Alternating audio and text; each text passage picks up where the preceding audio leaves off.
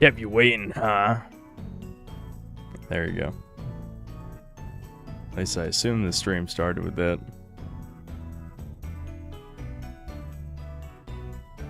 Irish Major Tom, thanks for 5 Canadian. It's official, my enrollment ceremony is the 23rd of June. I ship out for basic training on the 29th of August. Brutal. The Cell joining Zog. I'm sure you had your reasons.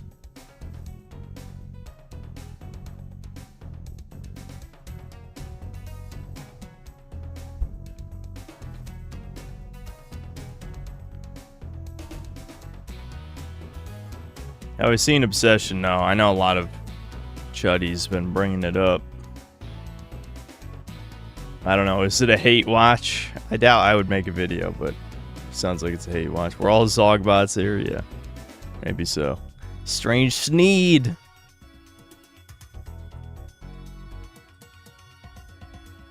Strange sucking fuck.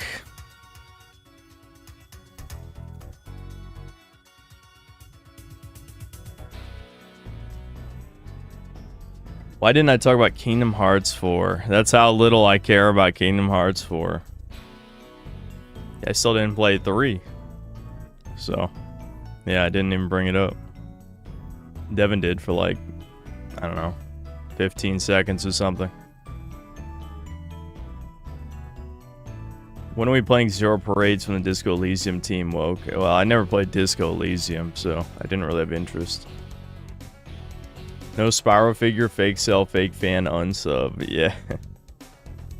I actually ordered one from First 4 Figures a million years ago, but they had issues delivering it to my address at the time, and I just never fixed the issue, and so I got a refund, and I don't know, I never tried to order another one.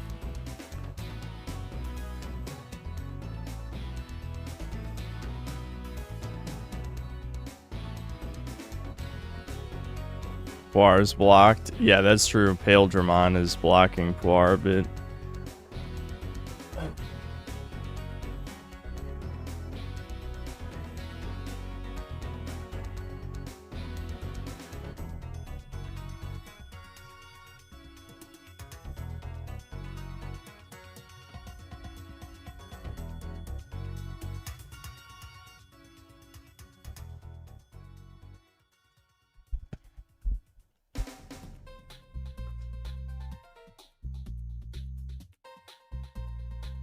Yeah, there's a Patrick Bateman.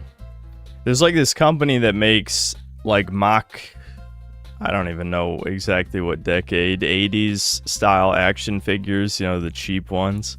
So a company made one for Patrick Bateman. I had to buy it. It was cheap. It was only like $12. But yeah, you know, it's the old boomer shitty action figures.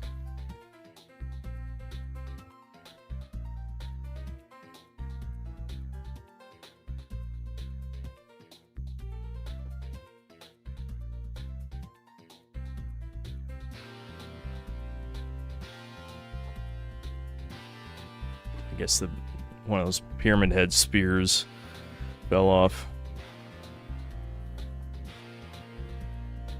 Have I ever played Final Fantasy 9? Actually, no. I meant to play it at some point. I haven't played 8 either. I guess we're playing some bullshit today. Yeah, this might just be complete slop. If so, we'll go back to Gothic Remake. But I figured I should start with this first, because we might just drop this, you know, an hour or two into the stream, you know. So we'll see.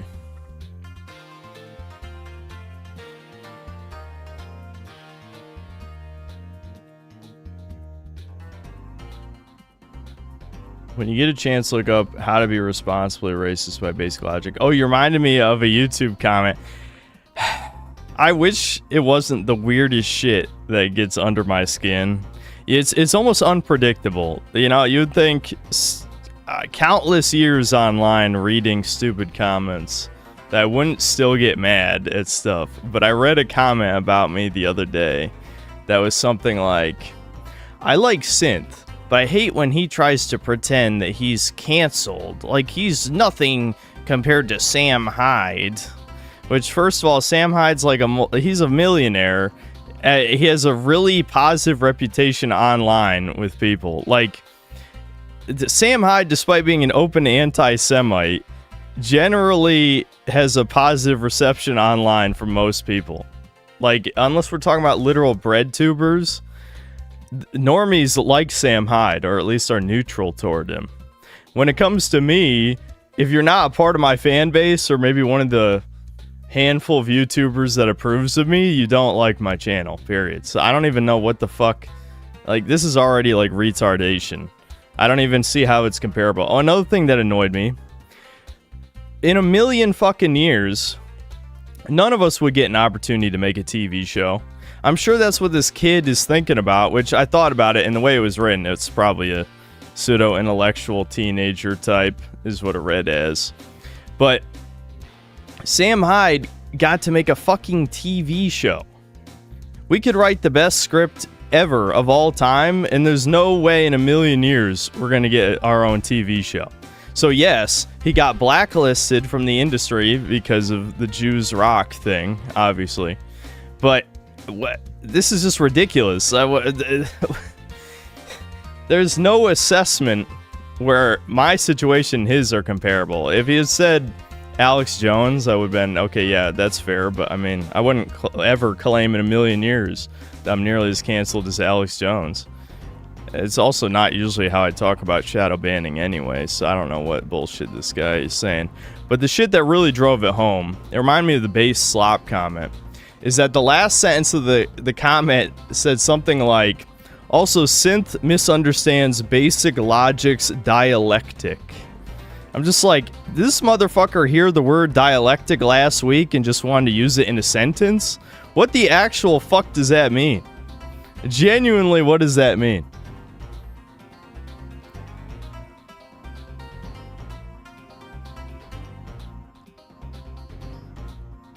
So, yeah, that made me mad. I'm not gonna lie. That made me mad. I was literally, last night, I'm just like chilling, listening to videos. And I scroll down to the comments of the video and I read that. And I'm just like, what the actual fuck are we talking about? That drove me nuts. I was mad.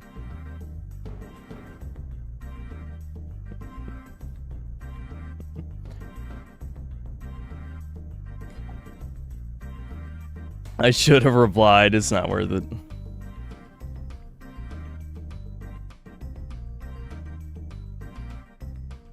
Twitter was crying about my 007 video. Based. Good. Good. Good Jocko Willink face. Please, I want them to see more. What was it a clip from the video? I don't even remember. Did I say something super edgy that could be clipped?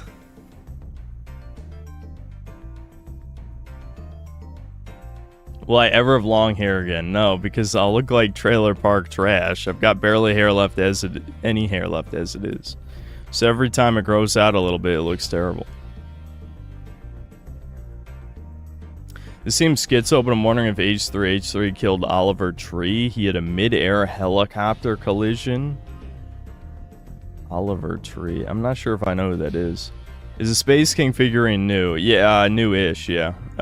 It's just I haven't been in the full screen, so you guys probably couldn't see it on the small, you know, my tiny window I usually have going in OBS.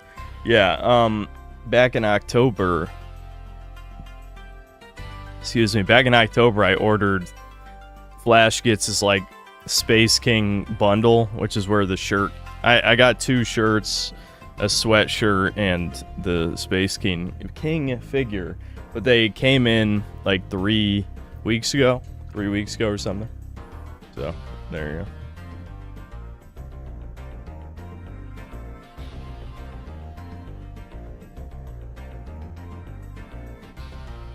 you go. Good luck, Dawn M, with the test.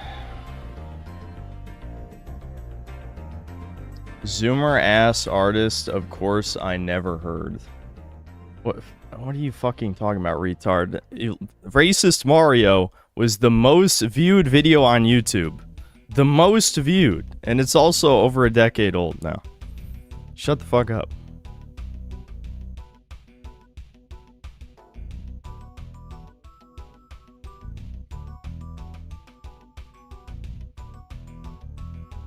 You might be talking about Oliver Tree. Oh, is Oliver Tree an artist? I don't know. I apologize if he wasn't talking about Flash Gits. Listen, Flash Gits are the only fucking right-wing animators on YouTube. We gotta support the boys, alright? The fact that Reddit thought the shit was ironic when you could literally just watch old Flash Gits cartoons and see it's not ironic. Like, holy fuck, how are they this dumb? To be a Redditor is truly a mystery. Like, I don't know how they can exist like they do. How do retards convince themselves they're intelligent? That's the true mystery. Alright, we can get to Strange Seed. I'm just sipping coffee. I had a headache earlier. I would have started the stream even earlier. I've kind of been in and out of it a little bit until the last 45 minutes. Why is my left side bruised? It's not bruised. I just have... Maybe it's because of losing weight a little. Or it could just be bad sleep. I don't know. But... that's just me.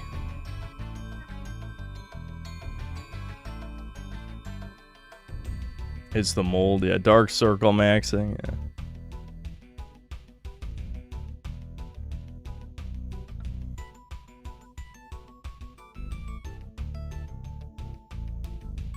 How's Deb been? He still can't speak, dude.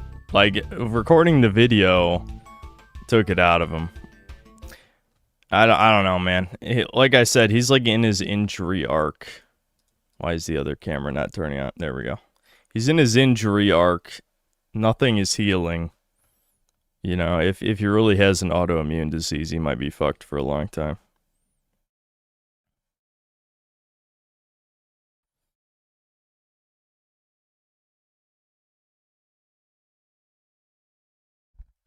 I just got permabanned on Twitch for laughing about Carmelo Anthony getting buck broken. Of course.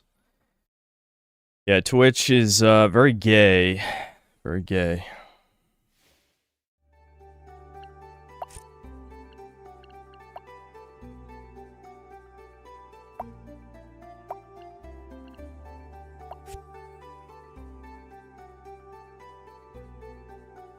Okay, I had to fix that first, because that was annoying the shit out of me. Why can't they just all do borderless windows as a default?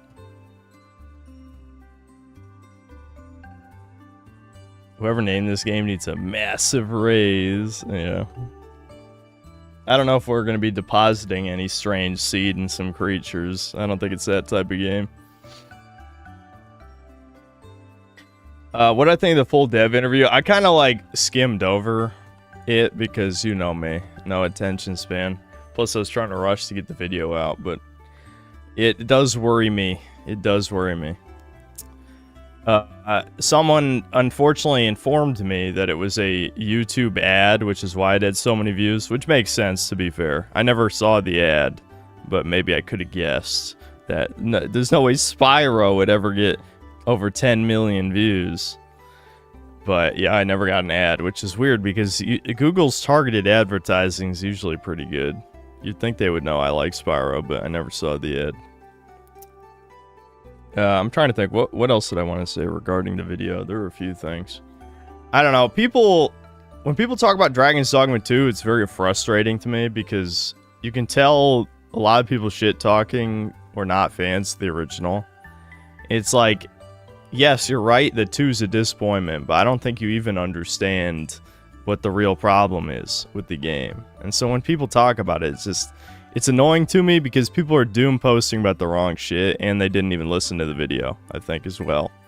Because, like, if you go to the section I talk about it, I already talk about things that are likely going to be fucked up, you know, with the DLC. I agree with the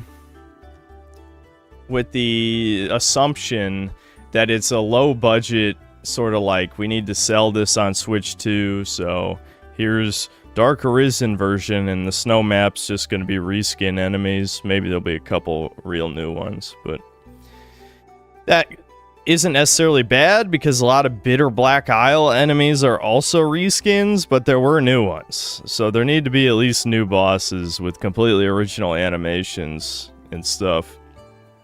I'm also fine with the gacha system being brought back. Some people are complaining about that.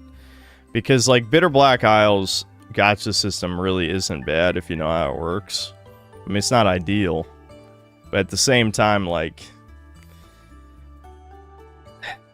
My biggest issue is just the game is less fun than the first game. And one of the biggest problems was the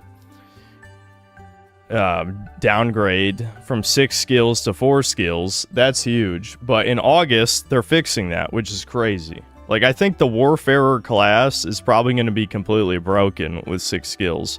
Which, it's Dragon's Dogma, who cares? The game wasn't even hard anyway.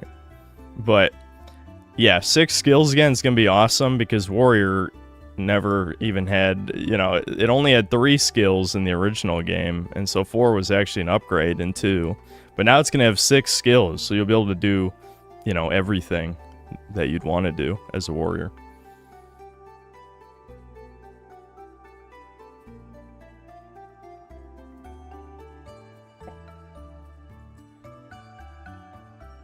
Yeah, I heard about the 12 new dungeons. That'll be interesting. So in August, when that update comes out, I'm going to play the game again.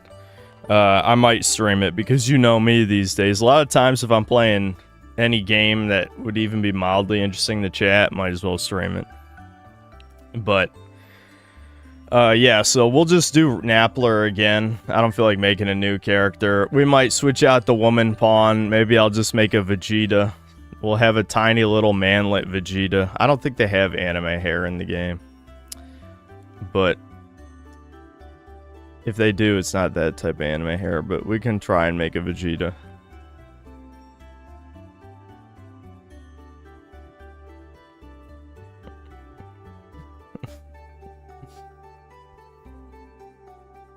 You know what's not interesting? Not playing with your seed. Hurry up, you Neanderthal. Slow down. I'm just drinking my coffee.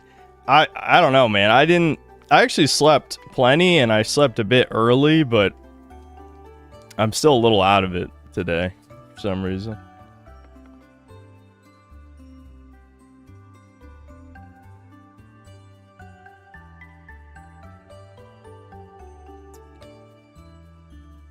I feel a little left out since I never played Dragon's Dogma. It must be strange, huh, chat?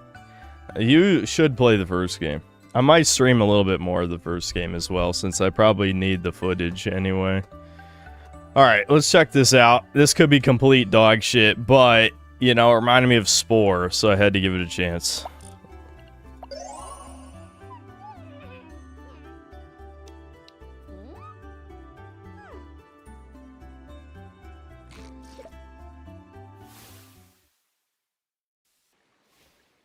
I've wanted a Spore too since I was a kid. Like, no matter how flawed and unfinished Spore is, like, the dream, you see the dream, and you want the dream to be fulfilled, and it just didn't happen. Okay, so I have like a bite attack. Alright.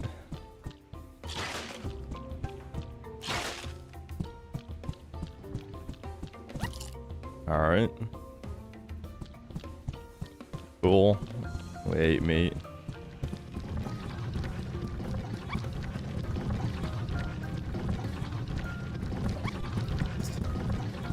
Yeah, just force myself right through there. I see I have a stamina bar. I have my curtain moved in such a way it's blocking a little bit of the upper left of the screen. Hey, back off. You can open this precious flower over my dead body. Then die! Hold on. I'll bait out the attack. Oh my god, we're being so smart right now. Look at that, guys.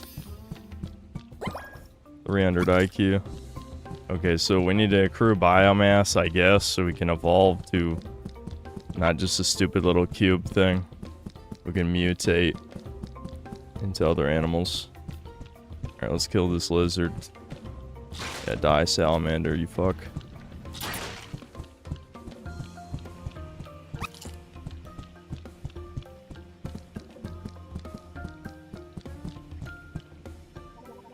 Wow, these rocks are blocking me. I wish I had a springy tail like a salamander. Wow, I'm doing a think right now. Nice early access slop. You know, you can just kind of force yourself over it. Playtesting? What's that? I don't know, dude. No one's ever heard of that.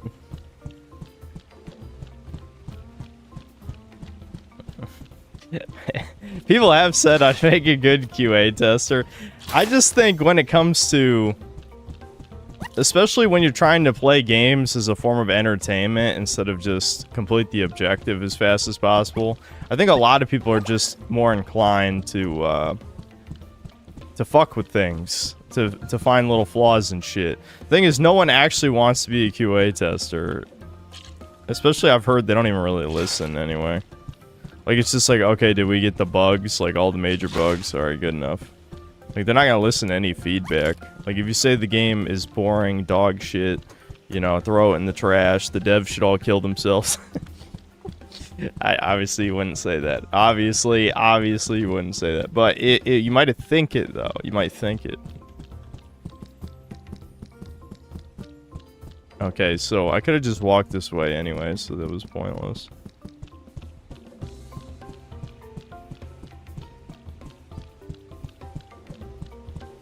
My brother's a QA test for NVIDIA. Good money. That's cool, I guess. I'm really lonely. Do you know anyone that could be my friend? Okay, chat. I'll be your friend. Good luck with that. I will pretend to be his friend, at least until we can kill him and eat him. Ew, your neck is so short. It's over for neck cells, dude. It never even began for neck cells. I got no neck.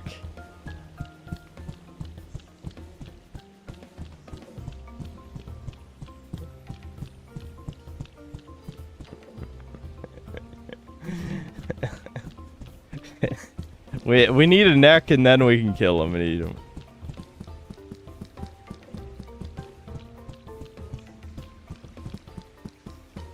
I'm assuming I need to, we need to figure out where we can evolve. Yeah, it's gotta be this. Drowning. Nest claimed. It really is Spore, but there's no sex. Spore had the sex.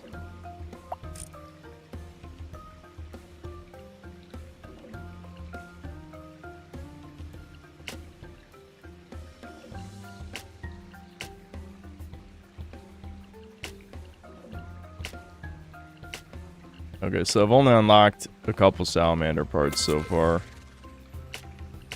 We'll just equip them. Alright, nice. Yeah, that's, this is how evolution works, don't worry.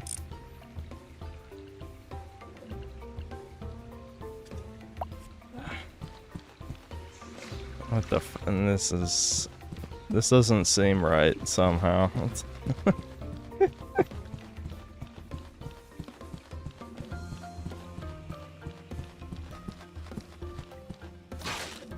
Nice. Just one shot him. Easy. Another slime that also was trying to evolve. How dare it? We don't do evolution here, okay. God did not create this disgusting abomination.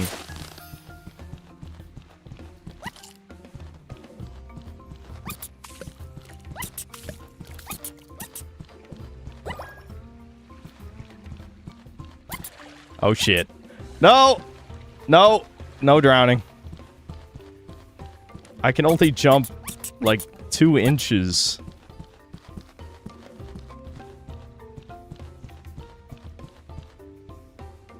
Is this Spore Slop? Yeah, it kind of seems that way. We just kill stuff and then we steal the parts and then we evolve the parts. That's what it seems like. I obviously already expected early access slop, don't get me wrong, but I just wanted to see if, like, it could be fun. It is amusing so far.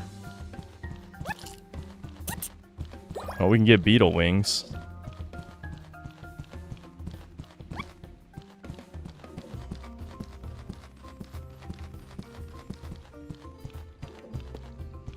I'm guessing we could probably interact with this if we get parts.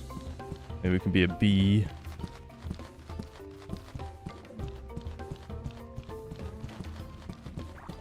Oh, yeah, okay. The duck can shoot at us.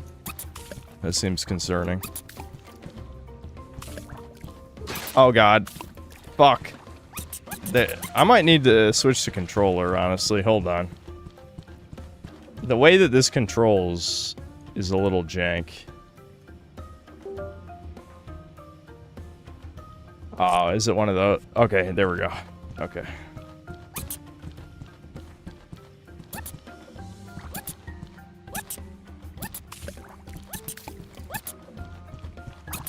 I'm not sure I'm gonna be able to kill him.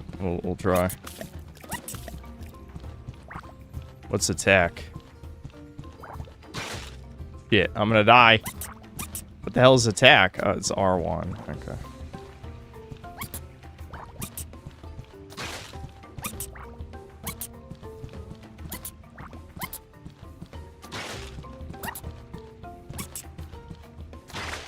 Nice. Okay. Okay, we can grab it.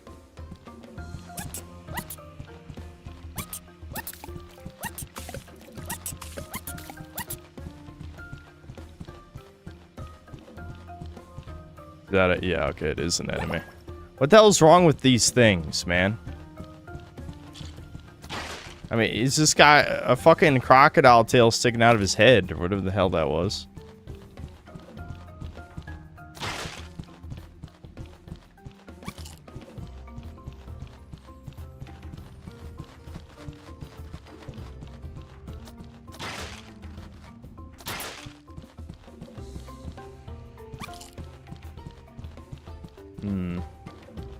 Alright. Let's evolve some more shit. All we're doing is committing satanic rituals. That's what's really happening. There we go. We can have a long neck. We can go be friends with the other duck. What I always wanted. I want wings. Nice. Nice. Yay. Fully formed. Yep. Yep. This is what all synth cells are going to look like a million years from now. You heard it here.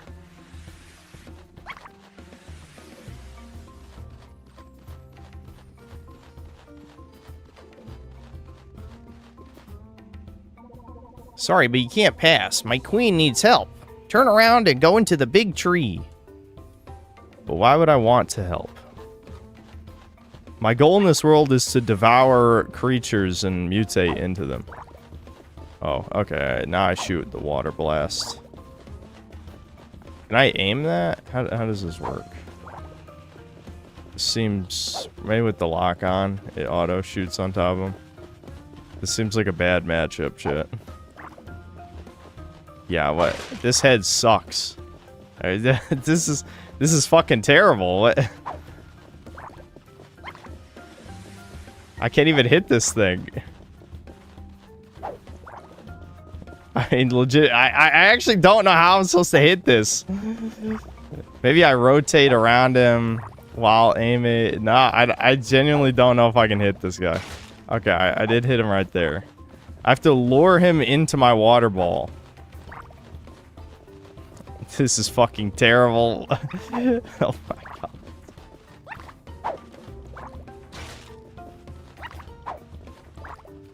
There we go. Jesus! Alright, let's just try and make friends with the dude and see if that unlocks something. Because otherwise this is just a complete waste of time. Oh my god, he's selling a body parts, but I don't have any of that currency. Welcome to Basket Case Benny's, the best place to buy genuine pieces of species. My stuff costs crystals, but advice is free if you want to keep chatting for it. Sure, whatever. Every biome is a special shrine, no exceptions. Make sure you find them. Wow. Alright, well, we have to find the special shrine, chat. Oh my god, is it a boss? Okay. What's up? That dead tree. That there tree. It's my territory. Give me the Ant Queen's crown and does something in it for you. Do we kill him or do we kill the Ant Queen? Shit. Who do we kill? Tips fedora. Yeah. He should tip his fedora.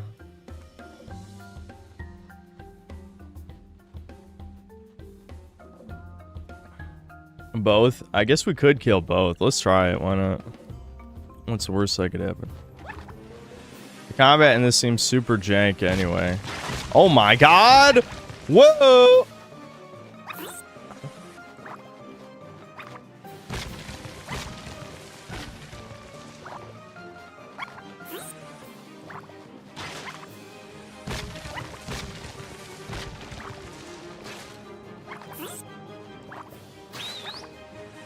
I think I can still do this. The beetle wings seem... He summoned minions, you cheater!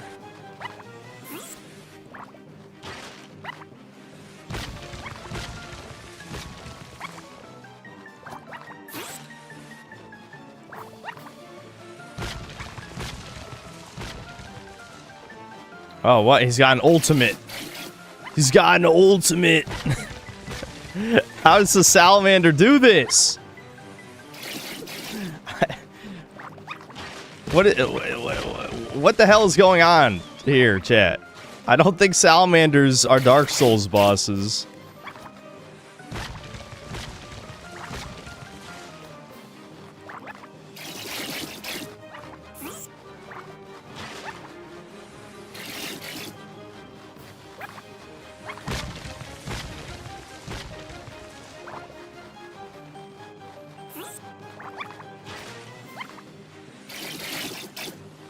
Dude, this is fucking... I was not ready for this. There we go. Get fucked. Get fucked. It was that easy. First try. First try.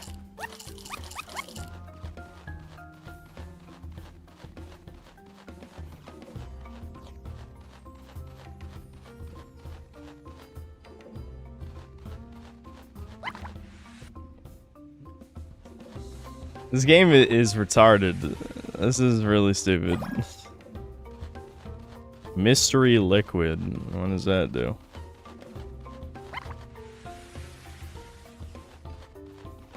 I'm just having the ability to run. Oh, I have a map. Oh, bro.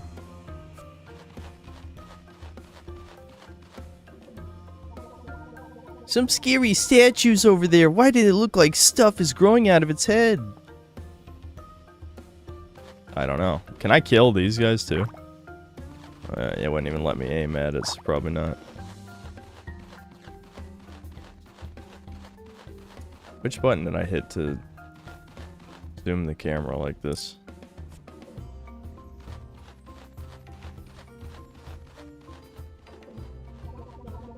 Looks like a shrine made for salamanders. You aren't a salamander. Not yet. I guess I can morph into one, and then something will happen.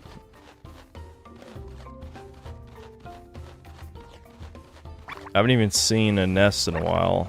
I think there was one this general direction, because it had the little gold stream thing.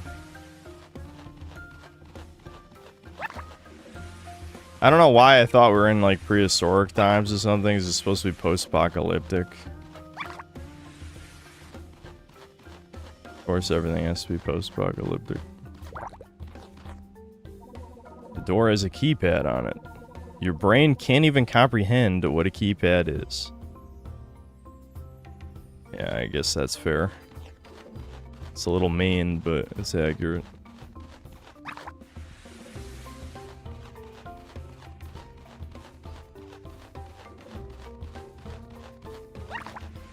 Play Spore. Every streamer in the world has to play Spore at some point.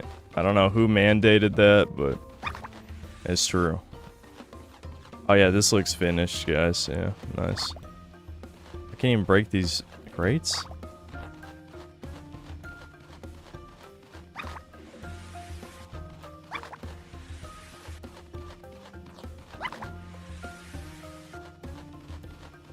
is such a mobile game. Yeah, I mean, this is just the world of early access shit, you know? The problem with early access is always that... Yeah, that looks right. I just wanted to see if I could climb up this. Nah, I can't even jump. It's locked me out of my jump while I'm clinging to this. Brutal. I just want to climb up this. Alright. I'm just gonna go this way until I find where the other nest is. Oh, there's still a salamander in here?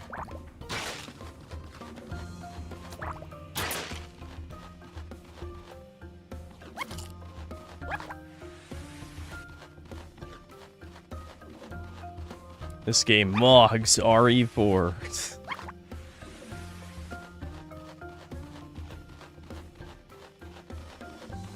Oh, this must be the next area. I just wanted the bonfire, though. I didn't want to go to the next area.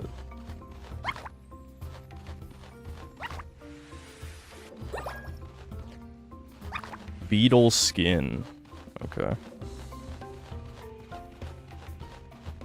Alright, I'm gonna go back. We're gonna talk to the duck guy who's racist against our not long neck. I don't know if just having the head counts as a long neck. I guess we'll see.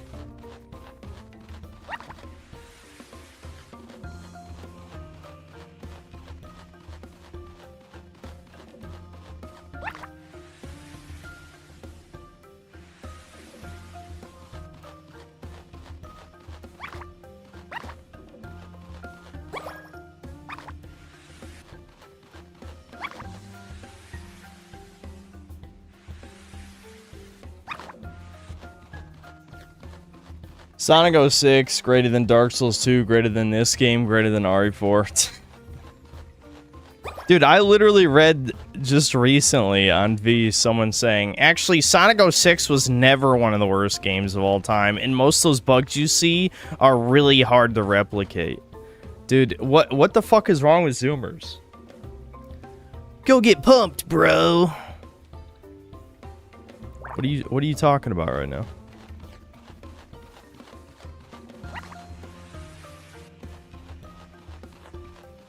Truk, yeah.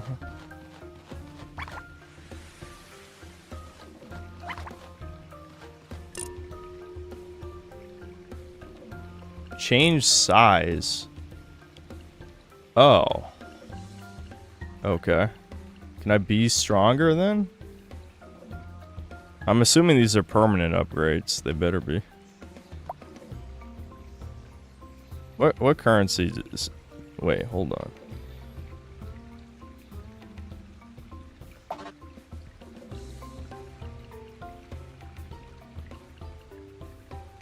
Okay, I guess that worked.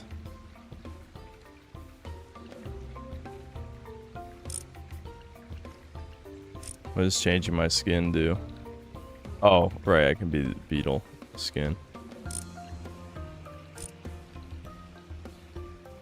Well, here, I want to keep this head. And then we gotta go full salamander mode, right?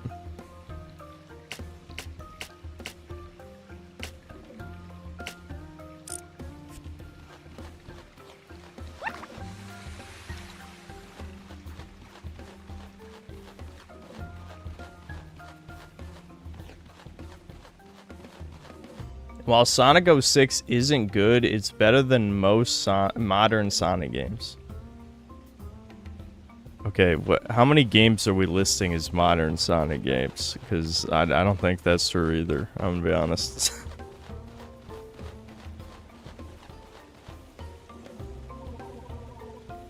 And no, my neck is still too short. I'm getting icked. She's ick maxing. You found the ickiest ick of all time, and it was my lack of neck. So I guess I need the duck body, I'm assuming is what that means.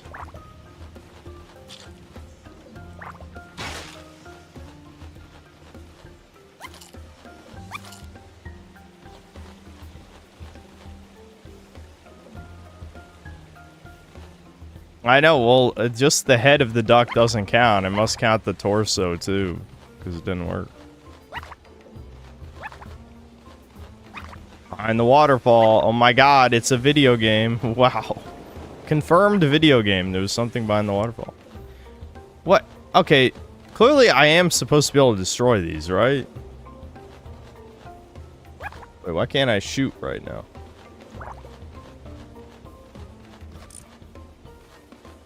I think I'm supposed to be able to destroy crates. You just can't destroy them with the water blast because this is an unfinished piece of trash. It's true, though. I'm hiding from my brother. He's so annoying. Right, okay. Well, who's your brother? What? What was that? Did I just destroy a crate through a wall? Scale point. No, I shot a salamander through the wall.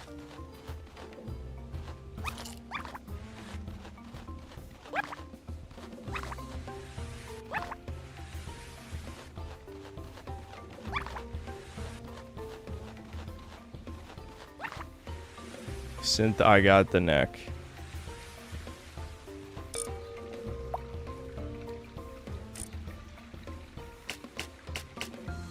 Geoduck neck. Ew. I just threw up. Alright, we got a long neck. We are resembling a beetle-like wiener right now. Clearly that's what the Void wants. Yay! Your deck is beautiful! By the way, I found this lying around. You can have it. It's... Clam Captivator, you got the... What the fuck? Okay, so I got the Geoduck skin, and clearly a very deserved achievement.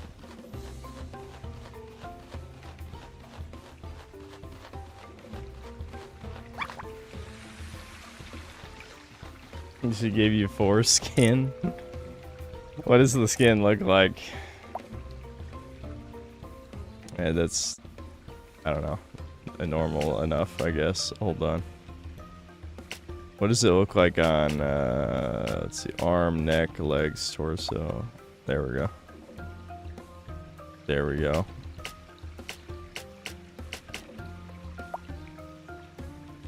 Like some kind of wiener seagull thing.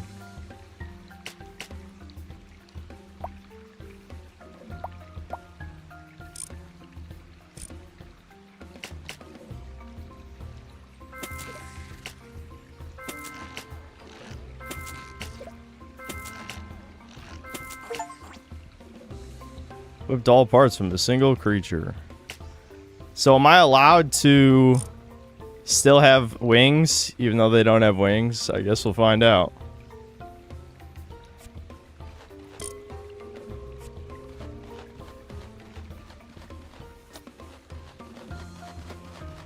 I can run again, that's good.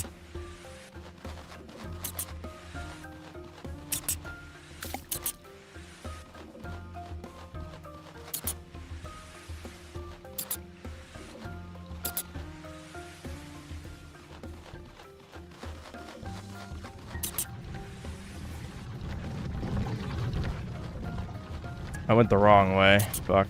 Hold on. We're back at the beginning. Just realized it.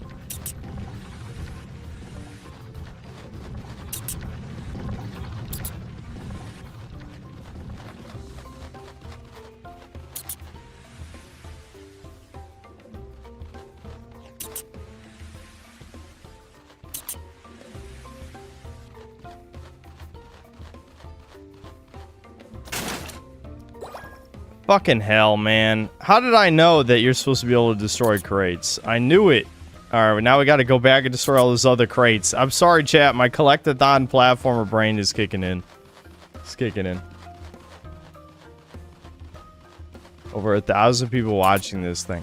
Who wouldn't want to watch us fucking eat people and mutate? Alright, this is obviously the peak of entertainment. Listen, none of us got anything better to do clearly on a Sunday, alright? I'm trying to think. I really haven't even been up to much since the video came out. It's really just been chilling. Haven't really done anything exciting. This is a German stream. When I started streaming, I mean, that was more or less my inspiration for doing the gimmick streams. I should go back to doing gimmick streams, but like I watched all of Germa's like playing random shitty Xbox games or random shitty whatever, you know what I mean? I watched all those and I always liked those streams. So I wanted to do streams like that.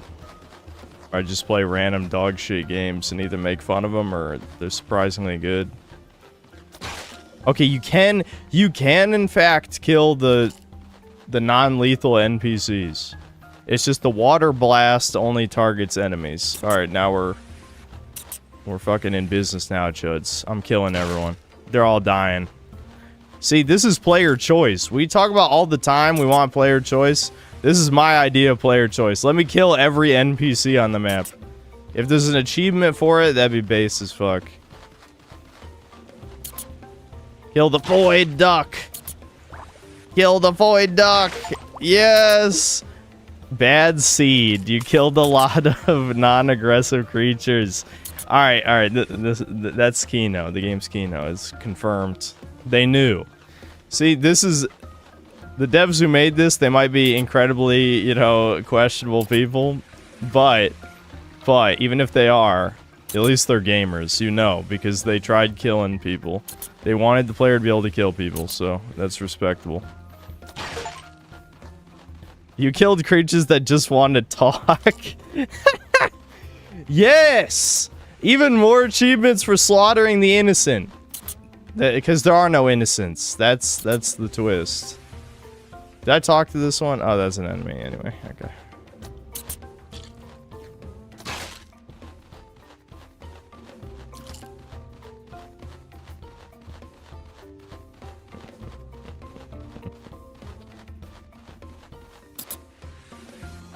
Alright, we gotta get a move on through this biome.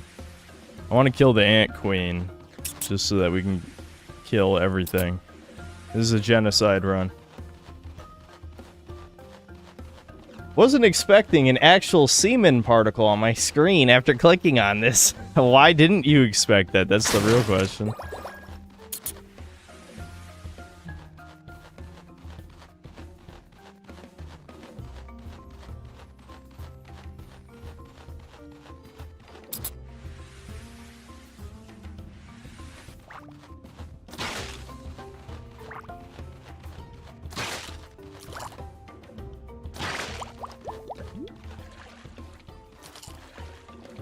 Chat, drowning is bad. Don't drown. Okay, we can go this way. Why? The game just got really fucking dark for no reason. I mean, it's a dark cave, I guess, but... I guess we need some kind of glow organ. We need to become a glowy, chat. But who glows? Who glows, chat? Where's the fed evolution?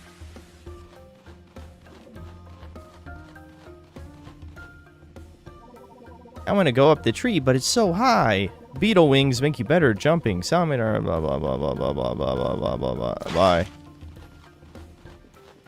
Thanks for the advice.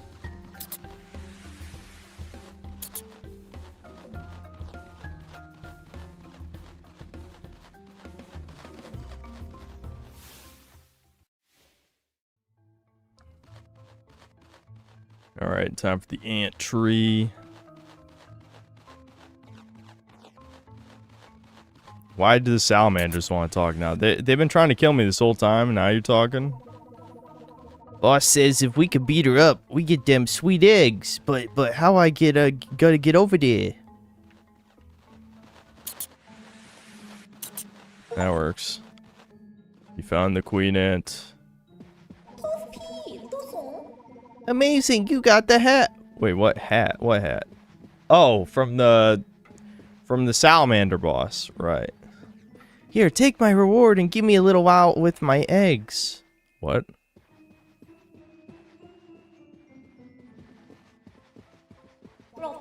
Did you know this tree is just a little sapling growing from the ruins of a larger one? The humans Save some mysterious liquid from the old tree and fed it to me and that salamander. It may be tiny now, but you have even more potential to grow. The mistress dreamed of you. What? What the fuck is this nonsense you're talking about right now? Let's go. Fight time. You dare, I'm warning you. I'm no pushover. You died. Queen died. Kill her. She's digging into the boss arena. Yes, let's go. Oh shit, what the fuck? Good thing I can fly.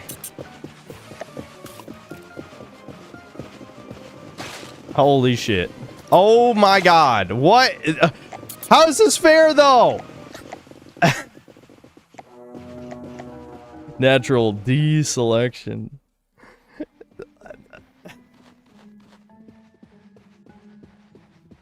Alright, I'm not sure about this one, chat.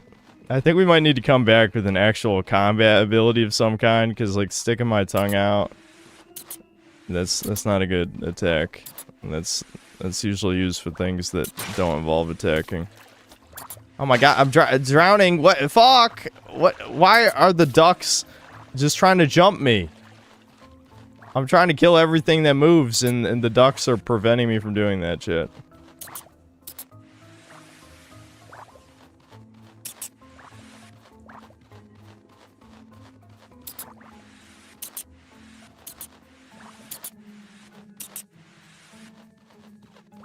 I want to break that crate. I'm stuck. The climb mechanic is very jank. It's like, I guess the salamander legs were the reason I was clinging to the surface earlier, but if you're not standing on flat ground, then you can't jump. And as you can imagine, that's a little buggy.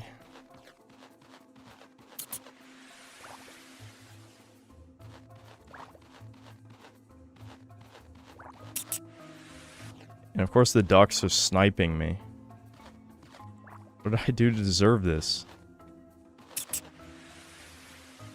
What? Huh? Am I blind? I don't even see anything up there.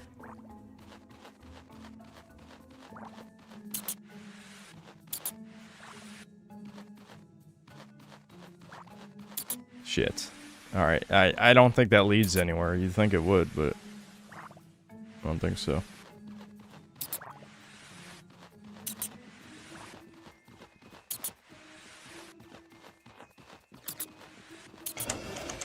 A button. What does the button do?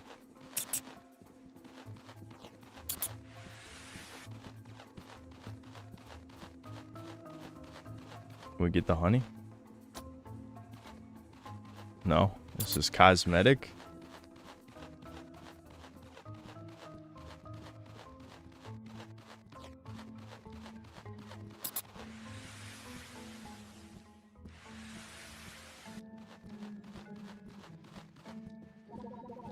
Why would someone place a shrine of a beetle up here like they were hiding it from ants? Shrine seems to only respect what it fears. Interesting. Oh, right. I have to go to the beetle shrine. This is an arcade game? This is classically an arcade game. Gene Snake. Wait, get the high score to win the prize. Keep an eye on the gold DNA sequence, trying to pick up the centered piece. Mouse, the DNA snake follows your pointer. Controller use. Okay, do I just collect the letter that it wants me to collect?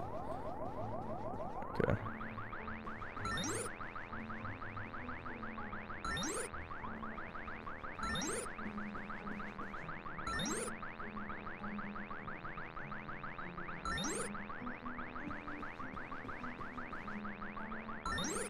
We snaking, boys.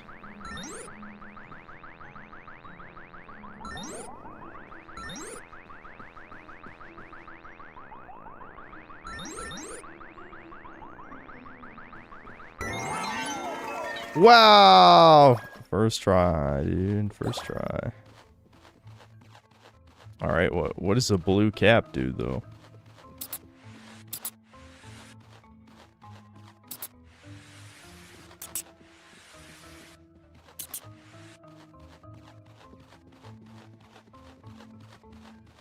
Synth slop. Listen, sometimes I'm allowed to play early access dog shit, okay? Today is one of those days. This beetle seems tougher than the other ones. Or maybe beetles always took 3 hits with this, I don't remember. Beetle legs. Alright, let's go to the Salamander Shrine. Baby game of the week. Yeah. I should stream the Killer Bean game. I saw a Deranged Doomer's video on it. Yeah, it looked like just complete unfinished slop, which is more or less what I expected, to be honest.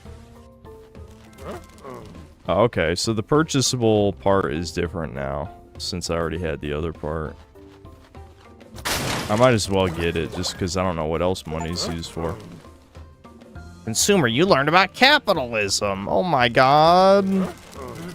Wowie zowie. I can't believe I had to pay money for goods and services. That's crazy. That should be free. I'm a good comrade.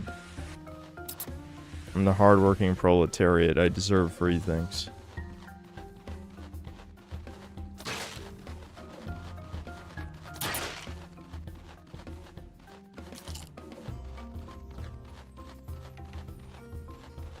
Oh, good question. Can I kill the merchant? Yeah, honestly, I should have tried that.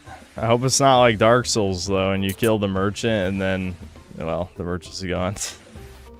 I mean, that's why they have multiple merchants, right? Oh my god! Dude, this is a certified good game, and you can't convince me otherwise. Hold on, let me buy that beetle torso real quick. Alright, now I'll kill you. Like 3 full creatures. Ah, see, you can get an ant. So the ant is, I'm sure, what you had to do at that shrine, at the beetle shrine. The beetle fears the ant. Don't have. Yeah. All right. Well, I killed the merchant. Did that even do anything? I mean, the ant head's still there.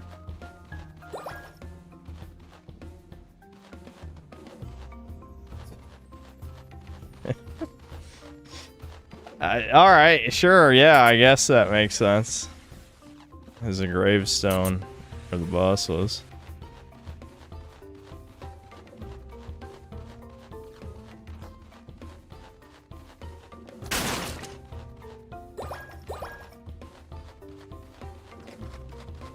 Alright, what do I get? Looks like a shrine made for salamanders. You are a salamander. Something is happening. Oh, I can become an axolotl. Alright, can I also wear the Troon flag? Why? Is it good, at least? Maybe?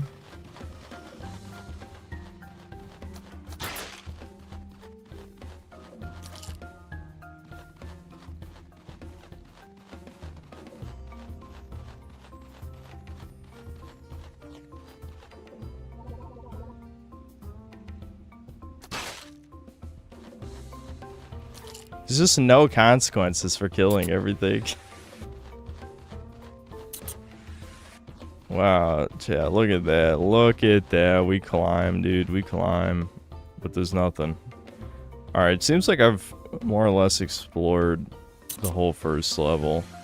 I want to kill the Ant Queen, but I don't know. I might have to do like some extreme jank tactics. Either that or somehow take out every ant one by one, which I imagine will take a while.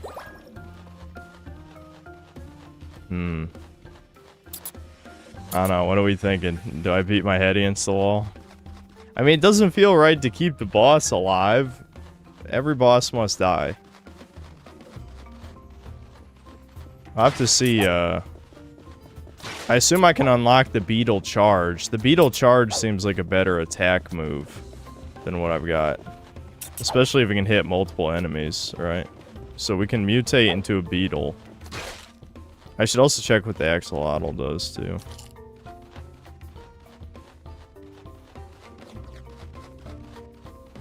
Oh, there was a nest right here. Okay.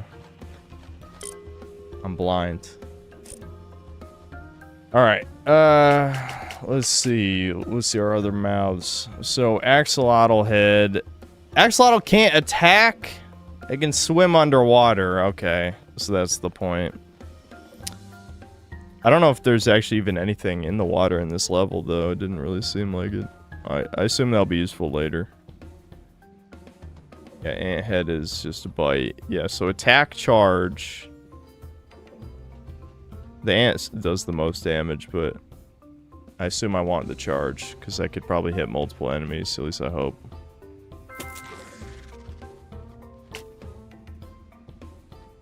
Beetle arms.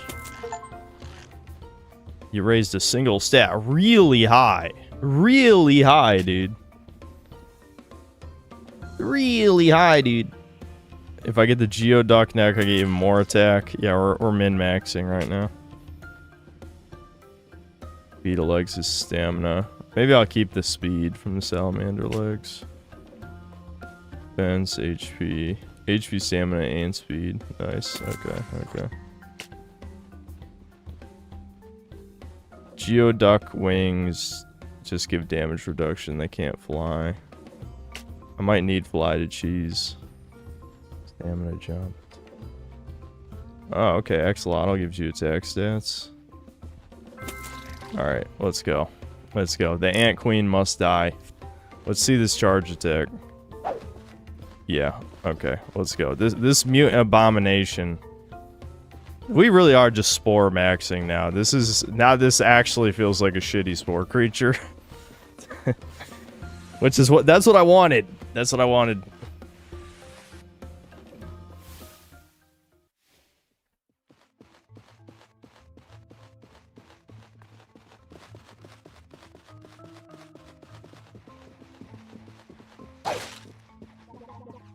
I dare. Time to die. Round 2.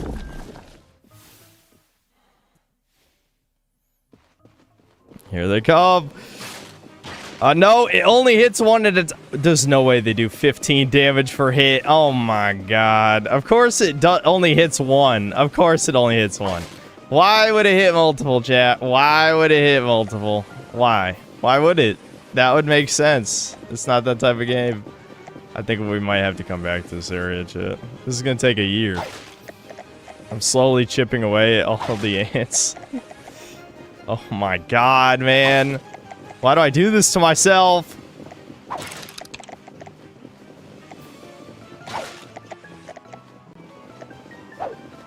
Wow, I only have to do this perfectly and not get hit 20 more times. Awesome.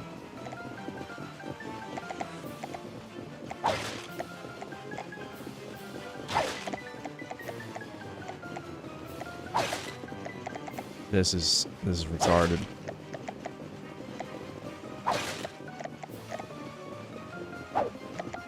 I don't know why I enjoy cheese in games, but I do. I just don't enjoy when it takes too long. That's what I don't like. Oh, fuck. It's over. It's over now.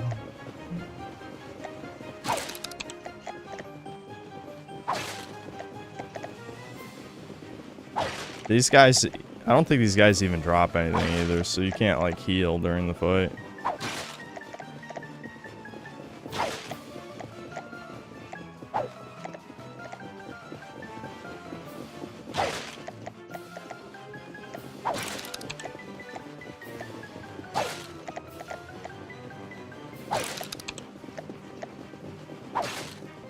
Alright, let's say hypothetically... Let me run around this arena real quick. Okay, so there's more, even more ants. That's good. That's what we like to see. If I fly over here, then what? Is this something? No, that's just a background object. They can walk up the wall! They can walk up the wall! Chat! There's no cheesing! We're supposed to come back here as like a fucking rhino or some shit. Just ram through these motherfuckers. Come back as a T-Rex and kill them all in one hit. Okay. Now that I've aggroed all of them, can I circle around and start bashing the queen? That's the only thing I can think of that might work.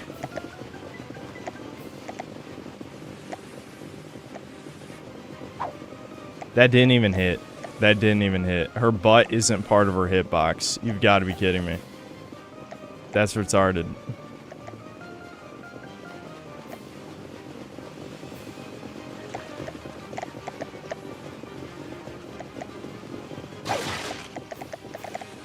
Oh, I hit her one time.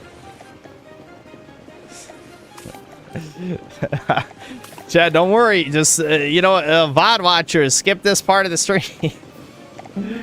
I should have kept this, all my speed parts. All the other things I brought are not useful. Speed is all I need. That just hit a random ant and not the queen. Awesome.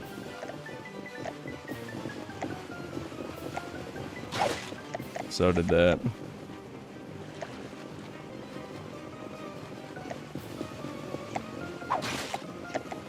What am I even hitting?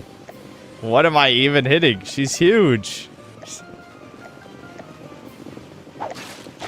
And then she got me. Yeah. Alright. Well, it was a good attempt. So let's move on. Let's move on. Let me try and kill these ants for parts. I do want the ant parts. Maybe the shrine gives you a cool thing to play as.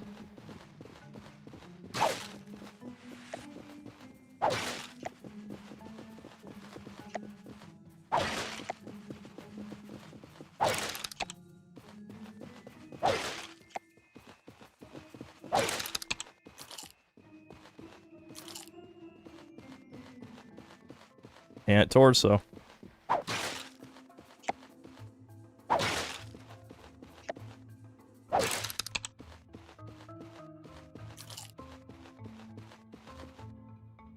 Ant legs. I don't think I've found a use for Mystery Liquid yet, have I? Or was Mystery Liquid how you upgraded your core stats? Just lost your gamer card. Sorry, Kobe. Kobe. I don't make the rules. You are making the rules. Don't lie. Do I have money? Is there any way to just grind money? Do the crates respawn?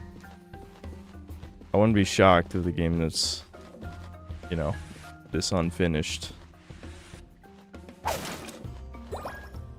I'm glad that crate's just floating. Because if the crates respawn, we can just write crates and keep getting money and then just buy all the ant parts. I don't know. Then again, just respawning the ants might be faster. This is how you know this is some early access shit. They don't even care if you grind money.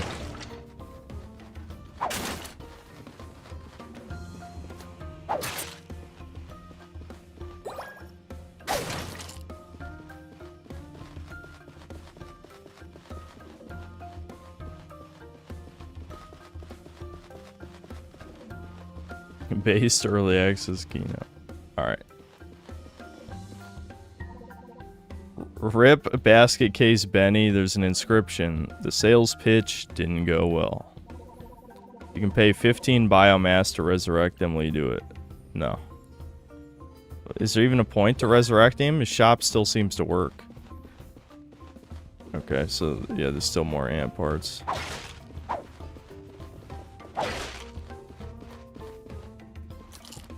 I should see how fast the ant bite attack is.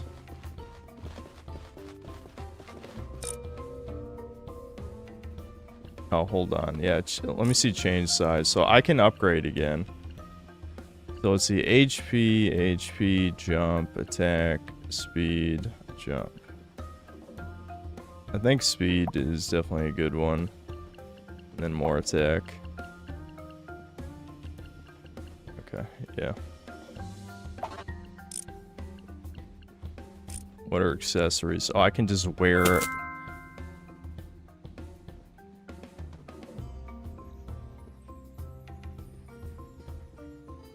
Yeah, that seems about the level of quality I was expecting. Yeah. We could put it on our neck, dude. Yeah, dude. At least you can, like... You can change the size and rotate it and shit, I guess. I don't know. How does this work? Oh, there we go. Yeah, we can just have a giant fucking baseball cap. Why, though?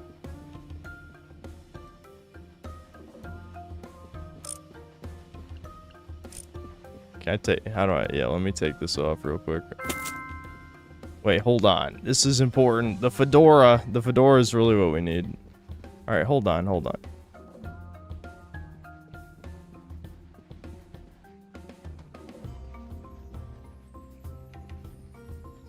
There we go.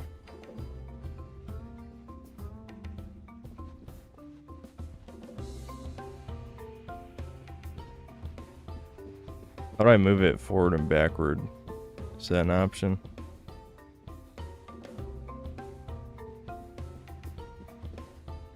The fuck? How this is, controls on controller is stupid as hell.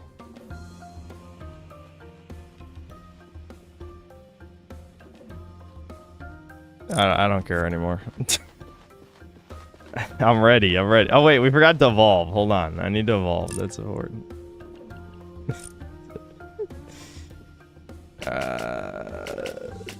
Ant head. Yes, this is our most powerful. Oh, I took away the fedora? You gotta be kidding.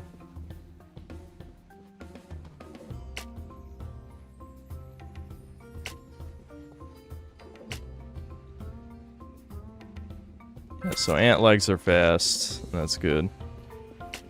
This fucking thing is just... It's a freak, man. It's a freak.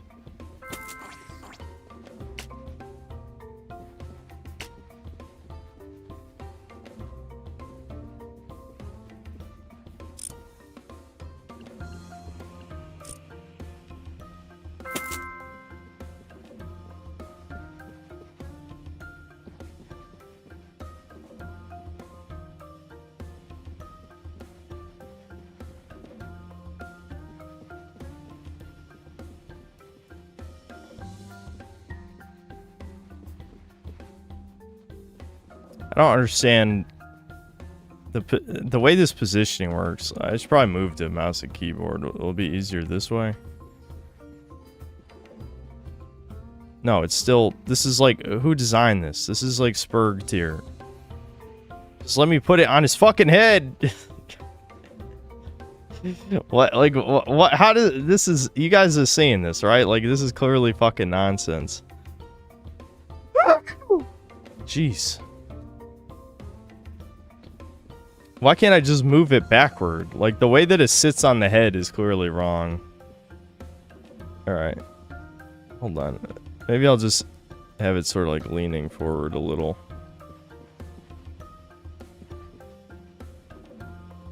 It's gonna look stupid no matter what, I think.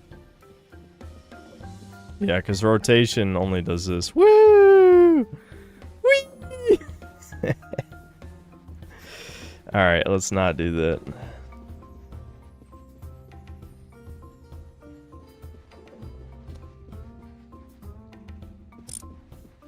Doesn't tip fedora. Alright. Let's just, yeah, bite is still just bite. I think we'll come back and kill the ant queen when I'm overpowered and stupid and retarded and all that.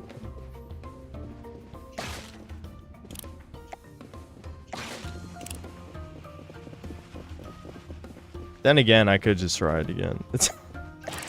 Yeah, I'm sorry. We're Dark Soulsing right now. Like I've considered it. You know, I've really weighed my options. I think we gotta try it again.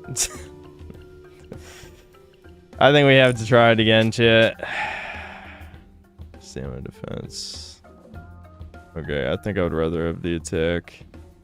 So I want to take... This needs to take as few hits as possible.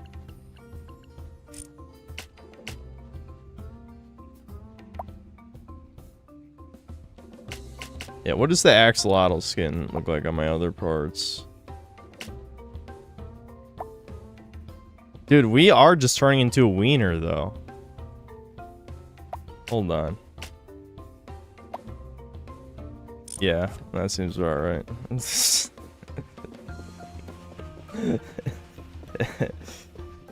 I can't fly anymore, though. Flying might make this a little harder to cheese. What did I get rid of my wings for? I already forgot. Was it just another ant part? Wait, no, I still have the wings. Why can't I fly? Am I too heavy to fly? Do I have 0 jump? Is that what it is? No, I have 7 jump. I couldn't... It wouldn't let me fly for some reason. Okay, I can fly. I think it was just a bug. Early access, please understand.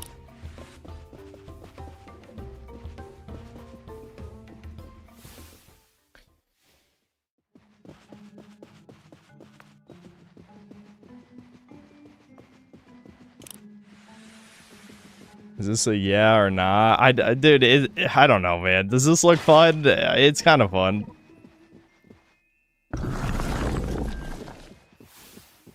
I only have 30 health. I'm gonna have to be careful, man. 2 hits, I think, will kill me. At least the strategy seems fairly basic. I mean, it's not like there's a whole lot I can even do in this game, anyway. At least for now. Dude, I've got, like, no stamina either. That's also gonna make this hard.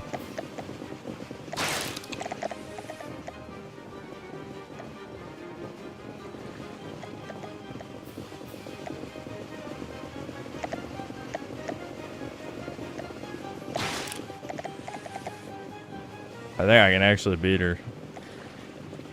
You know what? Hire me, devs. Hire me. No, yeah, you probably. There's no way you could pay me enough for it to be worth my time. But I don't even know how I got hit, but that's not good, chat. That's not good. Chat, I got hit. I don't know how he ran fast enough.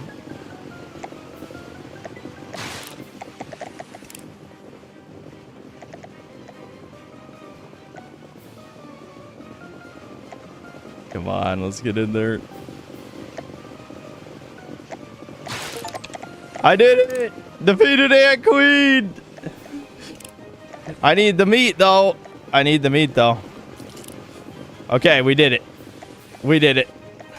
We got the biomass. Now what am I supposed to do? I'm still in the boss arena. Don't tell me I actually have to kill all these things somehow. I love how the charge attack, the beetle charge attack that looks like it would go through multiple targets, only hits one. This hits multiple. Fuck off, Gabe. Like, look how many people I can fight at the same time. Oh, these guys are dropping meat now. They weren't dropping meat before. What happened? Maybe it's only the little ones, though.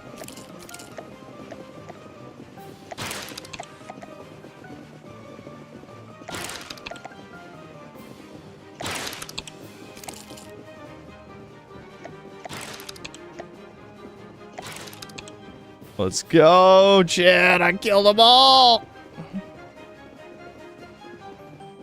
I don't know how I'm supposed to get out of here, though. Do I have to hunt down all the eggs, too? Oh, I see. There's an exit behind her.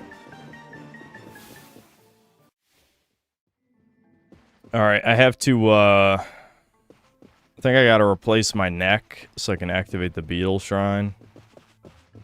Because I'm pretty sure the beetle shrine need to be full ant. Because it said it only respects what it fears or something like that.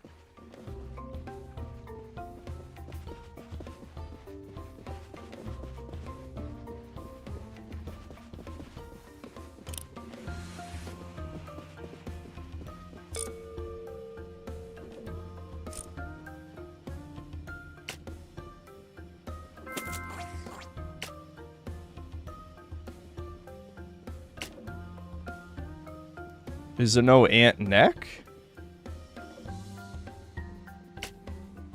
Maybe there's no ant neck. Huh. Okay. Then the rest of this should be ant.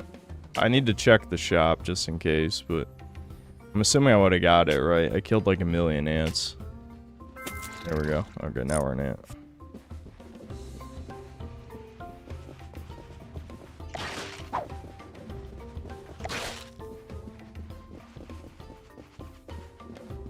Ah, see, for 20 bucks we can get a stat increase.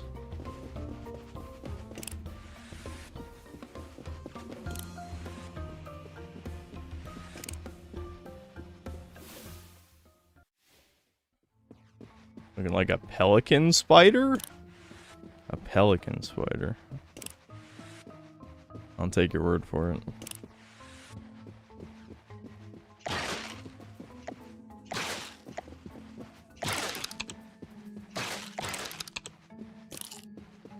I have like no... I need more health. That's the next stat I'm upgrading. I got no health now.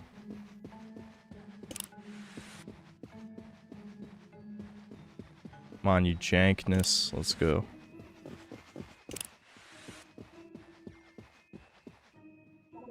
Why would someone place Shrine of Abito where they're hiding from ants? The shrine is begging you to go away. It offers a bribe.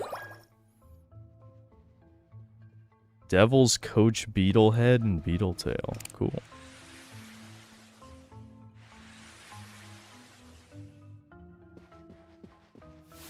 Game of the Year contender. Yeah, have things sunk that far? Possibly. Possibly.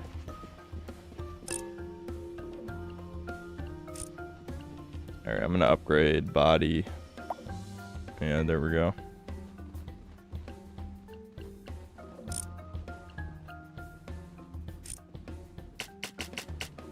Alright, how good is a Coach Beetle? Cost 20.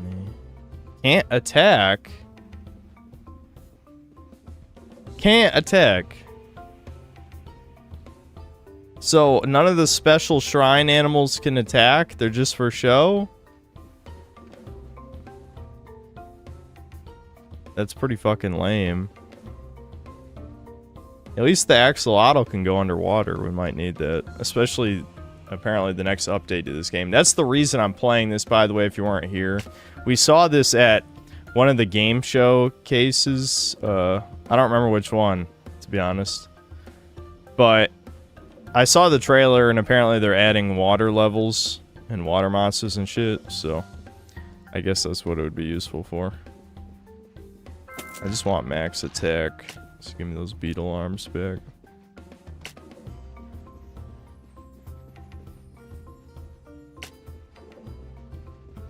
We can probably just keep this. Even though we're slow and very stupid looking. You helped my queen, thank you! Yeah, and then I killed her. I don't know if you knew about that. I just even recognize this. We're just morphing into these different abominations. Yeah, he somehow always knows. Oh, I guess it's been an hour. I'll read supers in a sec. The slime is becoming a furry. We must devour it. Yeah, a weasel. It was a weasel slime.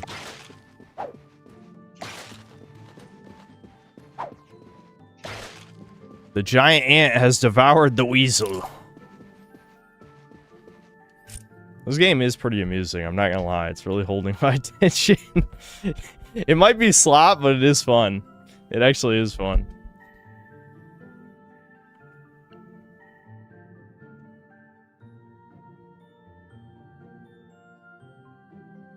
It does remind me of Spore, but ironically it's less jank than the Spore Creature stage, if you can believe that. If you can believe that, it is less jank.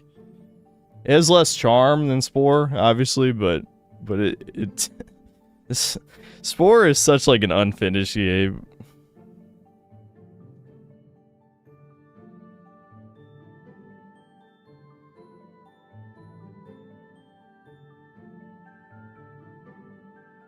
Seems more similar to the DS version of Spore. Yeah, I think I remember hearing about that.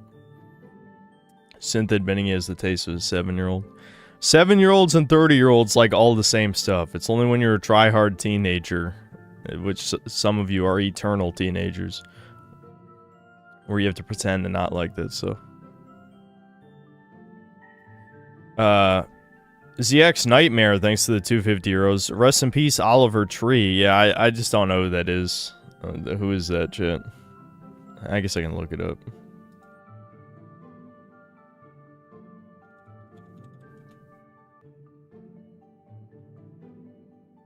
American singer, songwriter, and record producer. Okay, so the guy who I was making fun of for no reason earlier was talking about this guy, not Flash Gits. I already apologized anyway. Yeah, that would make sense. Okay. Why? I don't know if whoever was saying it was joking. I mean, I assume it was a joke, but you guys were saying something about iDubbbz somehow causing him to die. What's the connection between iDubbbz and this guy? Incinerator Dave, thanks to the $5. Got a job working maintenance out of state, so I won't be here as often. Brutal. Brutal. Sent to go back to Dino Game. I finished it. You must have missed the end. Reach level 100 in Dragon's Dogma. I'm finding out how good rust bows are. Yeah, Torpor is completely broken. There's like 100 ways to cheese Dragon's Dogma, so like, I'm definitely not an elitist about that shit. I mean, you guys have seen me use the what are they called? The parry apps. You know, the 4 times stackable attack and magic buffs. So I'm definitely not against the cheese. There's a lot of ways to cheese that game. Dragon's Dogma 2, you don't even need the cheese, though, because the game is even easier. At least past when you get there, past the early game. Black Metal Gamer, thanks $2. Kingdom Hearts is super overrated. I really like the first 2 games. But after that, the quality of the series is definitely a mixed bag. I feel like every entry after 2 did like some things right and other things wrong, because they always tried to be experimental. I really like the idea of 358 days. It's just that it was trapped on the DS. Like having like co-op missions with your buddies killing Heartless as like the Organization 13 members, really good idea, but I mean, when are you ever going to get the opportunity to do that? I had a buddy who also had the game, and I think we only played together like one time.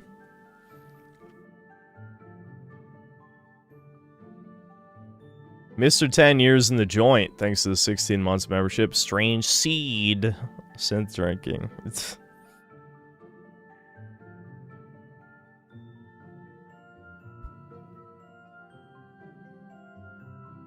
Yeah, I saw Capcom's getting rid of the microtransactions, Dragon's Dogma 2. Again, like, I like all this free update shit. Being able to equip 6 skills is a huge deal. Like, that was the #1 reason that Dragon's Dogma 2 is a downgrade. There's other reasons, don't get me wrong, there's plenty.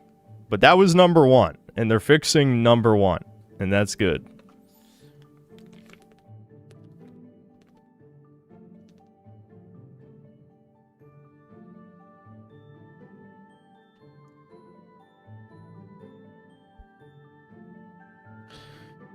Yeah, the jank movement, the stun locking. What the hell was Itsuno thinking with the stun mechanics? Like, Warrior is just not even fun to play in the early game against fucking goblins. Because, like, goblins could stun lock you to death. It's like, what? Why would goblins do this much stagger to you? It's stupid. It made me mad. Aurelian, thanks to the 11 months of membership. I see you're back with the milk. Yeah, I got the milk.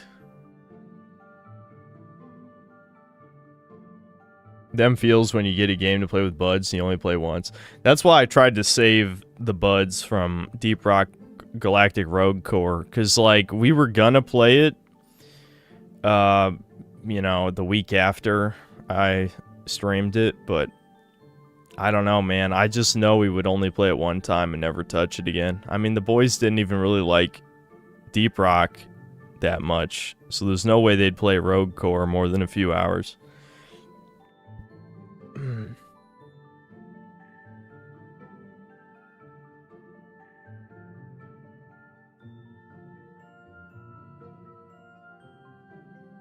Dragon's Dogma Online was so much better than Dragon's Dogma 2. It's sad they shut it down.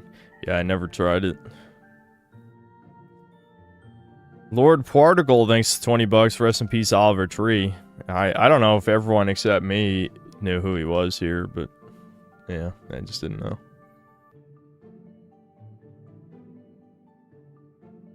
Question is, will Dragon's Dogma 2 be worth picking up when all the updates come out and pass it on release? It depends on how good Dark Arisen is. It really does. And you know, it's more or less the same answer I would give for the first game. Like, don't get me wrong, I know the original release of Dragon's Dogma retroactively has a lot of fans. I see them on V because I usually lurk those threads. But Dark Arisen is the reason why Dragon's Dogma is worth playing. Because when you beat Grigori and you do the Everfall, it feels like it's leading to something, and then the game just ends. Because the Everfall is not an end game, because the enemies drop lives. If all the enemies drop revives, what do they use for? Like, what are you gonna fight with all these revives? Nothing. Nothing. It just becomes pointless. And then Bitter Black Isle introduces a fuck ton of enemies that kill you in 2 hits. So, oh, suddenly I have a reason to use all these things that you can just casually collect in the end game. And Bitter Black Isle is pretty well designed given how obviously low budget it is. They put the budget into making new monsters and challenging just general encounters and traps and stuff. Which is why, again, that's why I said in the video I was worried about Dark Arisen 2, because I would rather the budget be spent on tough enemies than on a big open world shit part, because the open world is not good in either game. I know people do have a soft spot for the open world in the first game, but it's just kind of giant empty land masses, especially the west side of the map. There's just nothing in it. But in 2, it was basically hallways outside of a couple areas. Just a bunch of hallways.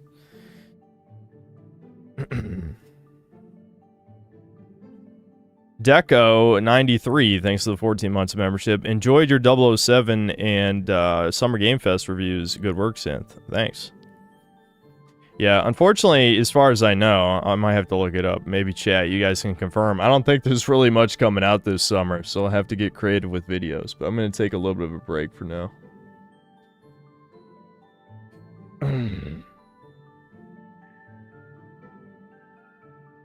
Lol, I thought the one-shot kills were dog shit, but it was kind of nice besides just going about kicking ass, and especially collecting all the nifty little outfits for your pawn to use.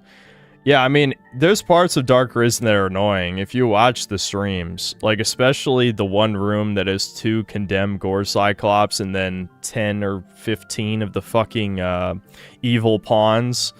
That room, the mage, the fucking sorcerer pawns that cast Tornado is like the worst fucking thing in human history. Like, the first time it happens to you, like, I distinctly remember busting out laughing. And I think I actually have laughed even on stream after, you know, I've already been through Bitter Black a dozen times. But if you're not in the mood, holy fuck is that annoying to just get juggled to death by a tornado for 30 seconds. Like, what the like, that's just bad. But there's other things. That's probably the worst thing. That's the worst one. But yeah, I don't know. It's really enjoyable for the most part, I think. I actually like getting an ass beating because you have the preparation to deal with the ass beating. Dragon's Dogma is one of those games where you deal a lot of damage, you take a lot of damage, especially on hard mode. On normal mode, not as much, but on hard mode, Bitter Black Isle, you know, everything kills you in 2 hits, so...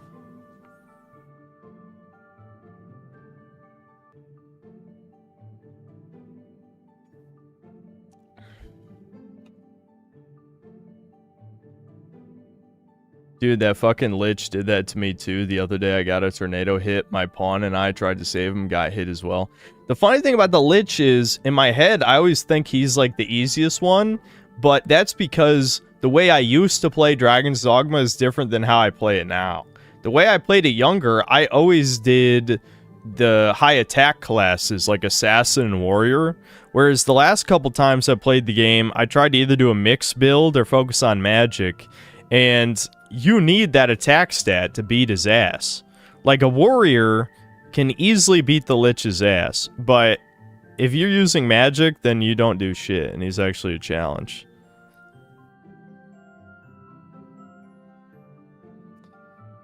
Bjorn Ulf, thanks for the 2 months of membership.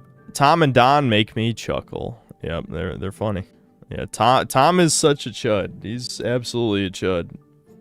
The only thing I will say, the incel video annoyed me a little just because, like, anytime people who've been married or at least in long-term relationships, when they talk about the dating scene, you can tell they're very out of touch because they don't realize how bad things have gotten. Like, I don't remember how long Tom has been married. I think Don not nearly as long. I think back in the Cream Crew days, it was his girlfriend.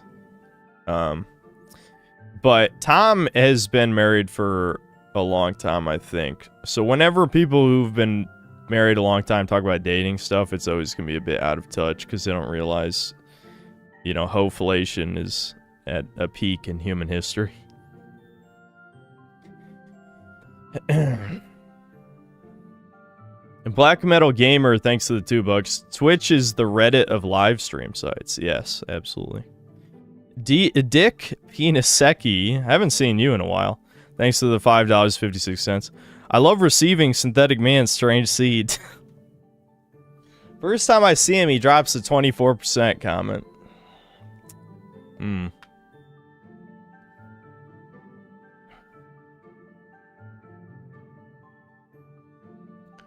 Anyway, Riot Mage, thanks to the $20. I've been doing YouTube for about a year now, and I think I finally came out with one of my favorite videos. It's the most recent one on my channel titled, A Message to the People of the Rec Center. It's very base like you. Alright, if you're trying to bribe me and watch your video, I'll watch it. I think we'll play at least 30 more minutes of this, just because it really is amusing me. It might be slop, but it is charming. I don't know.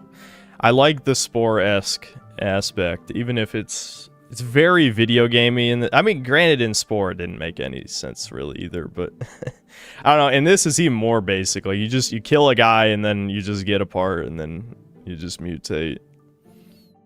And this is more combat focused than Spore. Azure Tormenta, thanks to the $5. Do you want Port Crystal Synth? I have a ton I don't need for Dogma 2. I think when I play the game again in August, I'll just go... We'll just do a new save. There seems to be some confusion. One of the patches seem to imply you're going to have 3 save files instead of just the one that you're stuck with, just like the first game. If it is 3 save files, I'm going to... I mean, I don't care if I have to delete Nappler because I'm just going to run with Nappler again anyway. But I'll keep the save if I can. And just start a new save and have... I don't know, if we need free port crystals, you can send them to me. I'll put it at that, but just hold on to them. That's what I wanted to say. Neo SS Officer, thanks to the $5. I'm looking to buy a gaming PC for around $1,500. Any recommendations, chat? Also, what graphic card should I get, and any other recommendations? Unfortunately, my PC's on the older side now. I keep thinking of it as a newer one, but no, that's just because a lot of the last 4 years of my YouTube channel have been running together. So all I know is PC parts are very expensive now. So a 1500 PC back when I built one would actually get you, you know, a decently powerful one. Now these days it's probably just mid-range PC. I wouldn't be shocked. Yeah, I think chat would be better at giving recommendations than me at this point, since, again, it's been 4 years.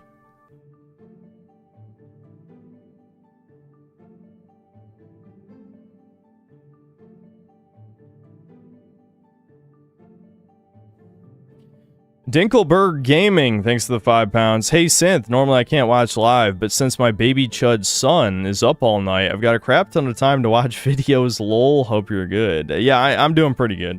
I wanted to stream yesterday, and I was in a really good mood yesterday too, but I was kind of burnt out on energy by the time I could stream, and then I ended up having to do more bullshit anyway, even later on in the day, so I just didn't find the time. But I'm doing okay now. A little bit of a sluggish day, but now after 3 cups of coffee, I'm okay. Neo SS Officer, thanks to the $5. My top 5 are Sonic Adventure 2, Tekken 5, Dragon 8... Devin's calling me. I'm assuming he's about dinner or something. Hello? Yes, please, but I'm not gonna eat them till later. Alright, thanks. Bye.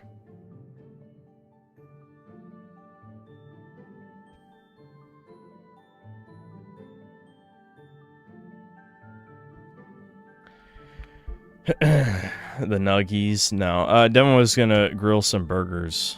And that's what he was asking me about. My top 5 are Sonic Adventure 2, Tekken 5, Dragon Age Origins, Tales of Symphonia, Kingdom Hearts 2. Also, is me loving Tekken 5 proof I'm black? Probably not. I can't really say, though, what the most black fighting game is. I know they like NetherRealm games. A decent amount of them like Street Fighter. I don't know if Tekken's really black. Maybe the more recent ones. The top 5's fine, I guess. I mean, Kingdom Hearts 2 and Sonic Adventure 2 are both in probably my top 20. So, yeah. Lord Particle, thanks to the 1 gifted membership. Yeah, everyone thought of Mortal Kombat. That's what I was thinking too. I don't know what it maybe just like the gory over the top shit they like.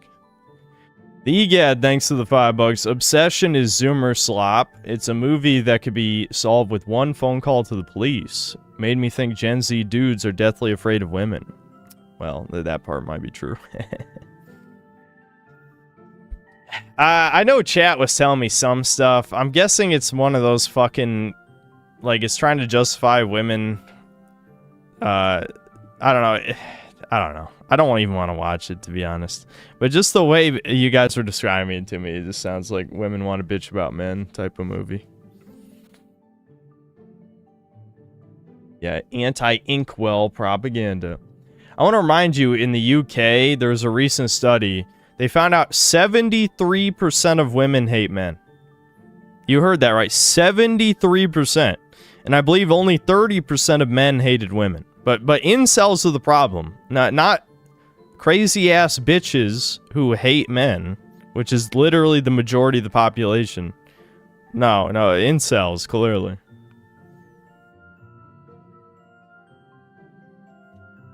Yeah, the other 27% are lying.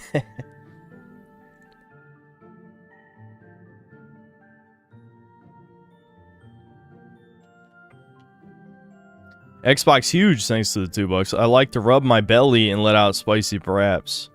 Gross.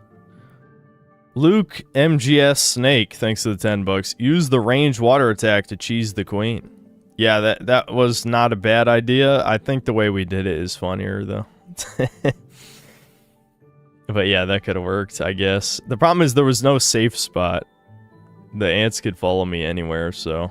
The way I did it, it was probably only a little harder than doing it that way. Eli, thanks to the 5 gifted memberships.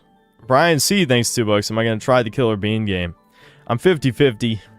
Like I said, I already watched the Deranged Doomer vid, so I feel like some of that shit got spoiled, but it might be worth it. Especially since I think you said the game's only 3 hours long. So maybe it'd be good just to one and done on stream. Sheep Herder, thanks to the $2. UFC fight at the White House tonight. BB approved. Yeah, I don't really watch UFC stuff, but I guess you guys could tell me if it's entertaining. Undead Warrior, thanks to the 5 months membership. If playing Thief or Spearhand can't even die, Dragon's Dogma 2 easy. Yeah, I know. One of the changes I'll have to test is they said they were going to increase the stamina consumption of Thief's invincibility move. That move is so stupid.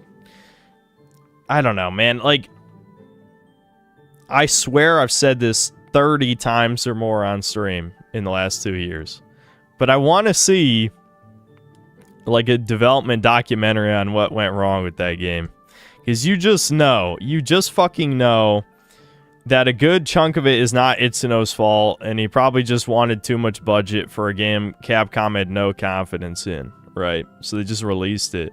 And it sold better than they expected.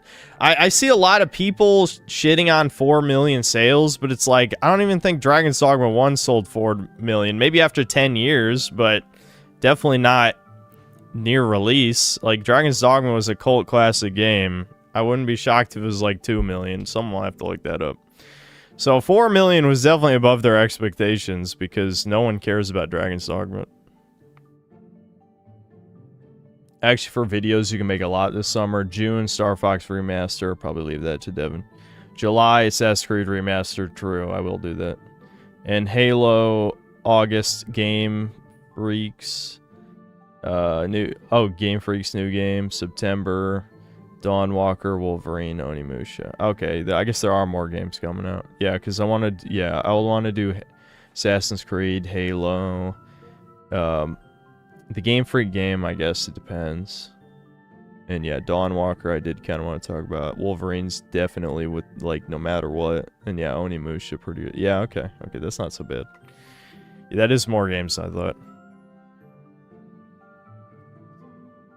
Philip Oliver Crevices, thanks to the $5. I hope Dragon's Dogma 2 Dark 2 Arisen theme is sung by Ludacris.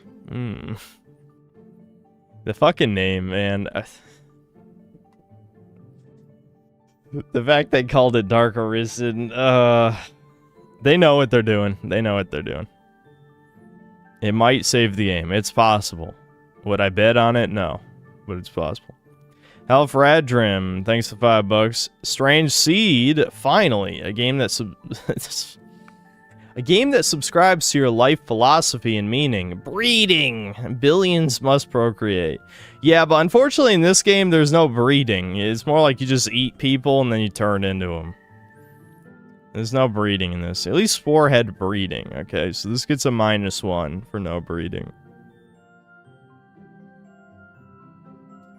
Jax, thanks to the 20 Canadian. Shout out to the Irish, TKD, TID, TND. Yeah, Irish do have some fucking balls. They're actually doing something.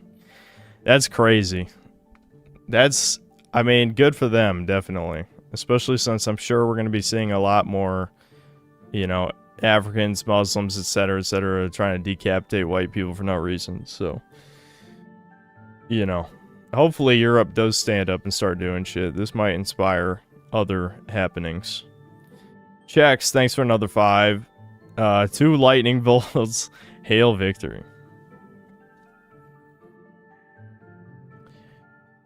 Okay.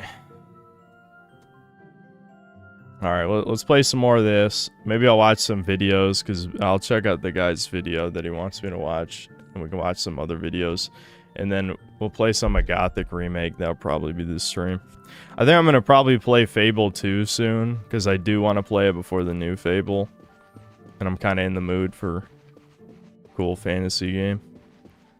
I mean, I feel like I'm always in the mood for a cool fantasy game. They just don't make them that much. We just evolved. I don't need to evolve again. I need the weasel parts. A stink ball. Okay. What am I supposed to do with this?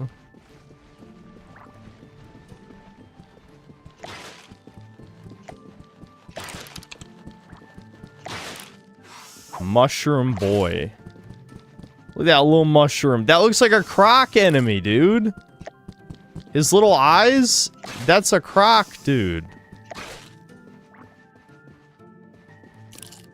Oh, we killed him. That's supposed to be a salamander? In what universe is that a salamander? I guess they don't have names for my fellow mutants. Well, I'll be the last mutant standing, that's for sure. A chicken!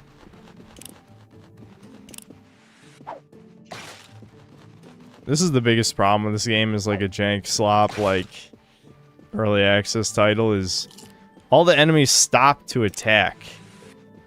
Like, how do you expect to make a challenging game if every single enemy has, like, the same AI behavior? I mean, at least the boss fights had some development. Okay. This shrine up in the treetops depicts a fluffy-tailed mammal. It only respects those that can reach it. Redatasker sees you, child, a distant voice seems to whisper. Oh.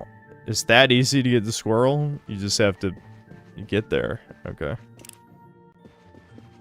Only 2 squirrel parts, though. Alright, that's not part of the environment. Cool.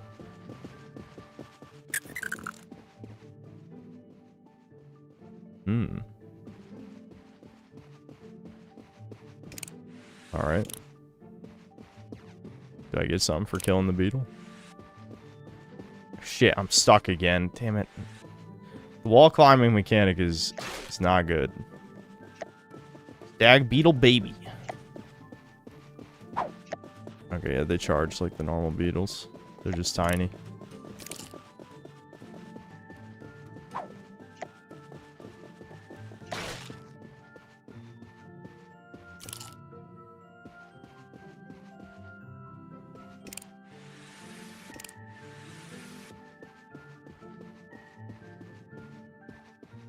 I killed a BB.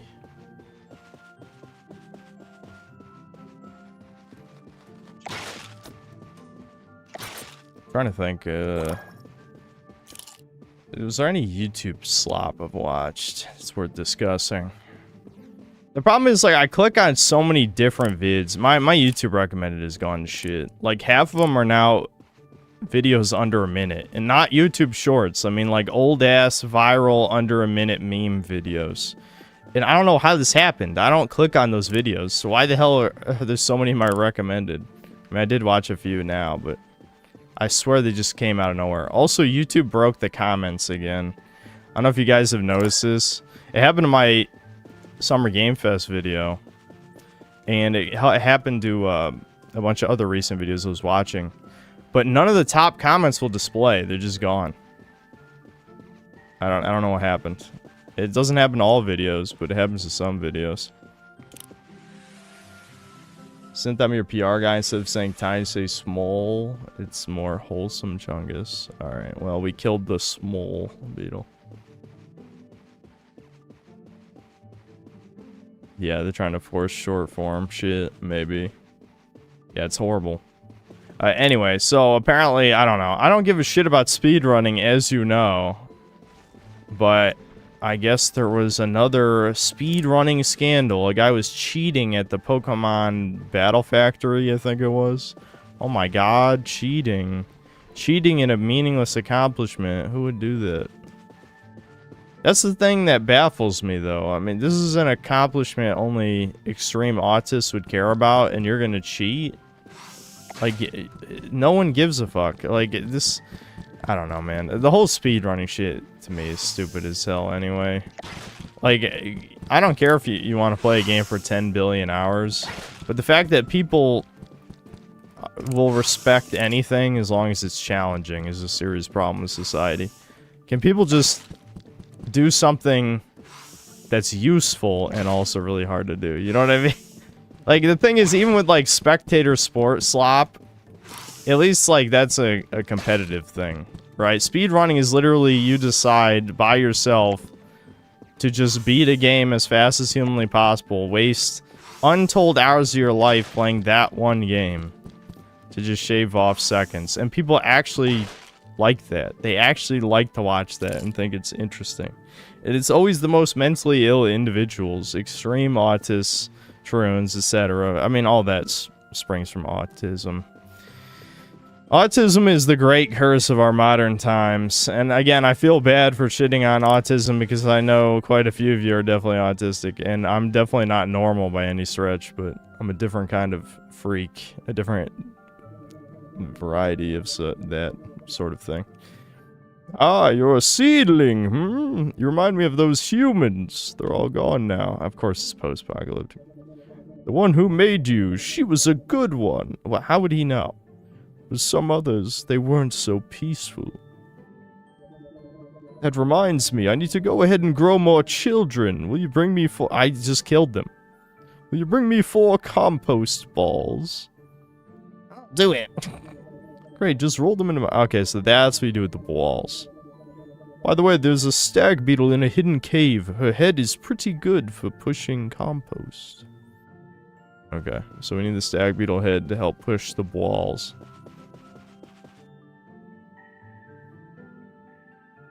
Bro, everyone here is autist, by the way. Not true. Don't spread propaganda. You're not in good company. We hate your kind here.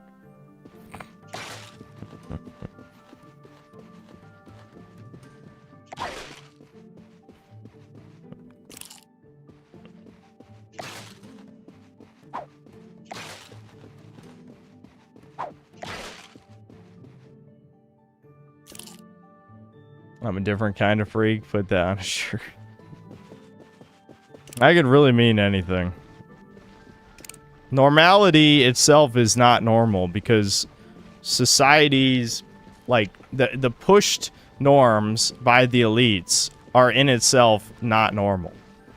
You know, so the bug men of society and the foids who will follow anything anyone peer pressures them to do, they become freaks themselves by accepting extreme degeneracy as normal, as long as it was pushed by streaming shows and celebrities and shit.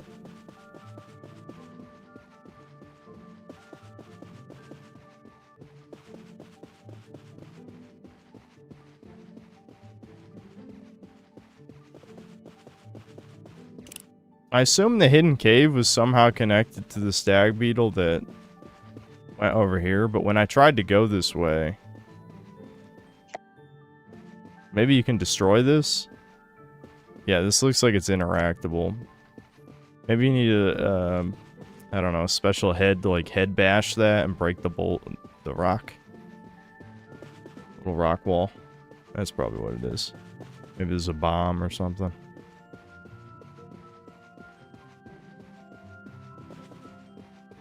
Yeah, I'll just come back. I'll come back for the poop walls once we can kill the beetle.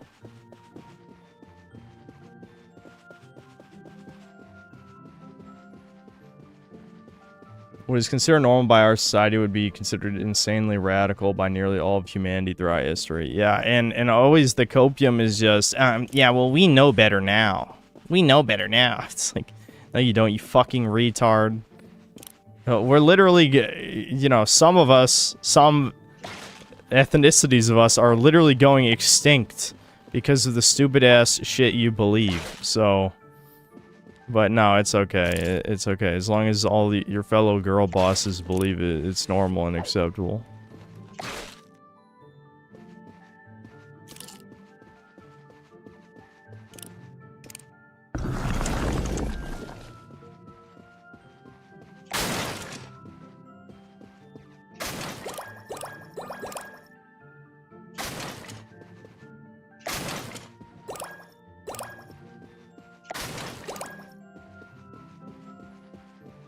I can almost squeeze in there.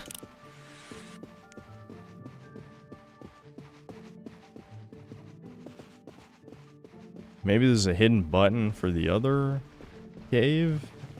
I mean, that's what I'm supposed to be looking for.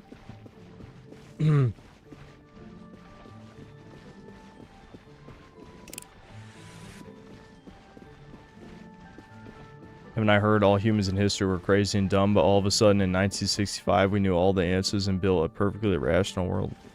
Sounds about right to me, Chud.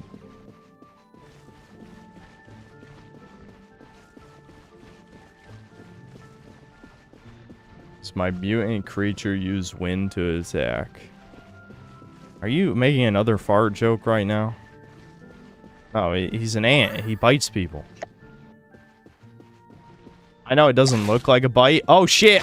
I didn't want to do that. I forgot you can attack NPCs in this game. I guess we could just kill them and see what happens. It's Dark Souls! Fuck, he's actually gonna kill me. I'm too slow. His AoE is huge.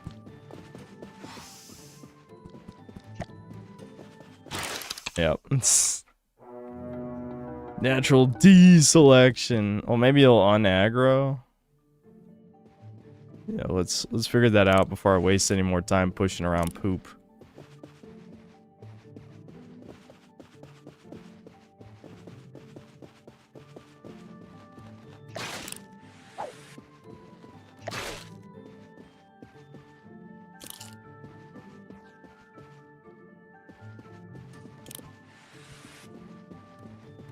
I'm just looking around real quick. That's gotta be the point of, like, the little mini beetle running into the cave. That's where the cave is, yeah. But I've never seen an ability to bash a boulder or something. I mean, does this not look like a hidden cave? It definitely does.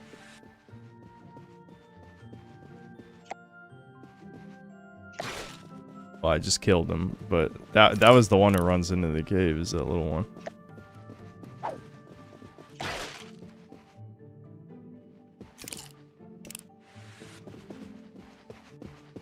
And there's an invisible wall right here, of course.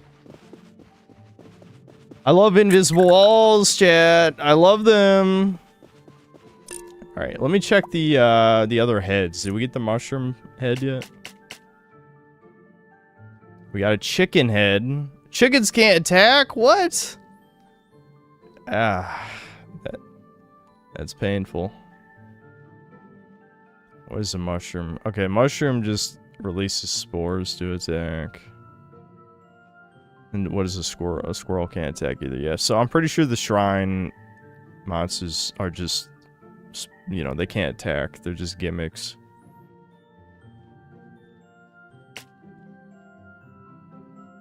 Ooh, a +3 attack bonus.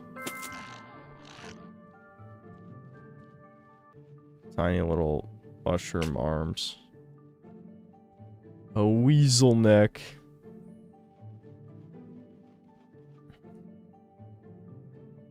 Alright, fine. We'll finally get rid of our long wiener neck. Oh, I see. The chicken legs have an attack. Okay, okay. That's why. It only does 12, though.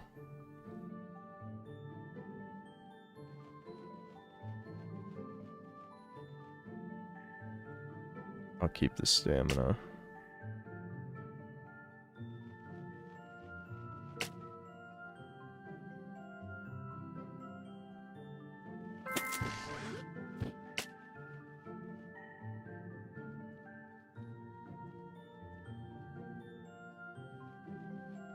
Dodge? Is there a Dark Souls dodge? Dark Souls dodge? Dark Souls? I have to see what that does in a second here. Yeah, fuck it. What does it do? Equip 4 skills simultaneously.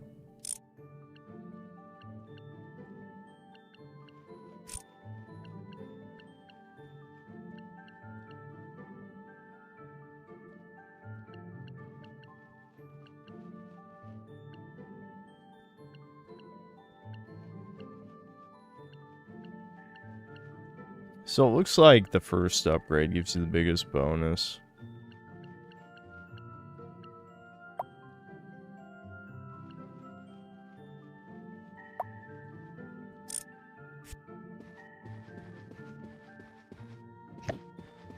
Wow, that's yeah, that's real good. You like my Dark Souls dodge? Are you fucking kidding? I don't know why I expected any more than this, to be honest, though. Yeah. Yeah.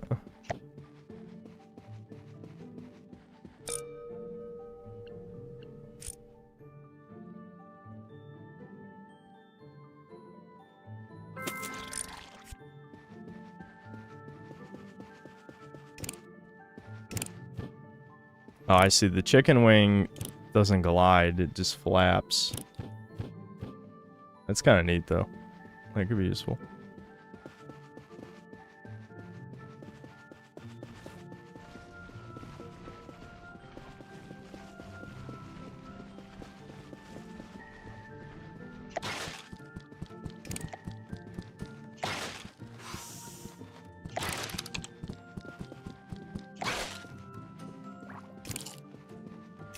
Maybe you can squeeze under the rock by being small enough. Hold on. Does it actually let me go down at no cost, though?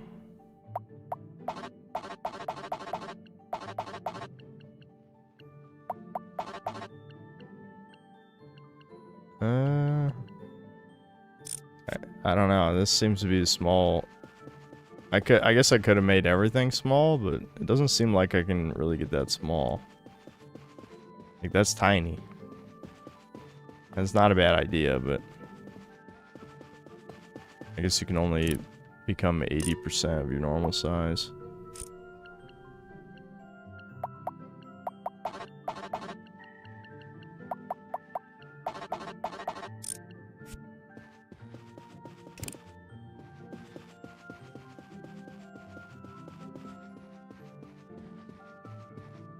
I'm not sure.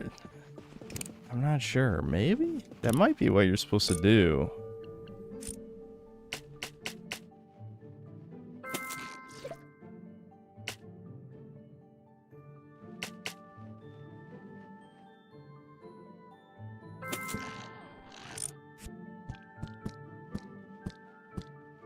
Damn, you can get pretty small. I feel like I'm gonna get killed in one hit. Holy shit, that is what you're supposed to do. What? That's kind of cool. So now I gotta beat the Beetle Queen? Is this tiny little... Hold on, is there another way in?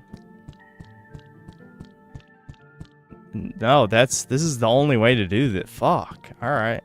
Cool secret boss, though. Stag Beetle Mama. Oh, wow. Okay, it's like no health. Alright. They definitely designed it around this being easy. Because I could keep my ant head, so we're completely fine here.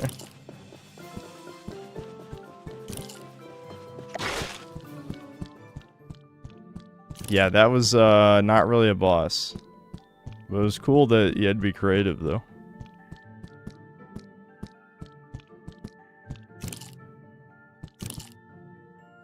You defeated.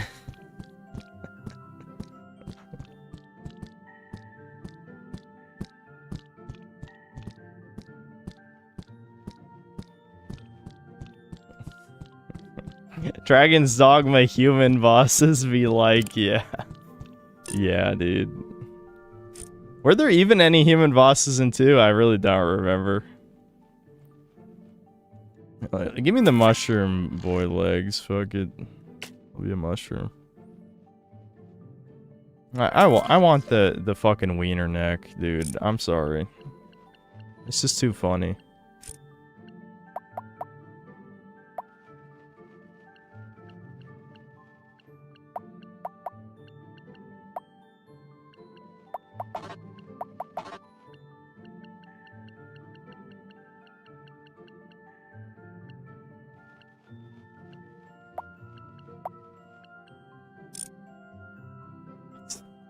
Okay, I don't think this is what I looked like before. What else did I change? Was it because... No, I have the ant torso. What? Something messed up here. There's no way it was just the mushroom legs that did that, right? Maybe it was.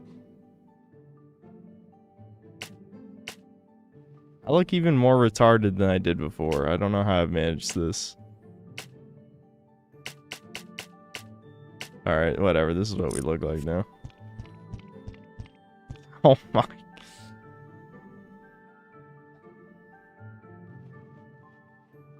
Okay, yeah.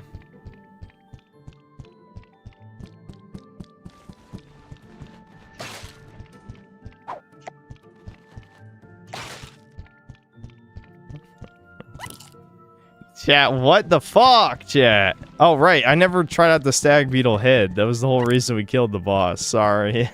I was so distracted. I'm distracted, man. Tell me the stag beetle head's better. No, it's not. Oh, yeah, it is. Okay, it does do 1 more damage. I forgot how much damage we do. Alright.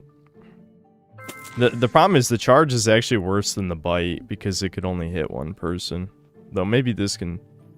This might be able to hit more than 1, maybe, unlike the normal beetle. Nice.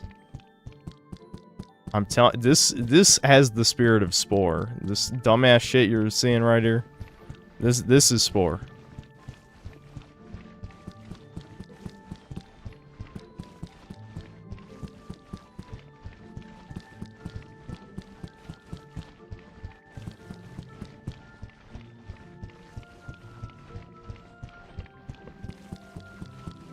Okay, he's not hostile anymore. He forgave me.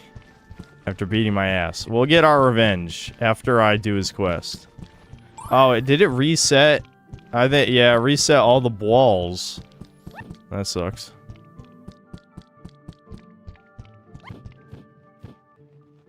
missed the glide. I don't think the multi-jump is very useful. Okay, yes, this one can hit multiple. That's good. Nice.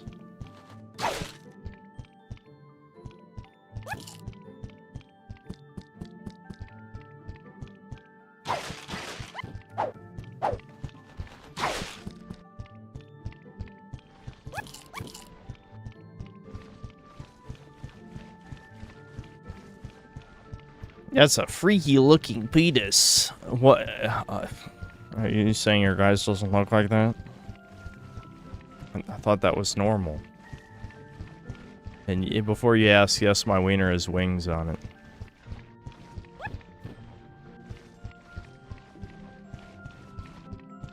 Okay, I purposely got this head because it was easier to push this shit, but because we only have 2 legs, our head is higher up, so I think it's actually harder. It's backfired.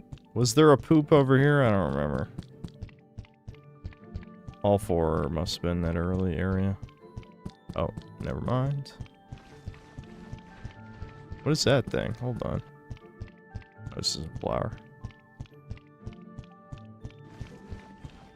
Yeah, I know, but the neck is fucking this up. But we need this neck.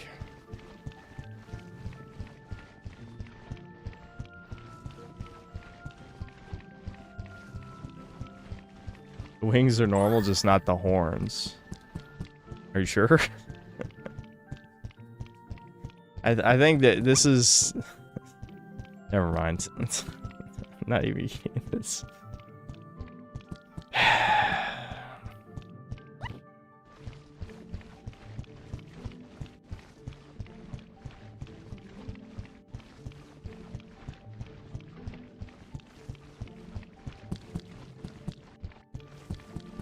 The reward for pushing poop better be good, chat. Which one of you chatters programmed this game, I'm sure it's one of you, definitely. Definitely has to be. I can push him? Wait, what happens if I push him into the hole? Well, let me get my reward first, though. Aha, good job, my little mushrooms will grow nicely. Here, I'll teach you everything about how to shroom like me, including my magnificent beard. Mushroom old head, because he's an old head, am I right? Oh, I guess I can't push him any further toward the hole. That's funny, I can push him, though. Alright, time to die, old man. Oh my god, his counterattack is brutal. Oh my god, I need to be way faster than this. I need to max speed. I need to max speed. I need to max speed. Alright, we're putting on only speed parts. Only speed. What does the Gramp head do? Probably the same thing as the normal head, maybe just better. Yep. Yeah, 2 more damage, attack spore. But minus stamina, up defense. Okay.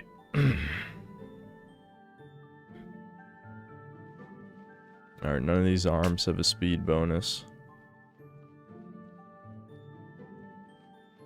Oh, wow. Okay, so the chicken neck is just better than the duck neck. So now we're more of a chode than like a big thickness. Big sad. Okay, supposedly the mushroom legs are the fastest. What else can we do then? Alright, this up speed.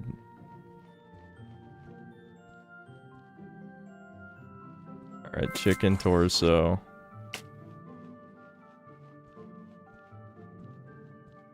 I could try going for damage reduction, but realistically, I think stamina is more important.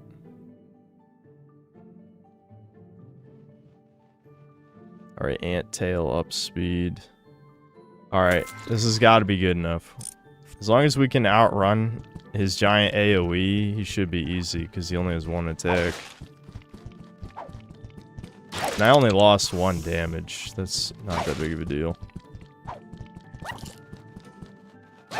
My left arm is going numb. I think I'm leaning too hard into my chair. Look at this supposed salamander. Wait, I'm tilted by these names. You see a little fucking worm on the ground spitting at you. And it's like, yep, that's Salamander. I prepare to die, old man. Dude, we're so fast now. Let's go.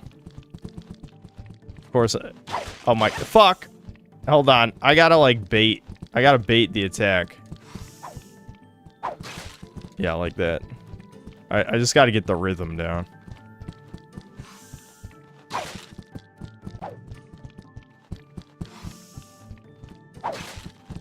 Shit.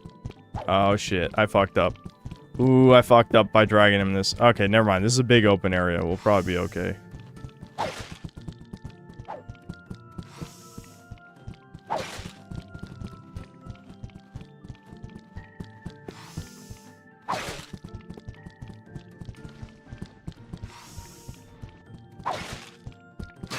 Fuck. Die, bitch, die! Alright. We got him. And we got a fake beard for it. See, it was worth it, shit.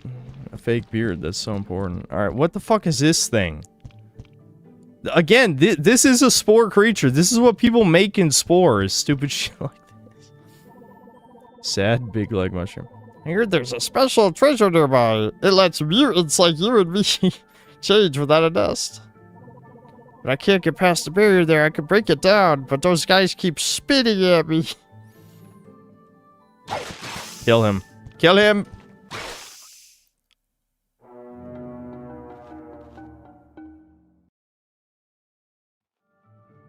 What? There wasn't even an attack warning. Was he hurting me as I was hurting him? Like, was that recoil damage?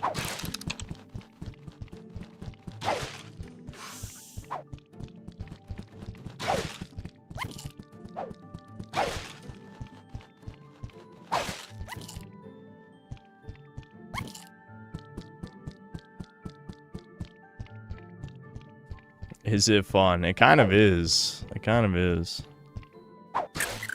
It's definitely stupid.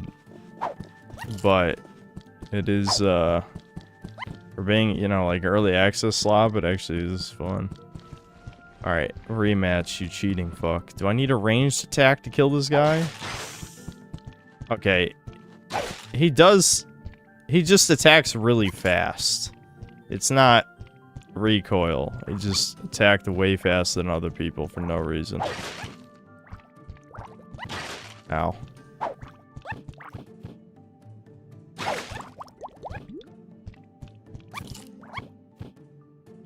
Why are the ducks evil, chat? They're spitting. Oh my god, you spitting fuck. Stop spitting on me.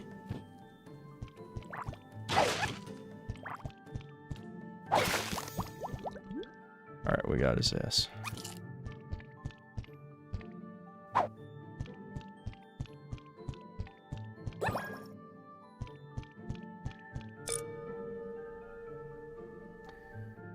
Okay. I kind of like being a fast chicken, I'm not gonna lie.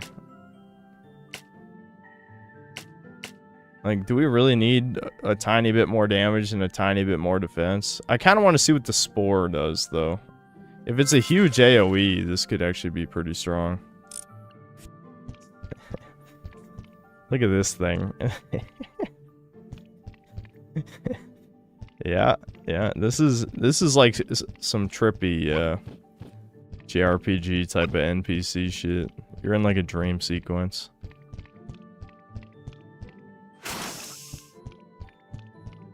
Now we're farting on people. Oh my god, a secret. Can I break this? Wowie zowie.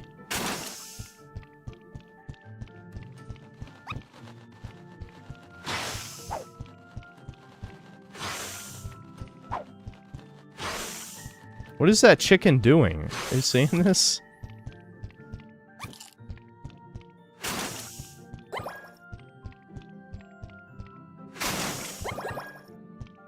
What'd I get? A longhorn.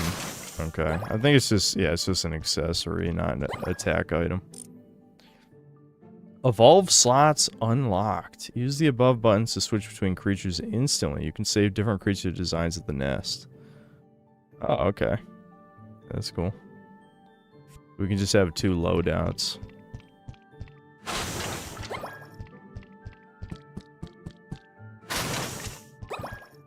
So do you just win the game? Now it looks like you're OP. Yeah, I guess we'll see. Maybe there's a super cheap boss that trivializes, you know, that makes this build not useful. I guess we'll see. Yeah, just farting on people seems pretty effective.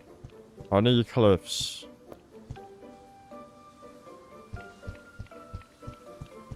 I can't believe I've reached the point where I'll take like, well, because if you think about it, a lot of these like early access kind of sloppy games is sort of like the semi-shovelware-ish like AA PS2 games. Like this is kind of like that, but even less polished than like the sloppy PS2 games.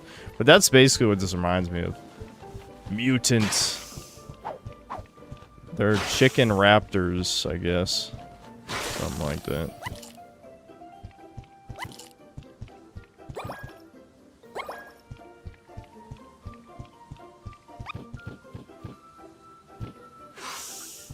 Okay, this is blocked off, I guess.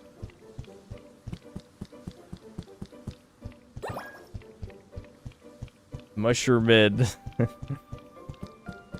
I can't believe Mushroom Man was that short. When I casually watched Evan play the whole thing, I'm just like, what? That was it?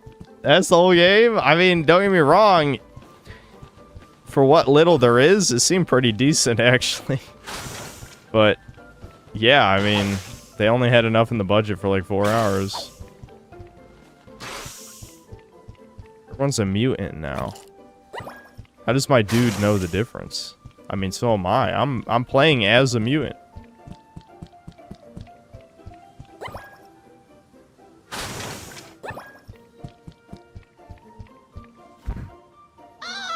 Skeptical Seagull. You need some good wings to cross these rocks. High stamina helps too. If you mess this up, you'll be a sea pancake. Ah! We must kill this thing. How dare you talk to me like that? That's what I thought. You got seagull wings. Hey, the seagull wings are probably better than the chicken wings. That was a little hint right there, Chuds. It's fine. We can make it. I think the beetle wings would actually be way better for this.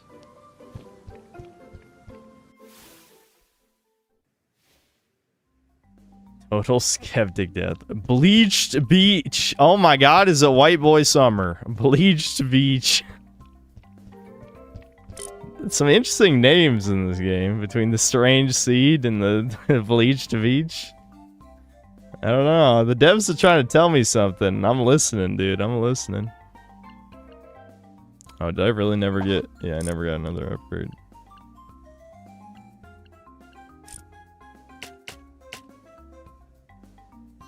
Okay, weasel eggs are just alright.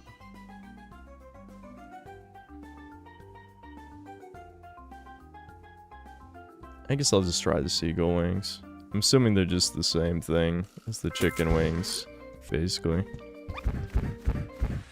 Oh, they can glide and flap? Ooh. We need more stamina to use them. You know, I know we've been playing as a lot of fucked up shit, but this guy might actually be worse. Seal mutant. Look at that, the bright ocean. You can walk right in and drown. You need 2 skills to survive there, aquatic and swim. I've got swim, but not the other. Well, axolotl is aquatic, I think, but we don't have swim. I didn't actually pay attention during the... I don't remember if it was a Future Game show or whichever show it was, but is the water update out yet? I guess I could check, but, you know, chat, I love it when you guys look up things for me.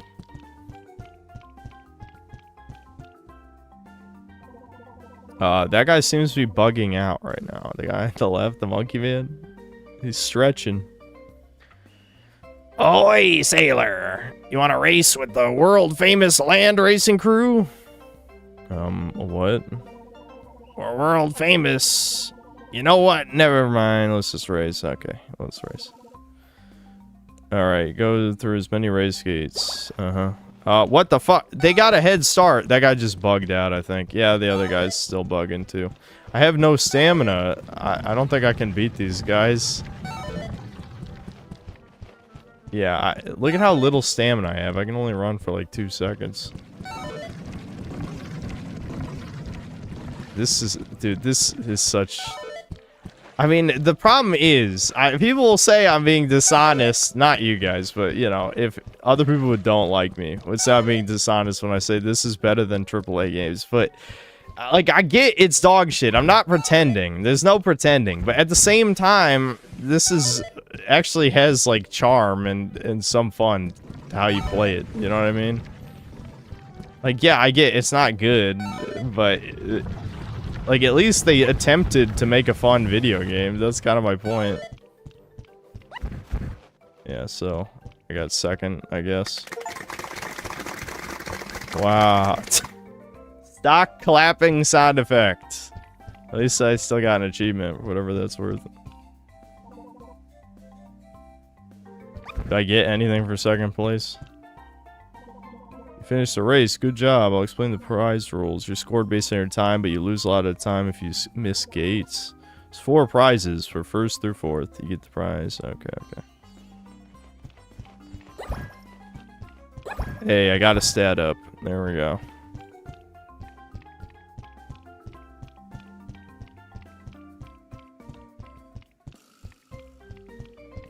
They understood the assignment. Surely it's infinitely better than 007. Well, yeah, I mean, it's been a video game the whole time, which automatically makes it better than 007.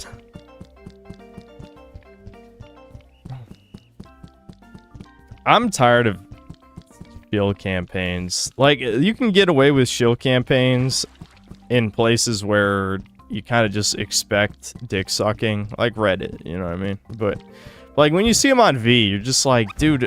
we all know this is not organic at all. Like, anyone, if you've used the site for any amount of time... So I gotta learn how to use a keypad somewhere. Maybe you get a human head at some point, is what my guess is. You get a human head, then you gotta go back through the levels and operate the keypads. Something like that. That sounds about right. Anyway,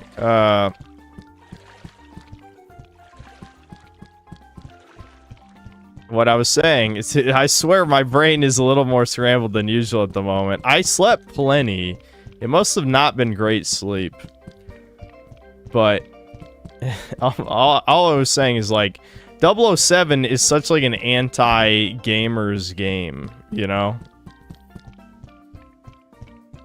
I feel like the flesh-devouring flower over there is probably evil. But we'll try to deal with it anyway.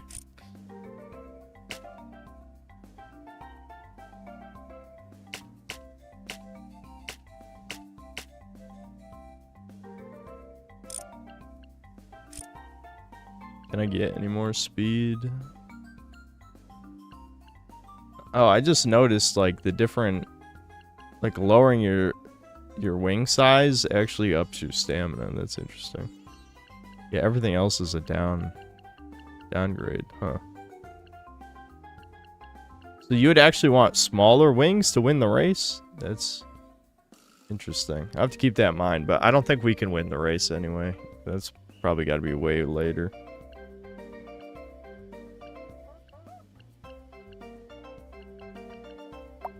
Okay, let's go for more speed.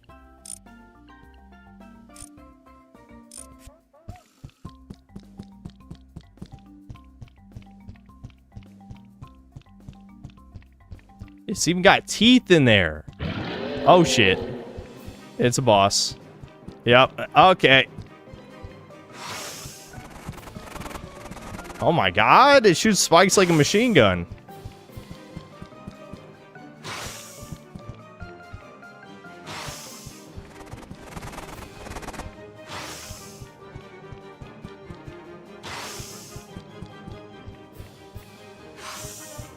I think speed is the most broken stat in this game. That's why I thought it was funny they had the tiny little Dark Souls dodge roll. Because it's like, in what universe would you use that when you can literally just walk out of the way of attacks? You know what I mean?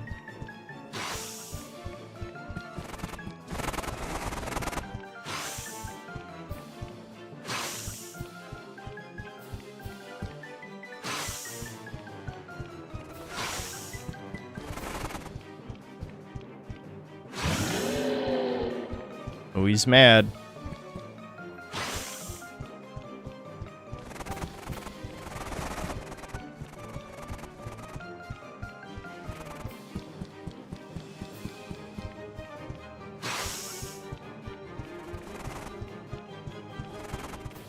Oh, it was in the middle.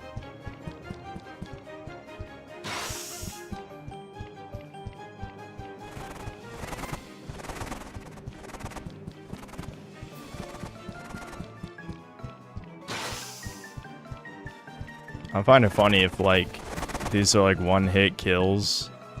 But, I mean, since I'm not getting hit, I'll never know. I like baiting the DSP shit, you know what I mean? But I had confident that that boss is easy enough that we'd be okay. There we go. Defeated Rosa. Huge. Huge meat. Rosa Vine's arms. So I'm guessing that's an attack, probably. Oh, that's the thing I can pick up too? What is that? Spiky horns.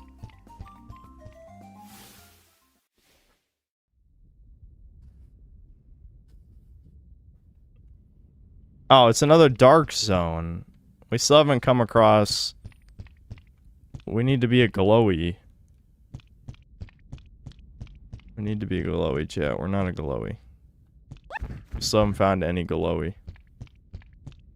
We'll just come back to these. Even though it kind of seems like I could probably navigate through this, looking at this. Like, it's not even that dark. But I feel like we're not supposed to do this. I don't know.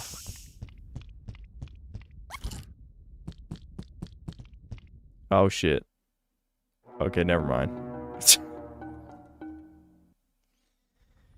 Yeah. I was about to say in my head, I'm thinking, like, you know, if these guys are smart, they would just have, you know, insta-kill chasm of some kind, and that's exactly what they did. They know what they're doing, okay? They might not have the ability to make a polished, high-quality game, but they knew how to make a fun jank game, and I feel like that's, you know, that's actually not bad at all in this day and age. Alright, let's see the vine arms. Yeah, it's an attack, yeah. Yeah. Attack, thorn, shoot. I lose my attack bonus, but I get an attack that's stronger than the spores, so I think that's a good trade-off. Alright. Alright, snake torso, 1.5 speed. Oh, nice. Aw, we don't have enough biomass. We can't equip the snake torso yet. I have to just keep killing stuff.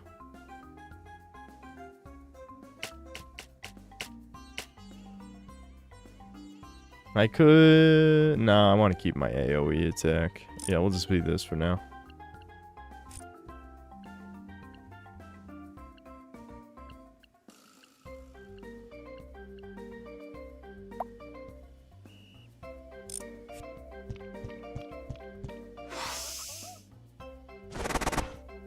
Nice, we got machine gun thorns. Would you?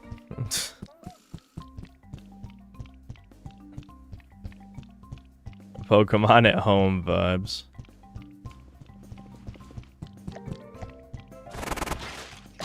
Oh shit, that's a slow move though. I could easily get killed. Yep. That is slow. And slow is not that good in this game. I can probably still cheese these guys by baiting out their attack, but yeah, that's disappointing. It has a lot of ending lag.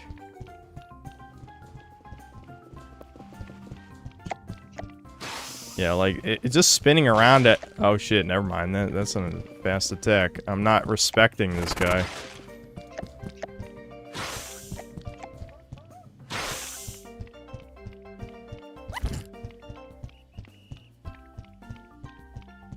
Crab arms.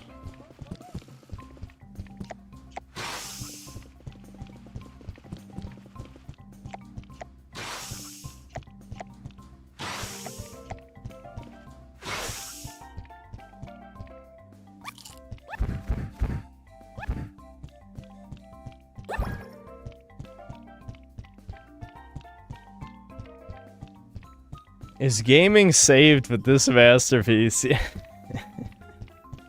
Yeah, we're so bad, guys. We get to play, like, the jank Spore Creature adventure game. I mean, a lot of people would have wanted this back in the day, because I think most people's favorite was either the Creature stage or the Cell stage, but the Cell stage is more of a Newgrounds game, so I don't really count that shit. Like, if it could be a Flash game, then you're just saying that you don't like the game at all, which is fine. But, like, the Creature stage... Like, the Space stage was okay. I think it had some stuff. And I really liked... I've talked about this before, but I really liked the Spore Galactic Adventures expansion that let you make your own levels. Yeah, I can't use the vines because the ending lag is too long. These guys attack really fast. I love how this motherfucker's still bugging out. Just ignore it, Chad. It doesn't exist.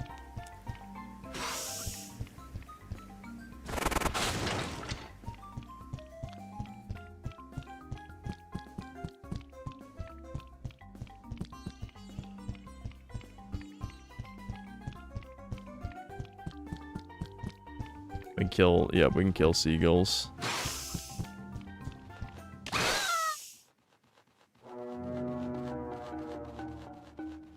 Dude, the game is not playing around with these enemies. I don't know if this is supposed to be a later game area, but everyone's attacking super fast here.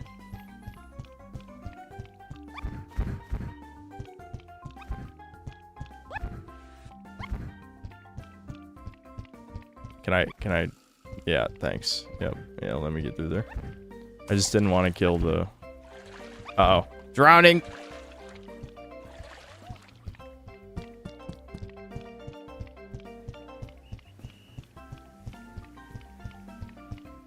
Am I gonna kill the seal mutant? Yeah, we should probably kill the seal mutant because I bet he drops the swimming ability, right? That's, I'm sure, what the game was telling us there. This game actually encourages killing NPCs, which is kind of funny.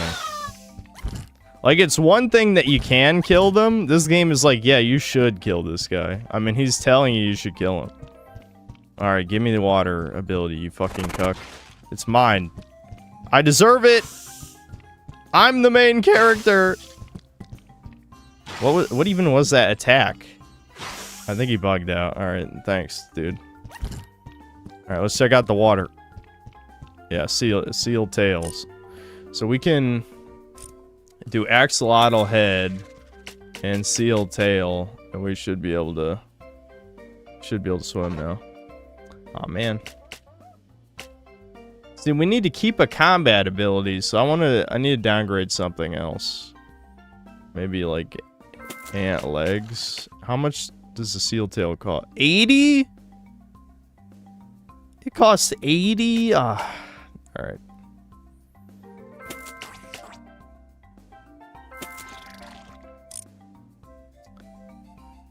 Okay.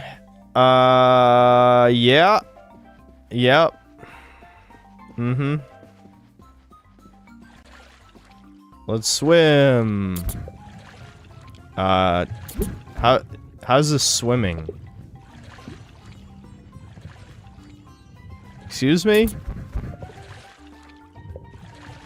Wow, chat, I'm really swimming right now. Alright. I guess we should just wait till they actually add the water update. That was completely fucking pointless. I just sunk to the bottom. Yeah, that's true. I can save a form. I can save a loadout.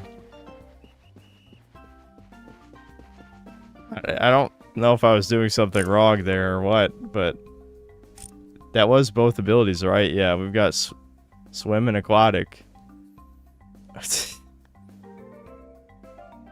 Yeah, okay.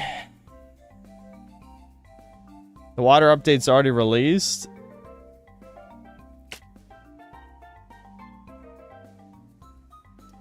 Maybe we need something else. Yeah, someone said remove the wings. We could try that. Maybe I could try doing only speed attacks. I mean, speed abilities and have no attack. That's what I meant to say. Attack bonus, jump. None of these give me speed.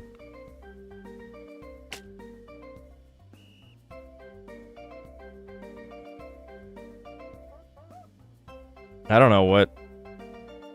Do we need more in a skill or something? Like, do we need 2 aquatic to be able to swim? Because it wasn't doing anything. We just can't drown, you know? It's using all my stamina just to move.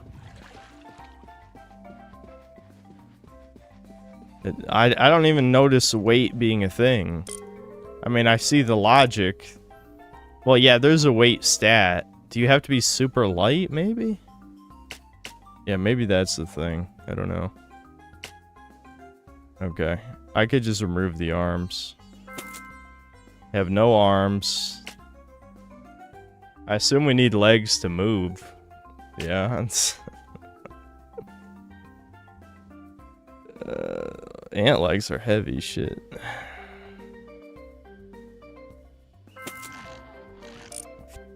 Into the water. Let's go. Surely this thing will be able to swim, yeah? This thing can't even move! Oh my... Alright, that didn't work either. I don't know why I can't swim. Maybe we just need to come back here later.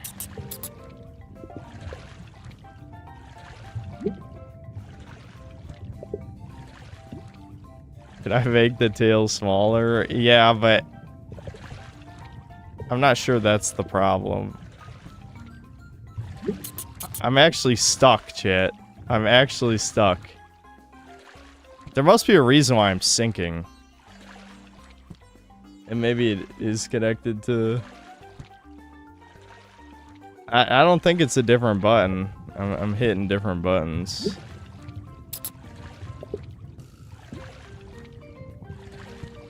Okay. There we go. I didn't think it had another save on the preset, but it does. That's good. Oh. And then the other one's just default me. Interesting. Okay, so you hold LT and then you can set a preset. Okay, good to know, good to know. We'll just come back to water later, I guess. There must be a reason why it didn't work.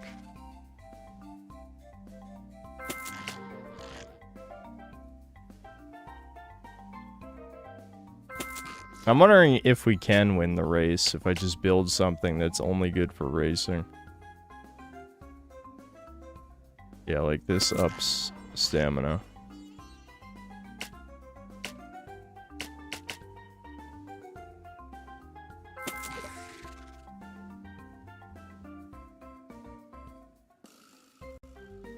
That's speed.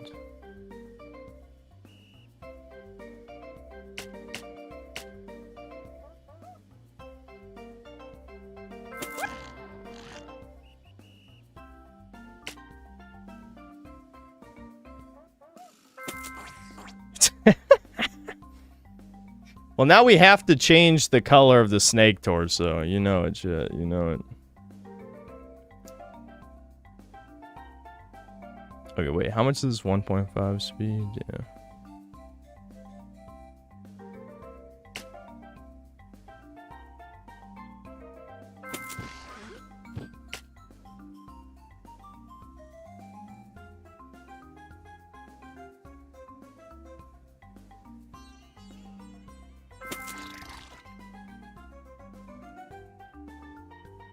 Alright.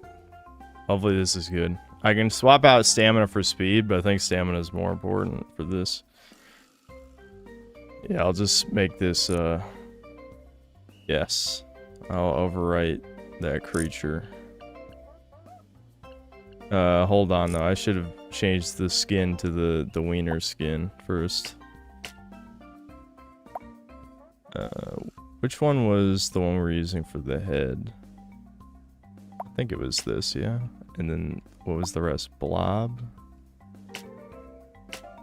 Where's the body? Yeah, no, it was Geoduck for the body, and then the head was Axolotl, yeah. So we could be wiener maxed.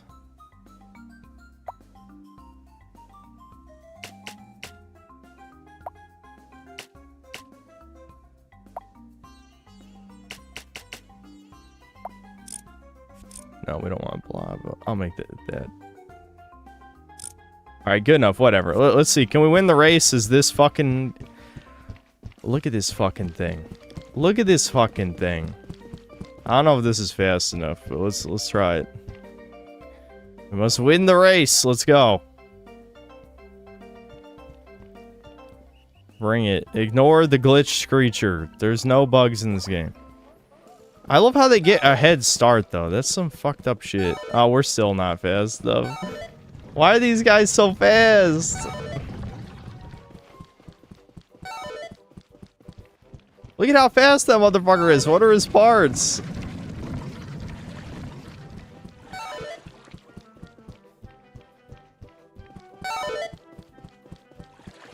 And this is a humiliation ritual. The guy in first is so much faster than us.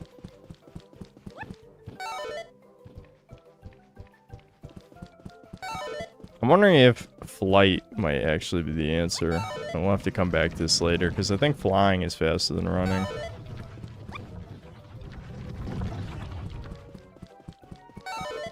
Brutal.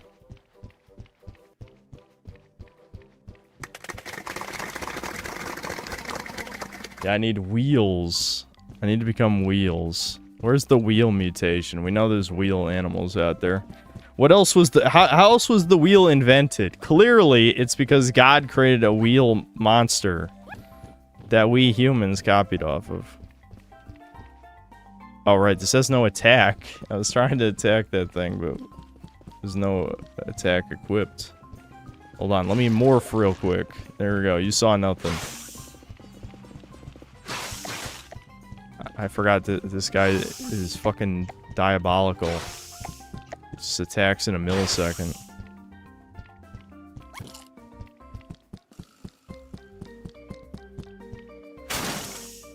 I watched the He-Man movie, and the message at the end of the movie was that being a man wasn't about muscles, but instead feelings. Oh, yeah. I know. They'll do literally anything to make you a cuckold, a weak fucking faggot. That's what Hollywood wants. Truly maturity. Maturity is bending over and spreading your cheeks when the government knocks on your door. Makes sense to me.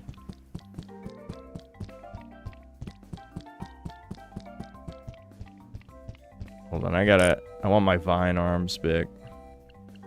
Even though they're realistically not actually that useful. It's sad because it's a reward from a boss. And yet, they're not really that good just because... you know, the ending lag is so long. It's a big sad.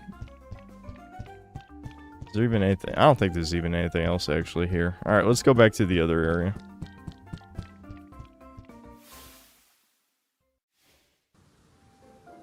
Yeah, back in the forest, I could have bought another stat increase, which I might come back for that later, but I assume there's going to be another merchant. Maybe not, I don't know.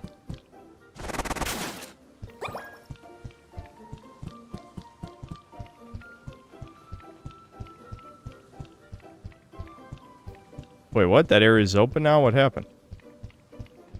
I was blocked off before.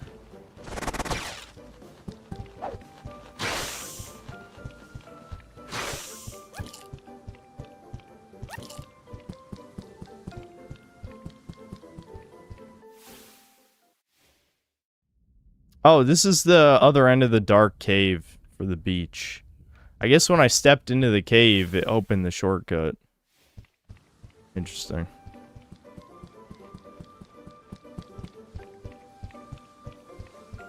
Viewers in the chat are saying various things related to evolution, speed, and media, including discussions about muscle versus emotional growth and references to cars and pop culture. The AI is just like throwing a bunch of shit at the wall. Like, yes, if I say everything they're talking about. Rosa's seed. Her strange seed. Imagine if Alex Mercer consumed this thing. We need some cool prototype powers. The bees, chat! The bees!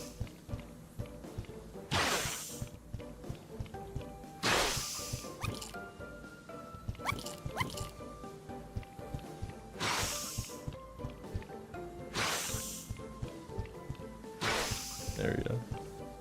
Not the bees! Oh shit. There's one more. Almost got killed for looking at chat. That's never happened before.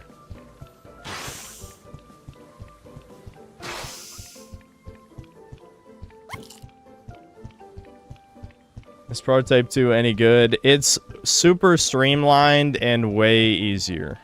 Also, you lose a couple of the coolest abilities. Hold on, the suns in my eyes. Many such cases.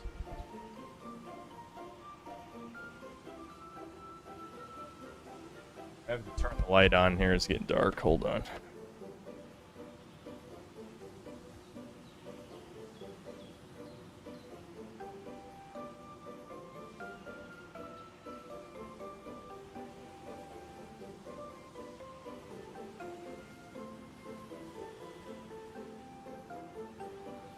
I'm a little conflicted when it comes to Prototype 2 because I don't really like jank controls. So that is one thing that is better about it, but I'd say almost everything else is worse. Like, the protagonist is way worse, and not just because he's black. I mean, like, legitimately, he just is not an interesting character in any way.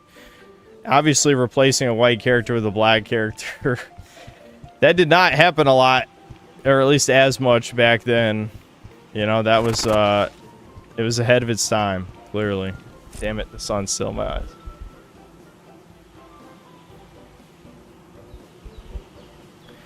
But yeah, the fact that there's no, like, armor, they don't have the armor ability. The actual combat is so much easier because you get this weird, like, you get the ability to jump over and behind enemies, which just trivializes most of the combat. What are you doing here? You're not a bee. Give me honey. Go away, you weirdo. I must become the bee, chat. Then I'll be allowed to have honey.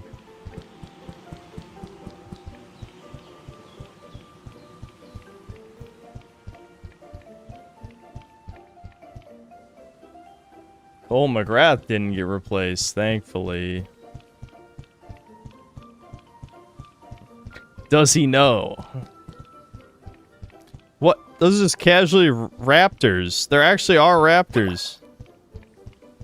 What are they doing?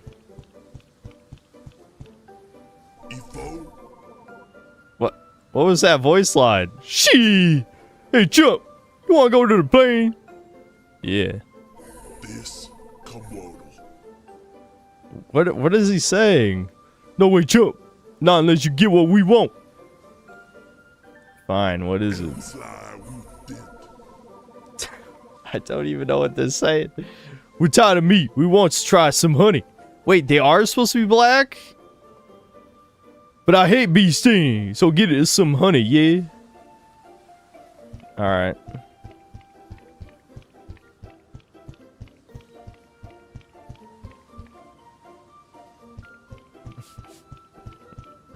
I knew the shopkeep would be back, you guys.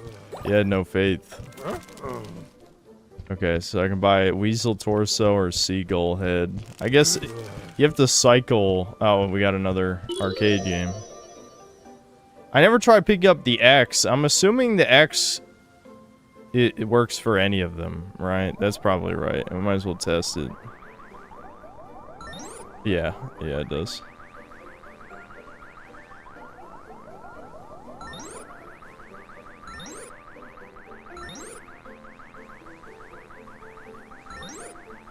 Shit. I'm stupid.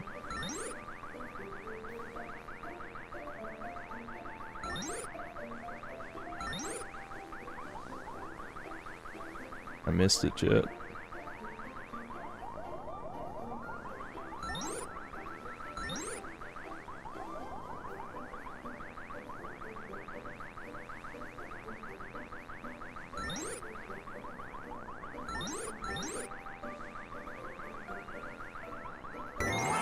I did it. Woo! A brown beard. You know, I haven't even looked at the accessories in a while. We only put the fedora on, none of the other stuff.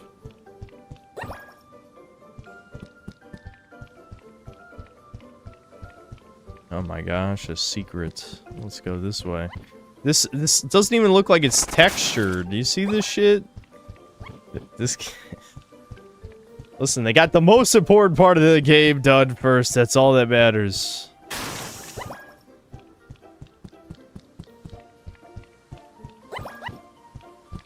Why is it so easy? This is why you guys understand, this is why I hate modern video games. It's like, I feel like when it's the right type of stupid game, it's easy to entertain me. But modern games are just boring dog shit. Like, I can play the stupid-ass unfinished Spore early access scam game. I don't even care, as long as it's fun.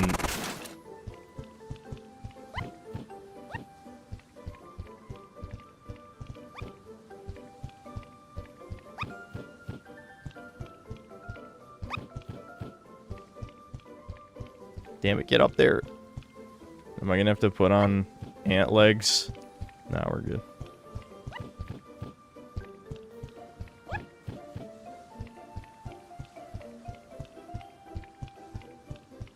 Yeah, the fact that you can kill any NPC, that's legit. You don't see that. You really just do not see that in modern games. These guys didn't care. Based. Just kill anybody you want. A nest way up here. Okay. There must be something. Yeah, there's wind. I see it. So, can I fly that way then, probably? Yeah, okay, we got 2 stand upgrades.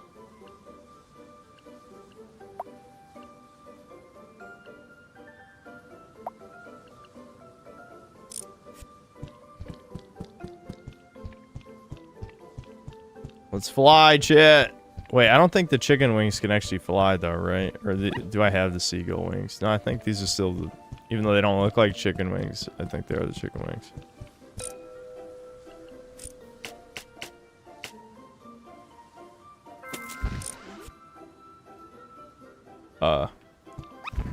Okay. My little mushroom legs bugged out there a second.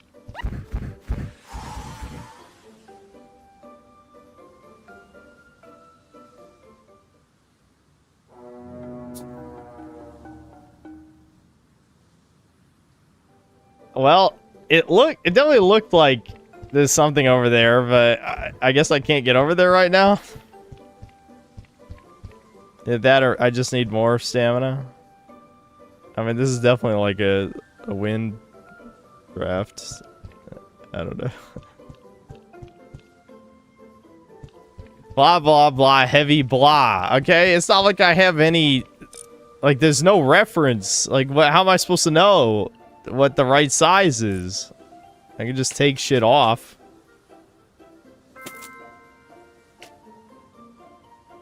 How heavy is this head? Yeah, it's pretty heavy. You just put the duck head on. The ant head's pretty light. We need stamina, so the bee head is light and has stamina. I'm sure bees are very light, so maybe if we were just a bee, we'd be okay. We could take the neck off. Oh wow, the bee neck has a lot of stamina. Alright. We can be better, chat. Get it? Huh. Get it? We can be better.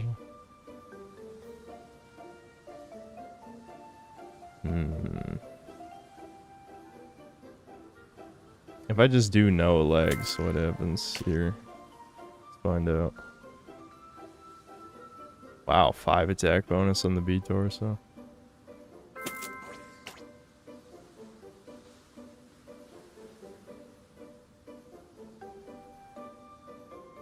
Hmm.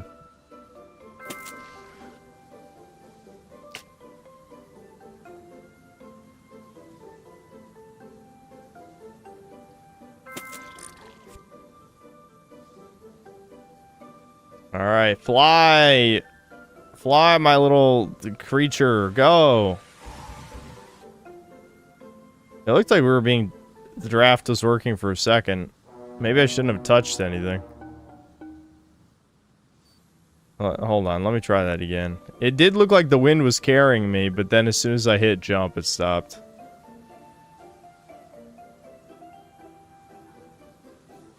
Never mind. I'm not sure what happened. It definitely was carrying me for a second. I saw it. Huh. I might just need more stamina.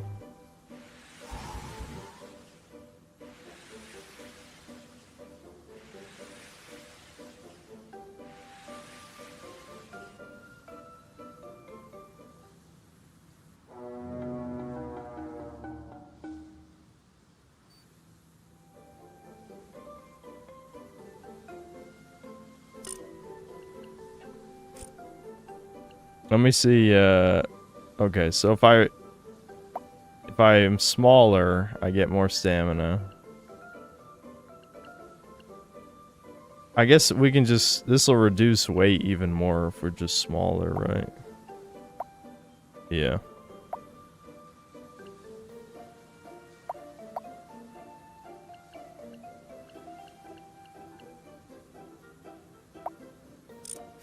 Alright, if we can't make it as this tiny little fucking wasp, like, I don't know what else to do.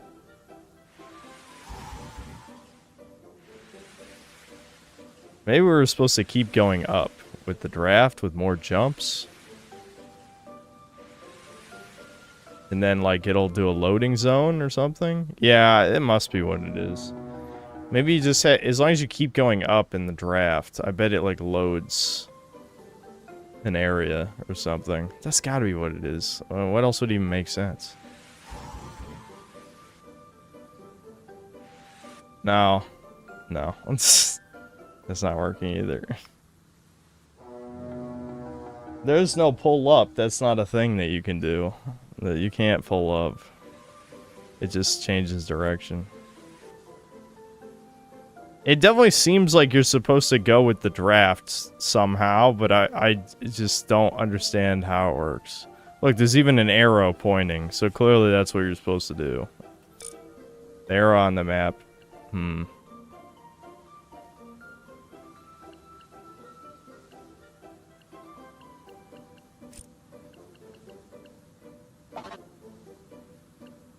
I can't lower it anymore.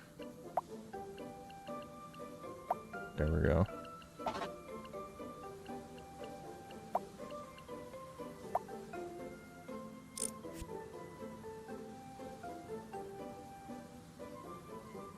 Arrows just misdirection.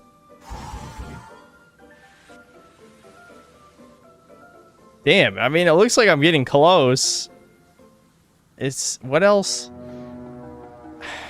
It feels like something's wrong. Like, it feels like I'm supposed to be carried by the draft, right? That's how it would work in literally any other game, but that's not how it's working here.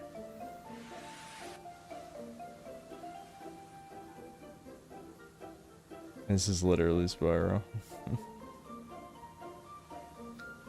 Yeah, like, I'm clearly supposed to go toward that thing in the distance, like...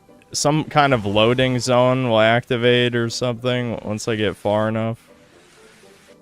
But I can't make it. I think I need more stamina is what I'm missing now. Let's, I'll switch out some parts. See if we can get even more stamina. Because I don't think weight's gonna be the problem if we're, like, super tiny. Yeah, maybe more jump would actually help. Yeah, this is stamina and jump. That's +2 jump. Yeah, let's try +2 jump. Because if I can jump higher, I should be able to make it to the thing faster.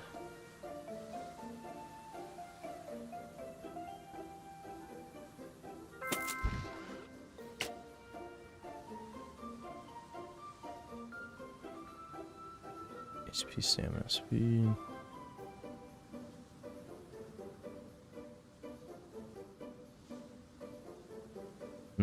Alright. Okay. Maybe the snake is better? I don't know. We're like a flying snake out of mythology or something right now.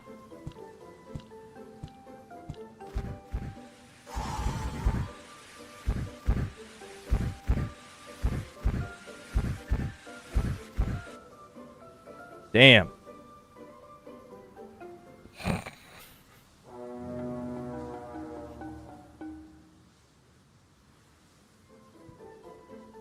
I don't know. We might just have to come back to this. Instead of fly, I bet you need a special power called soar. Yeah, you might be right. That actually does sound... That sounds definitely believable. I'll say that. I could see that being the case. Alright, well, I'm gonna give up on this for now. Let's just turn to a B. I don't know if we still need another B part. But let's go get the honey. It's not like I'm gonna 100% this anyway. At least probably not.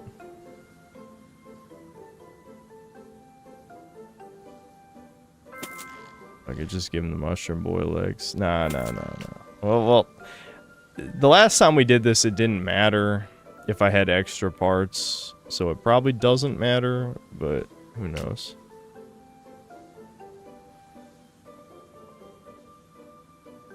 I just don't want to be slow. Alright, I don't know if I'm missing a part or not. That is kind of slow, though.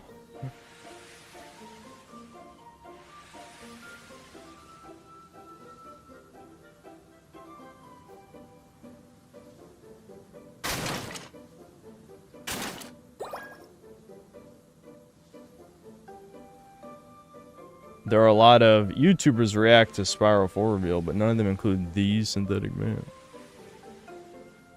Well, my reaction was kind of mild, to be fair. I think it's just because, like, I was genuinely interested. I just wanted to see gameplay, you know what I mean? And I didn't really get that. Can I get in there? Oh, is it really just a cosmetic crack? It must be.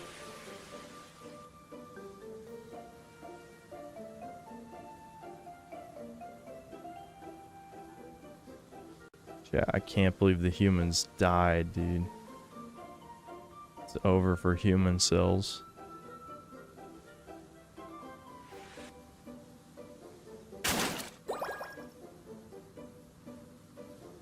Oh, I can just get in this way. A robot? Wake cycle initiated, protocol activated, Queen Bee. Bzz. Time log error, 243 years since last ping, visuals offline, wing systems inoperable. Requesting authorization from user not found, Queen signal found, integrity degraded, entering security console. Bzzzt. Organic bee presence detected, attempting to render aid, initiating requisition protocol. Wowie zowie, we can be a bee drone. Cool, I guess.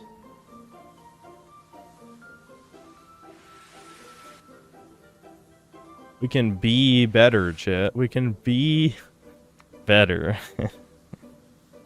Be better. I have this feeling that there's nothing this direction, but I have to look anyway. Yeah. There we go. At least I got clarification. There's nothing this way, you know.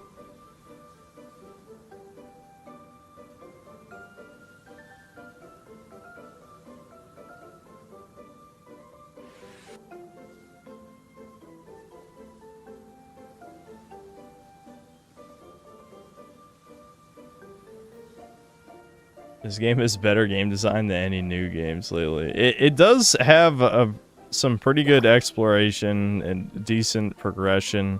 And the fact that it actually encourages you to become smaller instead of just bigger is kind of cool too. Alright, well, we look a little different than the other bees, but surely they wouldn't be racist against that, right? Right? Am I bee enough? You're a weird looking bee. You need something? Honey. Go away, you weirdo. What? Why not? Okay, whatever. I have to say berry. Barry says he needs something. Barry's a slacker, but if he knows a bee is handsome as you, I'm handsome. fine, take it. Dude, I'm handsome. You heard it.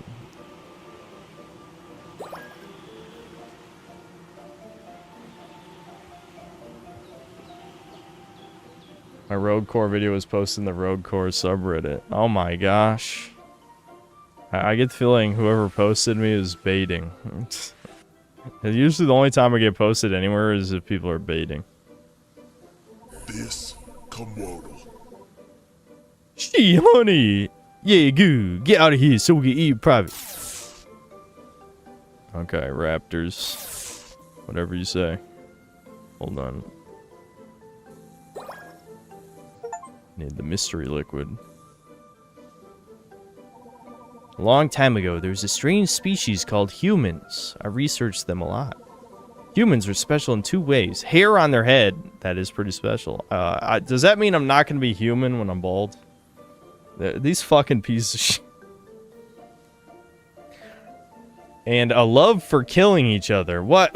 Animals love killing each other too, you fucking retard. Anyway. Luckily, they're all dead. But they left some ruins behind, like this laboratory. I'm too scared to explore it, though. Let me know if you find anything inside. Okay, sure.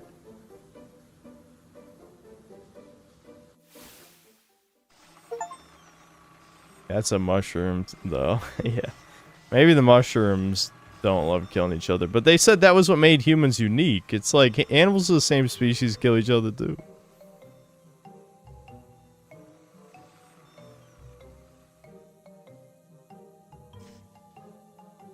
Nest claims. Yeah, we should probably not be a bee anymore.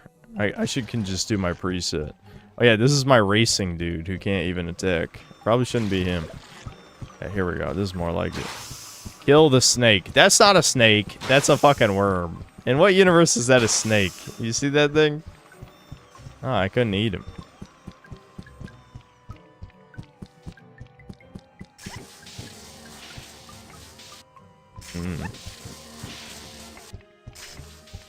I don't know, maybe we should have stayed as a flying creature if this is the type of hazards we're gonna have to deal with.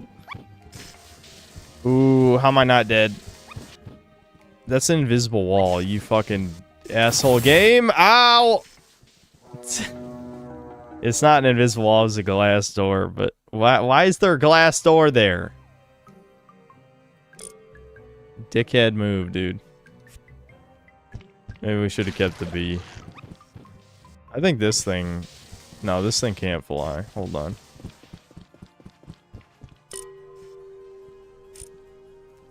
Maybe just for now I'll have something that can fly. It's gotta be something fast, though. The bee was too slow. Do I even want arms? I could just take arms off.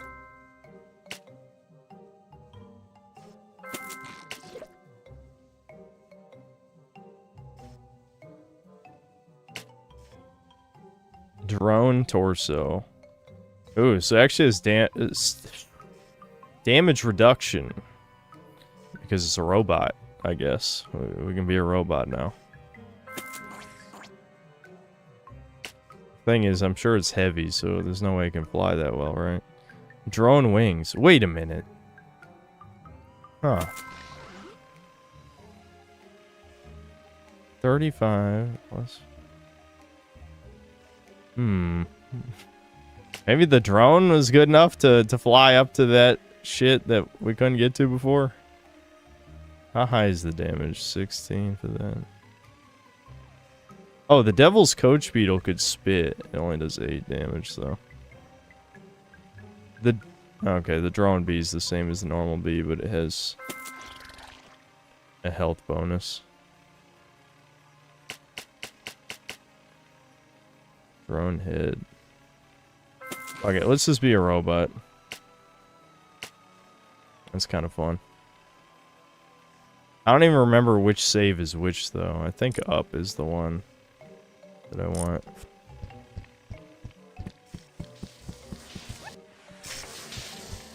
I should have picked something that can jump better, though. I did fuck up on that account. Oh well, it's good enough. It can spiral glide, that's good enough.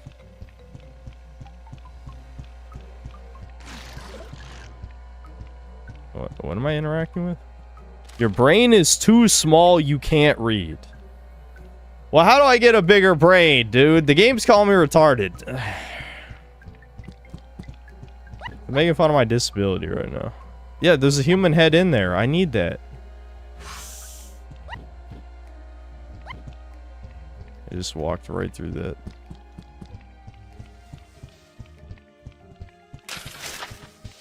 There we go. Now we can open the doors.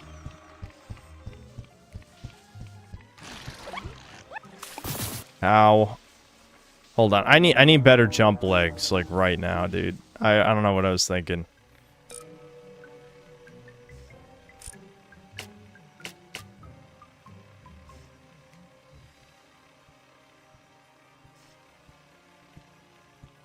That's it? Why do I not have any legs that are good at jumping? You'd think legs would be the most important thing for jumping, and the best jump legs I got are only 0.5. Whatever. Oh, well, now I'm just floating. Alright, that actually works. Why? I don't understand why these legs let me float, but the mushroom legs don't.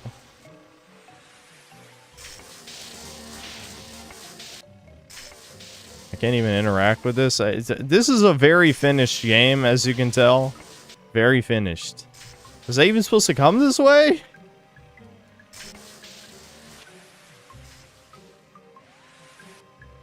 There we go. Now we can get a human head, chat. Void head detected. That's how you know this is a bad future, because women can read. No, I'm kidding. Scientist head. Yeah, female scientist. I wonder how the world ended. Weird.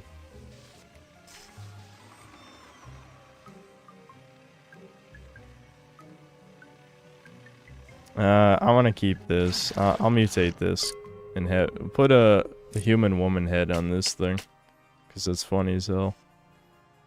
Scientist head. Too much biomass. Yeah, it costs 200 to be a human. That sucks. I want to keep the vine arms because they'll look funny. Just get rid of the wings. Oh, those wings weren't even expensive. Get rid of the tail too, then, I guess. Get rid of...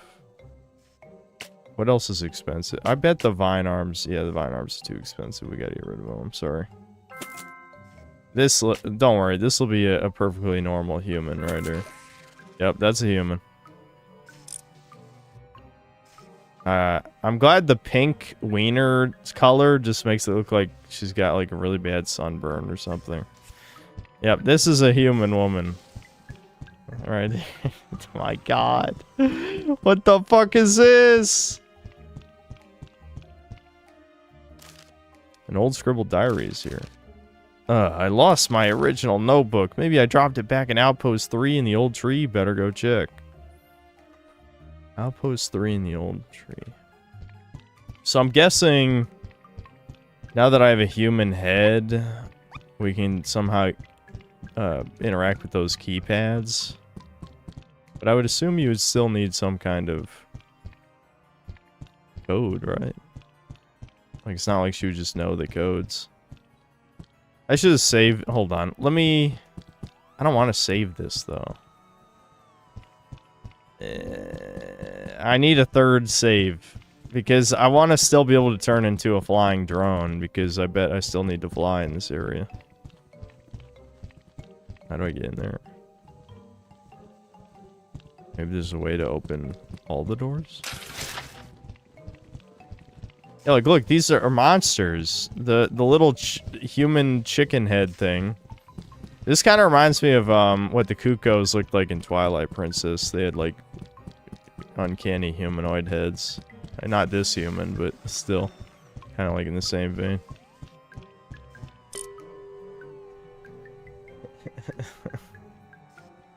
I see the kid that said he didn't want to work for Jews, then the Jew proceeded to dox him. No, what was the context?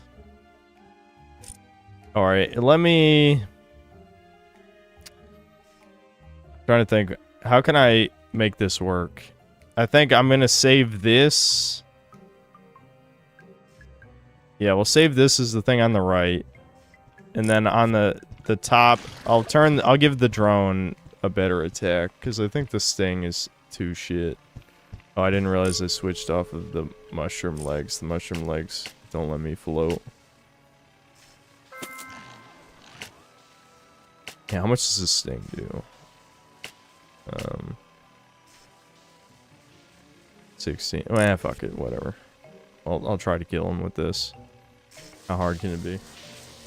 Jew offered him a job. He said he didn't want to work for him. Jew doxed him. Okay, but I mean, you can't just... who are these people? How about that? Does that help? What did that do? That didn't even look like an attack. Can these things even hurt me? Maybe these things can't hurt me. I'm just attacking them for no reason? They're just harmless worms. Okay, well, I guess that's something. Why are there worms in here?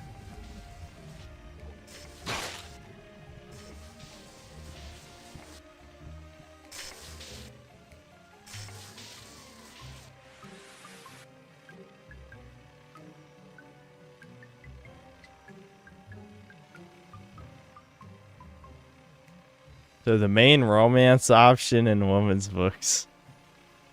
Oh, I can buy mystery liquid. Alright, cool.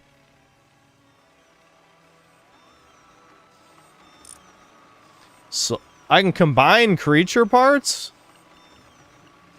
This is a whole new layer. What? A part of me wants to combine the human head with something, but I need the human head. I don't know. Chat, what should we combine?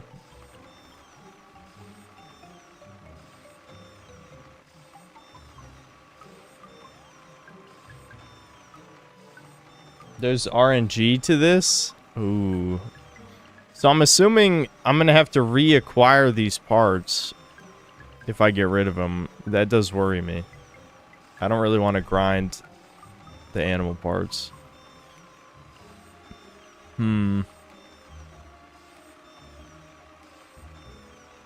Yeah, everyone's saying game of the year. Let's see.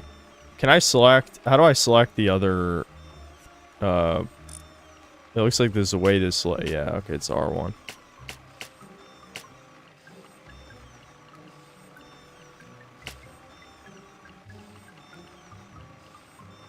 Okay, let's just experiment. We'll try and combine... Okay, they have to be the same type. That makes sense. We'll try Stag Beetle and Mushroom Boy Head. What happens? Combined stats. Warning, attacks and skills can't be combined yet. Difficulty level normal. Fail chance 30%. Okay. So, you can't combine attacks and skills, so it actually doesn't really make sense to combine two different attacks. Yeah. I don't know. Let's, preferably I would combine something with stats and something with attack. But I don't want to lose something good, right?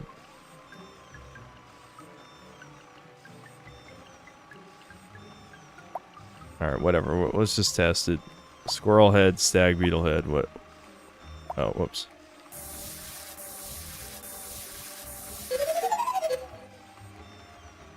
Okay. Apply stats to part A, apply stats to part B. Oh, you just pick one. Oh, okay. So now the stag beetle head has the squirrel stats. Is that what happened? Yeah. Wait, it looks like they both got it. Or no, they didn't. Yeah, okay. So the stag beetle now has 20 stamina and 3 attack bonus. Yeah, that's that makes a big difference. I see.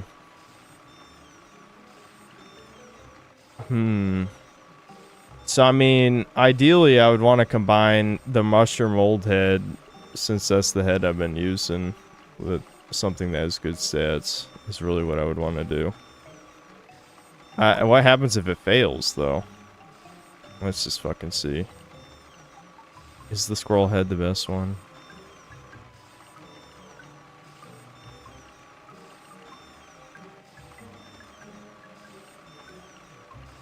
Yeah, I mean, just for all purpose, seems like the squirrel head is the best one. The drone head's good too. Difficulty level hard, 60% chance to fail. Okay, so what happens when it fails? Do I lose anything other than the juice? I'm assuming I only lose the mystery liquid.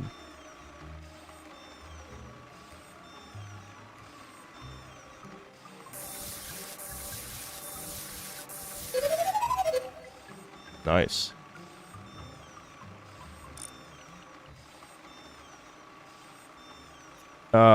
Yeah, okay. And wait a minute.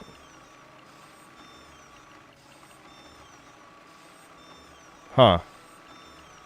So there seems to be like either a stat cap or it didn't give it the maximum. Oh no, it's because it had negative. That's why. I think it had negative stamina, didn't it? So now it was +5 stamina instead of negative 15. Okay, that's pretty interesting. I guess this is the type of thing you would come back to later when you're really min-maxing, when you have the best parts.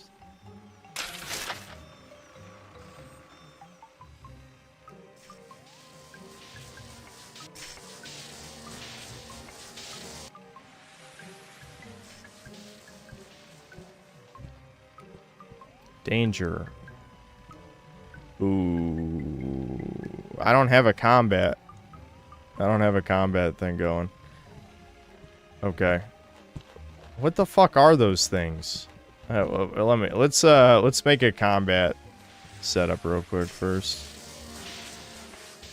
This bee sting is not going to cut it. So where's my little... No, wrong thing. I want the other one.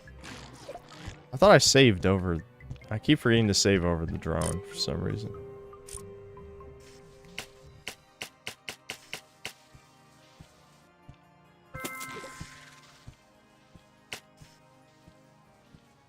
I don't really need the vines. I don't think they're worth it. Let's just min-max the stink cloud.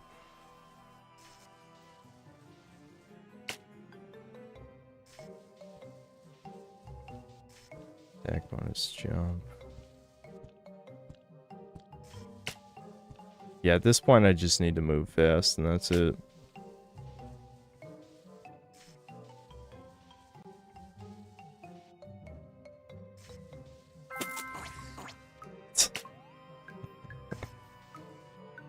Okay, how much? Yeah, I can still equip a bunch more stuff. 35.5. I could probably just do the bee wings. All I care about at this point is moving fast. Because as long as you don't get hit, you don't die. Nothing else really matters.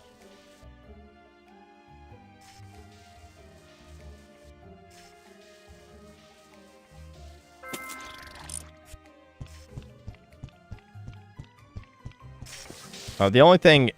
Nah, I have to... Fuck. I didn't think this through. I still have to get past that. Shit. And I have no way of healing myself.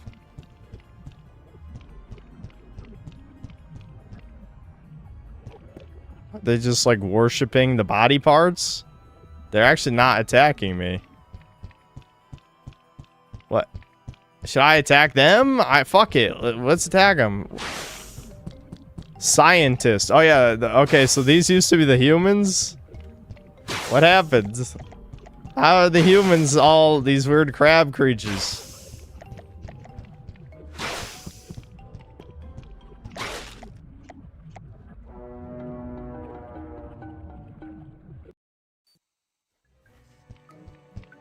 If I hadn't been hit by the electricity, I would have been fine. I would have been fine.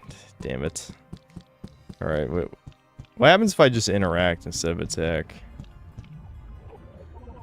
Here's some clumsy experimenter made a forbidden experiment on a seedling. You'll have to get rid of its admirers before accessing the liquid. Yeah, okay.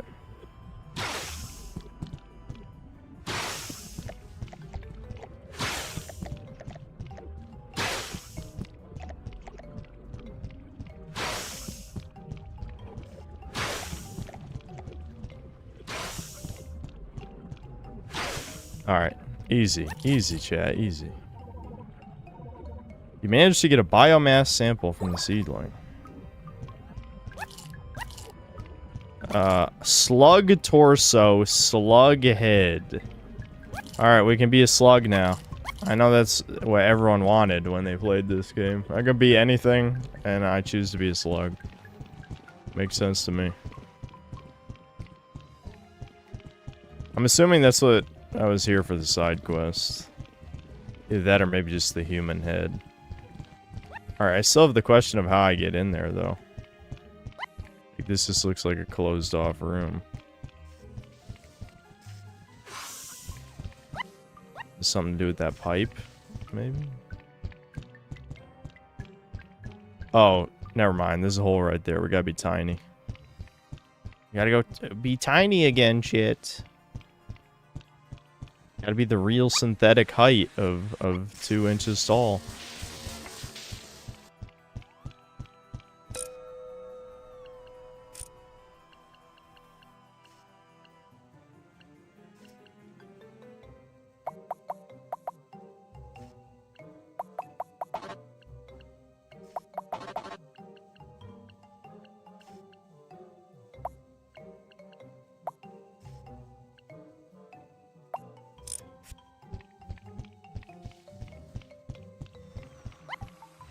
I guess I can just jump it. I didn't really want to jump again, because... Yeah, we're good, we're good.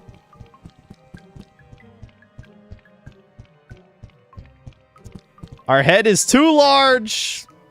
Our head is too large. It doesn't matter, we might be tiny, but we're not that tiny.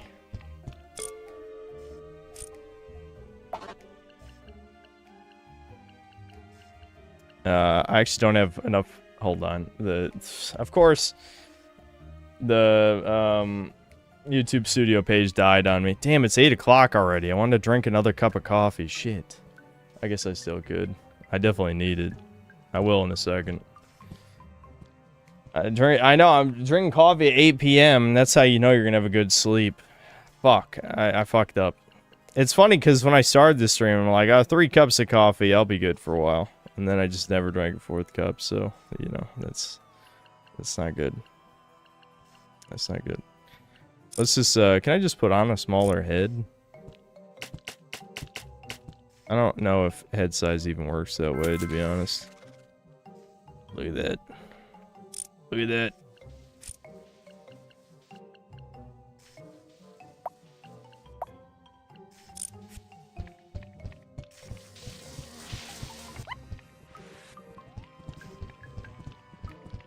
Hey, you drinking coffee, my personality trait. That's got to be how we get in. We already did something like this before. Alright, let's just start removing parts. This is what I did last time. If we just remove... I think if we remove parts, it also helps fit in the tiny spaces. Can you remove your head?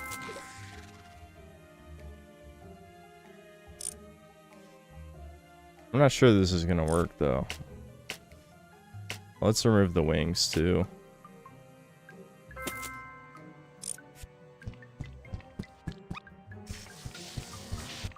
Am I gonna die from the electricity?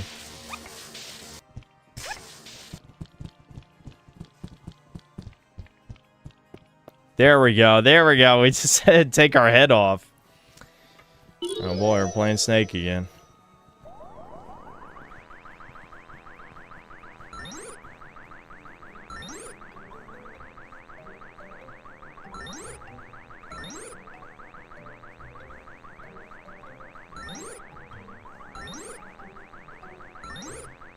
Shit.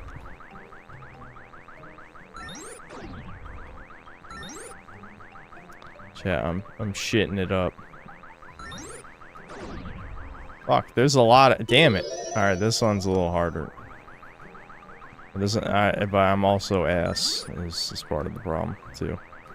But this one is a little bit of a difficulty step up.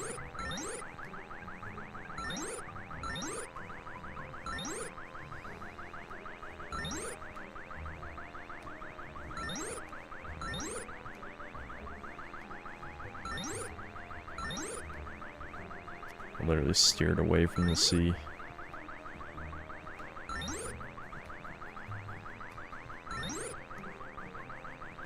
It's, you know, this is scrub mode because the little thingy hitting your tail doesn't do anything, which is not how this game is supposed to work. We did it.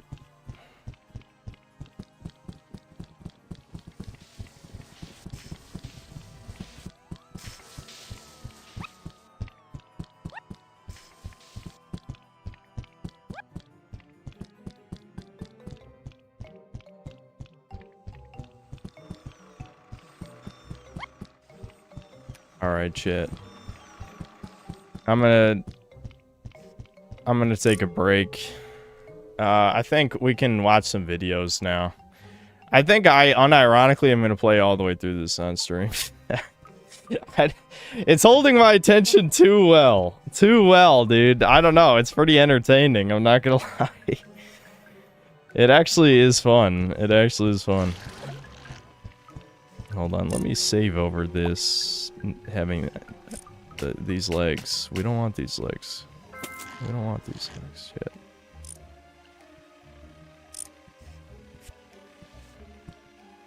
yet. I do want to check one thing, though. The quest wanted us to bring something to the guy. Did he want the human head? What did he want? You found a human head and it had hair. I knew it. I'm going to be a famous researcher. Here, I'll show you how to separate out the hair so you don't have that ugly face. Acquired ponytail. That's the reward for the quest. This game is this is kind of fucked. Yeah, I think we're gonna finish this game. Brazen Plains. Oh boy, the PS2 looking game didn't look like it was gonna run well right there.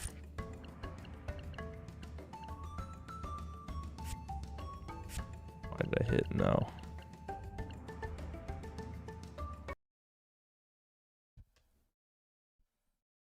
Can't believe Summer Game Fest finally introduced you to a game you like. Yeah, I know, that is crazy.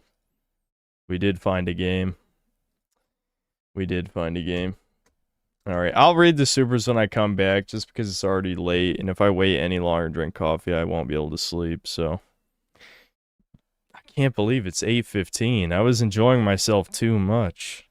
Time was just flying by. Yeah, where's that?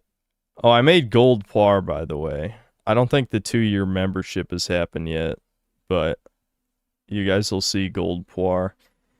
I'll be honest, like, the tiny image version isn't as clear, but the actual, like, image before it was shrunk turned out pretty well, I think. I might show you guys when I come back. But I did make Gold Poir, it's real. There is Gold Poir. Alright, I'll be back. Oh, whoops. There we go. What did I mean to hit? Oh yeah, I was gonna mute myself. Right. Alright, anyway, I'll be back.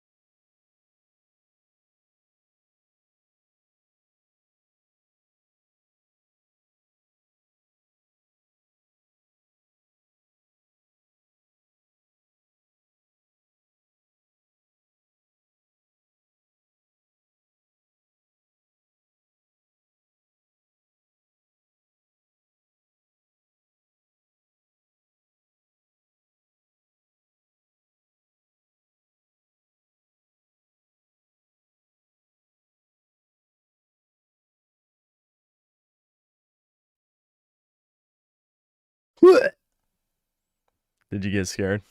Waffle Man told me to do that.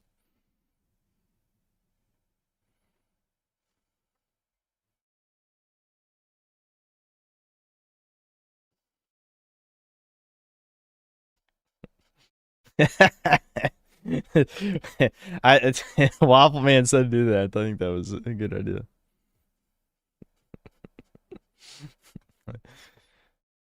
I can pull up the gold Poir image if you guys want to see what it looks like. The thing is, when it's tiny, obviously it's gonna look a little bit different, but I'll show you what it looks like real quick.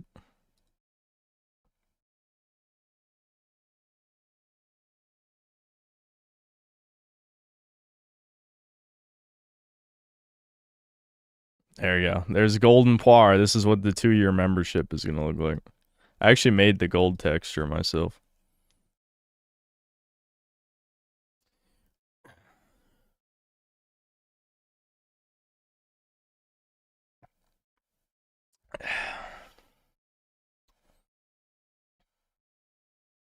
Oh, we do have 2-year memberships? Yeah, I see Yumi Chang has it. Sweet.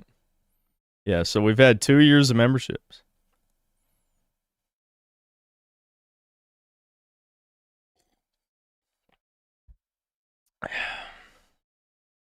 Sweet. 2 years of memberships. That's crazy. Yeah, so I'm sure a bunch more of you guys will have it in about a week. Because I know a lot of you guys signed up the first month that it was available. Thanks, chuddies. Alright, Bethesda doesn't have the New Vegas source code. Yeah, that's probably why they didn't release some kind of cheap remaster by now. It's sad because, like, on the one hand, even though I am annoyed constantly that people still to this day ask Obsidian to do it when they clearly can't do it because all of the talent is gone. But at the same time, I get it because Bethesda has no competition. They have no competition. That's why I don't even blame people really hyping up, like, Tainted Grail, because Tainted Grail is decent, you know? It's, from what I saw, it's, you know, more polished than when I played it, at least, you know? They patched it, they added that expansion and shit. But Tainted Grail isn't really the same, because Tainted Grail is more of an action game. Like, yeah, it is in an open world with quests and towns and villages and NPCs and all that, but it is much more of a hostile world. It's not that much of an immersive world. It's more close to Dark Souls in the sense that outside of the civilized areas, everyone is evil. Which I guess you can argue there's a lot of that in Elder Scrolls, but I don't know. It didn't feel like a living world, even if that is kind of like a buzz term.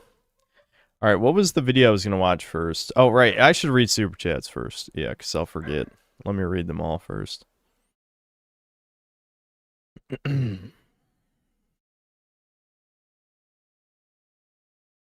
Yeah, it was Riot Mage. Let me pull up Riot Mage real quick. I'm being bribed. I remember in the past I said you couldn't bribe me to watch videos, but I need an excuse to watch a video, I guess. All right, where was I?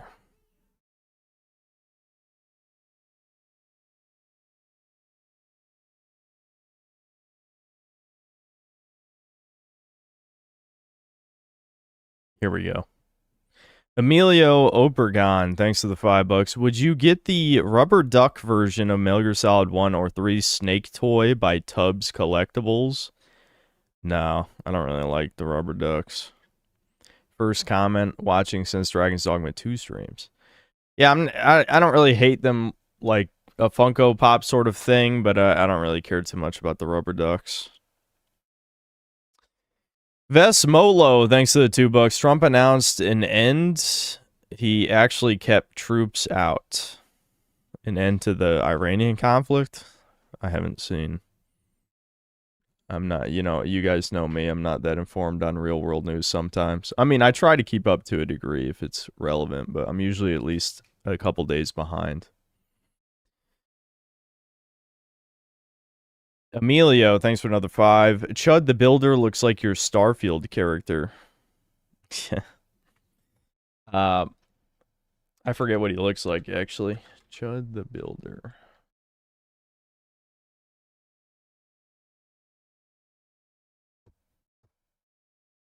Yeah. Yeah, he does look like the character we're playing in Starfield.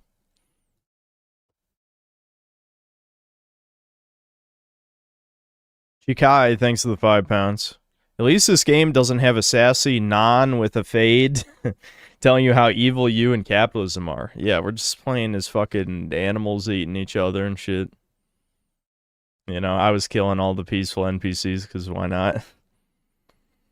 Uzuk, thanks to the 20 DKK. Oliver Tree literally took Kobe in Brazil. Skibbity. You mean like how Kobe Bryant died in a helicopter? I'm assuming is what you're referencing, yeah. Matrix Com official, thanks to the $5. Opinion on Mina the Hollower. Haven't played it. I should ask Devin if he got around to playing it. See, the thing is, when Devin's voice gave out around when it came out, or maybe a little before. So he was gonna review it originally, but he just couldn't talk. Morons is saying it's a masterpiece and game of the year. I've heard kind of mixed things. It's hard to say. I mean, it looks fine, I suppose. I'm not really big on like the Link's Awakening aesthetic. It looks all right, you know. I don't know. it looks. It's parts of it look hard to look at. You know what I mean? I've heard the main complaint was about difficulty, similar to Silksong, and I don't mind if a game is hard. I mind if it's fun. Unfortunately, sometimes those directly oppose each other depending on what kind of difficulty it is.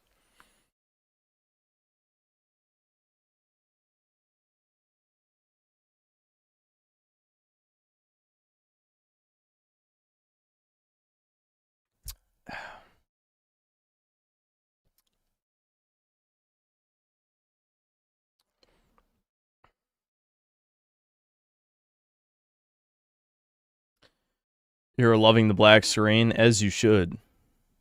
As you should. Welcome to the synthetic stream. This is... I have zero production value. You should have seen Chudcast.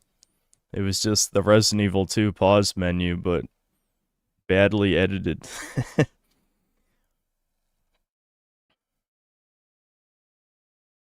Serious Yellow, thanks to the 16 months of membership. Halo Combat Devolved is an embarrassment. Yeah, we'll have to see these new levels and the Sergeant Johnson one-liners and shit. I saw apparently they take place a year before the game. So, is that before Reach as well? I don't remember how long was the Truth and Reconciliation. How long was it flying through space? And that was the ship name, wasn't it? Yeah. Or am I thinking of the Covenant ship space? What was it? Fuck. I think I'm thinking the Covenant one. What's the Earth ship called in Halo 1? I don't remember.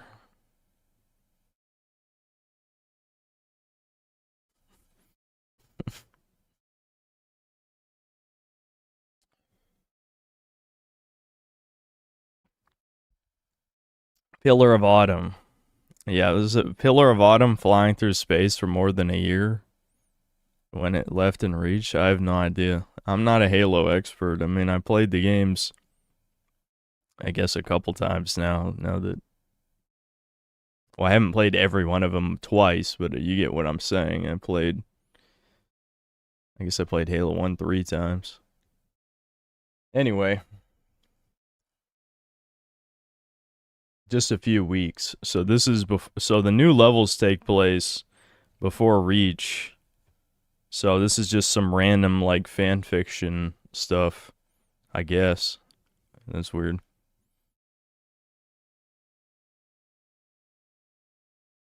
Halo Combat Evolved literally happened right after Reach because they're pursued. Yeah, I mean, I guess with like the slip space shit wouldn't be that long flying through space. It makes sense. People saying Mina the Hollower is hard are lying.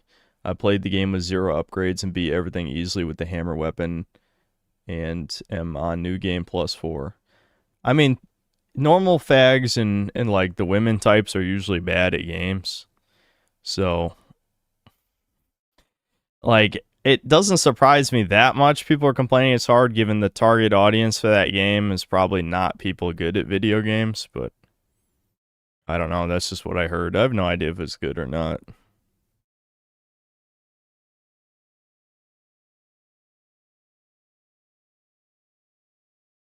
It's probably from the books. I think you give them too much credit. 343 are the types that they only care about their own lore.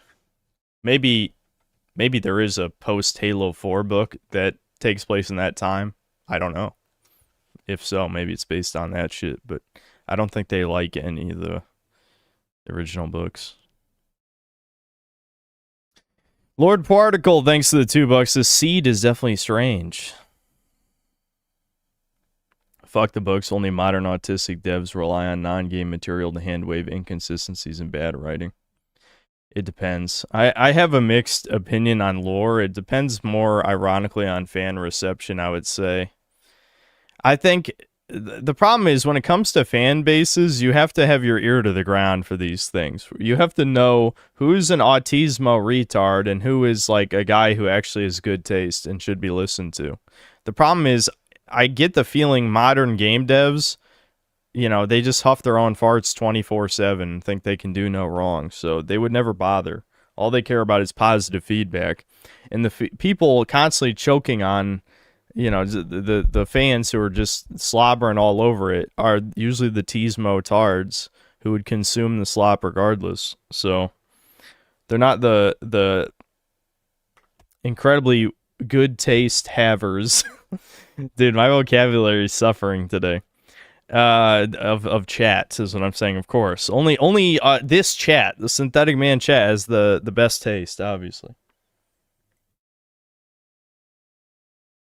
Sebastian Howard, thanks to the 23 months of membership. Fetus game. Yeah, Strange Siege was pretty easy, as you could see from me one trying.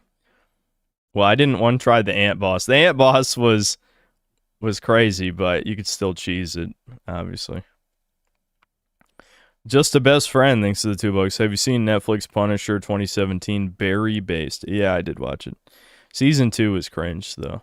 I don't remember season 1 super well. I think it was alright. It probably still had some woke stuff in it, but I still remembered it being entertaining. But season 2 was fucking trash. Mega Rock and Rolla, thanks to the $2. Strange Sneed, formerly Strange Chuck. Yeah. And the Mega Rock and Roll with another 5. Says a lot how much fun it seems like you're having with this versus the torturous streams where you play AAA slop. Yeah, I was actually having fun with that game. Sometimes it's hard to commentate when you're kind of just like vibing and killing stuff and mutating. Because like the game wasn't very complex, obviously, so it's not like there's really that much to talk about, but it was a good time. Eli, thanks to the $20 and the #1 Doge Shogun. Raymundo, thanks to the $1. DeWeezer, thanks to the membership. Eli, thanks to the 5 gifted memberships. Gear Fox, thanks to the $2. Watch Mexican Vampire Jew. I actually think I've seen that, but we can check out that clip after this. I don't remember for sure. Retardigus 2, thanks to the 2 reals. The Prayers of a Righteous Man by Atla Worldwide. Excuse me. Okay, that'll be the next suggestion after that one. Scrotum Totem, thanks to the 19 months of membership. Debin enters room. And then it's basically email showing him poking me. Yeah, he just pokes me in the neck every once in a while for no reason. Uzuk, thanks to the 20 DKK. Actual problems with Dead by Daylight developers by River Siver. I actually think I've seen that as well, but we could watch it again. I remember that one being very chuddy, yes. Yeah, he went full chud mode. The thing is with games like that is that you at what point do you just kind of move on? But I get why people don't move on. Again, I can be sympathetic toward the Dead by Daylight people in the sense that if there's no good alternative in the asymmetrical multiplayer space, then what else are you going to play? Right?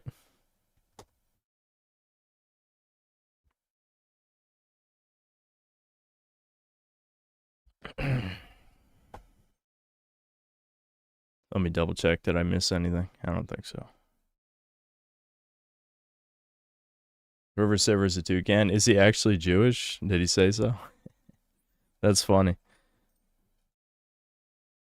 Okay. All right, hold on. We're watching Riot Mage's video. Let me pull it up.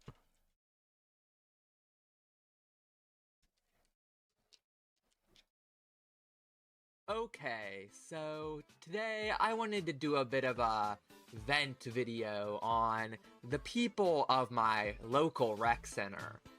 You know, people in quotation marks, as if they are even human, and why I hate them. Now, obviously, I need to get the disclaimer out of the way that I don't actually hate everyone there, and hashtag not all when it comes to the groups I'm talking about in this video, and that it is mostly humorous. But I think if you are too low IQ to understand generality versus specificity, you are probably gonna crash out in the comments, which wouldn't be the first time that's happened under a video by the Riot Mage, but at least try to watch the whole video before making up your mind. So, without further ado, let's get into my experience with the subhumans of my local rec center and their transgressions against the non-golems of society.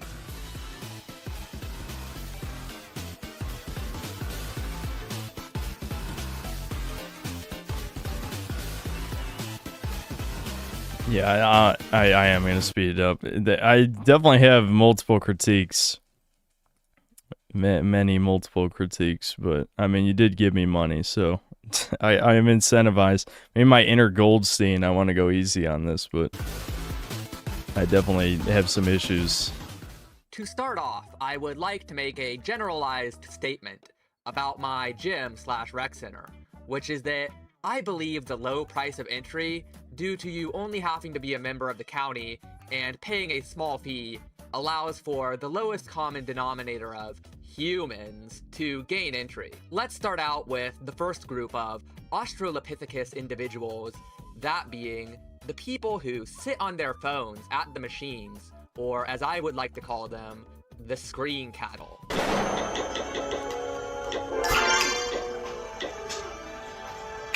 Almost without exception, every time I go to the rec center, there is some person, usually around my age or younger, on their phone, doing nothing on one of the various chairs there are by the wall for resting.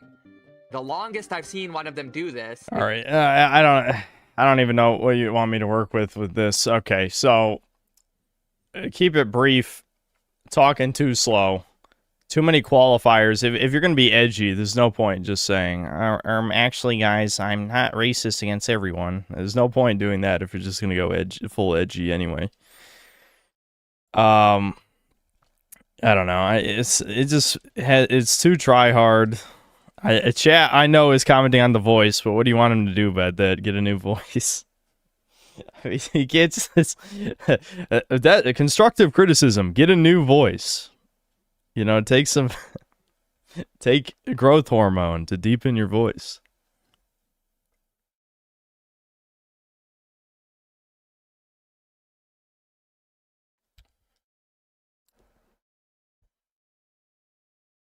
Yeah, I guess you could use a voice filter, but I mean, there's limits. If you use a condenser in Audacity, or you can even do it through OBS, you can make a voice sound more bass and deep, like how people do on radio shows. If you just condense the audio enough, it'll sound like a radio show and make your voice sound a little deeper. That's a trade secret. Don't share it around. But yeah, I don't know. You gotta talk faster, be more entertaining. I don't know. I just, sorry, I can't think of any other better way of putting it, but yeah, I don't know. Like, I always think of, you have to think about videos like, why would someone want to watch this? I know this is like the breakfast question to making videos, but whenever you make a video, you do have to ask yourself, am I making this for myself and only myself, or am I making this for people to be entertained and to watch it, right? A lot of times you can do both at the same time, but you do have to always consider who's the audience for this. So I'll say that much.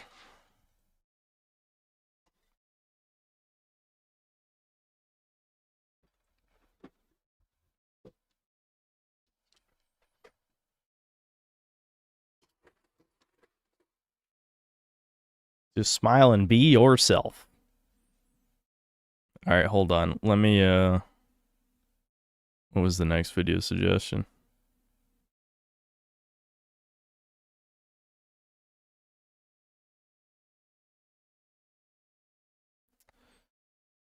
I skipped way too far up.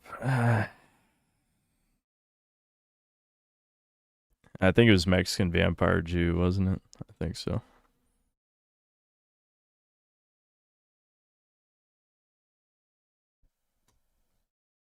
Yeah, I've seen this. Yo soy Jacinto el Grande. ¡Toma! Si serás imbécil, Jacinto. Todos mis antepasados son judíos. ¿Ah, sí? Pues mira lo que tengo. ¡Heil Hitler!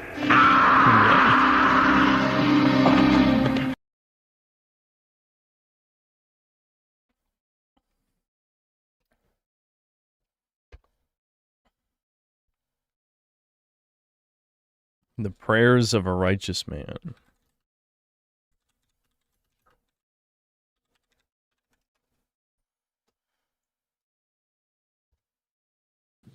Let's pray. Lord God Almighty, your name is Jesus. You are King of Kings. You are Lord of Lords. You're the Almighty God, the all-knowing, the all-seeing, and the ever-present God.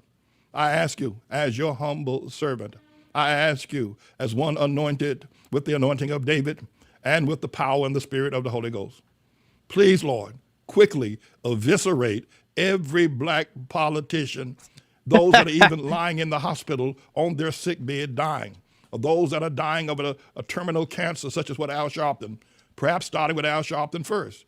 Please Auschwitz them. Almighty God, hear my cry, hear my plea. Dachau, Auschwitz, every black politician.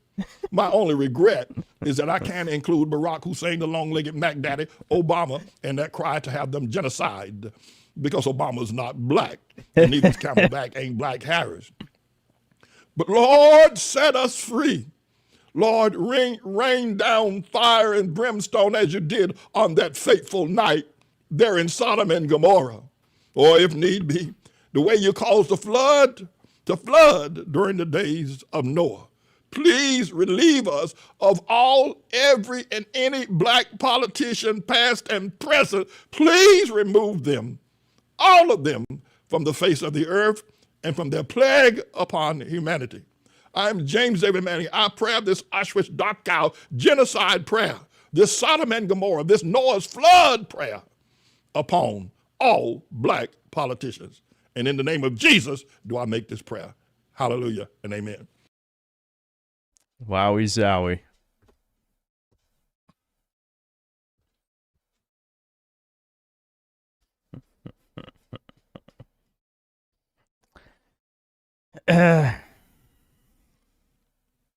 Right, actual problems with DBD developers. Yeah, I did watch this.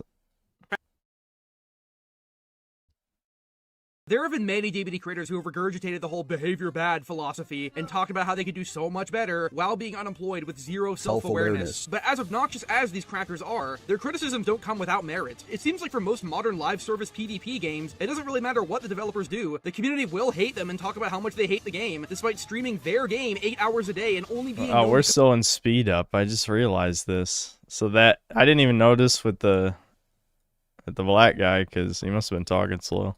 because of their game. They'll continue to cry about it while contributing nothing to society. But this video isn't about that. Behavior's devs are an interesting case where, yeah, they are pretty fucking bad. The game has been in, let's say, a rut for the past few months, with underwhelming releases, tons of bugs, recycled events, and not a single balance change for 6 months. Like, actually 0 meaningful changes are being made. And do you wonder why that is? I mean, surely they've heard our cries, and they did just release an actually pretty good chapter. Maybe 2026 will be the year to get back on track. Well, as optimistic as that is, I kind of think the game is doomed to stay like this in this limbo until we get a new dev team. And if you've seen their streams, you probably know where I'm going with this. Diversity hiring is the intentional practice of recruiting and hiring candidates from a wide range of backgrounds to create a more equitable, inclusive, and representative workforce. In other words, hiring people based on what they look like rather than their skills. Wait, isn't that called racism? Yeah, so if you haven't noticed, other actual competent game dev studios have frat boy douchebag devs who look like this, but do get work done. Well, we have devs that look like this and do nothing for 6 months. And where's my proof in all this? I mean, besides all the pandering, the forced diversity, the incredibly embarrassing... I've already talked about this before.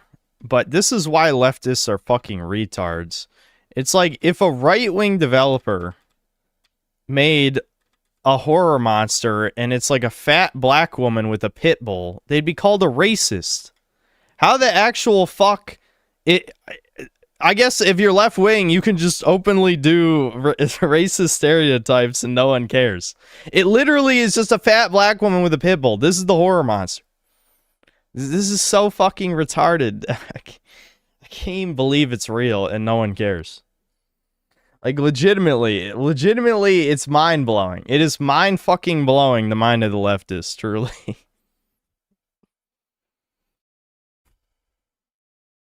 Diversity, the incredibly embarrassing live streams, and the virtue signaling. I mean, what is my proof that behavior is primarily made up of DEI hires? And that all of this comes from hiring based on diversity, which is already a... Yeah, I mean, it's the most realistic.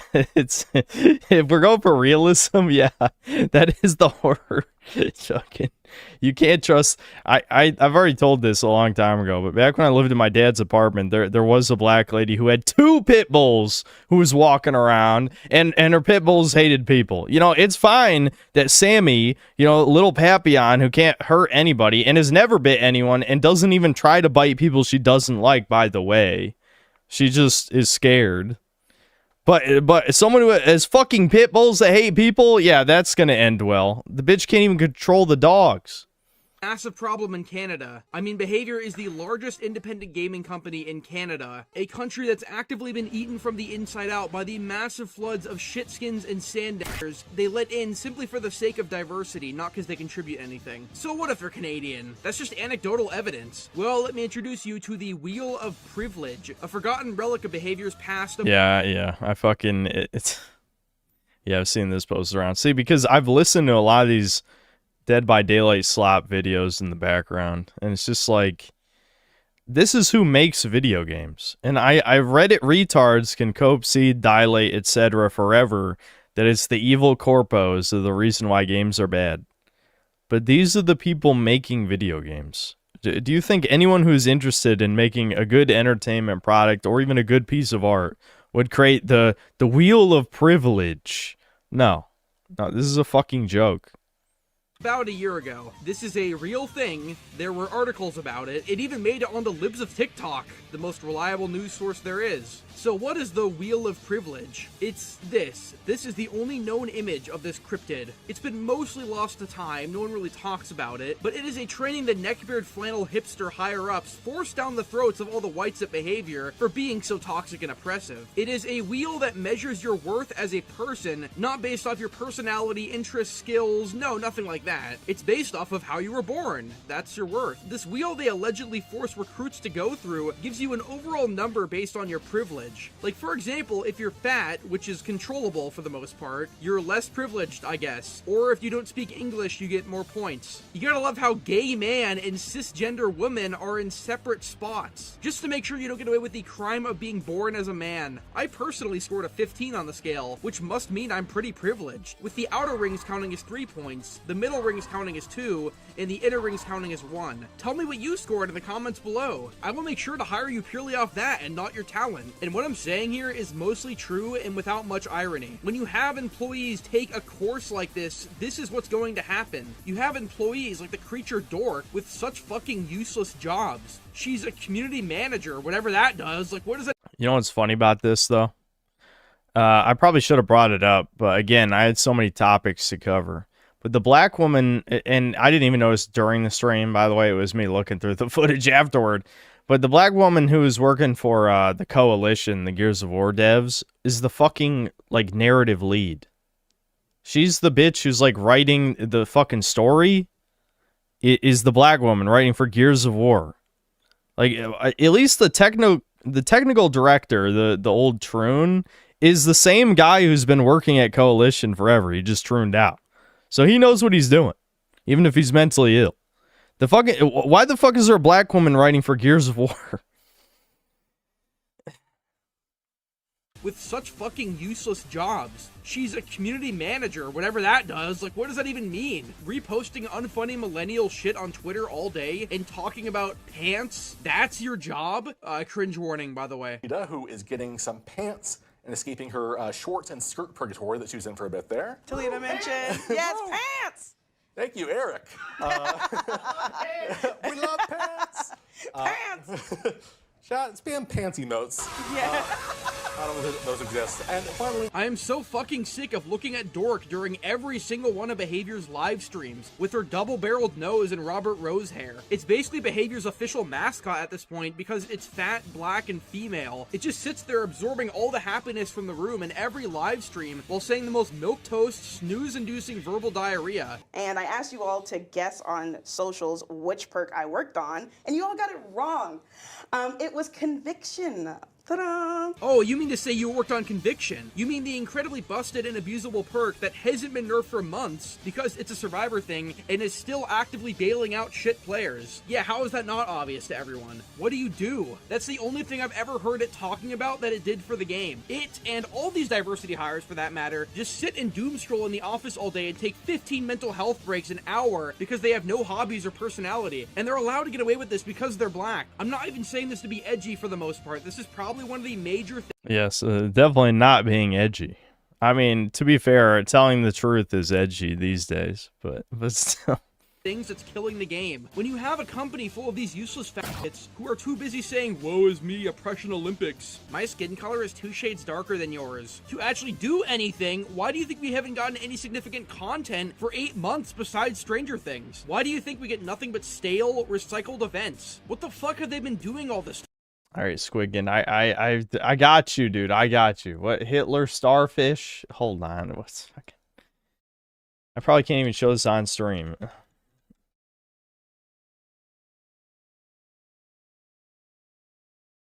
Okay, that's kind of cool though. Dude, that's hold on. Hold on. This needs to be a new Souls game, boss. Can I pull up WebPs in OBS? Let's see. Dude, would this not be a good Souls game, boss? Come on. Come on, dude. That'd be fucking sweet.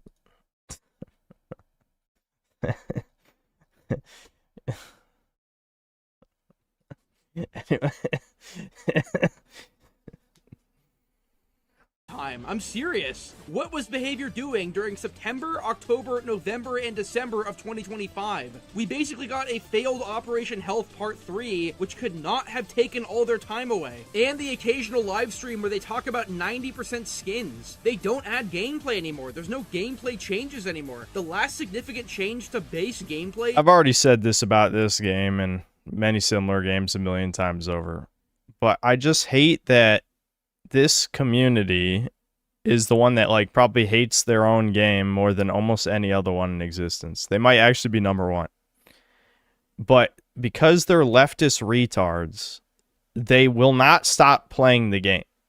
Like, yes, surely if we bitch to the company enough, we bitch loud enough, frequent enough, that'll get things to change. No, you need to stop playing the game, stop spending money, you fucking idiots! How do you complain about capitalism 24/7 yet you don't understand the basics of how it works? Why would they care about you complaining constantly if you still spend money? It's not that complicated. It's so crazy, dude. They're retarded. I'm telling you, they're retarded. And the last time I brought this up, people in chat are like, "Well, that's because women play the game," and we know women love spending money. That's statistically a fact that they spend most of the money. So of course, this is one of the few games women play, and so no, they'll just bitch and moan. That's what they know how to do, but they'll keep spending money. Yeah, that'll solve the problem. Was breakable walls in 2020. How? This is what a game looks like when there's zero competition and Yes, Taroons also played the game. Of course, there's always gonna be women in quotes, but there are real women who also played this game. The women only play like 5 video games. This is one of the 5, believe it or not. The only difference, though, it would be a true woman game, is if the killer... Anyways, you knew where I was going with it.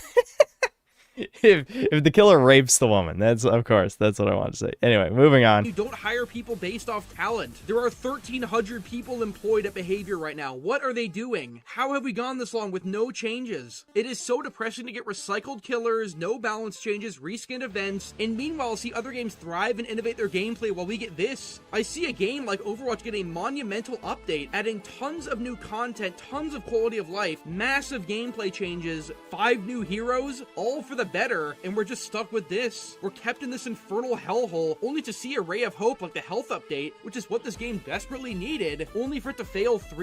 Listen, if there was anything to learn from Rainbow Six Siege, health updates are a scam. They are a scam, an excuse for the developers to do nothing.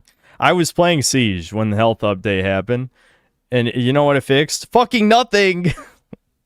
It was just an excuse for the devs to make nothing for like 3 months or however long it was. 3 times over the course of the year, leading to months of wasted time. Like I said, DBD devs. Yeah, Overwatch, good update. Yeah, I don't know how true that realistically is, but yeah, there's definitely a bunch of games that get significant updates. I say a bunch, it's actually not that many. Most games are suffering from this competency crisis. Fortnite, at least for a long time, was getting big updates all the time. But I'm just not going to play Fortnite, so I don't give a shit. Bad is a common statement, but everyone just assumes they're lazy and doesn't really address what the core issue is. I would say, in the most politically correct way I can say it, hiring people based off how they look or their background rather than their talent is not going to lead to a healthy game. Do I want to play Siege? No, I think I'm good. All of you intend to do something about all this? I mean, fight it or just get angry watching videos? I hope you're not talking to us, because we're already doing everything you realistically can. Unless you're just Fed posting and saying we should bomb game studios or something. Yeah, we're boycotting. We're not buying the games. I mean, literally, my audience doesn't even play modern games for the most part, because they're so dog shit. Might as well just watch a video and see how dog shit is the new game. I play it so you don't have to. As I said before, I'm kind of repeating myself a bit. There are 1,300 people employed at Behavior, and so many of them have the most fucking useless jobs because the white higher-ups can't fire them because that would be oppression. If the Blizzard devs are the frat boys who rape women, the DBD devs are the women who pretend to be raped for attention despite wanting it. They can't do anything right. Like every live stream, there's some new disaster. Like the Pride one having a webcam so bad it was counting in seconds per frame instead of frames per second. I mean, this whole live stream is a fucking disaster. Or how could I resist mentioning the absolute dumpster fire that was the Chandler Niggs Walking Dead incident, where they gave him like a Radio Shack microphone, didn't listen to aughts, and then got DDoSed. It was such a fail, it was known outside of the game, kinda like the unknown transphobic thing was. I cannot go through another Behavior live stream where they made no significant changes for 3 months, only for Dork to sit across from an obese white guy who has to sit cross-legged exactly like this, like everyone else, to avoid man-spreading, because that's very offensive in this work environment, and talk about skins. 70% of the content we've gotten for this game over the past, like, year is just... Watch, can you beat Black Souls while remaining chased? No, I'm not interested. Skins. They spend like 70% of their Devin streams did, just I'm pretty talking about sure. skins. I just can't do it. I can't take Or this something shit. similar. This is what no competition looks like. Overwatch was like this for a while. Boom, Marvel Rivals comes out, forcing the devs to try. And now it's in the best state it's ever been in my opinion. Matthew Cote is such a hack. People have tried making successors, but they all fail for their own reasons, and he gets to continue his monopoly from doing absolutely nothing. It's because asymmetrical multiplayer games are always quick cash grab scams. There seems to be there's almost no passion in the game industry, period. It's just scams, so it's not that surprising that there's no competitor for Dead by Daylight, but it's just no one wants to spend that kind of money. Anyone who would want to fund the game anyway.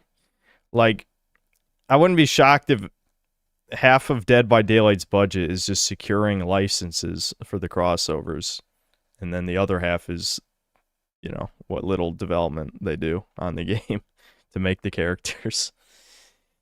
So obviously no company wants to do anything like that. It's just that I would have to ask, what do Dead by Daylight fans even actually want? Because the people who actively play the game, obviously the survivors just want to play fucking Ring Around the Rosie or whatever. It's, you know, it's just run around the table game. They want to play the keep away, run around the table simulator. But you would think the appeal of something like this would be for people are hiding and trying to survive, when instead it's just troll the killer as much as possible. It doesn't make any sense. The roles are completely reversed for this game, but that seems to be the way that at least survivors like it. So I guess there is no other run around the table game. But why the fuck do people want to play a run around the table game in the first place? It would be so easy to kill this game. If every killer stopped playing the game would die overnight. It's like all I hear about this is killer's underpowered, blah, blah, blah, blah. Unless you're noob stomping, which doesn't matter, you know? Like in Breaker's case, like Breakers had no players. So as long as you blocked the pre-mades, it was just noob stomping every single match, right? Because the game is way more unbalanced fundamentally, since it was a 7v1 game versus, you know, 4v1, 3v1 that these are usually. So it wasn't hard to fix like the balancing artificially because you could block people. But for a game like this, as soon as like your MMR goes above a certain level, then all the unbalanced aspects of the game are just going to be rage-inducing, when it's obvious that the retarded-ass developers don't want to buff the killer role for whatever reason. I don't know. It's stupid. Who wants to fucking run around the table? They are still so out of touch, like the 9.2.0 stream where the devs were trying to figure out why Gideon Meat Plant had the highest slugging rate out of any map. Maybe because it and many other maps have a ridiculous amount of uncounterable god palettes, forcing killers to do this, but I don't know, man. Let's remove Legion from 2v8 and keep Escapist the way it is with an on-demand sprint burst, while adding Yellow Herbs back to remove hook states with zero downsides or counterplay. Yes, if the survivor bias isn't obvious, Dork says on its own FAQ, they fight better in the streets everywhere. They don't rest. They're an army. Our side is very tame. Sorry, the spam. Wait, leftists don't fight anything. All they do is bitch. Unless you're counting Summer of Loves as a team. But black people are not on team leftist communists. They're on team give me shit. So, no. Show me the leftists gunning down ICE. Oh, right, that didn't happen. It's a bunch of fat hags being retarded bitches out in public because they've had no consequences for their actions their entire life. That's what it is.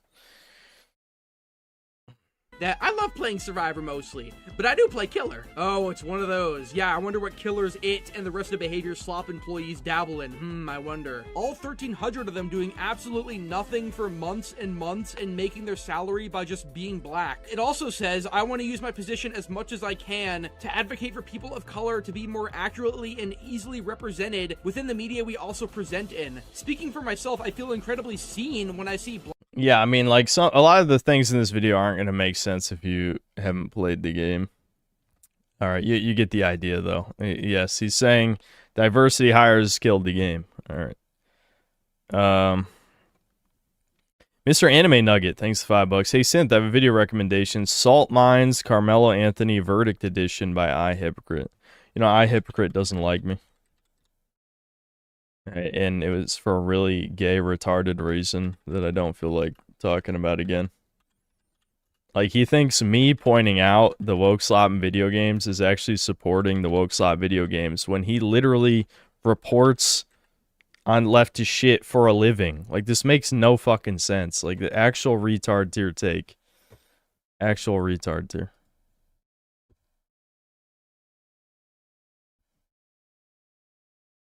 He should have killed both of them.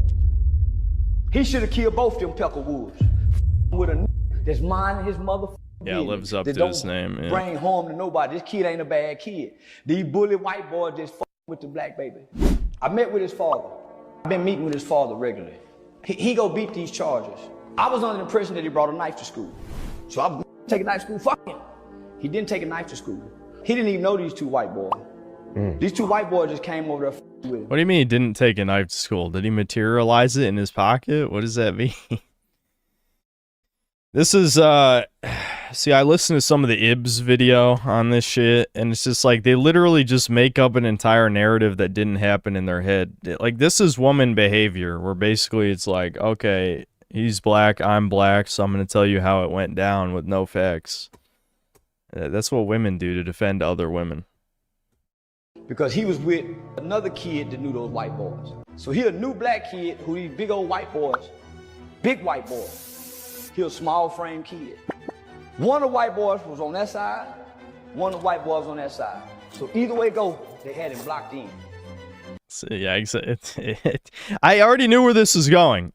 I haven't seen this clip, but I saw other clips of people at like a protest, and literally they just come up with an entire scenario that didn't happen just because they have to side with people of their race no matter what. And this is where the fatigue comes from, where it's just like it doesn't matter. Say like the Antichrist himself could be an African, and it doesn't matter. He didn't do nothing. I mean, that's like, how do you can't do anything with that? You can't work with that. That's just it's just complete idiocy. And these some big white boys. These are some big, violent, aggressive white boys who got guns. And not only that, the one he killed whooped their daddy. See, the daddy coming into the picture playing like he been around. The dad ain't been around. We would think the black dad ain't around. The white dad ain't around. The mothers don't even identify the daddy as the husband. So he must have been an abusive father. He ain't even been in their life. So he just coming and getting the light. So he a low down dirty cracker. His sons are bullies. They bullying on the kid. They, no, get from up under the tent. Man, y'all tripping. I ain't going nowhere. And they got a reputation of beating up people. The one he had to stab, he broke his daddy's ligaments. Big old strong cracker. Move now. Get lost now. Make me, touch me, and find out. Oh yeah, I saw the Sargon video. Sargon was reacting to a AI meme where it was like the Netflix adaptation, and like it was two slave owners. Yeah, Austin Metcalf is like a slave owner.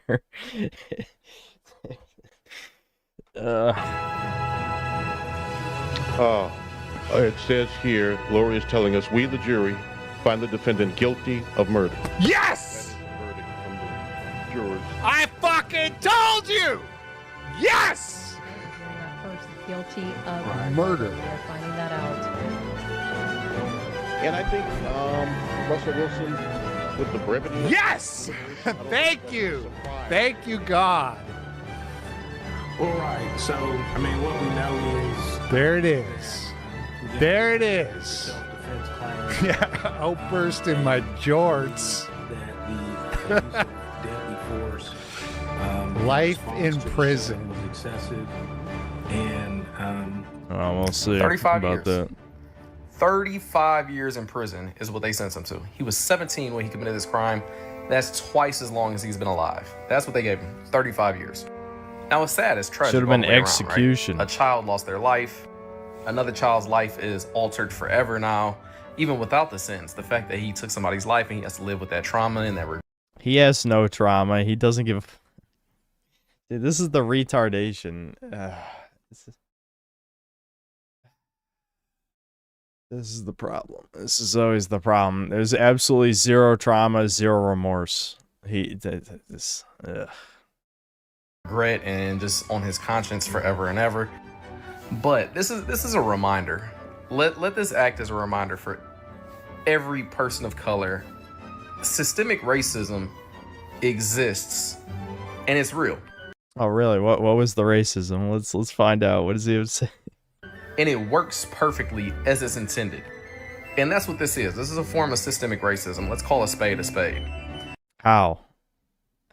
He's just not gonna explain it. He's just gonna say this is like woman shit too. I'm just gonna say a lie because I believe it's my truth. My truth. Because that's not a fair sentencing. Yeah, you just murder someone in cold blood for literally no reason. I mean, fucking people were executed for that justfully in the past, but you know. White people need to understand that it's not that we don't think that other black people do anything wrong. Yes, it is. The problem is, yes, it is. We want everybody to face the same consequences. They do, you stupid whore. They do, you stupid whore. Can you name a single example? No. Again, it's your truth. So Carmelo Anthony being found guilty of murder is insane. It's insane. Because if two big black boys rolled up on Austin and he stabbed them after he was assaulted, it wouldn't be the same conversation. Name one example. Literally one. You can't. There are no examples. Your example is probably a fucking Netflix TV show, you worthless cunt. Nugget time. Chop her up. Chop her up. Alright, I don't want to watch this. This is just rage bait. There's 22 minutes of this. I can't take it now.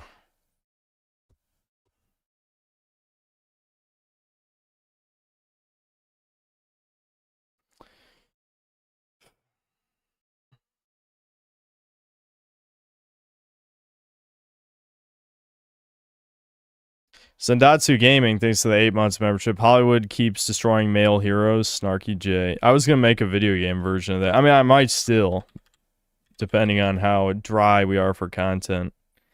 Because Assassin's Creed Remake is the first week of July, I think, right? So maybe I'll record All Your Heroes Are Dead. That might be my next video. We'll see. I'll write down a list.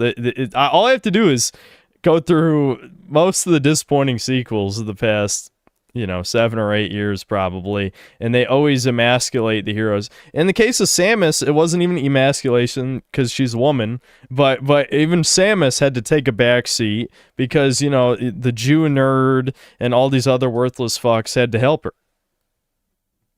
Yeah, I forgot what I was typing. Keep destroying male heroes.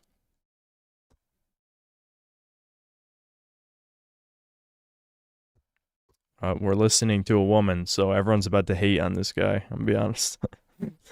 Hollywood really used to love writing strong, cool men, but now it seems like every male character we get is some weird variation on normal SpongeBob.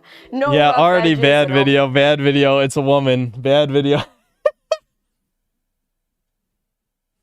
I knew chat was gonna say that. almost unsettlingly neutral. Hey y'all, Snarky J Cosplay here. Think of the Did they forget the people 80 years ago would drag him out of his house and act him without a trial? He got off lucky.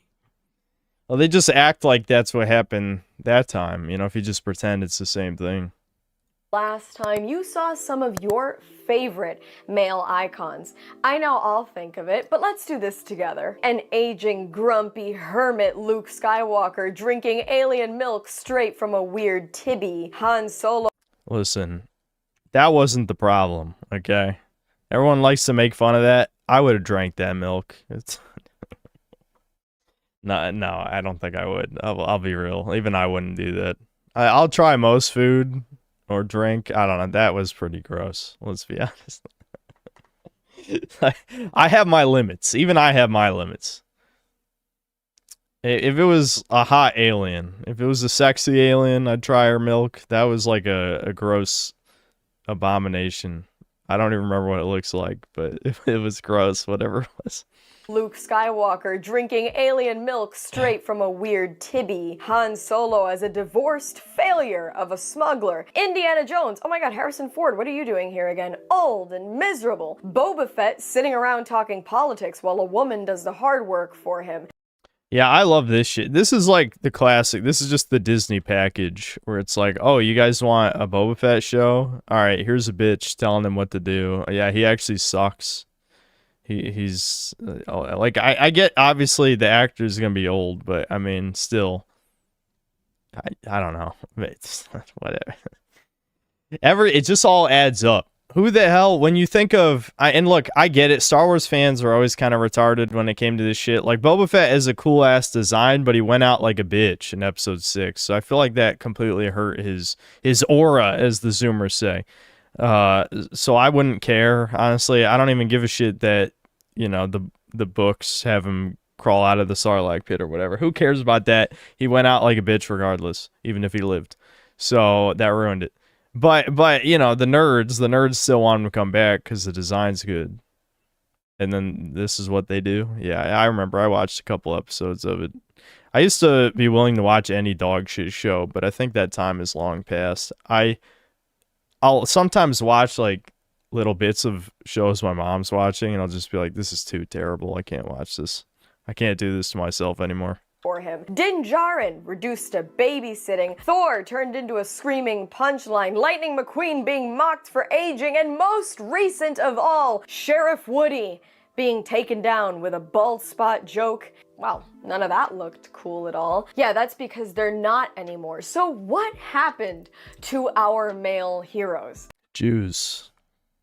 You gonna say it? Notice I went from Marvel to Star Wars to even like kids media. I mean, seriously, when was the last time Hollywood let a man be cool without finding some reason to humiliate him for it after? We're gonna have to get to the bottom of this together, okay?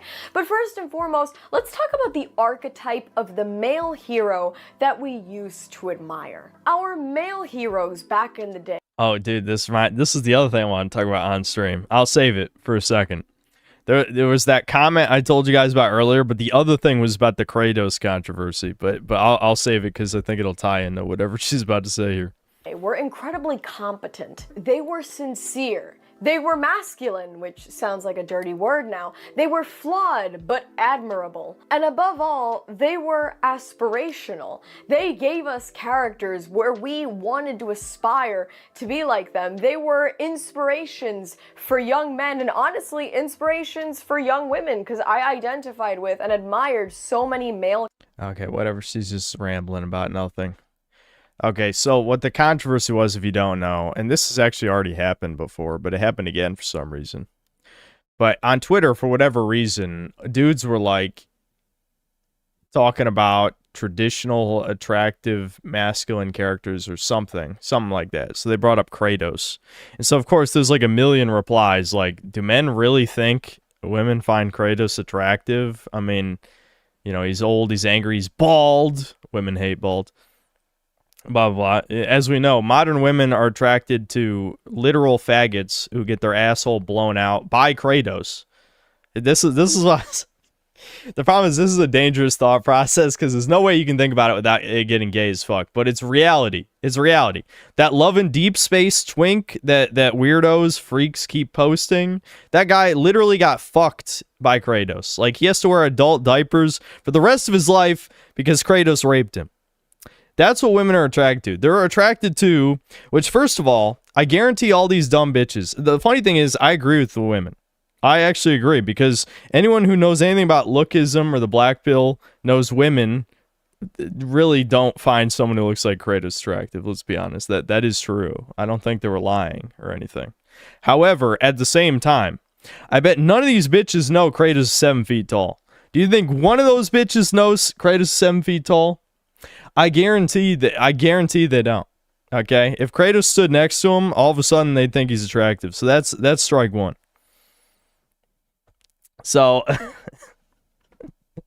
anyway, my point is, the point of this ramble is that it was unironically a Twitter it was a Twitter war between men and women. That men kept being like, "Why are these women pretending? We know that women love beards and masculinity." And these were unironically like the right wing. I don't remember exactly who said it, but it was kind of like the more conservative-y type guys or something, right? And so women are like, no, only gays are attracted to Kratos. No woman is attracted to Kratos, basically, right? That was the controversy for context. This was a big Twitter thing. I saw a bunch of posts. And I'm just thinking like, yeah, but women are attracted to the faggots that Kratos back in Greece would have raped. Like, at what point... So the conclusion to this fucked thought process I was having is that sexual selection is extinction because modern women have fucked hormones. Like, if you talk to boomers, this is, again, I don't engage with people on Twitter for a reason. Because if I did, my simple counter argument to the women would be, women did not used to be attracted to faggot twink K-pop stars. Like, if you ask, what was your mother, what kind of man did your mother like? How about your grandmother? Their great-grandmother's probably dead, but if their great-grandmother is alive, what type of man? They would describe a masculine, you know, I mean, they would all say tall. All women like tall men, that's obvious. But they would say someone who is a fucking man, you know, muscular, competent, probably has money, et cetera, you know what I mean? They wouldn't describe a surgery monster, anime boy, again, with a blown out asshole, because that is the death of the human race. If your men are all these sparkle, twinkle, fairy bitches, then the real men that you're not attracted to are going to invade your country, rape you, rape him too, if they're a Navy SEAL who wants a concubine. I don't even remember who said that. There was a Navy SEAL. This was a year or two ago. I don't remember exactly when it happened. But there was a Navy SEAL who unironically said he would fuck feminine men. That was so funny.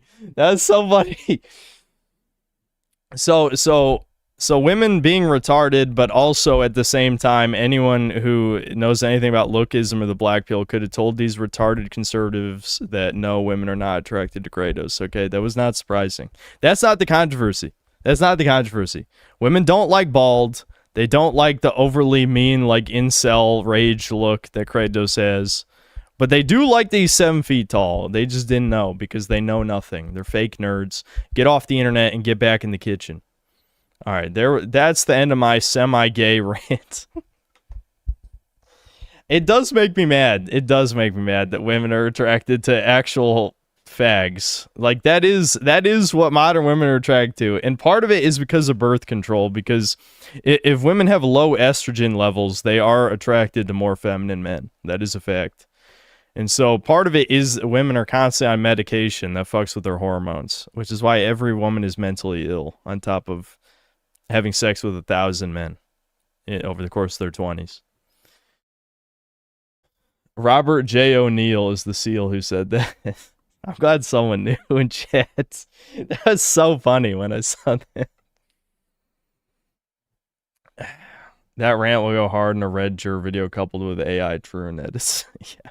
I had to get it out, chat. I had to, because it was one of those things where I'm 90% against the woman side, but I'm 10% with them, because how do men not know better by now? I just know it was like center-right libertarian Redditors who are like, dude, but I'm bald and I have a beard. I bet women love me. It's like, no, they don't. They do not love the bald and the beard. They do not. Okay? Stop coping. That part I'm with the women on. But every other part of it is just like, no, you are fucked in the head, bitch. None of your ancestors were into faggots. That's only you. You narcissist. So that was my misogyny rant for the stream. I hope you enjoyed it.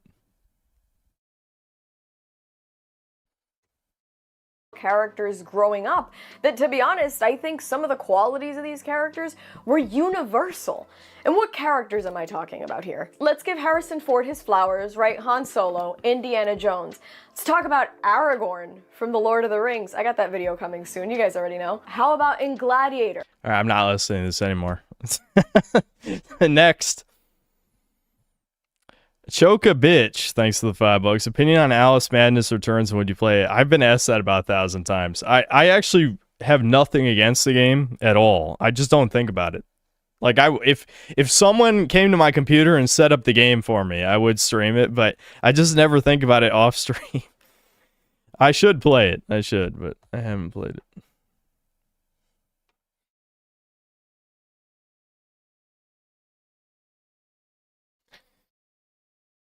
Bald and beard equals Raymond Case Cologne. Yeah, that's fair. Emilio Obregon, thanks for the $5. Would you watch UFC? I Can't Let You Get Close. It's like a video game from 20 years ago. I'm guessing that's a video. UFC, I Can't Let You Get Close. I can't let them get close. I'm assuming this is what you're talking about. Probably. Please stop. I can't let you get close. Can you hear my? Stop.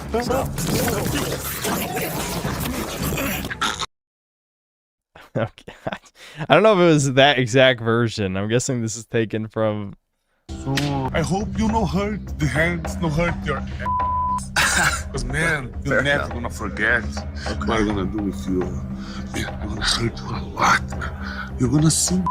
Would you tell me? You're gonna see what I'm gonna do. But I feel like. I'm gonna shake the hands, but no. Yeah. Good morning. I'm not gonna be your friend. I'm gonna hurt you. Okay. I don't like you, and the dude's gonna like you. Andrew, stop. What now? Please stop. I can't let you get close. Can you hear my? Stop.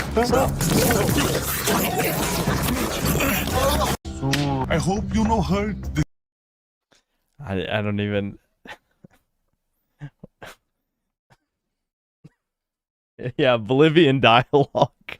Oblivion dialogue.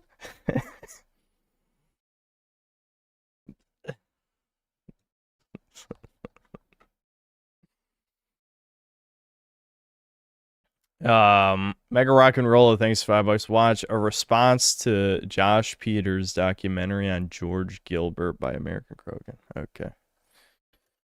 Response to Josh Peters. I'll probably just write this. I'm sure American Krogan will probably come up. Yeah.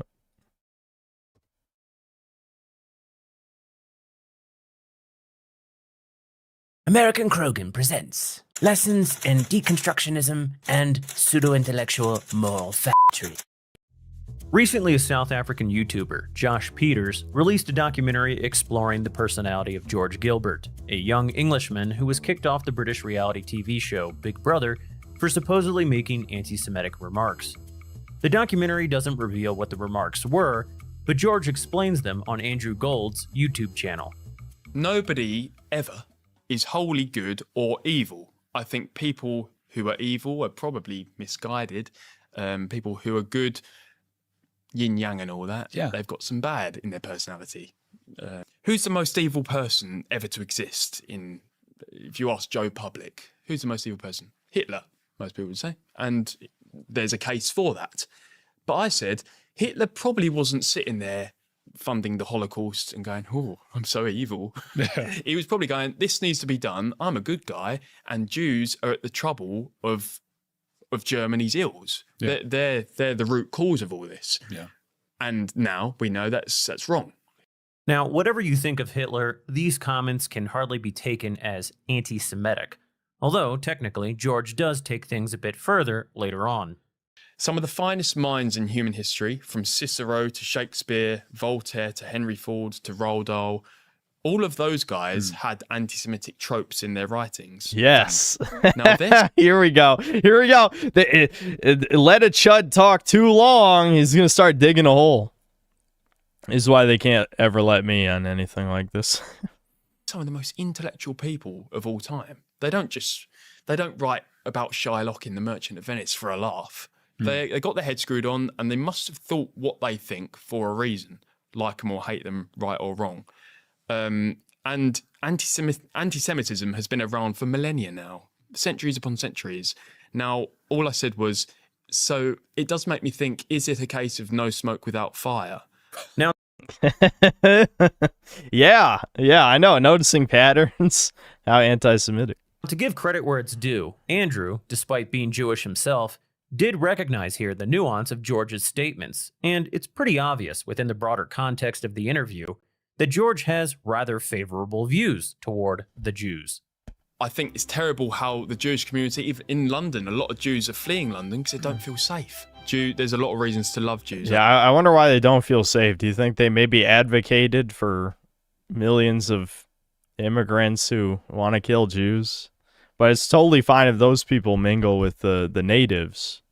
But of course, the Jews, they've destroyed this European country. Time to leave. Yeah, nothing wrong with it.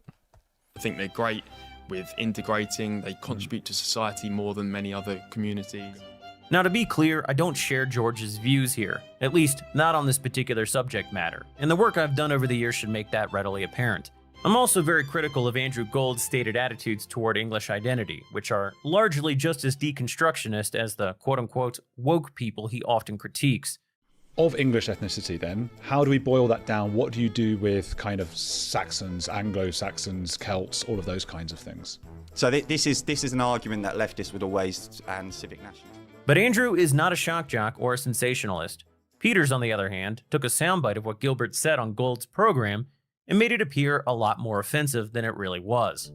What George was actually referring to was his abrupt removal from the house, followed by Big Brother cutting ties with him entirely and choosing not to release the footage of the incident. With no official explanation, George was left to fill in the gaps, giving his version of events across a circuit of podcasts and news outlets that were more than happy to have him. And I said, some of the finest minds in human history, from Cicero to Shakespeare, all of those guys had anti-Semitic tropes in their writings. Fact. Now, they're some of the most intellectual people of all time. So it does make me think, is it a case of no smoke without fire? That's... Maybe it should be noted here that... The thing is, though, I mean, even with the context... If you're already connecting those dots in the first place, you would have to be intellectually dishonest to yourself to think that there's no, there's no truth to all of the anti-Semitic writings of the past. Like, how could you? I don't know. You get where I'm going with this, right? There's no way all these people across all these different nations, ethnicities, et cetera, came to the same conclusion about these people. They get exiled time and time and time again across history. It was never their fault, though. They didn't do nothing. Peters gained internet fame by pulling pranks on various people. Of particular note is when he invited Kate Hopkins to a fake award ceremony. But the now reformed and very serious documentarian wanted to know more about George Gilbert, the edgy sensationalist Englishman who had been making the rounds on right-wing podcasts after being canceled by mainstream outlets. So he traveled to George's hometown of Finchingfield, where George gave him a tour of the lovely picturesque village. Sadly, but unsurprisingly, George has had trouble holding down a job ever since being canceled. His former employer at a cleaning service fired him, and he was even removed from his position as a local parish councilor. Now, he works as a delivery driver. Josh, of course, takes on the role of a compassionate and impartial bystander just trying to understand a troubled young man who, he posits, was perhaps misled by the manosphere. The documentary really tries to focus on associating George's... See, this shit doesn't make any sense, though, because the manosphere isn't really anti-Semitic either. Like, I know these fags would want you to believe that, but they're also the people who are pro-Palestine, anti-Israel, so, try and make that make sense. I don't know, lefties, again, they don't. You have to be mentally ill to be a leftist in this current age. Yes, you hate Israel, but you love Jews. Yep, that definitely makes sense to anyone who knows anything about anything. Behavior with the rising popularity of performative online antics that are often antisocial for the sake of clicks. Now, I actually agree with Josh that this emergent culture is a problem, but not only has he been a major player in it, but he also seems to want to attribute the rise of nationalistic sentiments and identity politics to antisocial antics of the likes of Andrew Tate and Sneeko. Some people disagree with that. If you come to a country, speak the language of the country. They don't even talk the English language. They don't bother with that. Why should they? You come to America, speak English, assimilate. The least you could do is respect this country by trying to integrate. This can create something of an echo chamber of masculine ideals that simultaneously connects. I love leftists talking about echo chamber. That's another shit that gets me every fucking time. It's like, where do you think... Here's the difference between left-wing and right-wing echo chambers. Left-wing echo chambers are because they ban any right-wing voices. Right-wing echo chambers are because they've been banned from everywhere else. Wow, there might be a huge fucking difference between those two things, don't you think? It's so pathetic. God damn, is it pathetic. I'm tired of this shit. This is why I don't engage in, like, hate watching a lot of stuff anymore. I'd rather just listen to slop gaming videos, because at least I don't have to hear the same retarded shit I've already heard for the past 12 years. Men and isolates them. I learned something about women. They have no interest in world conquest. They want to be comfortable. It's not that women are being cheated of those opportunities, it's just that women don't fancy doing them as much. But they're too busy arguing with their wife to do anything about it. It's just like a bit of a hindrance. Distraction is all garbage. Now, in my humble opinion, it's probably more accurate to attribute the rise of these grotesque behaviors to a breakdown in national identity, cohesion, and social trust. In other words, he's got it backwards. In a healthy society, none of these figures would be tolerated. George states... Yeah, I mean, pretty much. You can't really blame Zoomers for wanting to get what they want out of this world. I mean, there's not going to be... Like, tribalism in the traditional sense barely exists anymore because there's no communities, right? Like, leftist tribalism is just a fucking witch hunt for... It's the purity spiral, right? Who is the most woke, the most politically correct, whatever, right? And the right-wing ones, a lot of that kind of stuff... At least in the Gen Z stuff, is a lot of them just kind of backstabbing each other for whoever can secure a hoe. Basically, that's what I've seen. Like, a lot of these people, supposedly friends, like, men used to have the reputation that you'd have real friends, and women were the ones who backstabbed each other. But I've seen a lot of young men do the woman thing of backstabbing their supposed friends in the pursuit of foids. Because, I mean, male loneliness has gotten bad enough that people are that desperate to get a woman. So, yeah, it's not good. It's that he loves his hometown and its aesthetics. He thinks it's the best of Britain, but admits it's no longer the most accurate representation of it. That, if you go to the average high street, it has Turkish barber shops and too many takeaways. If I'm going to show someone from abroad what life is like in Britain, I'd love to take them here. I think this is the best of Britain. I wouldn't say it's an accurate representation of current Britain. If you go to the average high street, it doesn't look like this, does it? It looks like a Turkish barber's and too many takeaways and about 11 charity shops. What exactly does this have to do with Andrew Tate or Sneeko? Perhaps Josh can clip a soundbite of Sneeko saying things like immigrants should assimilate, but Sneeko also thinks that everyone should convert to Islam. If everybody was Muslim the way it should be, we'd have world peace, but people have their ego.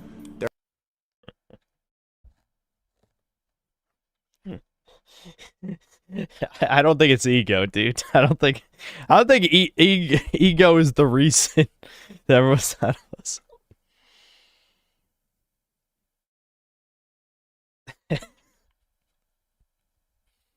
They're attached to tribalism, to their race, to nation. They're patriotic. They have stupid reasons to hold them. Both he and Andrew Tate are also rather rootless and cosmopolitan. They're certainly not raising goats in rural England. You love this place. Yeah, well, the goats, you see them come and go, because obviously they die. Yeah, circle of life. So yeah, I've seen a few generations of goats, but that's a sanctuary. Josh does a ride-along with George on his delivery job and dedicates a substantial segment of the documentary to a back-and-forth conversation with George about his celibacy, his losses, and potential depression. He tries to appear compassionate, but It seemed clear that his aim was to accentuate the consequences of George's alleged misbehavior and patriotism.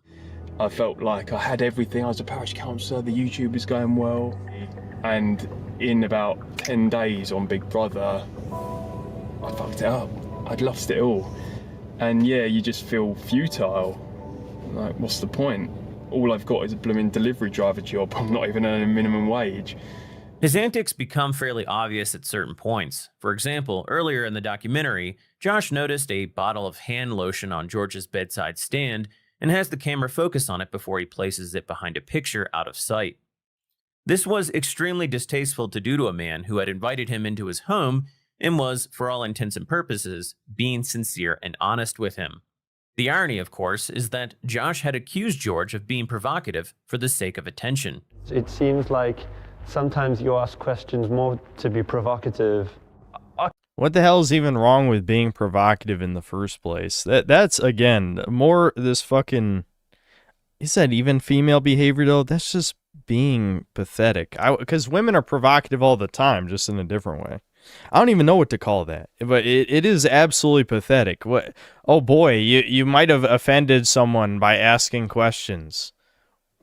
What are the crimes, officer? I mean,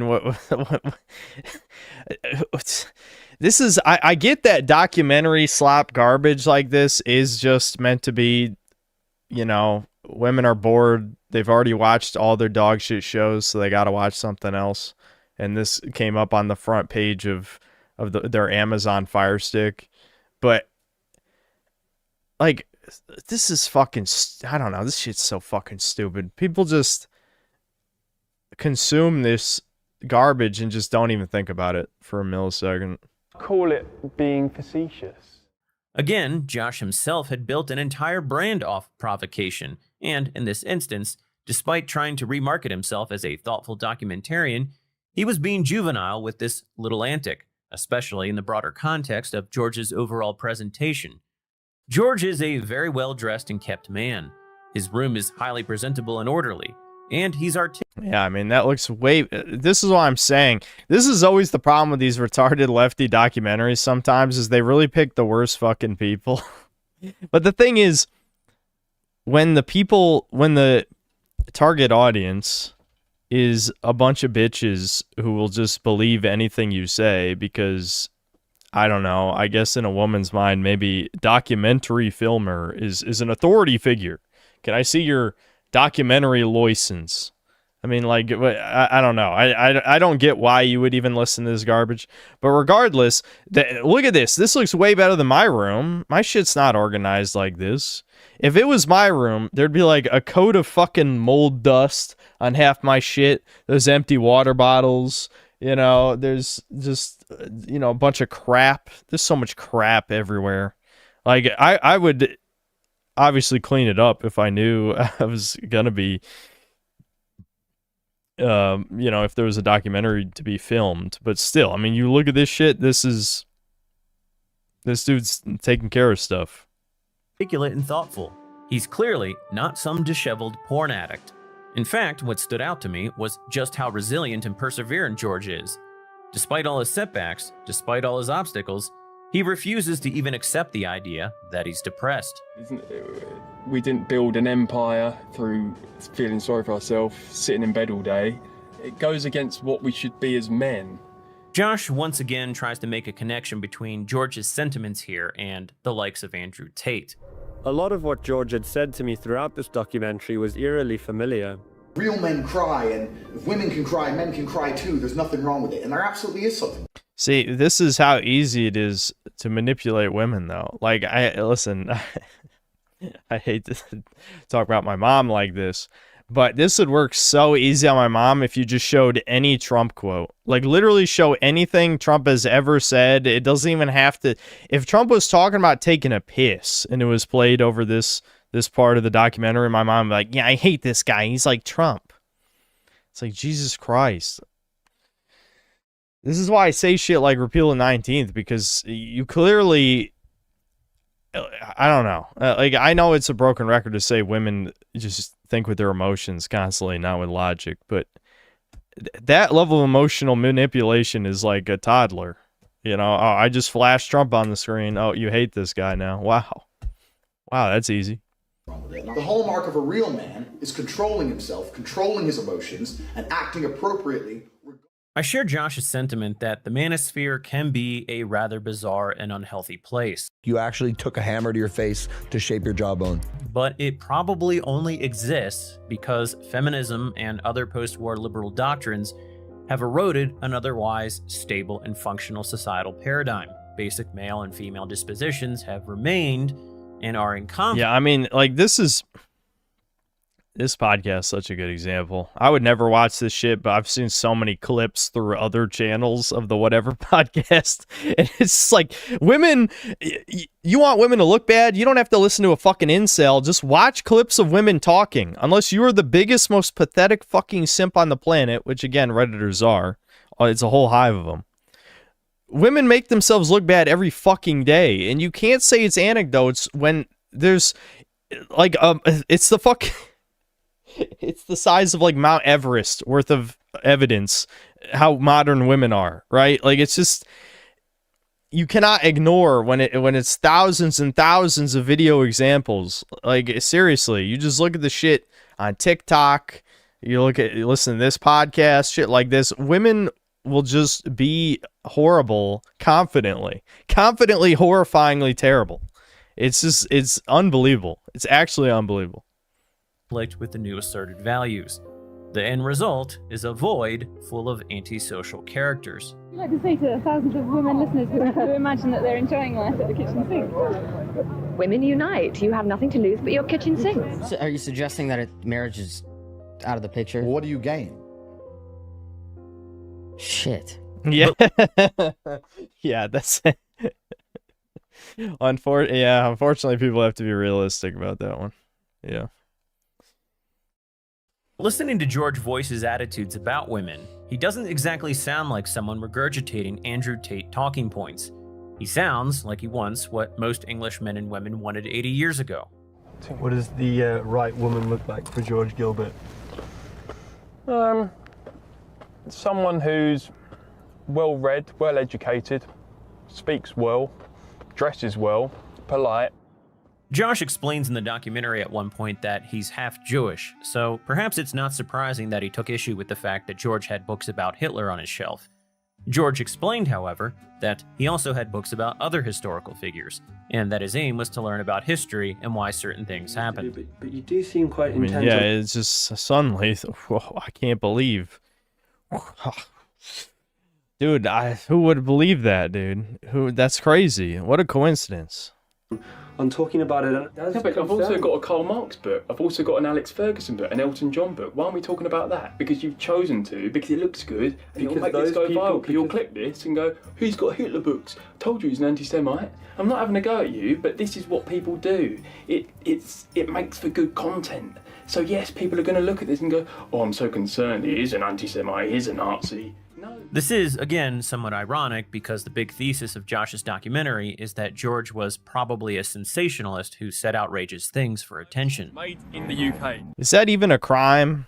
Like, if you said that about my channel, even though I do sincerely believe all my opinions about video games, I'd be like, so what? I mean, legitimately, like the so what meme.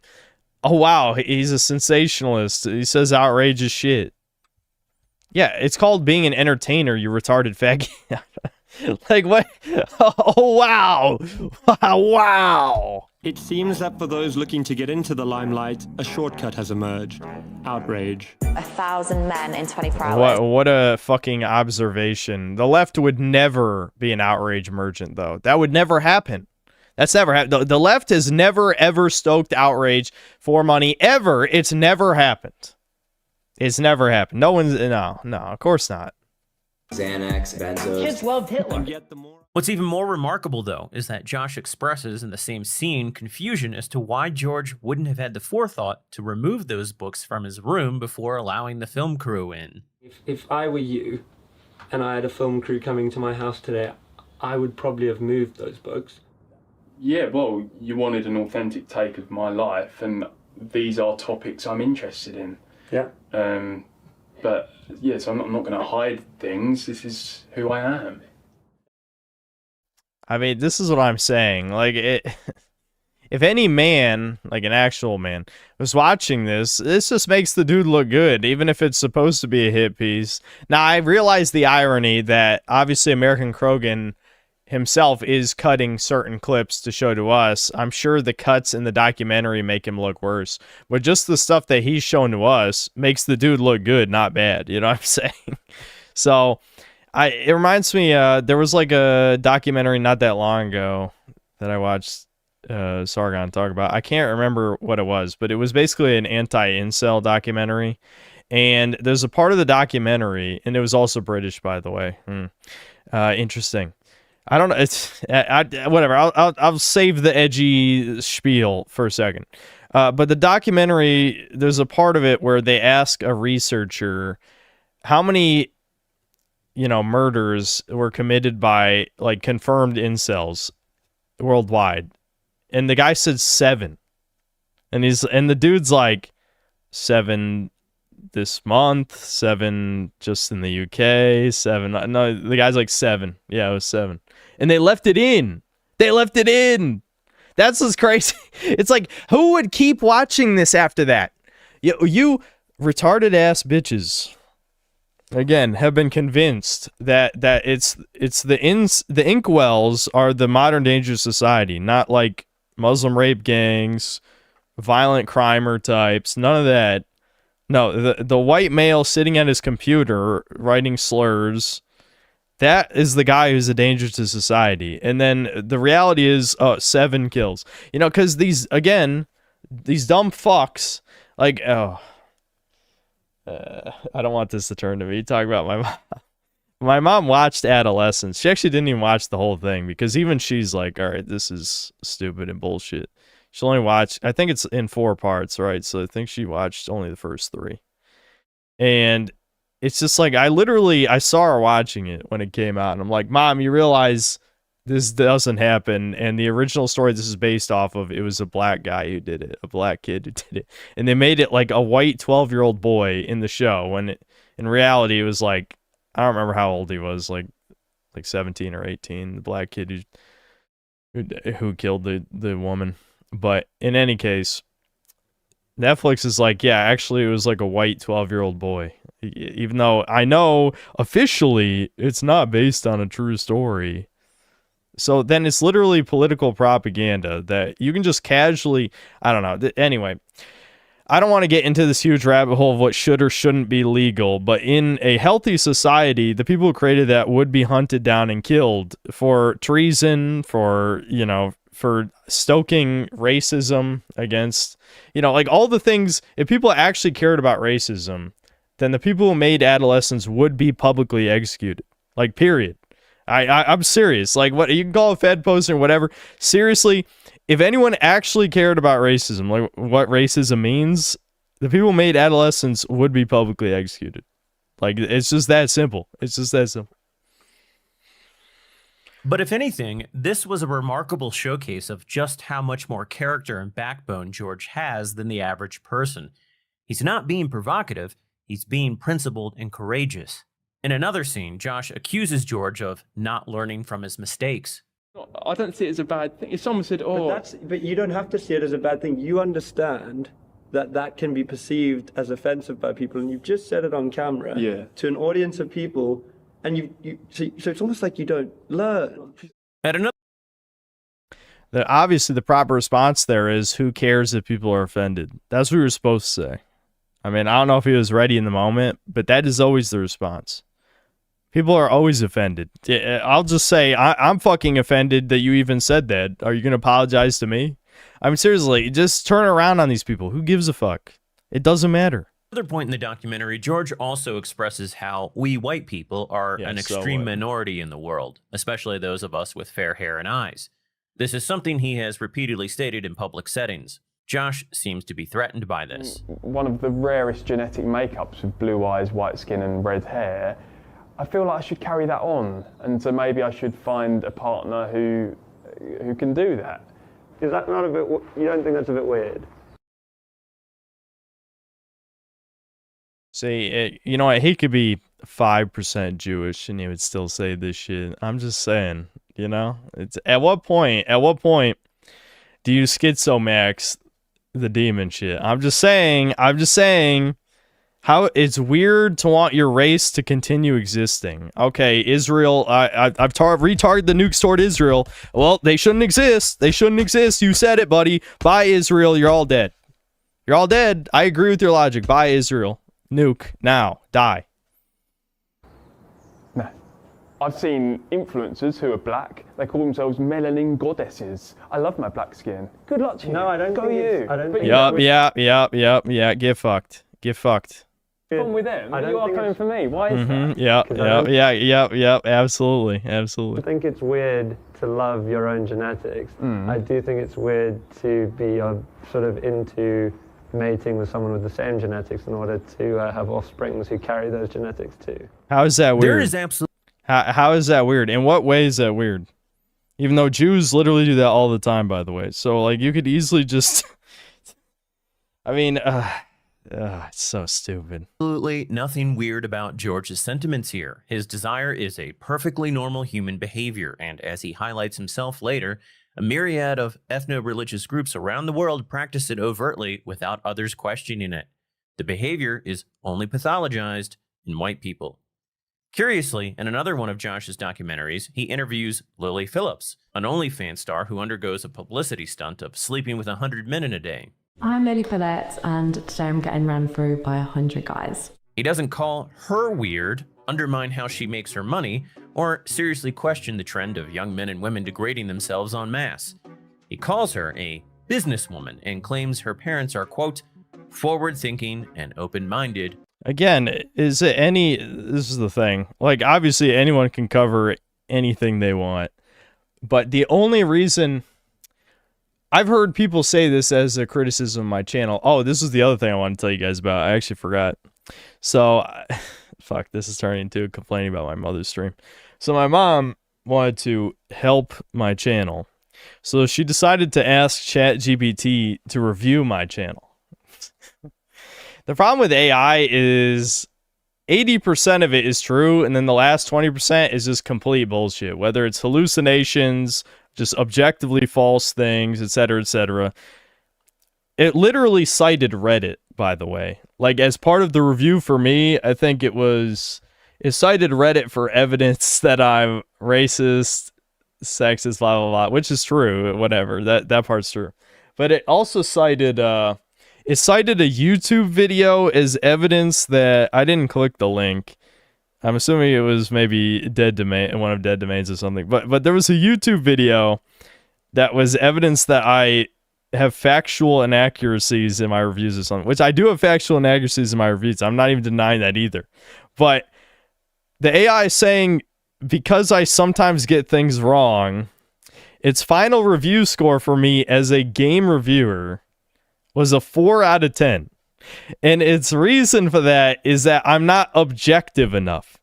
I swear, I was about to literally just start typing my mom's computer to this stupid-ass bot. How the fuck is an opinion on an art form objective, you stupid motherfucker?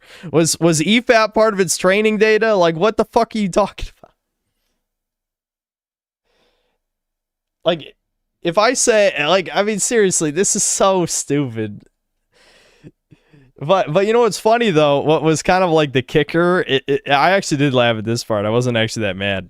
It also rated me as a YouTube personality and gave me a 7 out of 10.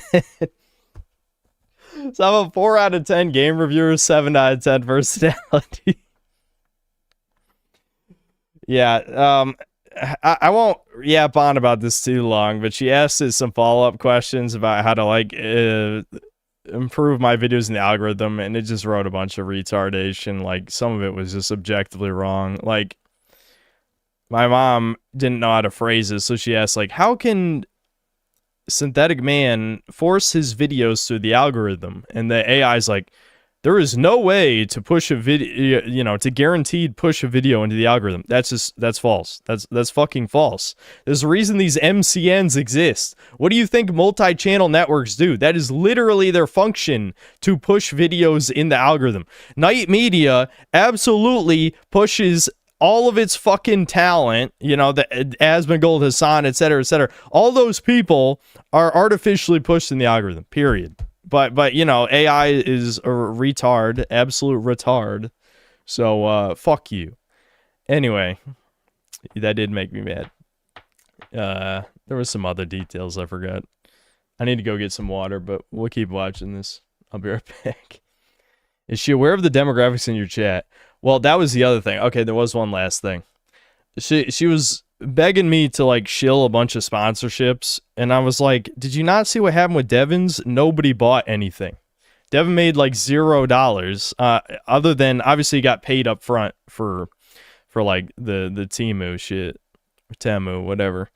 But for the G Fuel, he made like 50 cents. I ain't even lying. There's like one person who bought G Fuel.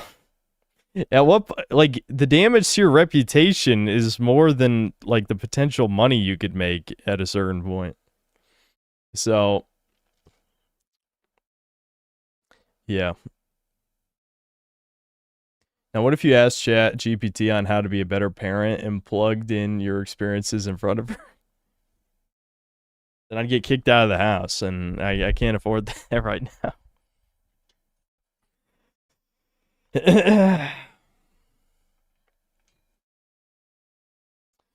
All right, I'm gonna go get some water. I'll be right back.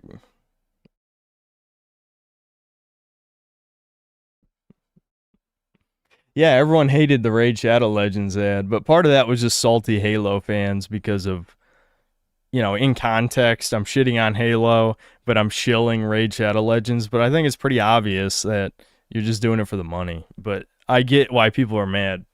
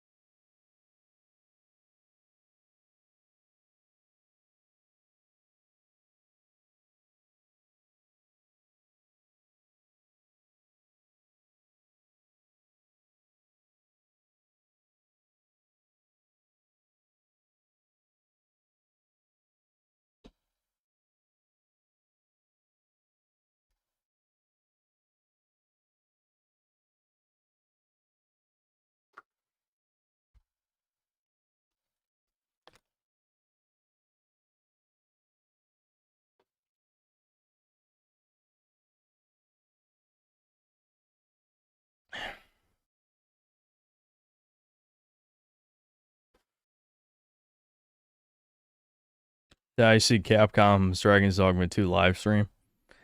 Did they actually did one where they just played Dragon's Dogma 2? No. What'd they show off?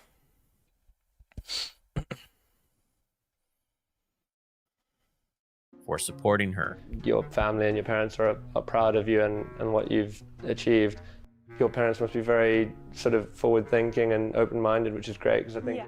To be fair, Josh does eventually express some concern over the safety of Lily's stunt, but again, he doesn't seem to fundamentally question her lifestyle. His concern is that she isn't properly vetting the men, that one of them might be a criminal. He also doesn't really try to talk her out of it, and strangely, right before she starts her stunt, he tells her to, quote, kill it, and to, quote, drink lots of fluids. The whole affair was rather bizarre. Now, that's obvious and goes without saying, but what I'm getting at is that while people tried to act as if it were totally acceptable behavior, all the faces of all the participants, Lily's family members, and even her own assistants were censored On some level, everyone involved knew that the behavior signified moral bankruptcy. But returning to the topic... Yeah, I mean, like, you say this guy who just wants to continue his race is a weirdo, but the bitch sleeping with 100 men, that's completely normal. I mean, again, I get the audience is supposed to be women who've already watched all their shows and need something else to watch to affirm their beliefs and all that, but it's still just so fucking... I don't need to go on my repeal the 19th rant for the millionth time, but genuinely, I don't know how you could be convinced that, you know, people who act like that should have the responsibility of hypothetically determining the future of the world. But I guess in reality, voting doesn't make a difference anymore. But you could extrapolate the 19th to apply to other rights, of course, is the implied part. That's the quiet part. At hand, that is, George Gilbert's desire to have children with red hair and blue eyes, Josh subsequently accuses him of flirting with eugenics. Are you saying these things because you genuinely mean them, or are you trying to be on the edge and be entertaining? Because what you're saying borders very close to eugenics. Okay, this fucking retarded half-Jew has no idea what that word means, obviously. Or, you know, even if he does, he's doing his slimy... words. Insert demon quote from Freerin now. It's just demon maxing. No, I'm genuinely interested in preserving it. George seems a little baffled by the implication, and it is rather peculiar because George never mentioned eugenics or ever suggested that this was part of his ideological outlook. Josh, like so many others today, probably sees anyone who wants to preserve their white racial characteristics as being on the verge of wanting to genocide everyone else. He tries to associate George's statements with the Holocaust, but even if we all agree about the traditional narrative of those events, George has repeatedly denounced Hitler, and more importantly, George's people had nothing to do with that event, did they? His people fought against the Nazis, and the thanks they're getting today appears to be a perpetual deconstruction of their identity and the reduction of themselves to a minority in their homeland. In a promotional video for the documentary on X, the topic of who is and isn't ethnically English comes up. If all the ethnically English people were to leave, then England as a country and as a culture would change. What do you class as someone as ethnically English? Well, somebody whose family tree originates from Britain or England. How far back does that have to go? How long's a piece of string? From my mum's side, this is maternally, they reckon we descend from the French Huguenots, who were a Protestant collective who were ostracised from mainland Europe because they were Protestant. So not originally English? No, as far as I know, it is way back. That's definitely the same thing as rapist African and Arab people coming to the country. Definitely the same thing. Oh, you gotcha him, Redditor. You gotcha him, Redditor. Definitely the same. I mean, my mother's side was originally from Spain. I don't remember how many generations back, or at least, was it my Nona's side or no? I think it was Nona's side is from Spain. So I guess I'm not Italian. Well, I am only half Italian anyway, but you get the point, right? So they're not Italian because previous generations were from Spain, and that's the same as Africans raping and murdering. That makes sense to me. Makes sense, Redditor. You got me. This was another obnoxious attempt to undermine George's common sense views. Many of the replies on the social media post, however, unfortunately seem to agree with Josh that English isn't an ethnicity because people keep saying half Italian, half Jewish. Well, my dad is not even like whatever the opposite of Jewish is what my dad is. Trust me. Trust me. My dad is just again like the I don't know Celtic ancestry American brute. I guess. I don't even know really what archetype to put him in. He really is just an American though. It's like true and true, but you get what I mean. He doesn't have a single like Jewish behavior in his body, but it's much more the Italian side that acts that way.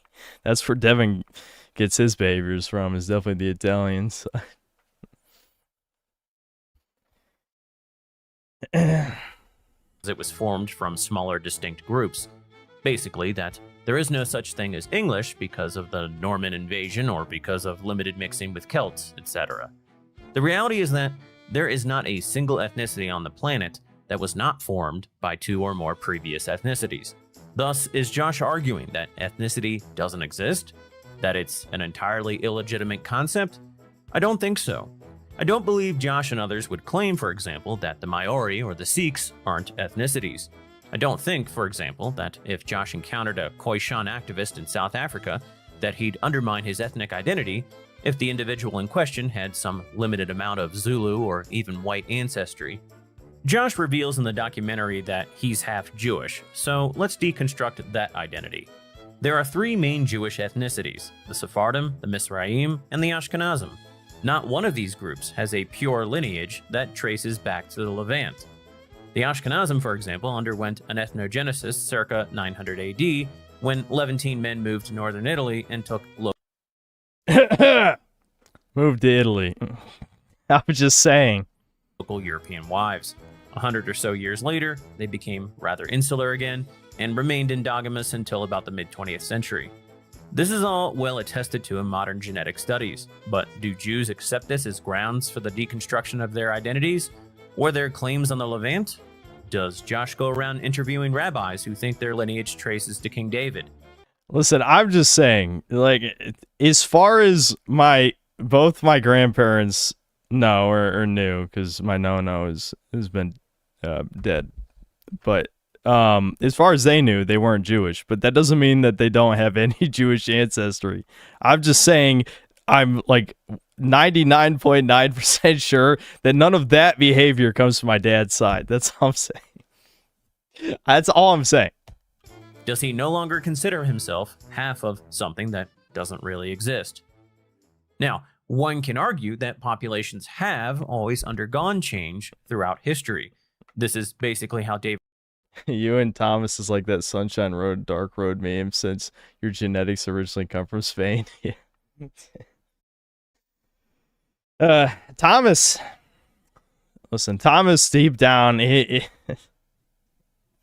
need to stream with Thomas again. It's been way too long, but I think it's just because, like, I don't know, about half the year he's a wine slave and has no freedom or rights. And it's just one of those times a year. But man, I don't know. He might be brown as hell, but he sure has he sure has the Aryan spirit. I don't know. This is something. Thomas is legitimately like the perfect idea of what I think chat is truly. David Reich ends his book, Who We Are and How We Got Here. Quote, by demonstrating that the genetic fault lines in West Eurasia between 10,000 and 4,000 years ago were entirely different from today's, the ancient DNA revolution has shown that today's classifications do not reflect fundamental, pure units of biology. Instead, today's divisions are recent phenomena, with their origin in repeating mixtures and migrations. The findings of the ancient DNA revolution suggest that the mixtures will continue. Mixture is fundamental to who we are, and we need to embrace it, not deny that it occurred, unquote. This increasingly seems to be a fairly ubiquitous attitude, as one commenter who replied to Josh's documentary stated, quote, populations change over time, specifically through migration. Do you think Egyptians today look like the ones who built the pyramids? Don't be silly. In 1,000+ years, an Englishman will have a completely different genetic makeup from today, unquote. The problem here is that such changes in population destroy old ethnicities and create new ones. That's kind of the entire point of these deconstructionist narratives. Turns out British...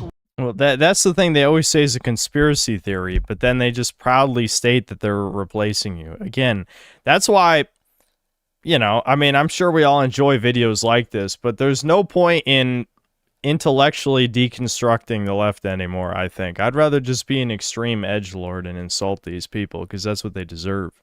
Because I can't do actions or I'll be in prison. So the best I can do is let out my rage by mocking these people. So, you know, like, I don't know. It's just...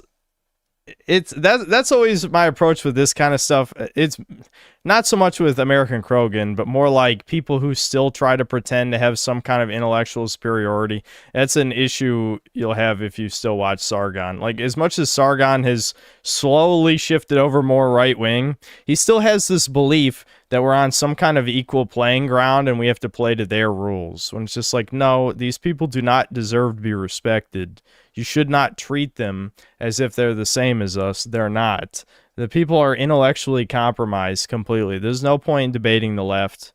They openly want to cause the extinction of white people. They just cannot state those words together because they know it's still seen as wrong by normal fags. And that's all they care about, is the optics to normal fags so that they can sway people to their side. Like, that's just all this is. Like, they are a suicidal, they're a fucking death cult. As I hate that, you know, I'm basically stealing from the what cringe thing they call themselves, the intellectual dark web or whatever. The fucking, like, Elon Musk and friends type people, but it is a death cult. The left is absolutely a death cult. They were accurate. They're a fucking bunch of champagne socialists, white guilt fucks. Of course, the Jews are coming up with the ideas, and then all the golem minorities who want to, you know, even if they don't maliciously want to replace whites, they want the best for themselves and have no empathy for white people. So why the hell would you engage with that kind of force, you know, with any amount of, like, honesty or fairness? There's nothing fair about genocide at all. Like, inherently, there's nothing fair about genocide, so fuck that shit. Are you kidding? No, it's ridiculous. Yes, but do white people admit that they cause the erasure of other ethnicities, like in America? No, no one wants to admit that either. The problem is everyone wants to be a saint. I don't care about any past crimes because I didn't do them, okay? It's not my fault. And the Native Americans had it coming, okay? That too. Just justify it. That's all you gotta do. Just justify it. Shut up, no profile pic.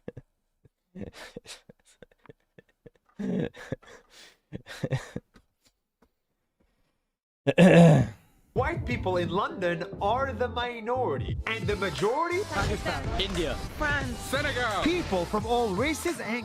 Did you like how France was a black woman? I love how at the, you know, people pretend like, dude, this was Hitler's view of Paris.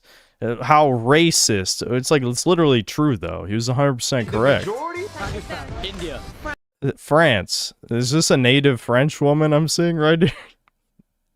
Like, literally Hitler. Literally Hitler said this. This is what Hitler said. Senegal. People from all races and colors.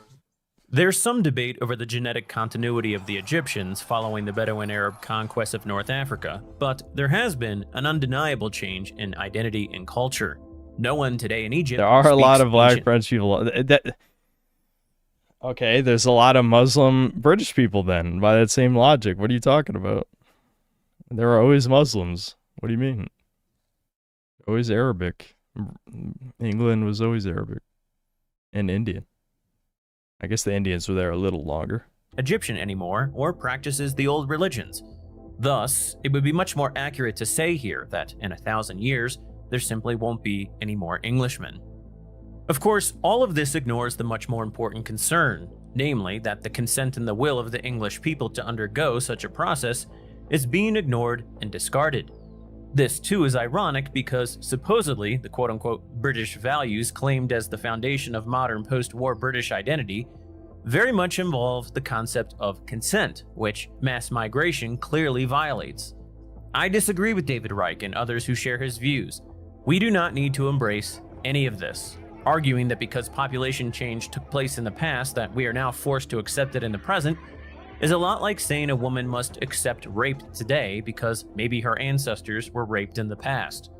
Ernest Renan, who is considered by And the thing is that it will never be tackled that head on at all. This is why I'm saying, like, there's no point in intellectual debate on that level, because how it's portrayed is it was men who raped. As long as you just change the target from, oh, it was a Muslim for the 10 billionth time or African who did it. No, it was a man.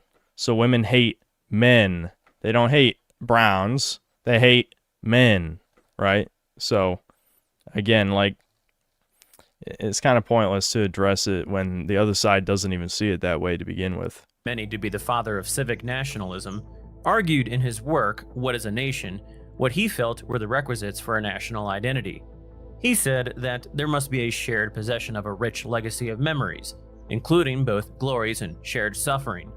The forgetting of past historical divisions is paramount to the formation of a national identity, and there must be, in the present, a current agreement, a current consent and desire to live together, and the will to uphold the value of such a common heritage. Now, does any of this describe the relationship between the indigenous And look, it's North FC in the flesh. He's right there. people of the British Isles and the vast majority of recent arrivals? If anything, the recent arrivals from the Caribbean, Africa, India, and other lands formerly occupied by the British Empire have repeatedly demonstrated that they have indeed not forgotten past grievances and do not feel a sense of past glory or shared suffering with the locals. All of us here of Caribbean descent are in this country and have this relationship in this country because our descendants were removed from Africa, taken across the Atlantic, and put in the Caribbean. What Renault stated, however, does seem to accurately describe the relationships between the Welsh, English, and Scottish, and what they have undergone through a long historical process that was, relatively speaking, organic. Yes, there was conflict, yes, there was brutality, but they have arrived at the end of that process, and introducing massive numbers of substantially more foreign peoples at this point upsets that hard-won and delicate unity. It destroys very unique traditions and relations cultivated over thousands of years in mere decades.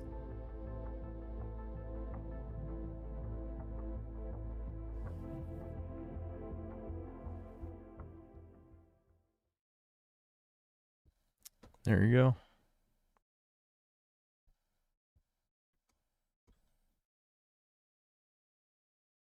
Yeah.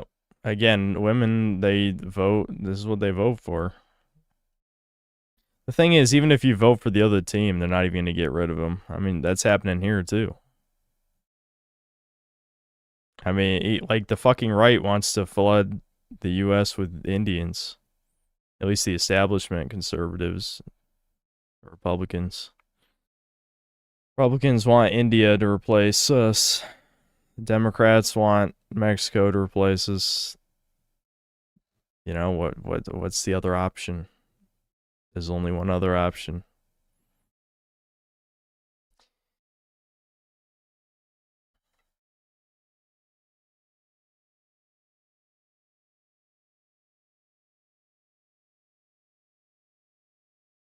You're surprised I'm not subbed to American Krogan? Well, I mean, he only started posting again like a couple months ago.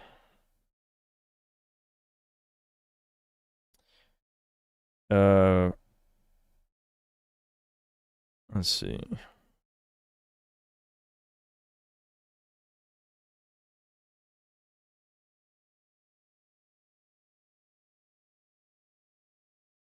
Okay, it looks like Vendetta. Well, you guys are fucking super chatting letters, so I gotta like scroll up really far. Skitter the Sauce Man, thanks $2. Schizo Vid, Dragon's Dogma 2, Fake Game, Punk Duck. Yeah, didn't you guys suggest this to me before and I kept forgetting? I don't know how many videos we're gonna be able to watch today. I was supposed to play more of the Gothic remake, but that's out the window now. I'm sure I'll be streaming, you know, at least 3 more times over the next week, so we'll get to it. Dragon's Dogma 2 is not what you think it is.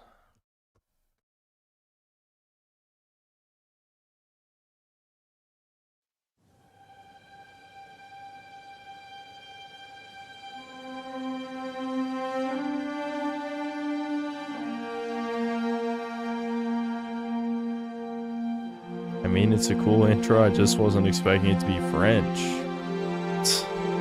Now that we have Dragon's Dogma 2 on the horizon, mark my lips, that game will be one of the best RPGs ever made.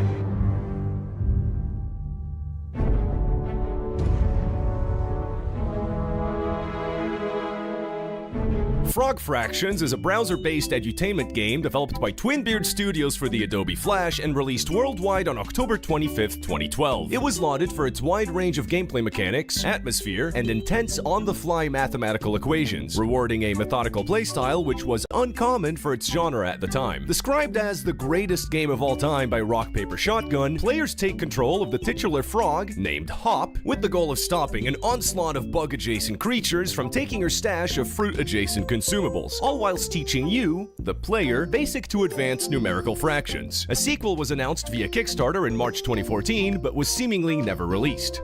A little over a while ago, I made a video on Dragon's Dogma Dark Arisen. When I first bought the game on Switch, I never intended to make a video on it. I found it annoying, a chore to play, and just overall kind of boring. How dare you? I'm disliking this video in a second. Had me feeling like a crazy person. I felt like I was missing something. Like, what was everyone else seeing in this that I just wasn't? Despite everything, I kept trudging along until I beat the dragon and reached what I like to call the third act. And that's where I finally saw Dragon's Dogma for what it was. A super ambitious, fresh take on action RPGs, brimming with new ideas, ambition, utterly deranged unique systems, and this incredible meta-narrative on the hero's journey. Over time, it's become one of my favorite games. Not to necessarily play, but I think about it constantly. The director, Hideo... This is the one game where the only good thing about it is playing it. So what the fuck does that mean? Like, the gameplay is the only reason I like the game. What do you mean it's one of your favorite games not to play? What the fuck does that... Oh...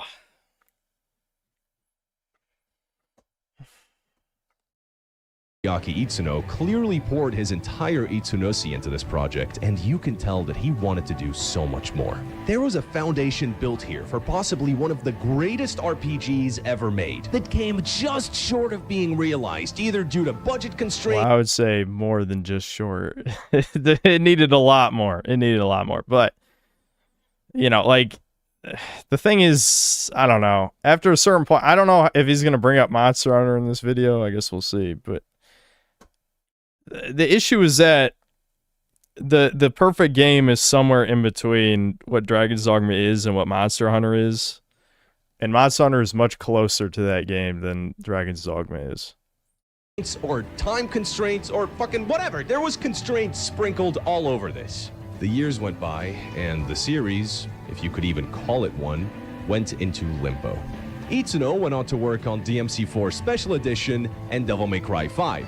You know, one of the greatest video games ever made. It was at this point that Kenzo Tsujimoto, the founder of Capcom, told Itsuno that he could now make whatever the fuck he wanted. And it was on June 17th, 2022, exactly 10 years after the release of Dragon's Dogma, that the sequel was finally announced.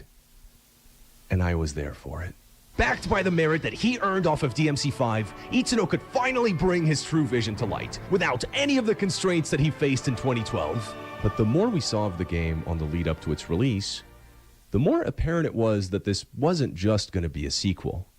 It was going to be a redo. Not a remake, but like a mulligan. And still, I was there for it. Maybe that's what this game needs. I mean, fucking Capcom is no stranger to remakes in the first place, and maybe marketing it as one would be a good way to onboard people that hadn't played the first game. It was actually the perfect approach. 2 years later, on March 21st, 2024, Dragon's Dogma 2 was released. 300 hours and 5 playthroughs later, I can confidently say, Dragon's Dogma 2 is not Dragon's Dogma 2. It's Dragon's Dogma 1. Again. Yep. Literally. I'm not being a prick. This is the title screen. Your eyes see true. It was done on purpose. It was definitely done on purpose. It was basically a remake pretending to be a sequel. That was very apparent. Yeah. Which it's just retarded. It makes no sense. It makes no sense. Even if it was a remake, you would think it would at least expand on what the first game was, and it still didn't. I don't know. I don't even want to know the amount of budget wasted on shit that doesn't matter in the game. It's an insane amount. This is not a redo or a mulligan or a fucking oopsie poopsie. It's the same fucking game again. I waited 12 years for the same fucking game again.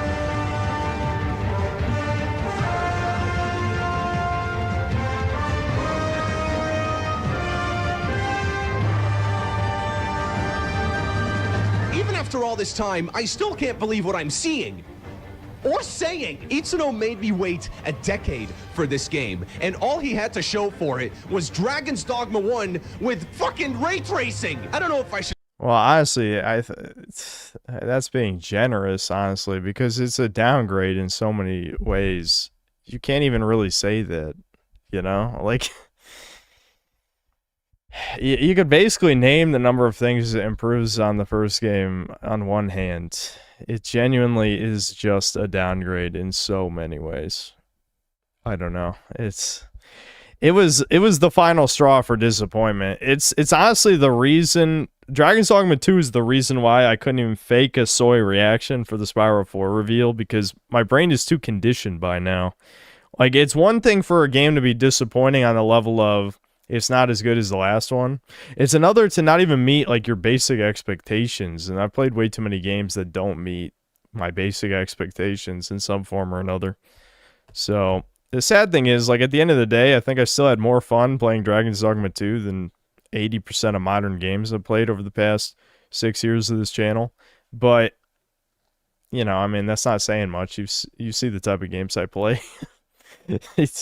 I mean, not even just what I've reviewed. If you watch the streams, called as stupid, all the new insane, games are ass. Stupid, bold, all of the above. Fuck it. Why make a new thing? Fucking turn this shit off. None of this is real. I'm not even recording any of this right now. This is a paid actor. I am dubbing him. This is not what I... All right, I'm not watching this type of shit. Yeah, I don't like this type of review at all. You know what's funny? I've recorded plenty of intros that are 5 minutes, but I feel like I always, like, for me, the intro, I go over basically the points I'm going to bring up in the video. This is literally just like a prologue in every sense of the word, you know what I mean? Like, he made the point that he's going to say it's the same game again. But I just feel like in 5 minutes, we got no information. It was just, like, here's my Nostalgia Critic skit, but with none of the passion or soul, because Nakey Jakey was like the worst fucking influence on reviewing ever. Like, I remember liking the Nakey Jakey videos when they came out, but like, Jesus, I don't know. There's such a bad influence.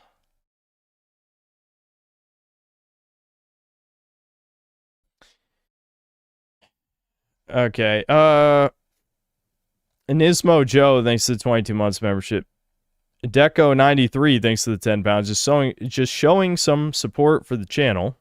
I like that you thank everyone, no matter how much or how little they give. Most streamers ignore smaller donations. Great to see you remain humble. Yeah, thanks, man.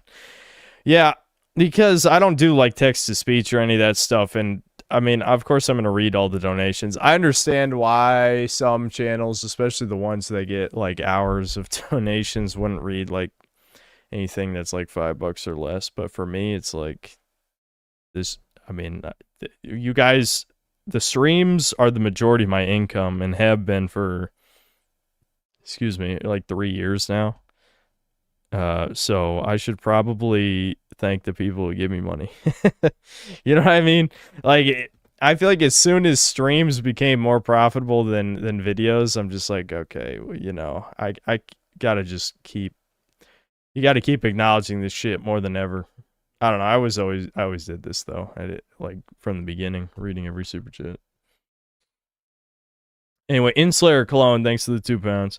Gen X movie that cracked the millennial brain.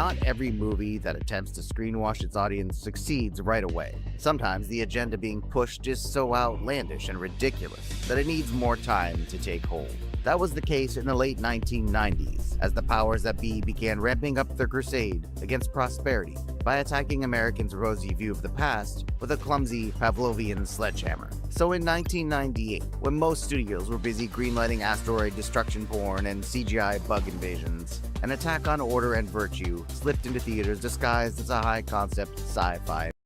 Watch Dragon's Dogma 2 is a massive waste of potential by the synthetic man. Sounds like a guy who knows a thing or two about Dragon's Dogma. That video needed more time in the oven, for sure.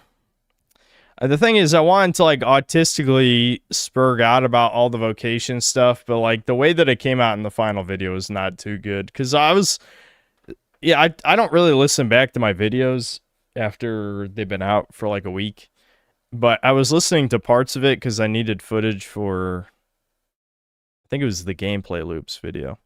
And... yeah, man, I don't know what I was doing with that. I'll be better when the expansion comes out. I'll be better. Be better. Movie. It flopped at the box office and failed to influence the audience it targeted, but in the years since has gained acceptance among a new audience too young to see it at the time as a cult classic. This is the story of how Pleasantville was rejected by Generation X, only to screenwash millennials into destroying everything they love.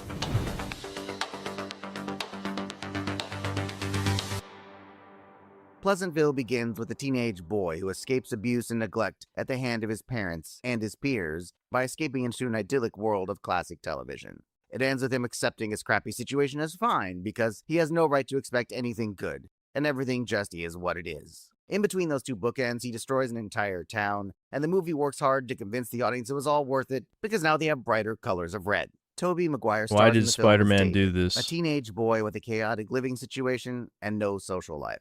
He's obsessed with a classic black and white 1950s television show called Pleasantville, which depicts an idyllic town where people are nice to each other. Yeah, I remember hearing about this from the fucking the Devin Stack review of it. He talked about this. Yeah.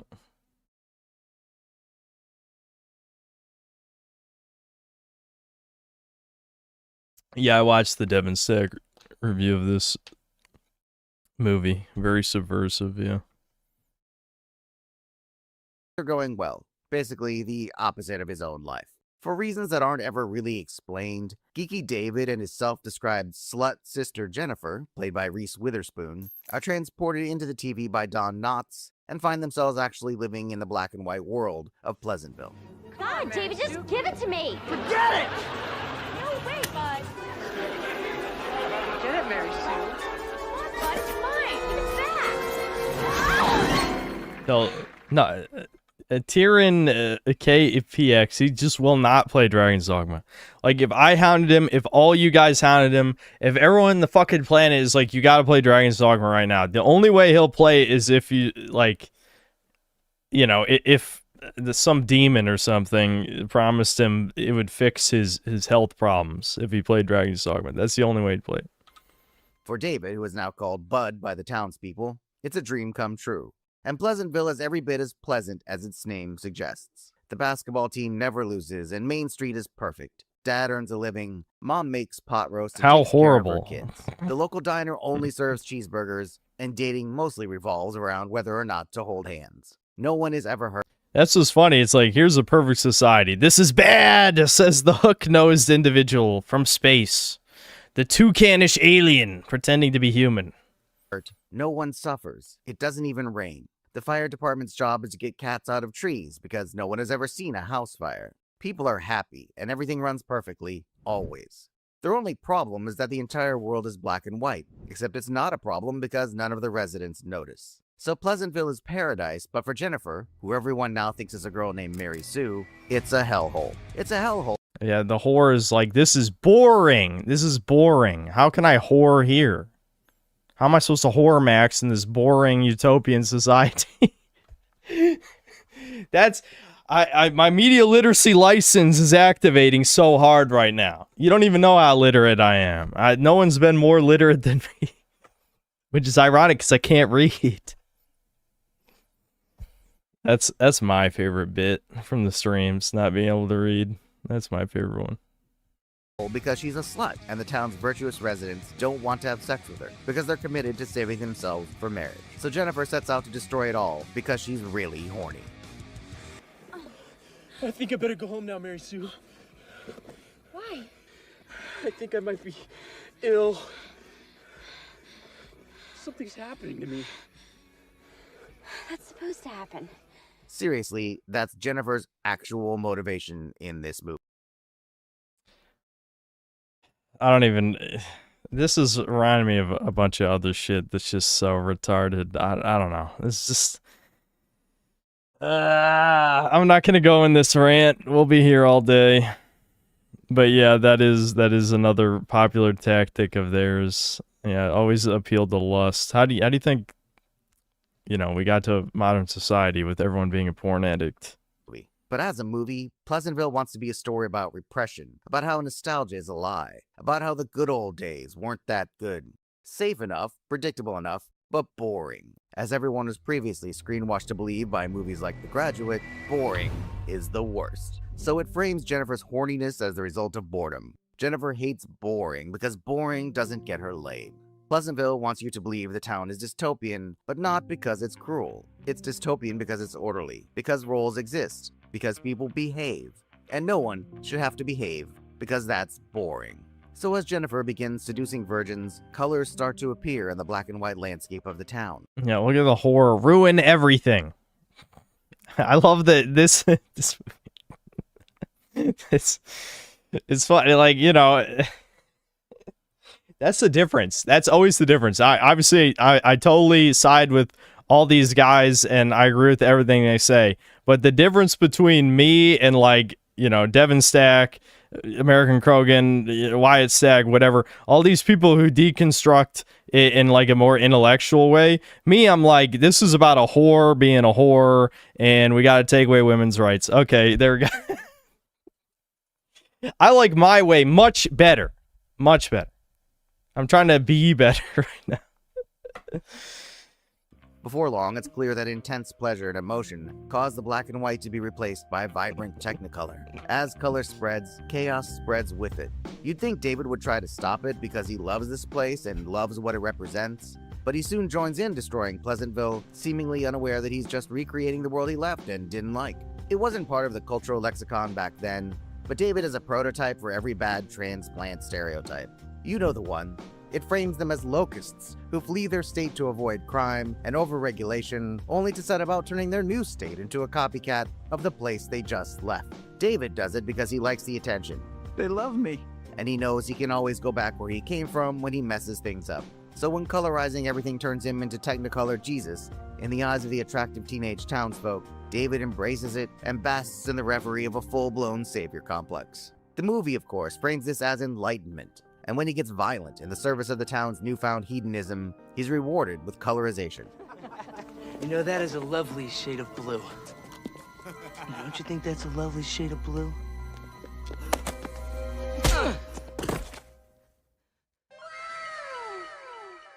It's Bill Johnson, the owner of the local diner, who really accelerates the process. He's played by Jeff Daniels as an empty shell who only comes to life when confronted with color. As Bill contemplates his place in the universe, he asks Bud/David to explain why he should bother making cheeseburgers. Bud is somehow unable to come up with an answer, and the viewer is left, along with Bill, to conclude that there is no value in what he does. This is obviously preposterous, and it's the spot where the movie most clearly tips its hand. Bill and Bud have somehow forgotten that Bill feeds the entire town, provides a local hangout for teens. The town subsists purely on burgers. Based, where's the smash burger? We need like 55 smash burgers. That's where I'd go. That's the only way. That's the only way I can be fed.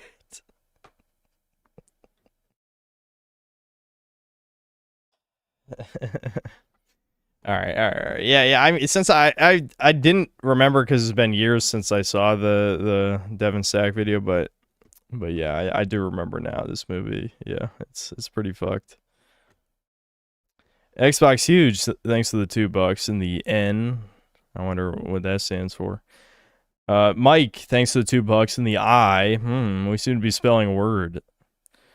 Mito Nitro, thanks to the 10,000 PYG. And the G, whoa, hold on. What word could that be spelling? It's a good thing I can't read. Mega Rock and Rolla, thanks to $2. Another G, Rutrow, whoa, hold on. Dybrov, thanks to the 2 reals. And an E, whoa. XX Vendetta XX1, thanks to the $2. And another E, ooh, so close. So close, not quite. And then he sent another $2 in R. I mean, it was close, but it got screwed up. And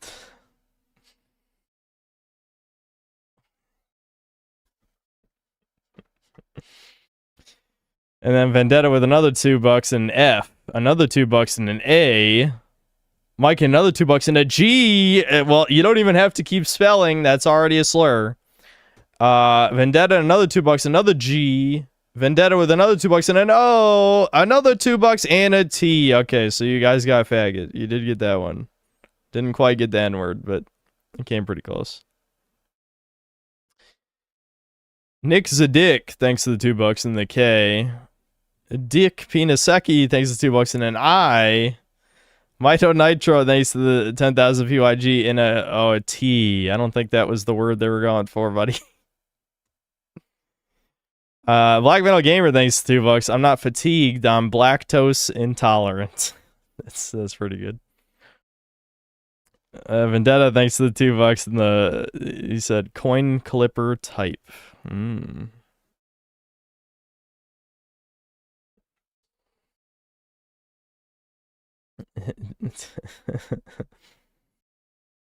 What was saying? Thanks to the $5. Been a while, so Mup the dude did a pomo go bit be that Tom motherfucking big snoo cuff bin dub ho motherfucker. Yep. What he said.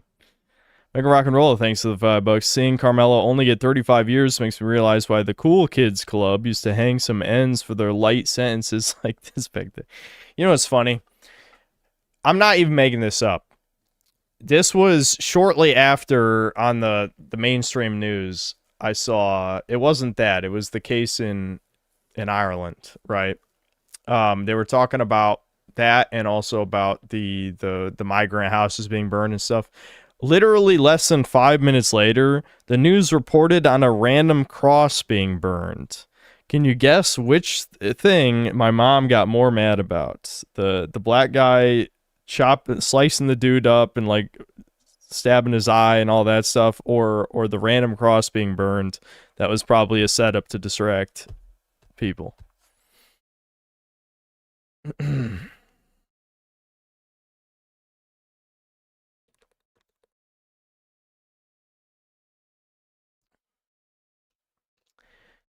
So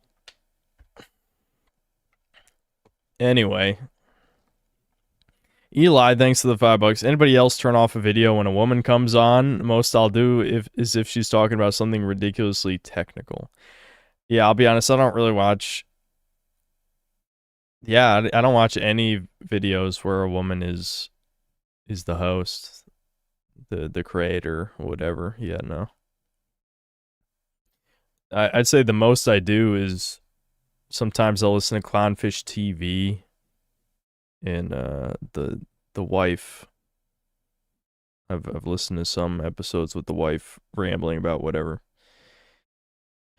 Cell Max Cell, thanks to the 5 Canadian. Watch, gaming's golden age is happening right now. Oh boy, we're back at Rage Bait. Didn't Cell Max Cell also recommend Rage Bait last time he did a video suggestion? I think so. I think this is the second one. Gaming's golden age is happening right now.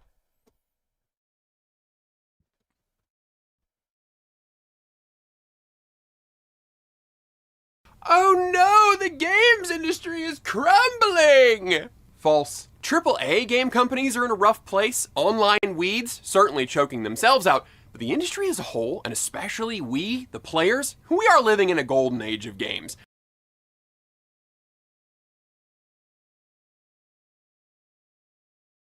24 hours before this one, I released this video summing up all the live service game failures of 2026 so far, and it was already extensive, and why that's great news for the industry and us gamers as a whole. Today's video was going to be at the end of that one as like this optimistic turn, but, and the curtain is going to moon you for just a second, it's bad for a video to be too diverse in subject matter. The algorithm likes discrete, easily definable ideas. That's just the way it is. Anyway, the leeches failing and losing money while attempting to bilk players is good news all by itself, but it's negative good news. You know what I mean? How about some positive good news? Right now is perhaps the best era in gaming history because you did not play video games 20 years ago, you fucking LARPing boomer. Or maybe you grew up with Final Fantasy. That's the only game. That's it. No. Yeah, let's hear about your dog shit taste, motherfucker. Let's go. we have more access to passionate developers than ever before. We have a smorgasbord of amazing games on every kind of device, and we no longer need the journalism industry to gatekeep what gets covered. We are eating so good right now, you guys, and I urge you, please, be intentional with how you spend your time at this steak and lobster buffet we have. So, who's the sponsor of this video? Like, is it sponsored by Humble Bundle? I don't know. Like, seriously, what the fuck? Like, what is this bullshit? Okay, let's just skip to the games. All right, first of all, Pragmata, that's overrated. I won't say it's bad. It was okay, but the combat was extremely flawed. I feel like I played way too many games with better combat systems than that. No Rest for the Wicked. I don't even know what this is. Okay, already this is probably dog shit. I've seen one frame, but let's have him sell us on it. It's pretty. Next up, No Rest for the Wicked, which is in early access on Steam. Oh boy, he's shilling an early access game. Yep, this is the steak and lobster I was promised. All right. Not for long. We'll talk about that. This is from Moon Studios, makers of Ori and the Blind Forest and Ori and the Will of the Wisps, both of which are fantastic games. You should go play those if you haven't already. Now, after those two side-scrolling Metroidvanias, Moon Studios made the very obvious and natural decision to make an isometric RPG with Souls-like combat. And they've absolutely That's the worst thing I've ever heard already. Fuck you, you fucking bug. nailed it. A surprise, to be sure, but a welcome one. No Rest for the Wicked is really two games in one. I love the first, and I kind of hate the second. The good news is that the part that I hate is not core gameplay and can very easily be fixed. The first game is the combat, the exploration. I'm glad the footage he's showing is running like shit, by the way. These feel great. Bringing in a Soulsy combat solved a problem that ISO RPGs... Whoever this guy's fans are, assuming they're real people, are they looking at the screen? Is 125,000... God damn it, Sammy's barking. I never get anything done, ever. I've had to get up from my computer like 20 times today. I'm not even kidding. Most of those were before the stream, but still. Alright. Sammy has to go out. I'll be back. Damn it.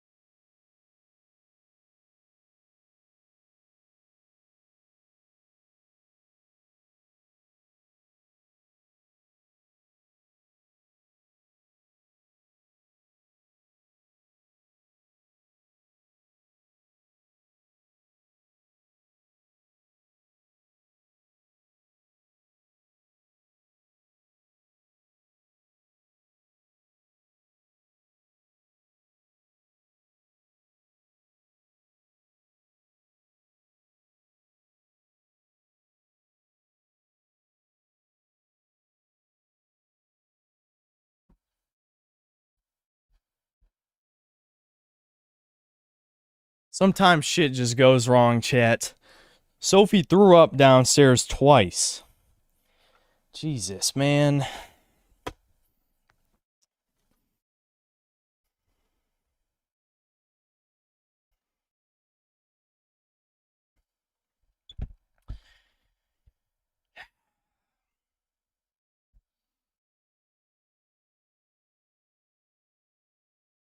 What has she been eating?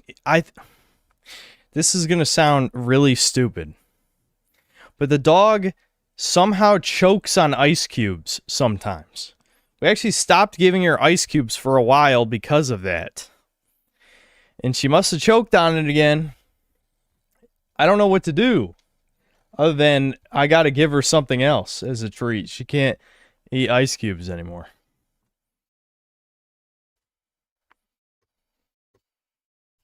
I could crush the ice cubes, but at the same time, like, she won't even want them.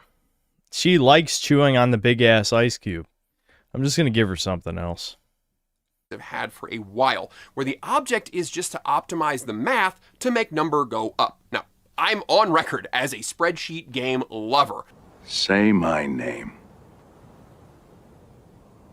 You're the Quant. You're goddamn right.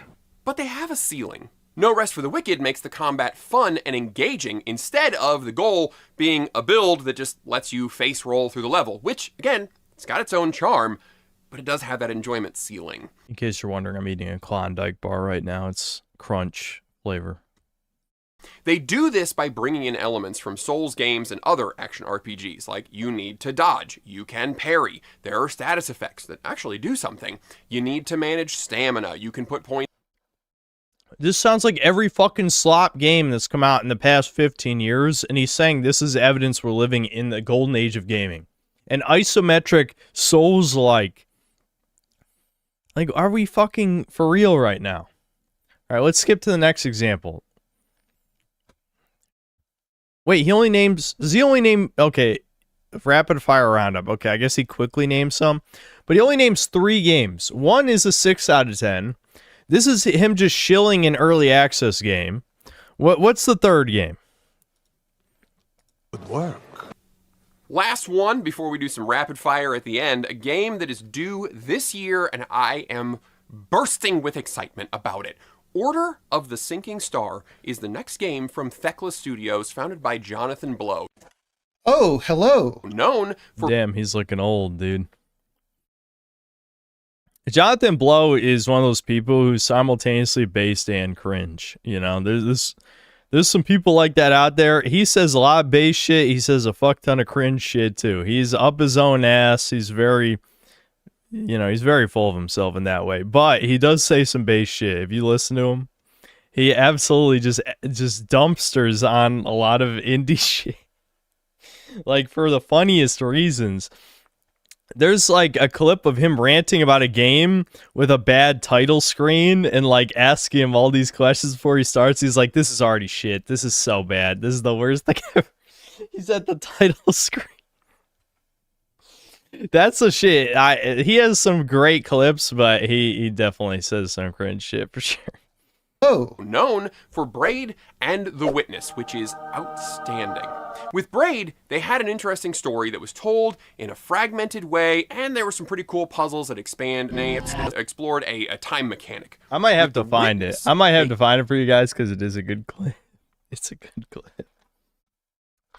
Honestly, I don't even know. Do I even want to listen to the rest of this? We'll skip to the rapid fire. So he's shilling Jonathan Blow's game, whatever. Okay, we'll listen to the rapid fire, and then I'm going to try and find the Jonathan Blow clip.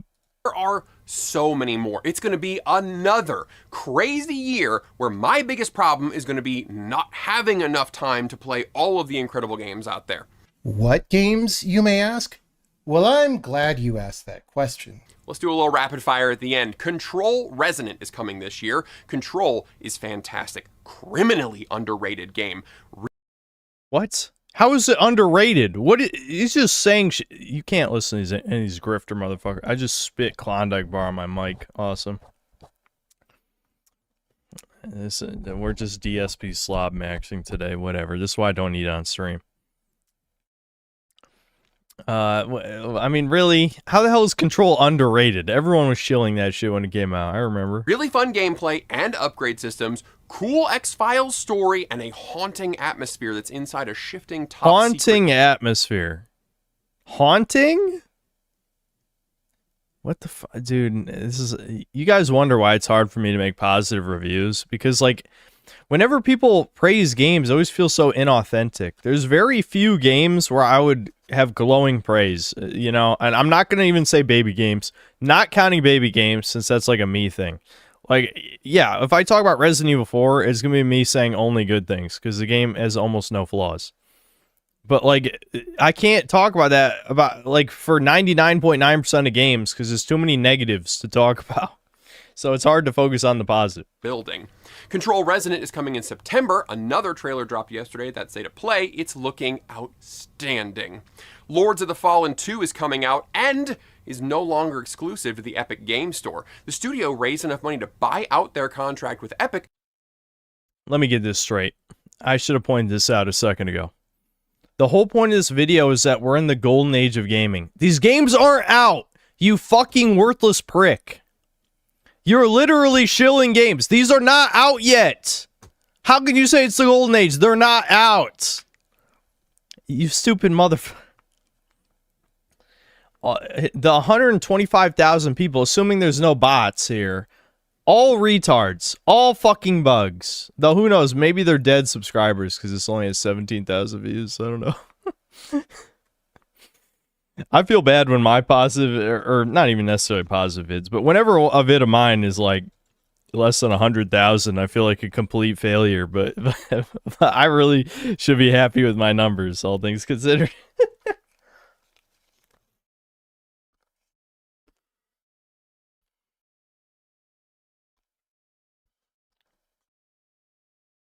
Yeah, it means the platinum age of gaming.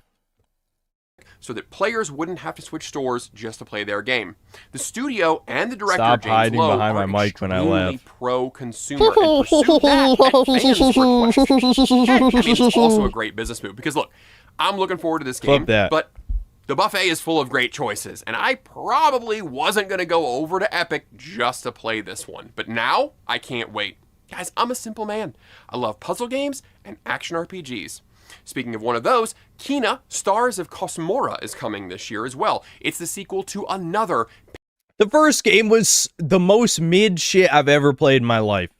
The first one was literally like mediocrity incarnate, and you're shilling the sequel? Fuck you, motherfucker. Shut the hell up.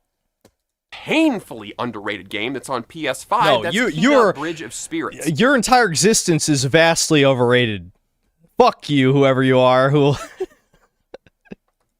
Kena is a spirit guide that has to cure a spiritual rot in the land, and also collect these adorable little Pikmin Kodama guys. The new game looks to be much larger, with more variety in combat and map designs, which is exactly the kind of improvement that I want to see in a follow-up title. Hey, do you remember Parasite? I love how we're saying the game is improved. It's not out yet, but I promise you the sequel's even better than the first one. It's not out yet, though.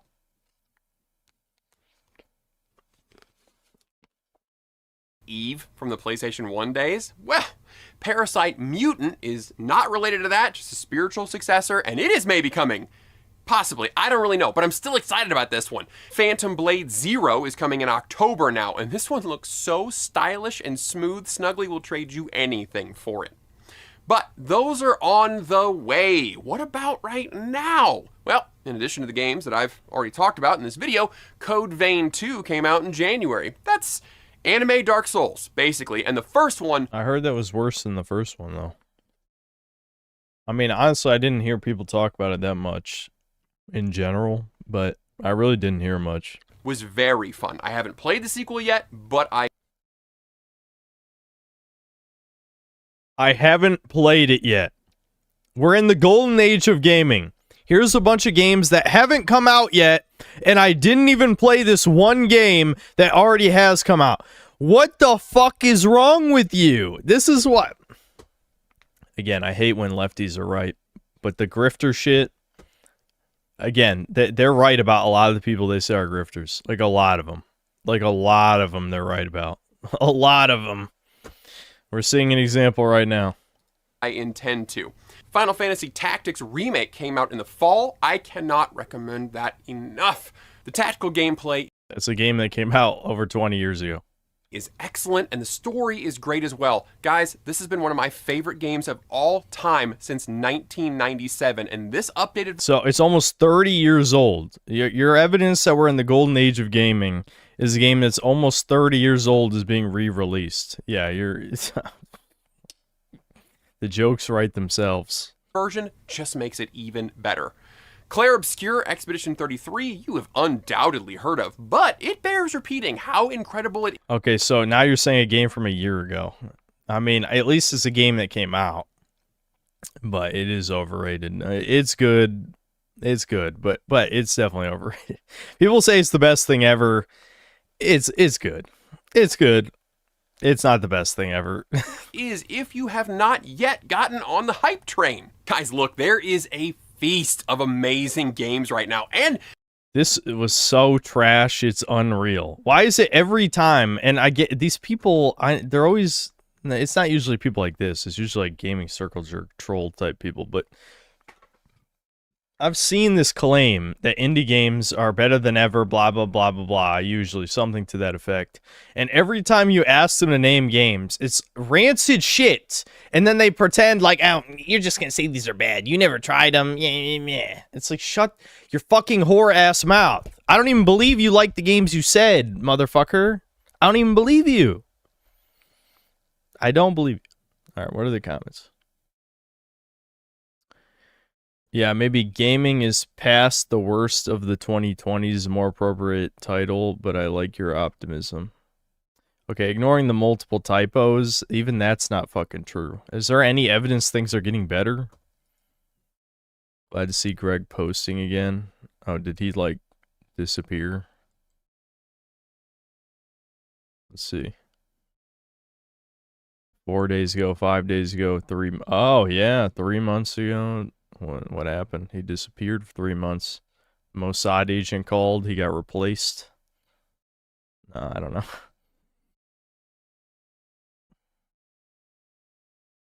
When racist victim bait debunks itself. That's the Magical Negro movie, isn't it? That's what it looks like. Yeah, I mean, he was getting good views making slop content, but then he disappeared for some reason.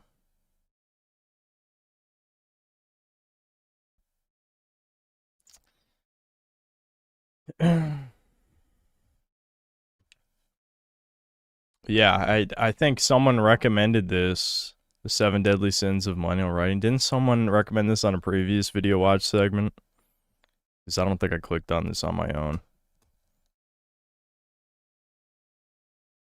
I knew I'd seen him before, but I couldn't think of when I saw him. So, yeah, this channel sucks. I don't know what to say. Listen, I understand gaming is a very broad hobby. You know, people have their own taste. You know, everyone's taste is ass. That's not how the saying goes, but that's how I think of it in my head, right? Dude, Zane, the best player. He's sweeping. He's sweeping Bowser to Grandmaster. He's brown. The greatest sin of modern Melee is the greatest player is an Indian, and the second greatest player is a Jew. So Melee's dead. That's case closed. Yeah, clearly my optics are the only ones anyone should adopt.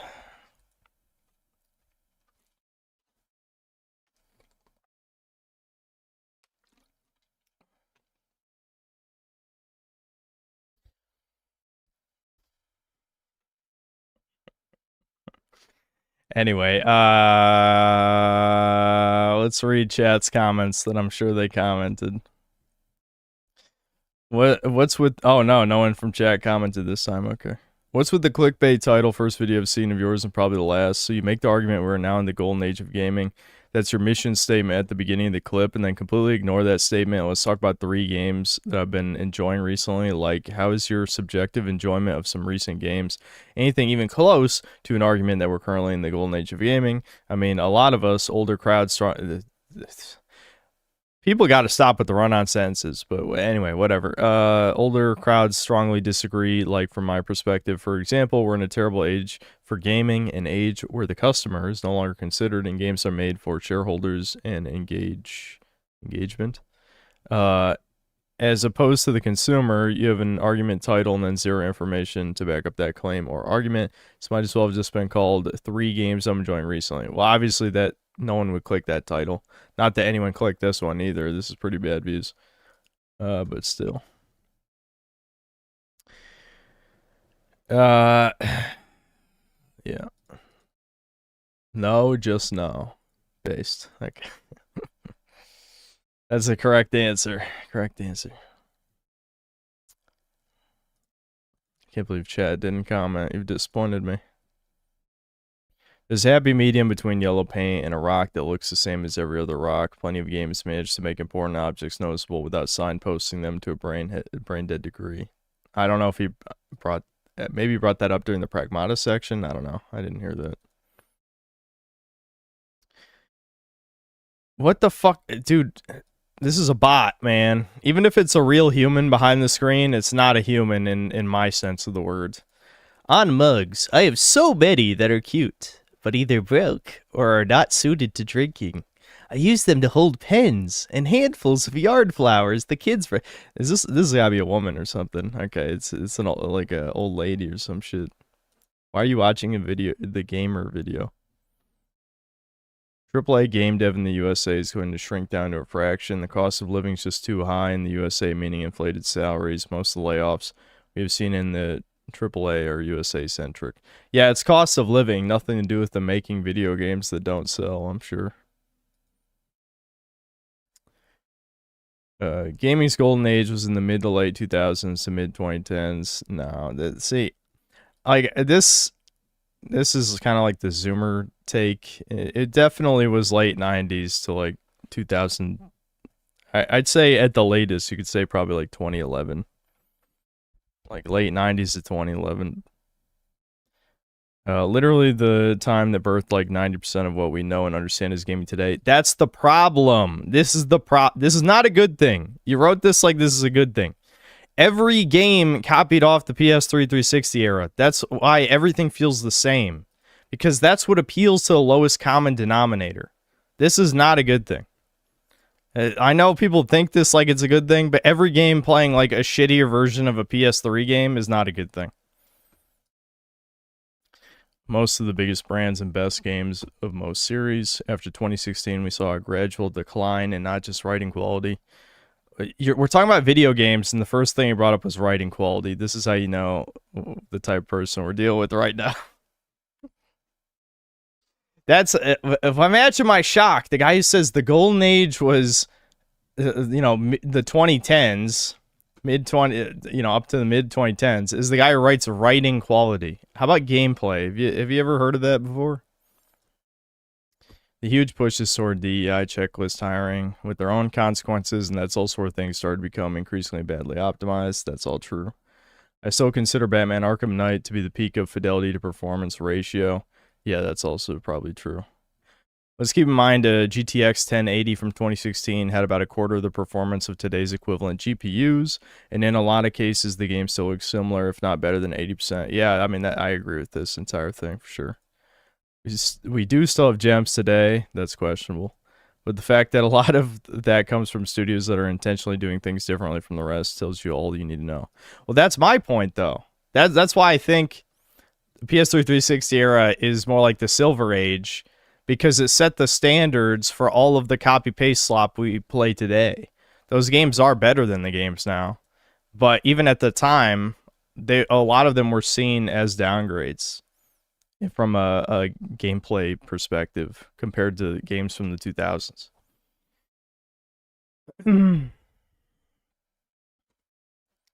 Doesn't post for months, post 3 videos in a week. Glad to be back. Dumb video title, good game selection. Not true. by the way, not true. They're both dumb. This is the bare minimum we can expect from the space, TBH. Okay, that's true.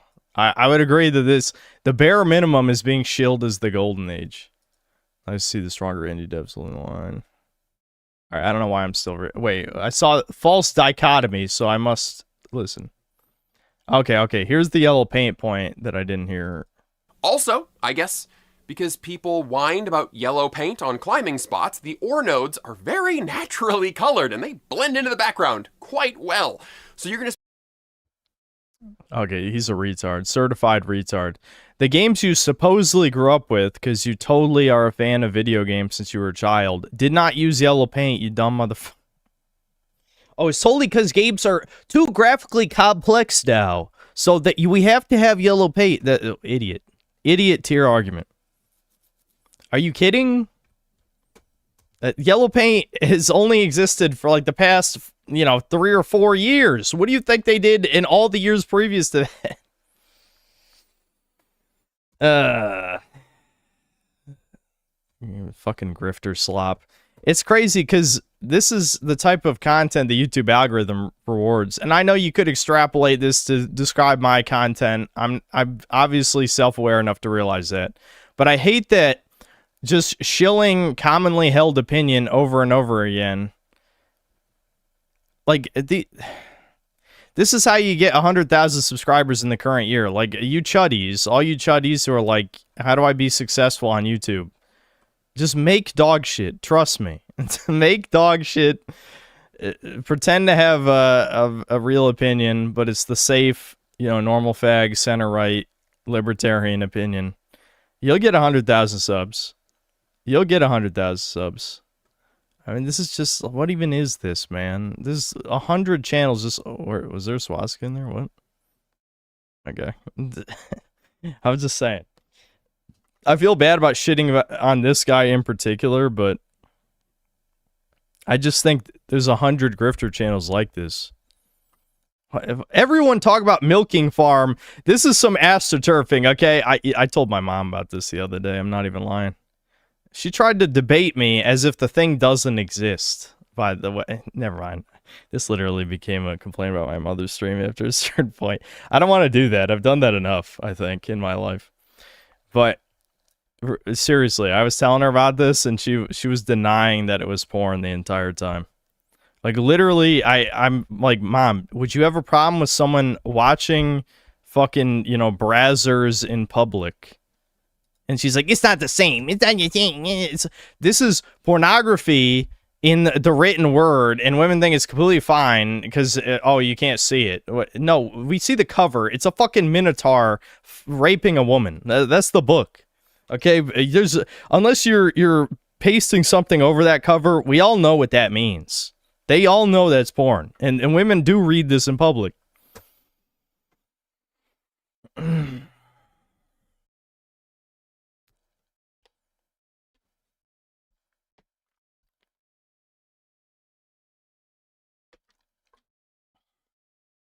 Yeah, I showed her the cover.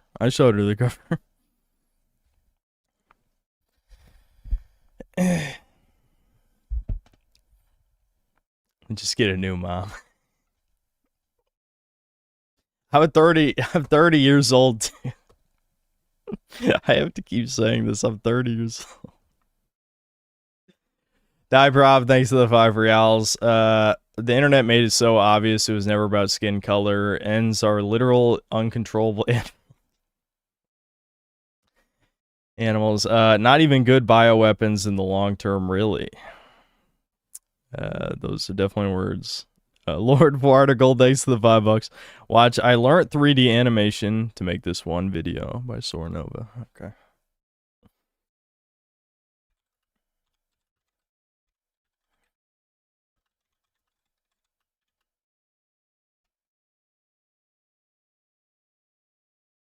Please don't tell me that Synth Mom has read smut books before. My mom has never read a book like modern women read, but she did read 50 Shades of Grey. Yeah, my mom did. She also saw the movie as well, if you're going to ask. Okay. Oh, wait a minute. Did I click on the right one? Yes, I did. This Sornova. Yeah, okay.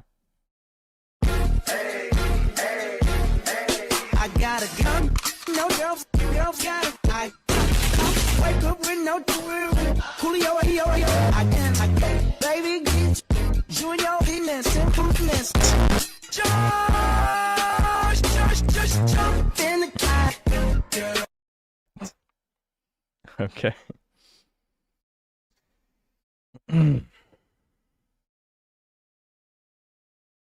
Settlers, thanks to 5 Canadian. Watch Total Memes Death by Ugly Dixie Chicken.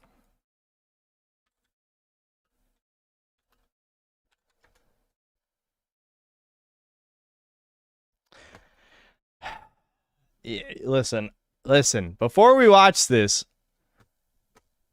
can we stop? Can you guys stop? Can the Shardy people stop making thumbnails like this? Please, God. I get that this is the new counterculture shit for young people.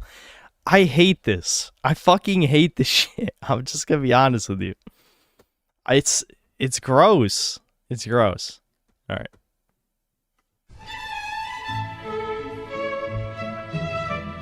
Man, I love memes. I also love chasing down women at night and raping them, but I don't think I could say that on YouTube. How did I Memes fucking know that gay. was... They're like those little images and videos that your friends send you, and the internet tells you they're funny, but like, what the fuck is this shit? This shit is retarded. Thank fuck that these little guys aren't like fucking SpongeBob or some shit. If I saw tongue Sahara on a fucking billboard, dude, I'd actually fucking kill my... Well, a promise is a promise. Man, kids today have it so fucking bad. They can't read.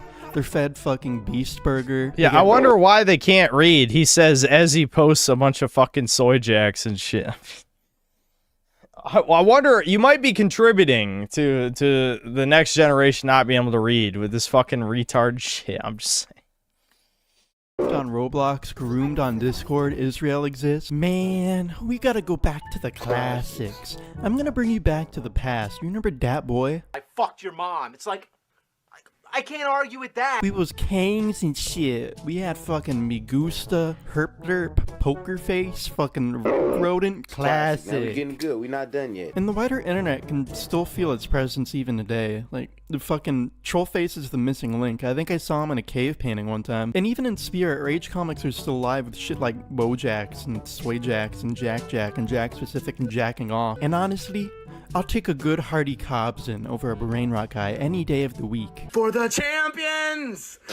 Oh wait, what was I supposed to be talking about again? Oh yeah, meme video games. This video's about memes and video games. Memes and video games are like peanut butter and jam. It's like Jews and loose change. This shit is classic. We gotta go back to the classics, not this Nintendo Wii Xbox bullshit. You gotta go back to the past to play some awesome games that are nice and awesome.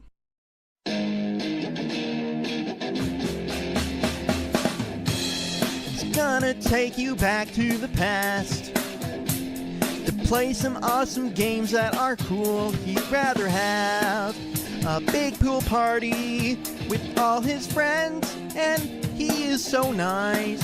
He'd rather eat a bacon burger with a side of fries and a side of root beer. He's the friendliest gamer you've ever heard.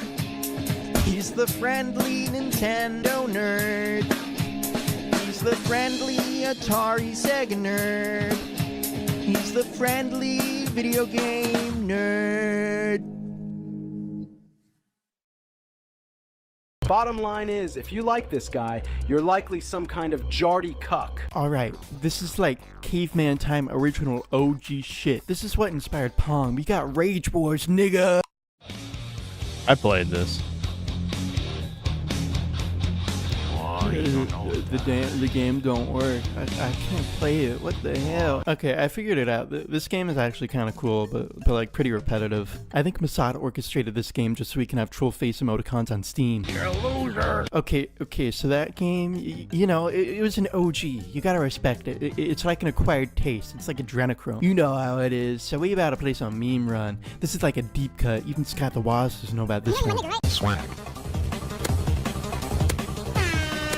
Yeah, this... Alright, I can't stand this anymore. I'm getting a headache from this shit. It's just... I this whatever this brain rot shit is, I hate it. I fucking hate this so much. I hate everything about this. Truly. I hate this type of humor, if you can even call it that. Oh.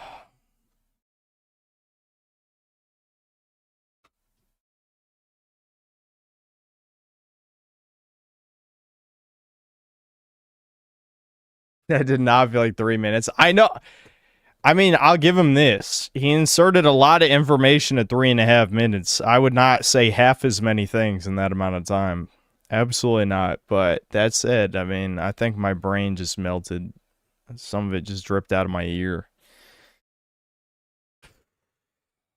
Ugh. Checks, thanks to the 10 gifted memberships.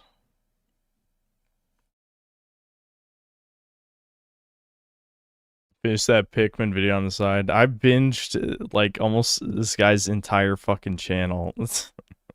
This has been my slop second monitor content for the past week. Has been the I'm only here for Pikmin guy.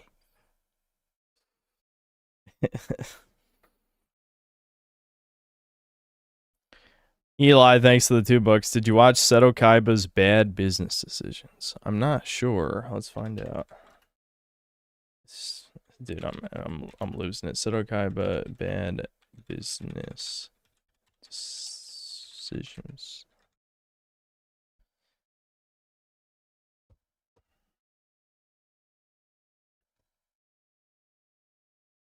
Kaiba, what's going on? It seems former members of the Kaiba Corporation have tracked me down to try and kill me. Again. Jesus Christ, what did you do to make them so mad? Right, so my team has noticed some rather alarming red flags in the sector. Our bottom line is falling out from underneath us. I see, yes. Well, I believe our next few steps should be... We need to make the holograms hurt you. What? The holograms for when you duel, we need to find a way to make them hurt people. Would that really increase sales? What do you know, old man? Just do it! You know, Mr. Kaiba, I believe we can all agree that the hologram idea that you had has been very fruitful, but maybe now we should pivot from the duel game Pivot to what? Look, we are not pivoting from this. Duel Monsters is going to be our whole thing from now on. we don't even know the game! I'm sorry, is this Democracy Corp or is it Kaiba Corp?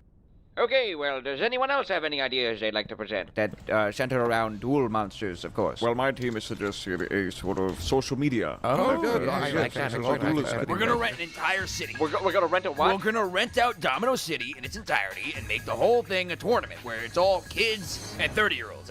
No in between, just kids and 30-year-olds. How much would we charge for Nothing at all. See, how it works is when you lose, you give your best card to the next guy, and see, it's like its own little economy there. We don't get a cut of that at all. The winners fight me on a blimp. Mr. Kaiba, sir, that is going to cost us a lot of money to monitor the city alone. No, my little brother will handle Your little brother? Yeah, the 7-year-old. He'll monitor the whole city. He's got Sir, it. I don't mean to alarm you, but we're in a position where we need to really be saving money right now. What do you mean saving money? Like, really, I don't understand what that means. Using the holograms alone costs us tens of thousands of dollars. And we have to design new ones each time a new card. This is too many words. This is like a left-wing meme. You cut down the script in half, at least. Way too many words. Amusing idea, but no. Too many words. Way too many words. But yeah, I don't know. They sell cards and they get money. I don't know. How is he a quadrillionaire canonically? I don't remember.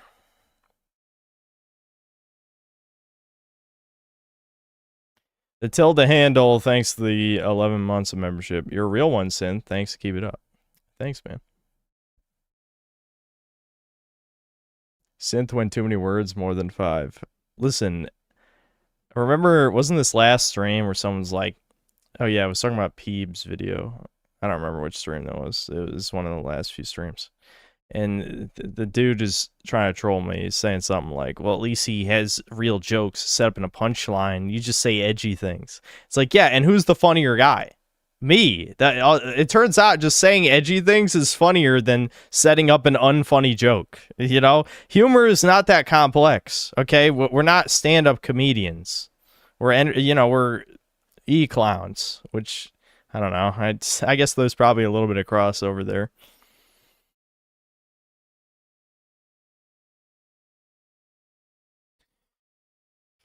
He literally didn't make a single funny joke that whole video. He just said the baddie, the bitch, the bad bitch over and over. Yeah.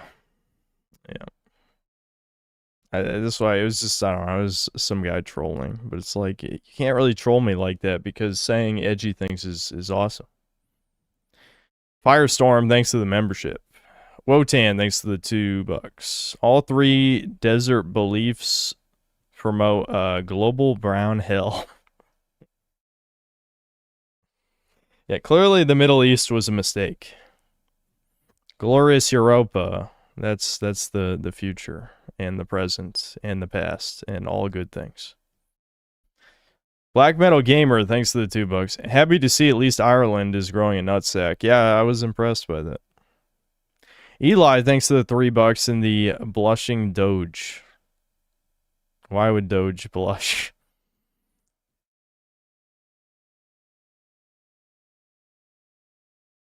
Hold on, Ricardo showed up and then there's a million like $2 super chats. Okay, hold on. Shadow 1910, thanks to the $2. Might makes right. November Hotel, thanks to the $20. How to make a game immersive by you. All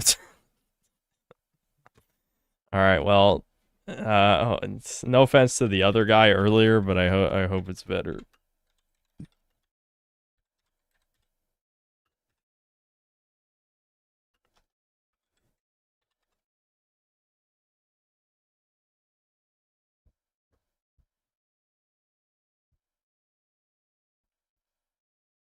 What makes a game immersive? Is it the photorealistic graphics, or the cinematic cutscenes, or the polygon count of an onion? Oh, that's hot. That's hot. Immersion in video games is a widely discussed topic in the gaming industry and is often associated with graphical advancements. It's funny, this video is 2 years old, right? It's just, I can't think of Kingdom Come Deliverance anymore without thinking of the second one. Kind of sad. Games is a widely discussed topic in the gaming industry and is often associated with graphical advancements and realism, but I found that some of the most immersive games I've ever played look like this. Oh my goodness! I just finished my first ever playthrough of Fallout 1 a few days ago and was fully invested in the characters. I dove deep into understanding all the factions and their motives, and explored every bit of the wasteland that I could. So even without these onions, I was completely immersed in a game from 1997. So what made Fallout 1 immersive for me? I would have been immersed if it wasn't for the fact that I streamed it. You know, streaming does kind of hurt immersion quite a bit when you're trying to be an entertainer. I was impressed the game lets you, you know, beat it without even meeting the master, though. That was kind of crazy. And to ask the broader question again, what makes any game immersive? The answer will almost always depend on your own tastes, but I think there are some elements that objectively make a world feel more alive. And these are the things I find are most important to get me fully invested and immersed in a game. Guys, this is my arch nemesis game right here. I don't know, most people forget because it's been so many years. I feel like, ironically, I'd probably enjoy it a little bit more if I played it now because, like, when I reviewed the game, I'd only been playing on PC like a year, so I have a much better feel for mouse and keyboard controls now, because like I was a console gamer my whole life. That being said, I think most of my core issues with the game relate to its like rock paper scissors or put the square in the square hole type combat. I hate that. Like, I don't want to put the fucking round peg in the round hole. If I can manage to shove it in the square hole, I should win. You know what I mean?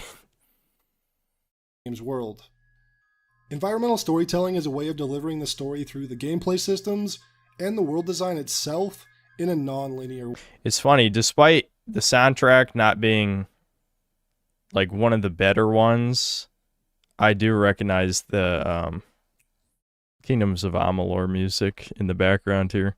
Probably because I played the game twice, which given how, I don't know, non-replayable the game is, despite being an RPG, I probably shouldn't have played it twice. But I'm having flashbacks to other streams right now for some reason. It has nothing to do with this video, but I was thinking of the Disaster stream where I played the newly released DLC that they made for the game like 10 years after it came out, and I was under-leveled despite having beaten the game. I was under-leveled for the DLC they released, and we had to switch games. It's both visual and auditory storytelling without the need of explicitly telling you what's happening through cutscenes or dialogue.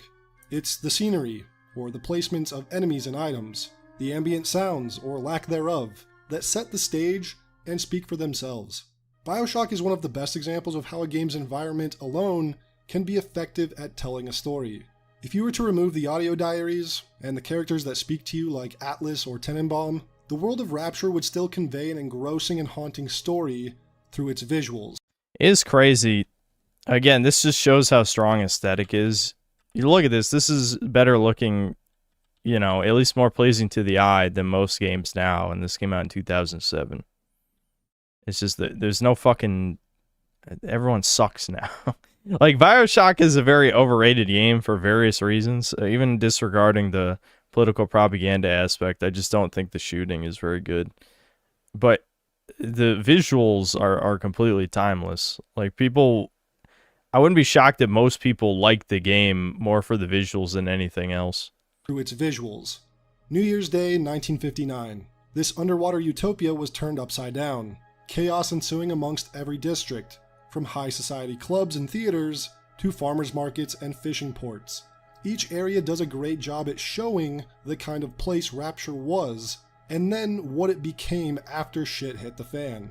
Warnings written out in blood, corpses strung up in grotesque ways, advertisements for different professions that lead to sinister discoveries. Rapture visually represents the potential nightmare of a world with unregulated capitalism and objectivist morality, almost like current year America. In BioShock Infinite, the environments completely embody the theocratic American exceptionalism, and on the surface makes Columbia appear like this perfect, pure Christian society, until you start digging a little bit deeper and peeking into the cracks of their infrastructure. What's so weird about this is they clearly had no idea what the fuck they were doing. Like, they want to portray, like, oh my god, look at, you know, how horrifying this racist society is. And then they have the lead black woman who is, you know, she's leading the rebellion. You go into, like, the alternate timeline, and she's, like, slaughtering innocent people and shit. Which, I mean, to be fair, I mean, that's probably realistic. But what message are you even trying to push right now? Like, what? You just completely went against the supposed, like, racism bad messaging about halfway through the game. Sort of like Mormons in Utah. This is all done through visuals alone. The narratives and the dialogue of the BioShock games are great, but it's the environments that really sell the whole thing. The narratives and dialogue can only work if the world itself is already believable and established. In the first Dark Souls, there are so many memorable locations and revelations, like venturing deep into Blighttown and seeing just how far your descent to the swamp below will be, first gracing the beauty of Anor Londo, or navigating an idyllic crystal cave on the way to discover what it hides. But I don't think anyone will forget their first time discovering Ash Lake. The haunting music that evokes a remembrance for this home of the ancient dragons, this vast emptiness of a long, strange pathway of sand, the miles of trees still speculated and discussed about today on their true purpose, and to be greeted by an everlasting dragon at the pathway's end. Ash Lake is one of the most fascinating locations in the Souls franchise, and yet we know so little about it. Yeah, that's why it's fascinating. You know, Vati could, you know, squeeze out a 45-minute video pulling bullshit out his ass, but in reality, yeah, we don't know anything, and that's what makes it interesting. You know, lore, I'll get off this frame. I don't know what the curiosity and wonder that it elicits. But yes, exactly. The cool thing about environmental storytelling is that it requires a certain level of deductive reasoning from the player. It encourages exploration for the player to actively partake in the storytelling through discovery. We are the ones that must connect the dots, determine the morality of certain characters, understand how we fit into the world. It's a design that respects the player's intelligence, like in Fallout New Vegas, and its numerous hints and clues about the backstories of various characters throughout its world. No Bark Noonan might just seem like a crazy old geezer, but do a little bit of digging, and there's a good case to be made that No Bark might just be the chosen one from the first Fallout game. If anyone asks, we never spoke. Halo Combat Evolved is a game that you might imagine is a fairly straightforward, by-the-books... I know I barely went into this in my Summer Game Fest video, but the rabbit hole with the remake is just... Sprint, third-person mode, 3 new levels with the guns from the other games, fucking one-liners. I can't remember if it was actually confirmed or if people were trolling, but I think there was people saying Cortana's gonna have more lines saying focus M type shit. It's like, dude, what the That's why this was something you guys were saying in the video, and you said it in the stream as well. When I was going on one of my God of War rants, and I was saying, like, it's the most raped franchise ever, people were like, well, you know, it's up there, but Halo, you know, Star Wars, blah, blah, blah. My case for those, I guess, though, is I think the difference between what happened to God of War and what happened to Halo and Star Wars is, I think Star Wars is number one, to be fair. That Star Wars actually is number one. But in Halo's case, Halo kind of still looks like Halo if you squint. I don't think God of War even resembles God of War by any metric. So, yeah, Halo was raped twice as long as God of War, but I think God of War was raped way harder.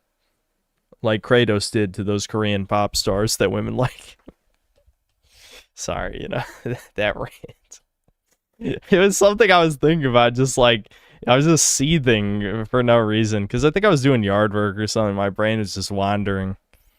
Linear FPS campaign, and in many ways, it is. But it houses a lot of environmental storytelling through its missions, and there's no better example than in the mission 343 Guilty Spark. You land in a foggy swamp. A crashed Pelican dropship is nearby. Where'd that come from? You had to be there earlier in the stream. Okay, long story short, to spoon feed people who weren't here earlier in the stream, there was a recent viral Twitter controversy where men seem to think that women find old Kratos attractive. Women on Twitter said no, only gay men find Kratos attractive. I went on this big schizo rant, said some kind of gay shit, and, you know, I don't know, it was funny. Watch the VOD, I guess. A radio transmission about some new kind of hostile enemy. Venturing deeper, and your radar begins to light up with yellow dots, meaning you're being surrounded by an enemy that your radar doesn't recognize. When pushing further, a bunch of Covenant can be seen fleeing the area. You push forward. You come across a few more Covenant, this time holding a defensive line facing into the facility. Further in, you find signs of a bloodbath of both Marines and Covenant, and a yellow substance raining down from above. And eventually, you encounter a Marine shouting, Stay back! Stay back! You're not turning me into one of those things! I'll blow your brains out! Get away from me! So far we've been soaking in a lot of visual storytelling that heavily foreshadows the remainder of the mission. And after finding a helmet cam with footage of some of these Marines getting attacked, you eventually find yourself encountering that same threat, the Flood. The storytelling of 343 Guilty Spark isn't completely spelled out for you, but if you pay at least a little bit of attention to your surroundings throughout, you're going to pick up on the foreshadowing and some amazing details. My favorite detail in the aftermath is being able to find the bodies of 2 Marines and 2 Jackals on top of a barrier, surrounded by ammunition, implying that the Covenant and the Marines, in this last moment, died fighting together against this new common enemy, holding the line against the Flood. Now this is another great strength of environmental storytelling. You are discovering it while actually playing the game. No need to sit through hours of cutscenes or dialogue. There wasn't that big of a backlash when this came out. It was more minor because you could argue it was more a matter of taste. But the fact that this game has 20 hours of cutscenes. 20 hours. For, like, it's sad because I think the actual action combat was decent. But 20 fucking hours of cutscenes. There's no story. Can you imagine? I know I've already said this a bunch of times, but can you imagine if movies were 20 hours long? Like, you have to sit in the theater for 20 fucking hours. I mean, the equivalent would be more like, you know, you just watch a 20-hour movie in chunks, like, at home. But I'm saying, like, an art form like this does a visual medium. In a book, you can take your time. If you're a complete retard, it takes you 20 minutes to read a page. Or if you're just extremely ADHD and reread the same sentence 5 times because it's not processing, that's fine. You can take the books at your own pace. This, I'm at the mercy. I have no choice. There's nothing I can do except I guess if the last resort is you skip cutscenes. But if you're skipping cutscenes, you should just get a fucking refund because it's slop. Like, especially when most of the game is cutscenes. Hours of cutscenes or dialogue, just get straight into the action. And if you pay attention to the environment, you're going to experience the deeper aspects of a story. It's in games like this, or games like Fallout or Dark Souls, where I'm left more to my own devices, that I become more connected to the world and story because it feels like I'm an active participant, rather than just a passive viewer. Now, this doesn't mean that dialogue and exposition in games is all bad, though oftentimes it can be. I think of far too many games that have characters constantly spell things out for you, too many menus to read through with too much information, dumped on you in a short amount of time, and I think that does nothing but turn me and many others off from a game completely. It's not an enjoyable or engaging way to experience a story. It's like being in a college lecture versus a more hands-on learning experience. Humans are visual creatures after all. But that being said, some games are heavy on the dialogue and use it to enrich the story. BioShock does this, and it fits perfectly because it doesn't disrupt the gameplay to show a cutscene. 90% of its story is happening while you're experiencing it. Firewatch is probably the best example of good dialogue that services the environmental storytelling. Most of the dialogue happens over radio between Henry and Delilah, and often they discuss things the player is seeing or witnessing. Henry and Delilah's conversations also feel believable and real because of how well written the conversations are. From fixing a power line to finding teens drinking at the lake, or discussing a research station deep inside the woods, there's always good back and forth of dialogue in Firewatch. And it's becoming more and more rare to find any media with dialogue that actually feels realistic or isn't a big pile of cringe, so games with genuine adult themes and dialogue is another massive way I can become immersed in a story. I often question why games are even rated M for mature these days because the dialogue is almost always geared towards the absolute lowest common denominator, with all the intelligence of a cucumber. I just... every time, man. That scene... How long was that scene? Like 7 or 8 minutes or something? Like, this was one of the first times where I was just like, what the fuck are we doing right now? Like, what are we actually doing? And yeah, I forgot about this, but yeah, she was a redhead in Ragnarok, and they changed her hair color in the new game. Like, we're literally at the point where when we're using the likenesses of actresses, it has to be literally them. Like, video games have reached the movie phase so completely that this is like, dude, this is the Brad Pitt video game. Brad Pitt's in it. Like, fuck you, you fucking normal fags. I hate you. God damn. I hate you. I hate you. It's a joke. It's a joke. I don't give a fuck about Deborah Ann Wall, whatever. She hit the fucking wall. That's what I should have said in the video. I'll say it in the review. Towards the absolute lowest common denominator, with all the intelligence of a cucumber. Love the confidence. But before you pull the ripcord, I'm afraid I need to add a bit of a wrinkle. I think one of the biggest reasons I can't get into Starfield is the writing and the dialogue. That game has so many problems that I'll get into in another video at some point, but one of the biggest is the Gen Z Disney Star Wars cornball dialogue. Their dialogue plays it extremely safe, is super vanilla and predictable, and just downright embarrassing at times. Starfield NPCs don't feel like real characters at any point. They feel like a ChatGPT script. They speak like an actual AI. They behave like AI. And yes, NPCs are technically AI, but characters in these games are at least believable characters that happen to be AI. You get the difference? Ubisoft isn't known for amazing dialogue in their games, but I just finished another playthrough of Assassin's Creed 2, my personal favorite AC title, because I'm working on a retrospective of the game before the release of Mirage in October. Subscribe so you don't miss it. And it's incredible to pick out so many good bits of dialogue in the conversations. Ezio's interactions with every single NPC and character always felt believable and charming. The dialogue is huge for immersion for me in that game. Be careful, Ezio. Do you know who that was? My next conquest. I don't think so, Ezio. That's Caterina Sforza, daughter of the Duca di Milano. Her husband is... Husband? Si, her husband is the Lord of Forli. Husband. That woman is as powerful and dangerous as she is young and beautiful.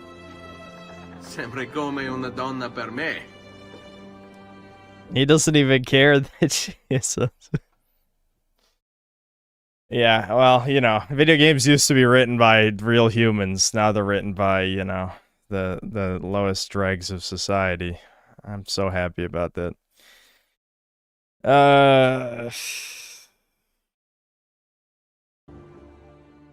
I recently spoke about video game graphics versus art style in a recent video, and I wanted to again touch on art and visual style a bit more to explain how it plays a role in immersing me in a video game.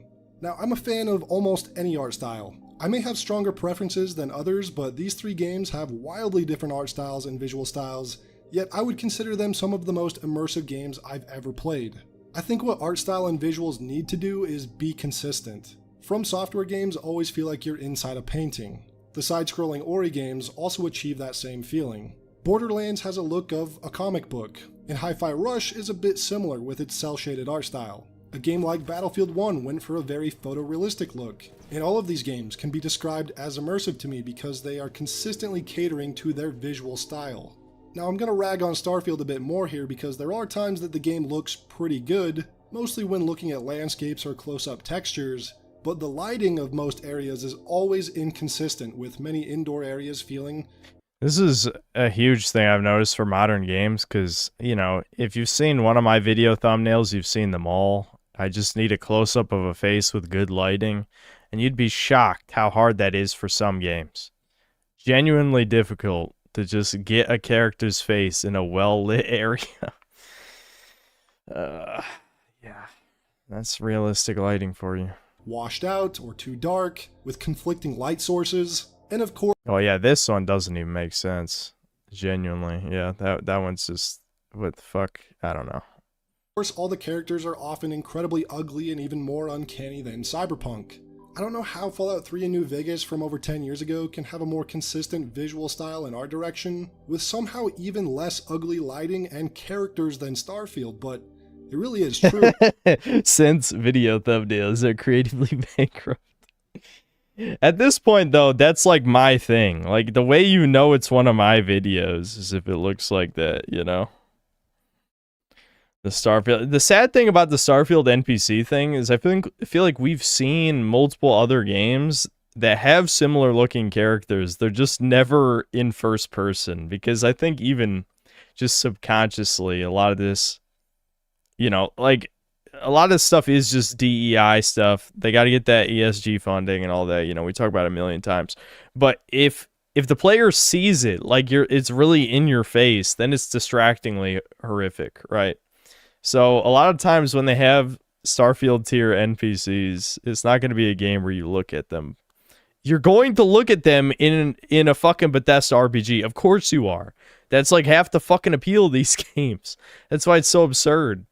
Starfield is simultaneously one of the best looking games out right now, and also one of the absolute ugliest. And I think it goes back to a matter of believability. A world doesn't have to necessarily be super realistic to be believable. We were talking about Kingdoms of Amalur earlier. Here it is, right here. It just has to adhere to its tone, setting, and atmosphere. Games made in the Source engine, like Portal and Half-Life, are some of the most immersive gaming experiences I've ever had, and I didn't play those games until just last year. They have a timeless visual style, and you're given a lot of freedom with the gameplay sandbox that makes those games fully engross you in the experience. The Legend of Zelda Wind Waker has a very cartoon and stylized art direction, but I can't help but feel fully immersed when sailing the sea at night, or exploring the various dungeons. Battlefield 1 is a good example of realism done right. It isn't historically accurate to World War I all the time, but it feels believable even though a lot of the weapons and means of battle were only conceptual of the of that time. Automatic it is weapons. A video game at the end of the day, so making That's a Battlefield big 1 one. be a trench warfare simulator would probably be incredibly boring. So instead, DICE took weapons and areas of the real world and gamified them into something incredibly immersive. Soldiers screaming as they charge into battle, the intense sound design, the overcast lighting of the battlefields, the epic soundtracks, the photorealism where it actually counts, and the attention to detail like mud buildup on your weapons. So many things were done to drop the player right inside a real-world war.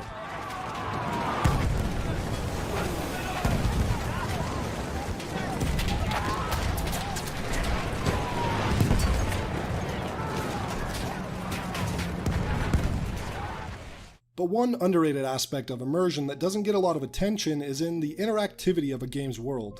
If a game has a train, can you hop on and ride it? Can I kill any NPC in the game, even the named and important ones? If I have a map... And fucking Jank Slop, Early Access, Strange Seed, you could kill them. You could kill all the NPCs, dude. I mean, it would definitely be questionable if you couldn't, given it was a, you know, the whole point of the game is killing things to mutate, but I'm glad you could. Even the Jank Slop Early Access dev team knew you should be able to kill NPCs.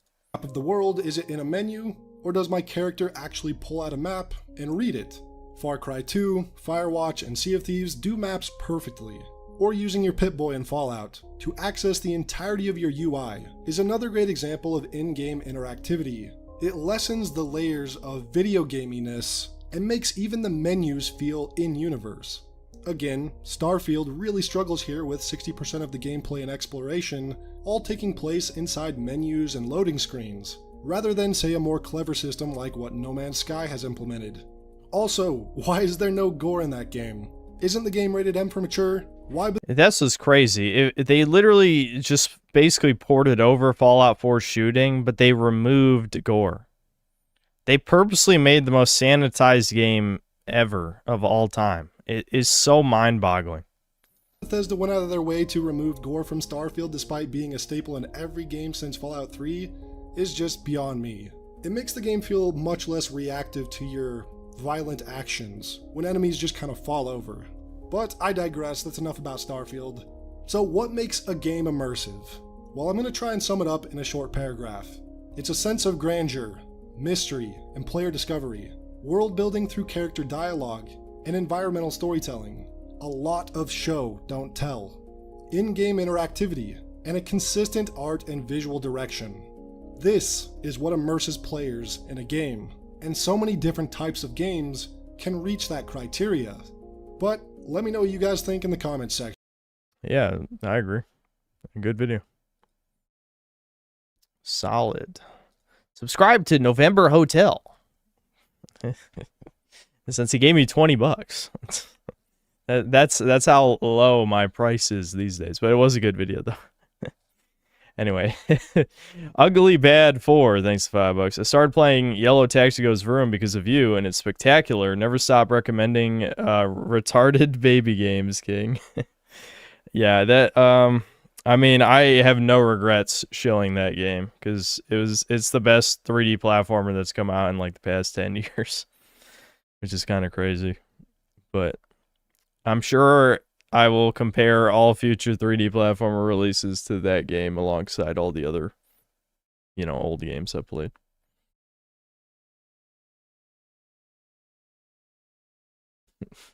You're affordable.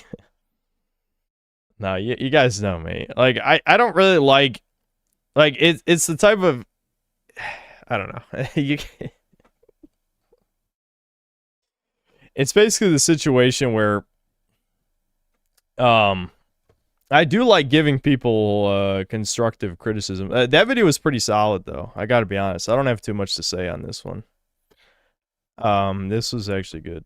But as for that other one we watched earlier, you know, sometimes it's more difficult because there's so many things that need to be worked on.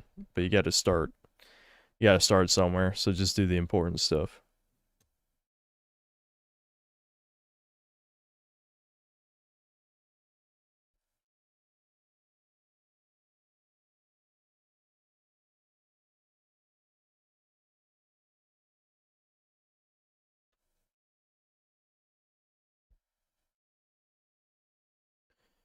Undead Warrior, thanks to the $5. Watch Goku starts noticing. You're too late to the party. And not only did someone recommend that the last video watching segment, but I'd also already watched it before that last video watching segment. But I did react to it, and there might be a clip somewhere. Red Jerd does clips of my reactions and stuff, doesn't he? I don't know if he made a vid or not.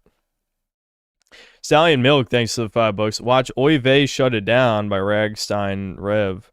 Also, sorry, Synth, but I watched the Deranged Doomer stream in his room. Mog's yours. It may be over.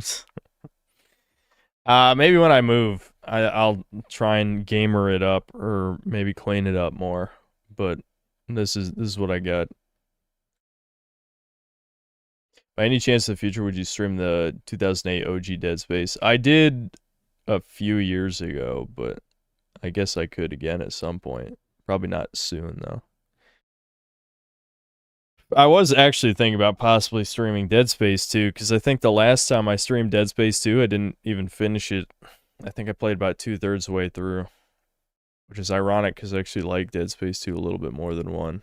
But yeah, I streamed both of them in the past, and I streamed Dead Space 3 with Thomas. Boy, Vey, shut it down. It down.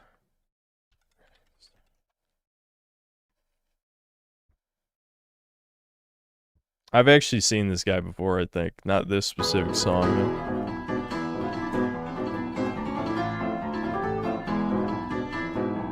You always know when you get close to the Viper's den, cause you yeah, actually I have heard this before. Yeah, this is good. The hornet's nest will descend upon you with the Shekinah. We fudged the scores, we fund the wars. It's how we knew in Waterloo was a loser. It's protocol to hoax it all, like each pathogenic menace we design. Don't believe these lying eyes, there's no conspiracy comprised of lies and history's alibis. This timeline This is why Devin's voice is gone.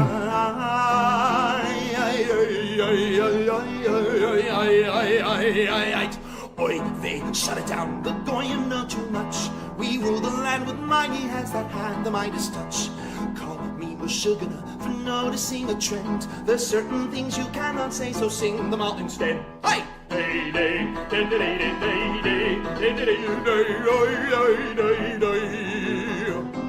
Go tweet on X that being a Caucasian is best. Prepare to be filleted alive completely. And if you try to claim that invaders can't remain, we'll greet you by obscenely chimbering out. Careful, don't say that boys wearing skirts playing sports against your daughters is retarded. It's only a fad when every single ad depicts diversity in every home. Remember, you used to try to assemble and occupy, but Obama brought you hope and social justice. Woke sells quite well, it's also a spell. These NPCs can't see behind the veil. Don't believe these lying eyes, there's no conspiracy comprised of lies and history's alibis. This timeline isn't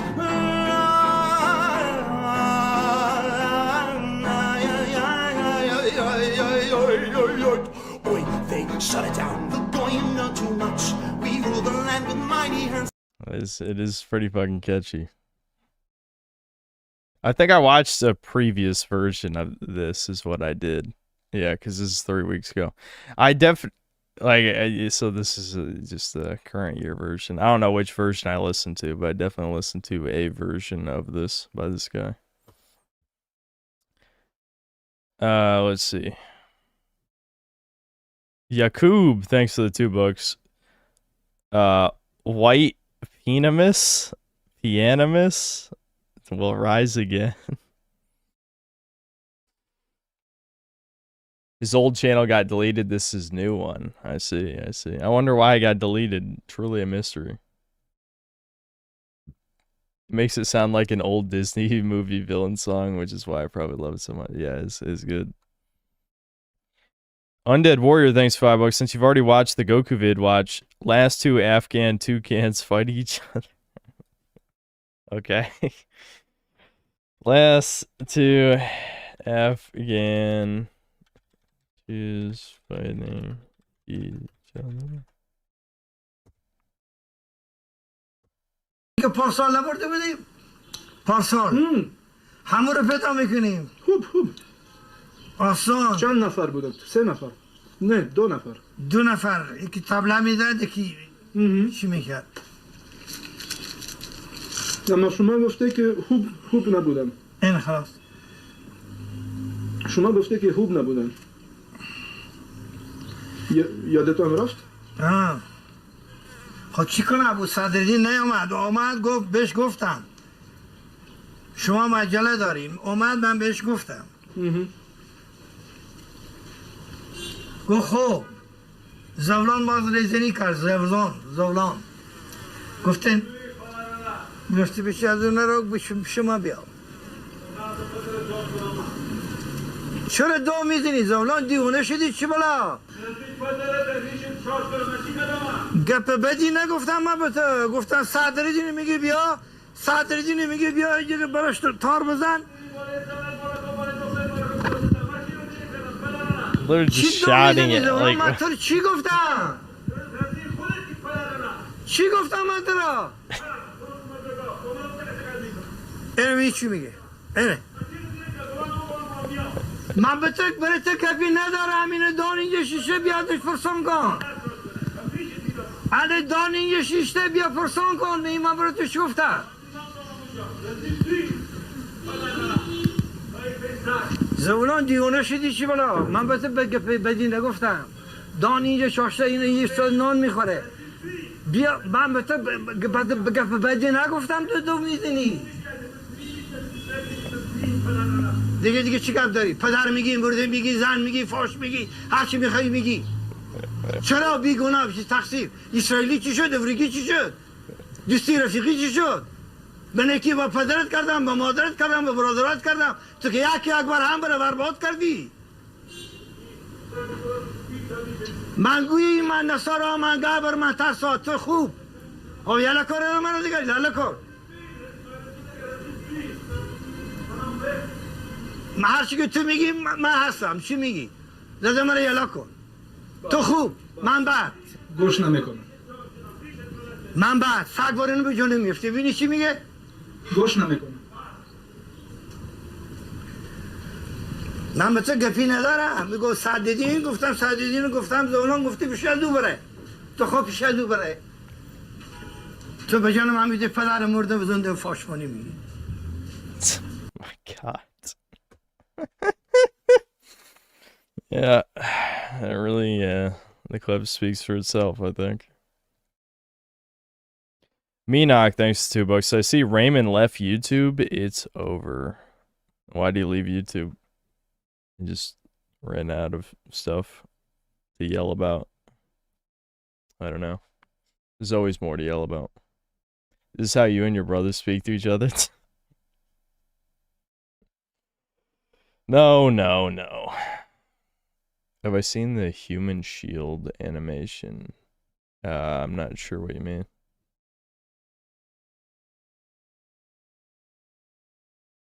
He said he would leave if he couldn't get laid. What was he expecting to happen?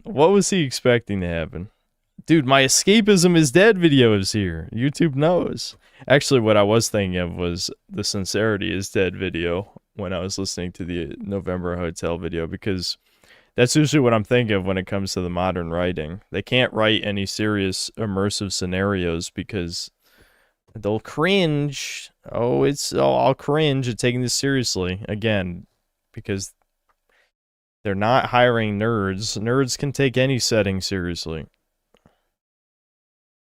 Aryan Rooftop Party, thanks to the 5 pounds.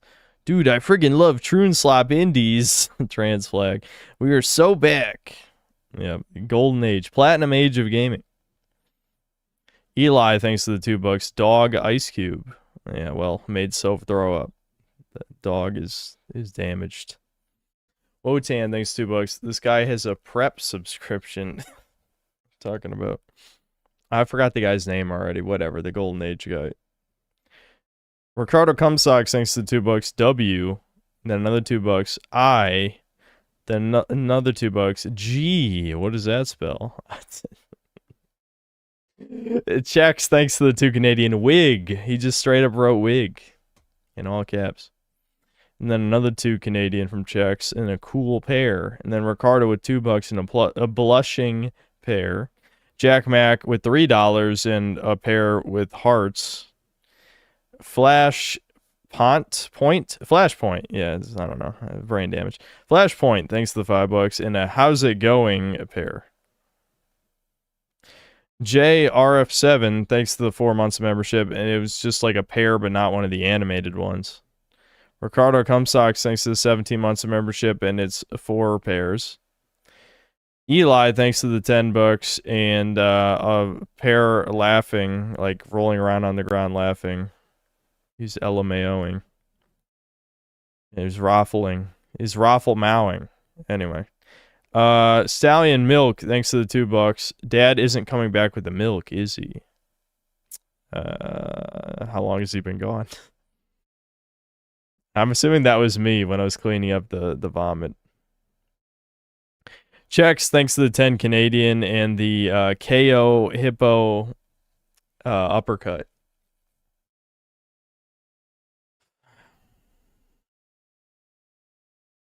The actual reason Raymond left YouTube is because he was getting mass supported by someone and ended up getting 2 community guideline strikes from the whole ordeal. Why can't people just let people be edgy? Why must it be this way? Why are we not allowed to say what we want? It's messed up. You know, this has nothing to do with what we're talking about. But, you know, if Dead by Daylight is like the #1 game where the players hate the game, Helldivers 2 has to be in the top 5, because I swear the only videos I ever get recommended on it are people who hate the game. Anyway, Dude Mon, thanks for the $10 and the Doge with a heart.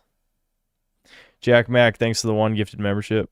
Ricardo, thanks for $5. This dude's Yoshi mug is full of his wife's boyfriend's strange seed. I'm going to wake up to an email tomorrow like, dude, what the fuck? Why'd you say that? That's why I respect the Bay Stiff True for actually coming here and you know, talking normal.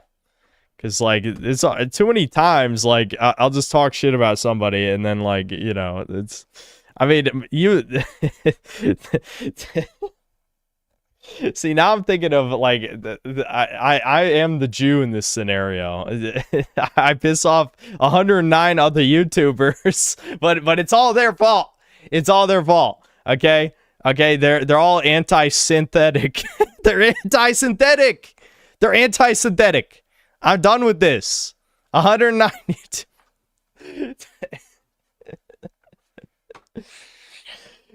Holy shit. Avalanche Reviews is not abused, yeah.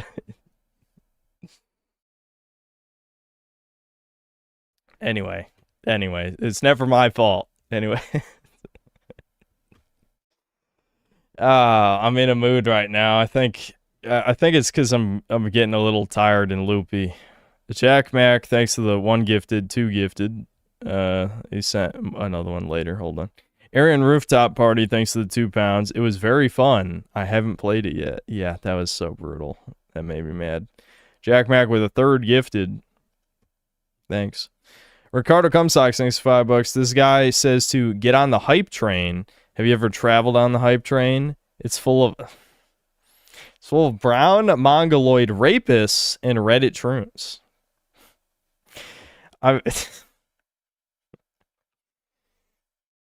Yeah, Black Metal Gamer, thanks $5. I wonder if at least one redneck went to the theater and asked to buy tickets to see the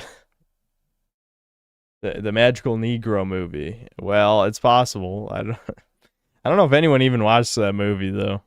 It supposedly made money. Not a lot, but you know, more than one person saw it, possibly. Ricardo Cumsox, thanks to the $10. I run ChatGPT. I know everything you tell your mom she feeds into us. 2 weeks ago, you were complaining to us that your 15 burgers weren't smashed enough. Give her a break, bro. Listen, you gave me a 4 out of 10. A 4! As a game reviewer, a 4 out of 10. Fuck you. They stole that from Reddit. I don't know what training data it was fed about a 4 out of 10. I'm holding back. I need to fight ChatGPT. Boxing match. Me versus AI data center. Let's go. Anyway. Eli, thanks to the $5. I don't read. I watch The Synthetic Man based. Yeah, it did give me a 7 out of 10 for personality. I can't be mad about that. I think that's fine. 7 out of 10 for personalities is that's a fine score, but 4 out of 10 reviewer is too harsh. Come on now.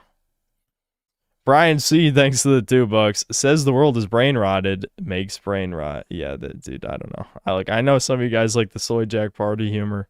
It hurts me. It hurts me. I don't like it. M. Garcia, thanks to $2. Watch The Goyim Are Intolerable by Soy Society.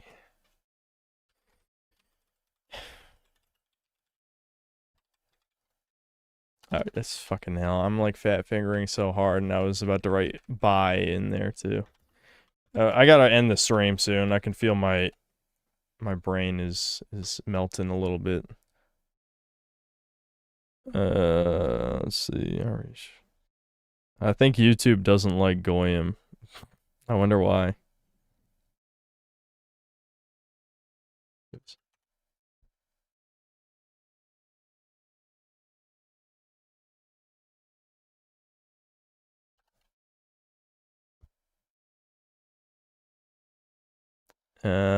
Let's just type Soy Society. Let's see if we can find it. Okay.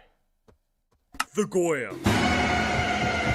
So technically, I think I've seen this channel according to before. the strict law of the Torah, not one Gentile in the world deserves to live. The most terrifying caste in the modern world. Ignorant, sheep-like, obese, and most importantly, subservient to their supreme overlords. Today I will be classifying just what exactly the Goyim are. Disclaimer: this is a kosher video. This video is strictly for educational and sarcastic purposes. I do not promote any hate, as we are all equal under our true God, Benjamin Netanyahu.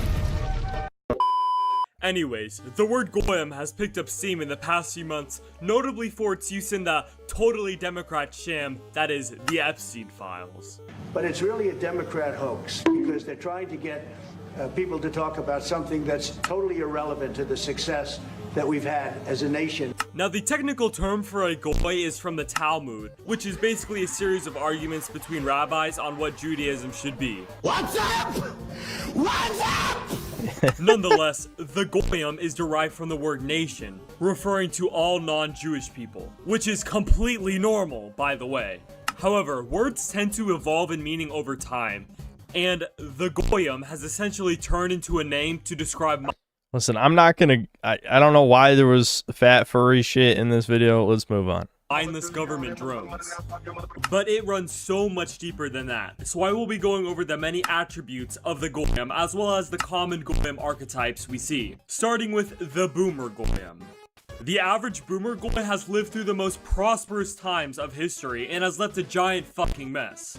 Nowadays, all they do is sit on their couch and watch Fox News all day long. The Boomer Goy will vote for whoever promises to send the most of their grandchild's McDonald's paycheck to that one specific country.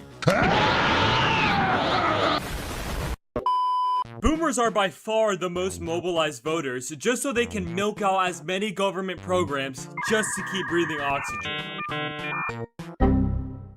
Despite being the laziest generation, they will berate any Zoomer that complains about the housing and job market, which they voted for on the behest of Fox News, which leads me to my second point, media consumption.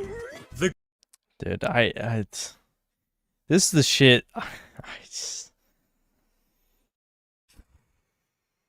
It hurts, chat. It's not even funny. This is painful. Like, seeing this, this hurts me.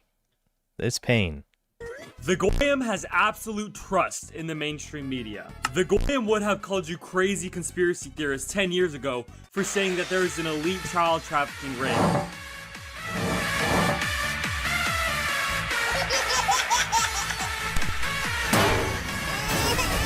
As a side note, the Goyim are just so fucking ignorant. The Jeffrey Epstein written American education system is so horrible that most Goyim are— Yeah, name a single— I like the misspelling there. Single country award. I don't even want to see the pain. Are actually— You know, never mind. We already ranted about women like 10 times this stream. like 10 times, but I wouldn't even be shocked if she's like a fucking nurse or something. Like the amount of women just can suck dick through college. Like they can know literally nothing, have no talent, it's fucking somehow they all get degrees despite being fucking retards. Anyway, moving on. Sorry, had to say that. International identify in unusual, aggressive, parasitic, infectious. Most Goyim just can't comprehend that we're living under an occupied government. Like seriously, that Goyslop cannot be that good. Although, this is rapidly changing thanks to the George Floyd Agarthian Instagram Reels. George Floyd Agarthian Instagram. Oh my god, what the fuck are we talking about? Now there are specific archetypes of Goyim. The first of which we will be discussing is based on the ethnicity. White Goyim are generally racially cucked into supporting 10 million Mohammeds into their country, and then they will turn around and get so mad that their country has turned into a violent, rape-infested shithole. Okay, well, those aren't the same people. The women are voting the rapists in, and then what actually happens is the women are mad that men are committing crimes. You know, that's... I mean, the Redditors don't live in these places. And even if they do, they'll somehow say, you know, socioeconomic factors. And on the other hand, we have the Black Goyim.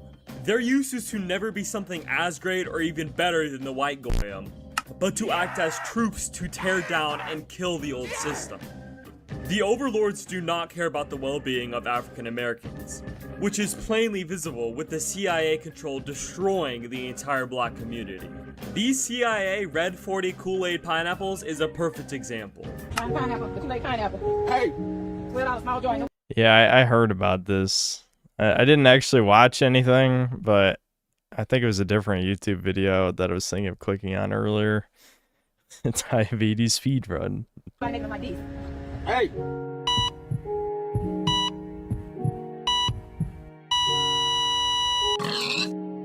The number one cause of death for African Americans is actually obesity-related and heart disease.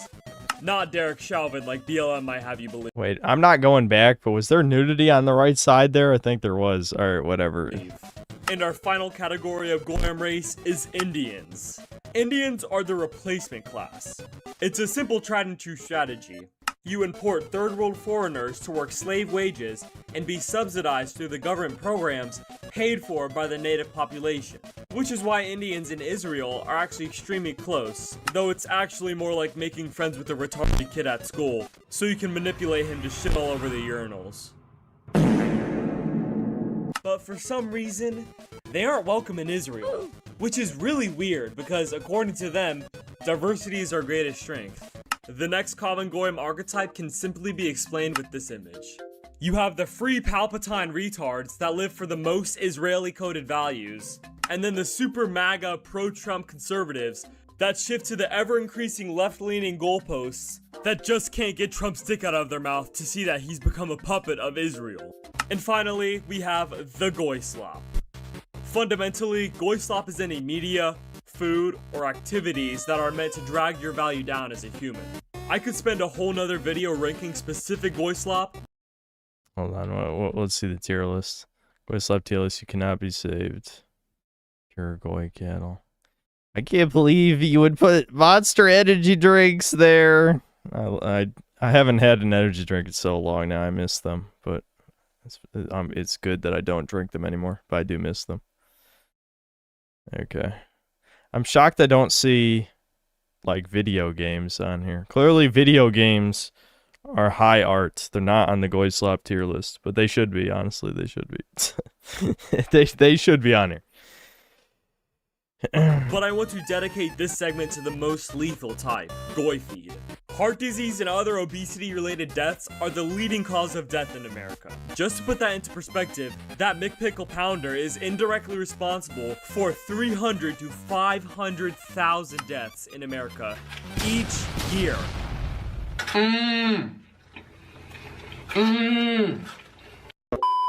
I'm no mathematician, but that's 6 million deaths every 12 to 20 years.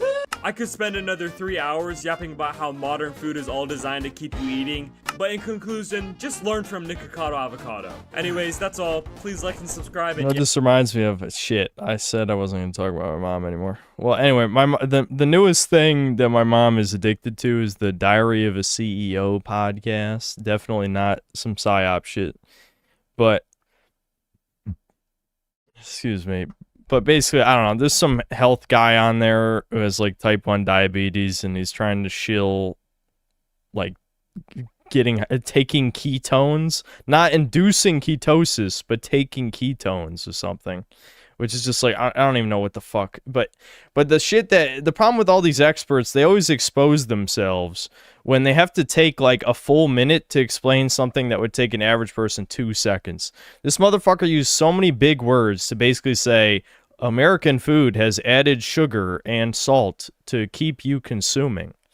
He literally had to say that over the course of like 8 sentences. These are the type of motherfuckers who say I make base slop because I don't talk like some fucking, you know, let's be real, Jew. He's not Jewish though. I looked it up. The guy, me and Devin, we dug. And as far as we could tell, I don't think he was Jewish. But so anyway, my point is my mom is into all these Diary of a CEO things, and it's always scams. Even the shit where it doesn't seem like they're selling you something. What they're selling you is a radical lifestyle changes that could damage your organs. You know what I mean? Like, he's a type 1 diabetic. His advice does not apply to the vast majority of the population. Americans are type 2 diabetics. It's different. His type is like the sickly motherfuckers. Anyway, I'm not gonna ramble about this.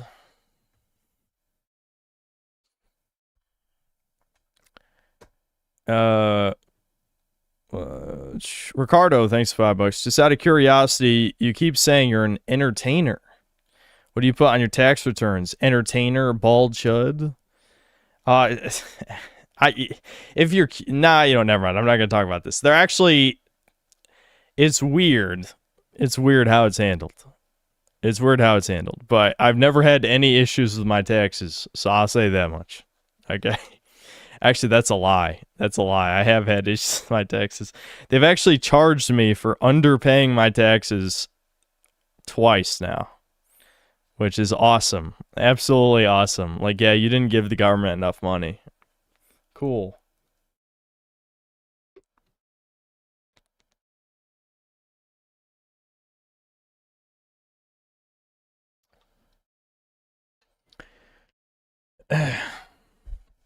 Yeah, I'm not going to elaborate further, but no, I don't write entertainer as my job. I wish I could do YouTube content creator as like an actual, like technically it is part of it, but it's not, there's no category to file your taxes as YouTube content creator. Sorry, we're not advanced enough in society for that. Maybe in another 20 years. Black Metal Gamer, thanks to the $2. A game's tone, atmosphere, and art style is very key. Yes. Yeah, but games, I think it really just ties back to sincerity is dead. It's a shame I've wasted that. I wouldn't say waste. I think it was a good video. It was a good video, but I want to make the video again. I don't know. I'll come up with a lazy title that is still basically sincerity is dead. Vest Molo, thanks to the $5. I hope MGS2 is never remade. The ending gets better the older you get. And they'll retcon it so it means we should let mongrels and women pass on their ideas. I think it's more likely if it was remade, they would just slightly shift the meaning of AI. Because it would not be hard for them to just change AI to be like, you know, support gay-ass trans artists, blah, blah, blah. That's the problem with AI, not all the political manipulation, you know, living in the Matrix tier shit. None of that. But commenting about LLMs replacing Laheckin trans artists, that's what it's going to be about. That's my prediction. Can't talk about AI anymore.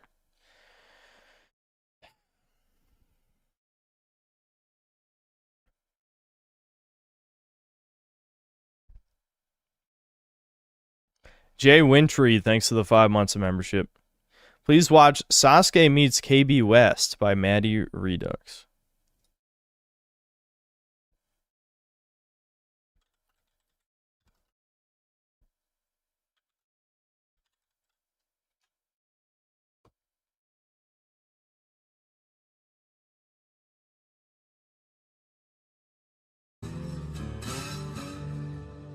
By the way, Synthler, I sent you a link to the Seethe post. That's some of the Syncels we're talking about. Which Seethe post? Let me see. Oh, on Twitter. Bro hates every piece of media in existence except Kirby. What do you mean? I talk about Spyro all the time. The dude browsed my YouTube channel. I guarantee I know exactly what he did. He clicked on my channel, looked at videos, and saw the only positive review I've made in the past like 8 months was Kirby Air Riders. He's never watched any of my videos. What? Why are Twitter retards like this?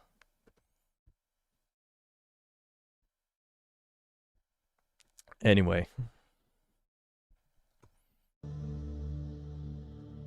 It seems we're closing in on the location of the Eight Tails. So this is where that weird guy in the mask said he'd be? That's right. Finally! It took us forever to get here. You know, I've heard stories about the Land of Thunder, but I didn't actually think they were true. Well, I warned you. Yet you insisted we take that shortcut through Martin Luther King Boulevard. Hey, at least we survived, right? You say that as if I wasn't being constantly harassed and catcalled. Not like I was scared though, since I knew Sasuke was there to protect— They're cloud ninjas. What do you expect? Obviously those people would be proficient in tweaker style. Hey man, not all cloud ninjas are like that. It's just that— oh crap. I think that's the Eight Tails Jinchuriki. Seems he's distracted with his dirty ninja music. Let me go for the preemptive strike. Uchiha Sasuke. I knew you'd be coming, Uchiha boy. Or should I say, Akatsuki Goi? Well, of course you would. I doubt the Eight Tails Jinchuriki would have been such an easy target. You literally just assumed that, though. Shut the fuck up, you dirty flipper. Damn, ninja. You got one hell of a lip on you.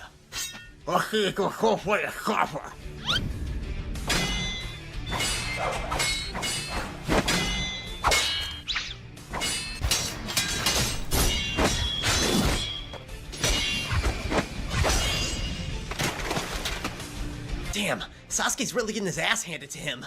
Hey, we're talking hella big back there. You can't even take on a lowly cloud ninja. Suigetsu, cut. I can't watch this. Like, it's not edgy enough for my lack of investment in Naruto, you know? I gotta say, I was never really a big Naruto guy. It's too many words. It's too many words. Let's cut it down. This is an 8.5 minute meme video, you know? Authenticity is dead.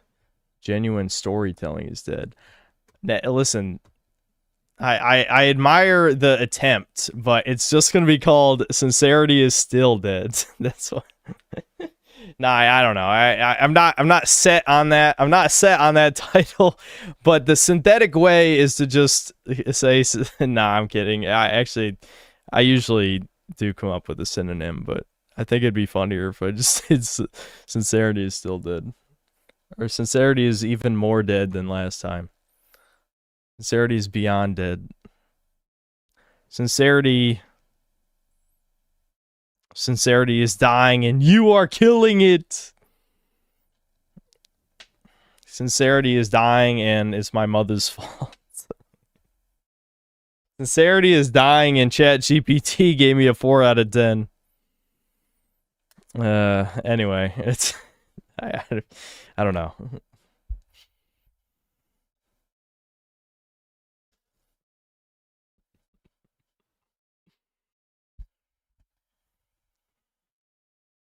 Gaming is extremely insincere. I don't know. I'll think about it. I'm probably not going to record that yet. I was thinking I'm going to look at my options. Unless it's possible I'm just synthetic lazy for the next 3 weeks. That's probably not a good idea. I should probably release something. So in a few days, I'll look at my options and I'll probably record something Oh, I mean, I'll release a video the week after this week. I'm probably just gonna be mostly streaming this week.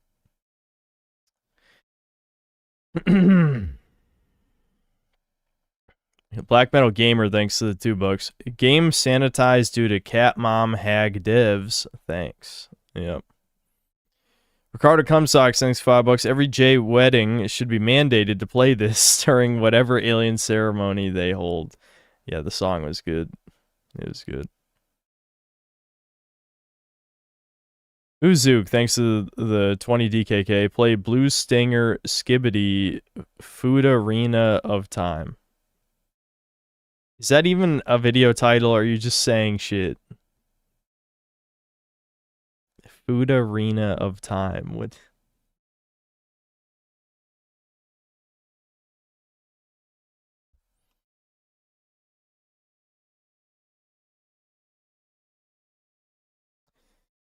Connecticut isn't real. Thanks, $5. Watch Loving Games You Hate to Play by Proxidist Plus. Proxidist. I'm guessing he's asking to play Blue Stinger, but I don't know what Food Arena of Time has to do with anything. I think he just said that.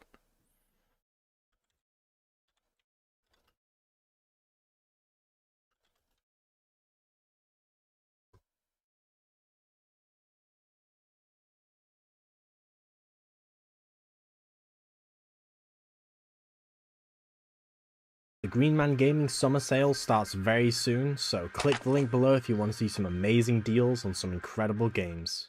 So, not too long ago, I completed Metal Gear Solid 2, and I really liked it. Like, goddamn, people were not lying when they say this is one of the greatest games ever made. It is an iconic masterpiece of a game that everyone should play. Honestly, all three of the Metal Gear Solid games, despite the fact I haven't beaten 1 yet, I'm definitely going to go back to it because 2 it's given me a spark. The thing, it's kind of rough though. Like, I like 1 a lot, but you know, 2 and 3 are definitely have better game mechanics.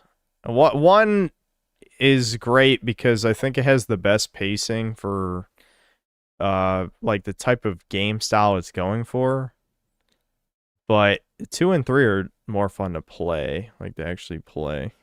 To go back to it. And yeah, it's an incredible trilogy. Maybe Hideo Kojima was onto something, you know, I critique the hell out of the guy, but this man, you know, maybe he isn't just a self-centered lunatic. No, he is a self-centered. What am I talking about? That was perfect.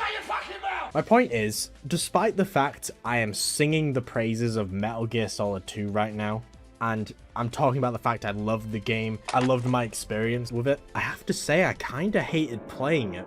Which is kind of weird to say.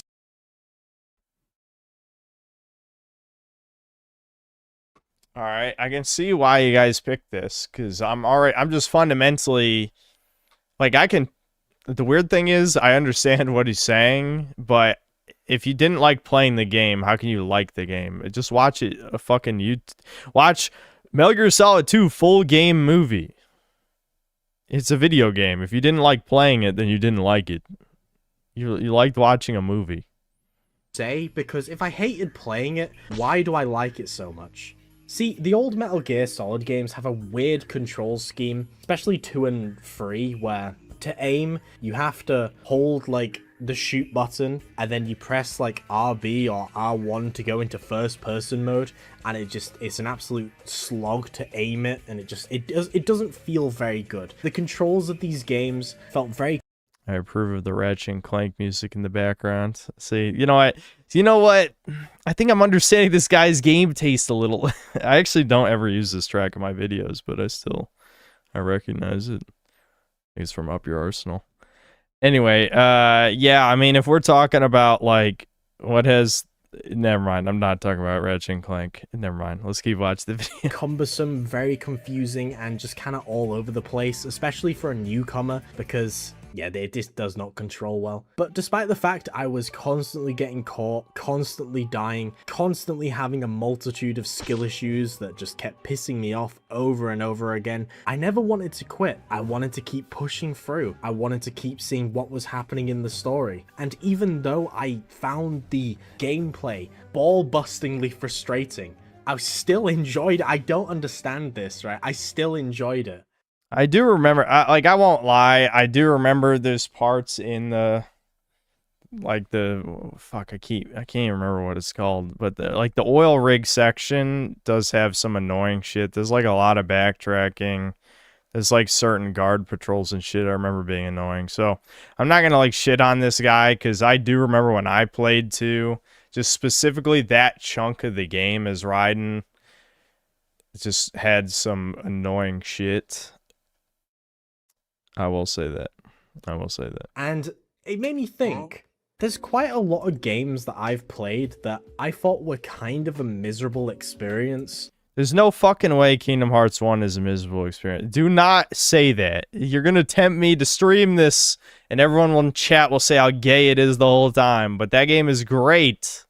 In terms of like the actual gameplay, that I hold very highly in regards. This gameplay is kind of painful to watch, though. Like, what is he doing? As to like my favorite games, for example, Ratchet and Clank 1. That is my favorite Ratchet and Clank out of every single one of That's kind of brutal.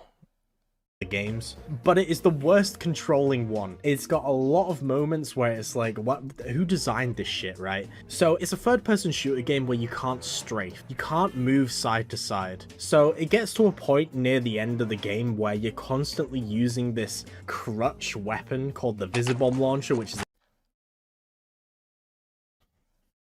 I was about to say that. I was literally about to say that. So, I mean, I'm glad he addressed it. a guided missile, just so you can hide behind cover and shoot any enemies further into the level, because you know for a fact if you go in and try and take them on normally, you just get your ass handed to you, because you just can't dodge. You can't shoot and dodge without spraying your bullets everywhere, because there's no strafing, which is something they added in the second game, and that game has been the formula for the rest of all the other Ratchet and Clank games. By the way, I want to do a ranking of the Ratchet and Clank games, so let me know if you'd want to see that.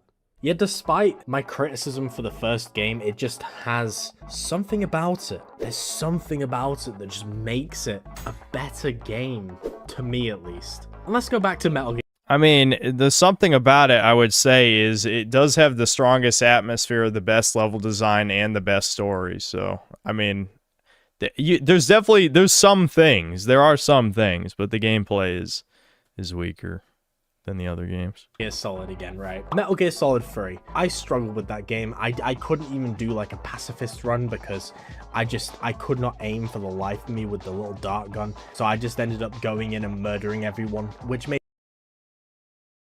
this whole video is just Zoomer's skill issue of the video. I mean, I know he addressed it, so you can't, like, it's not the type of insult like, well, you're dog shit. I mean, he did say he's dog shit, at least. He did admit that he's dog shit, but this is kind of brutal. How old is this video? I wonder if he played the remake, because the remake, you know, obviously is good mouse keyboard. Yeah, wait, this just came out. Yeah, unironically, he should probably play the remake, because then at least he wouldn't have the issue with the controls. Yeah, I don't know. I forgot I even made this video. This was something I made as a response to people saying all my videos are negative, which is ironic because I made positive retrospectives back then.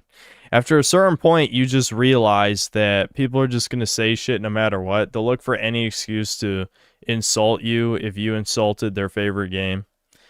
So what's the point? Like, why even bother making a video like this when they're just gonna come up with any excuse to be a bitch instead of engage with you? So, you know, that's why I insult these people, because they're not worth engaging with on an intellectual level. made the sorrow. Yeah, I'm not gonna listen to the rest of this anyway. Ricardo Cumstocks, thanks to the $5. They've used Goy for nearly 5,000 years. Trump is their newest top golem to ingratiate the Goyim. Once you see the truth, you cannot unsee the truth. Yeah.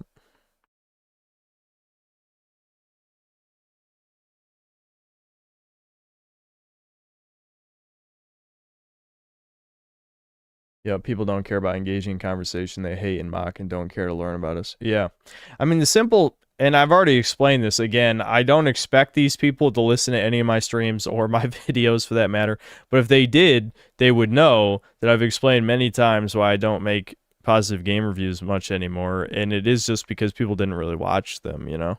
The Kirby vid is my lowest viewed vid, and, well, I'm not counting the Fallout video because that was because the algorithm was fucked. So not counting the Fallout Season 2 trailer video, the Kirby Air Riders vid was like my lowest viewed vid in years, I think. So that's the reason I don't make them. People don't watch them. Kirby, obviously, specifically, was a case where it didn't surprise me, though, because, well, one, I did do an edgy thumbnail, but also, two, it's Kirby. I don't think most of my fans care about Kirby. Let's be real. Meh, thanks to the $5. You should watch Matthew Matosis' Bioshock Infinite video, at least the first few minutes. I guess we could. I wouldn't be shocked if I've seen it already, but I haven't seen like any of his vids in years. So 13 years ago, that's crazy. Recently, I played Bioshock Infinite, and I couldn't help but be taken aback by the enormous amount of praise it's received from critics. I'm not sure I'd say it's an outright bad game, but I wasn't blown away by it either, and I wanted to take some time to address the undeserved critical reception it's received by highlighting many of its problems. This video will contain spoilers for the entire plot of Bioshock Infinite, so if you're interested in playing it, I'd advise you not to watch this video beforehand. First, a quick rundown. Infinite starts out with Booker DeWitt, the protagonist, on his way to Columbia, a floating city in the sky which is ruled over by Father Comstock, also known as the Prophet. The city is very nationalistic. Even though Columbia has seceded from the US, they see themselves as true Americans. Although initially it seems like a utopia of sorts, there exists another tier to their society made up of slave labour in the form of black servants and immigrant Irish workers who are treated as second-class citizens. Over the first couple of hours, Columbia and its citizens are the focal point, and it's clear the game carries a message about how nationalistic ideals can be carried to extremes in the form of racism. Here's my first problem with Bioshock Infinite. Although it presents a situation which is perhaps a bit more thought-provoking than the average game, it does nothing with it. In the second half, this stuff is mostly dropped for a story about multiple worlds and a focus on Elizabeth.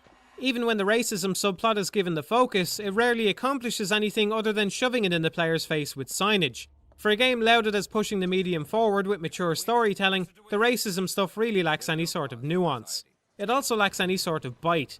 Over the course of my several playthroughs of the game, I heard the word negro a few times, but never the word nigger. Obviously, I don't have... Oh, shit, he said... How'd he get away with it? This is why I really quit YouTube, guys. They dug up this video. They dug up this video of him saying it. It's funny, though. This is 13 years ago. You could just say that in that context and no one would care. I won't say nobody, but, you know, a lot less people cared. But, yeah, you know, I don't... Listen, I'm not going to be that guy. I'm not going to be that guy. But this is still to this day, you know, V Poser. Let's just call them posers since I keep seeing the Poser 3x3 image lately, which is very annoying. But this is, you know, V, the board on 4chan, for all 5 of you who don't know what I'm talking about, infamously hates e-celebs, infamously. But they always jerk this guy off. They suck him off at every opportunity. And as someone who has enjoyed his videos, they're good. But people keep pretending like this guy's videos specifically were the best reviews of the medium. And it's just like, where does this retardation come from? I mean, they're good reviews, but I don't think he says anything. And I'm cracking the code in real time. It's because he talks in a robotic cadence, you know, and that soothes the autistic mind. Like there's no emotional, highly subjective, like the rant shit. He's just saying the words in a robotic autistic cadence. All right, there you go. But the videos are still good though. I have to throw out that critique because it does annoy me that people suck this guy's dick constantly. Anyway, any first-hand experience of the early 1900s, but it's my understanding that negro was the general term and nigger the disparaging term for black people. We said back it twice. then. You would think a game with such a heavy emphasis on racism would have that disparaging term at least a few times. Similarly, I never saw anyone get lynched, I never saw anyone get beaten for not doing a good enough job, I never saw any mention of black servants being raped by their white masters. The portrait... Okay. I don't think... See, the problem is they're not going to show rape.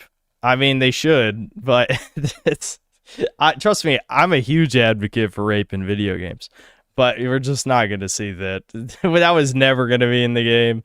That was never going to happen. And to expect that...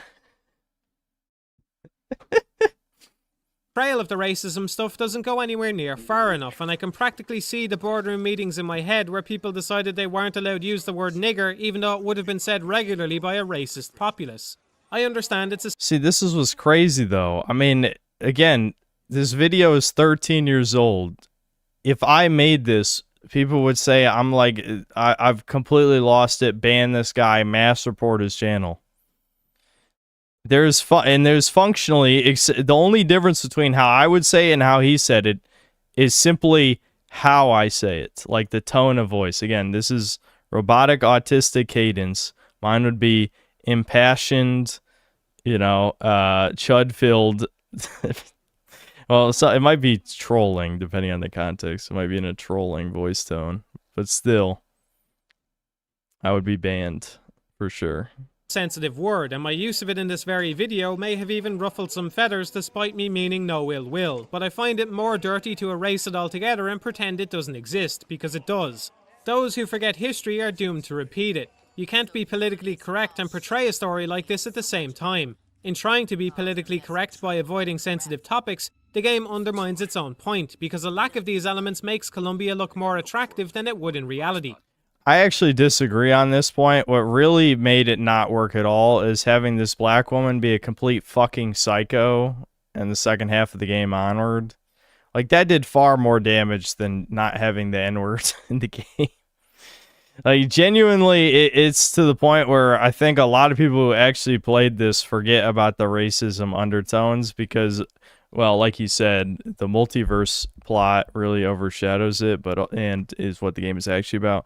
And also just, again, what they did with this bitch. One good example is the very first choice presented to the player at the beginning when Booker wins the raffle, and the player has to choose between throwing a baseball at an interracial couple or the event organizer instead. In reality, if a mob had gotten their hands on them, the consequences might have been far worse. She might have been lynched and he might have been tarred and feathered, but instead this is all reduced to throwing a baseball, which we don't even get to see happen anyway. Considering the time frame, Colombia might not be so bad compared to some parts of the United States, something Booker even says himself at one point.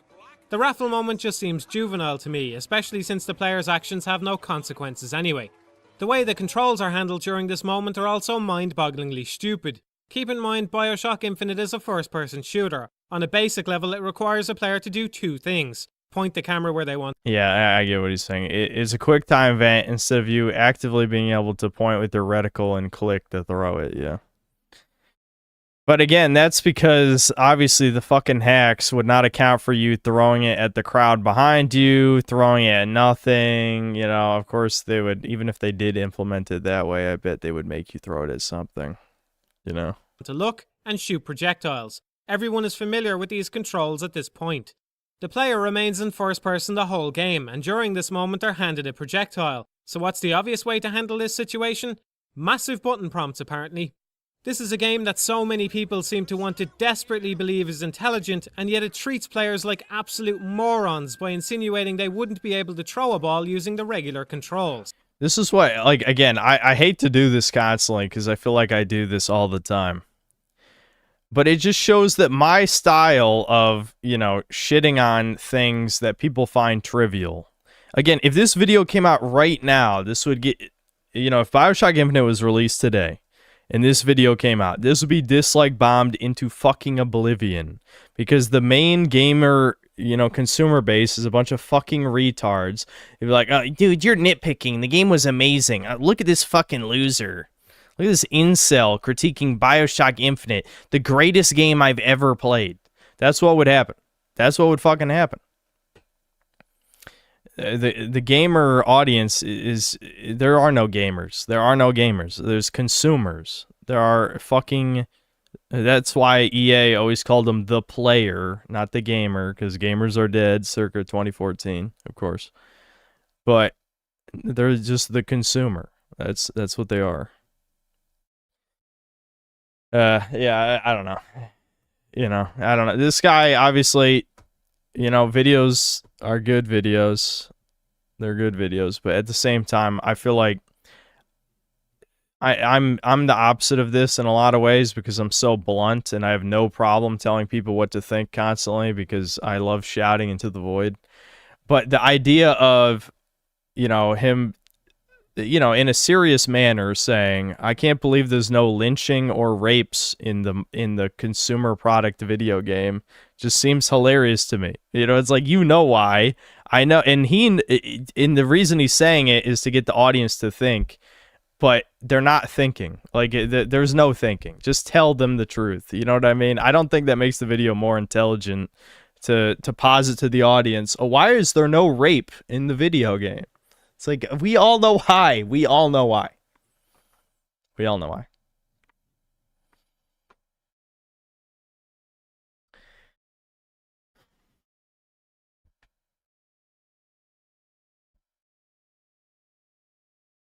That said, I do agree they should have the N-word in it. That one's true. That part's actually accurate. Because didn't Mafia 3 is the N-word in it a bunch of times, pretty sure. So I guess in that case it was okay since you're playing as the big black man killing people. Anyway. Ricardo Cumsox, thanks to the $5. Watch short golden retriever puppies reunite with nurse who delivered them. Okay. Very, very video gamey, Ricardo.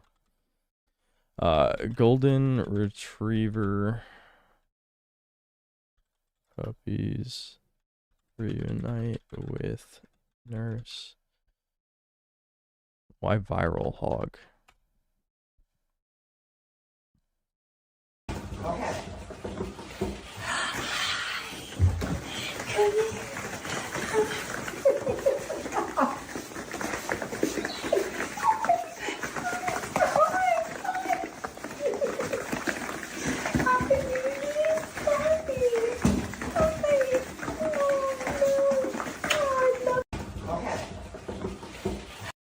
Okay, I guess that was it. There was no twist.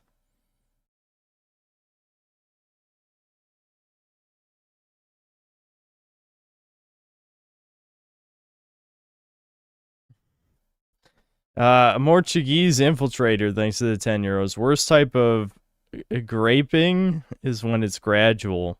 A franchise slowly morphs from a male power fantasy into a trans slop porn over the course of 20 years. That even taints the perception fans have the OGs. The thing is, I get it. This is in support of like the Halo and Star Wars being worse than God of War situation. The problem is that still happened with God of War. God of War's was rapid and instant. Like God of War 2018 is undoubtedly a massive departure from the previous game released was God of War Ascension, the prequel. And you can just see, like, this is, despite it being a massive difference in, like, the tone and, like, goriness and all that stuff, people still accepted it with open arms, So, I just think everyone is a worthless fucking shill subhuman with no critical thinking ability.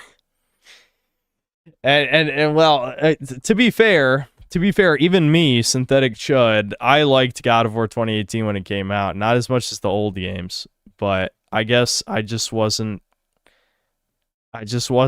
as tired of movie game slop. Because, like, to be fair, outside of a couple instances, Kratos in God of War 2018 is a little bit more believable than at least God of War Ragnarok, where he's a full-blown faggot. But there's definitely instances, and Like, when Atreus, as a small child, shanks Thor's son to death, and like Kratos just does nothing. Like, this is a perfect father teaching moment, and he does nothing. And all these fucking subhuman Redditor people who are probably neglecting their children, giving them a fucking iPad at 2 years old, and wonder why they can't fucking read at 12 or whatever. They're the ones saying Kratos is a good father. You're gonna abuse your fucking kids if you ever have them, you fucking freak. And I bet you already did if you do have them. Fuck you. Kratos is not a good father by any fucking metric. You worthless pricks. But anyway, this actually is a good tie-in back to Matthew Matos' video, though. Like, people don't have a problem with gore. Like, Kratos can, in God of War 3, can shove a woman into a gear to hold a door open. That's fine. But if Kratos spanked his child on the screen, people would riot. They would screech. They would freak the fuck out. You know, that is a normal human thing that humans have done throughout all of history.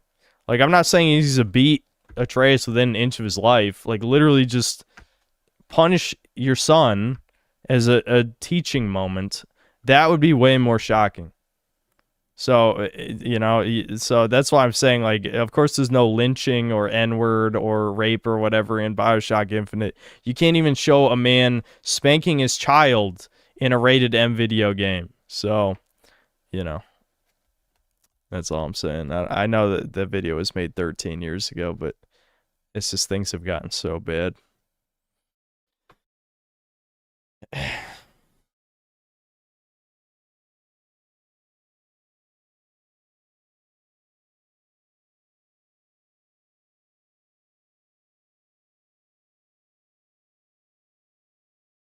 Have I heard about Nico Duga Broly Mad videos before? Or maybe you'd find these interesting. There are some English subbed.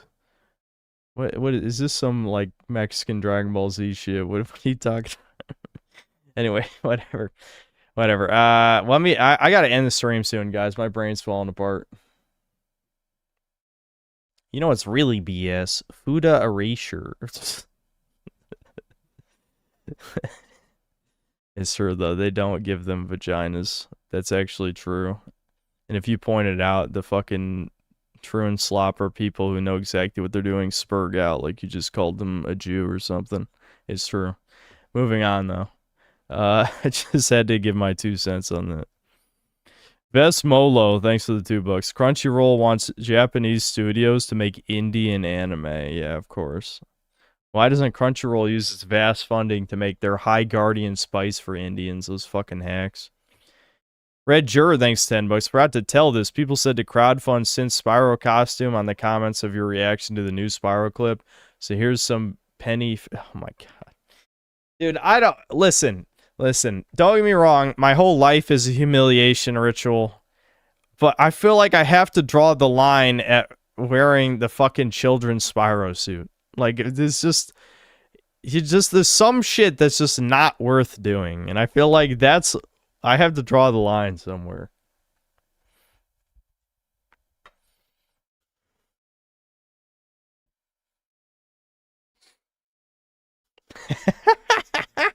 I want a full QTE boss fight with Kratos chasing down his son and dragging him out from under the bed to beat the snot out of him.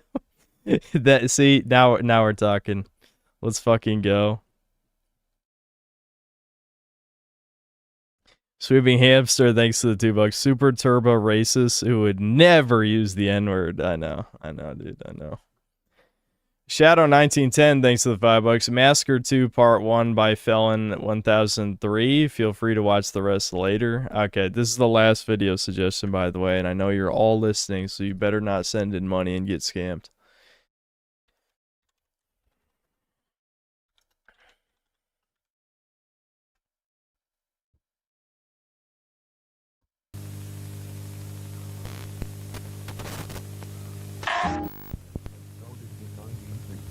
As military research center, main mission is producing experimental weapon and defense systems. All the new ventures into anti-corruption biological destruction, soul devastation, the Kagemusha project, and others. We hope you're interested and will part of our project. Good luck.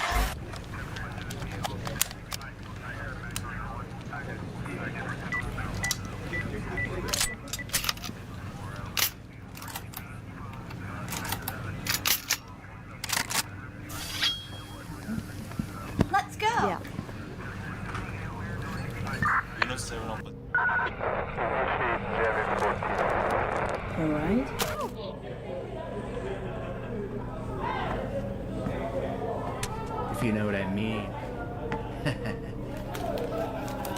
Wait, what?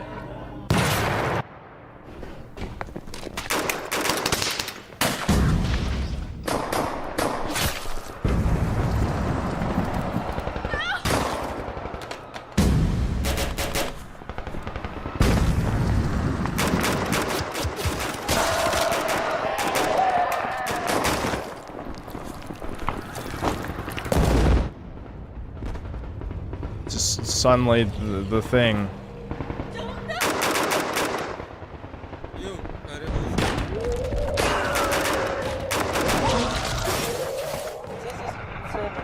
Unit 17, you copy? Hey!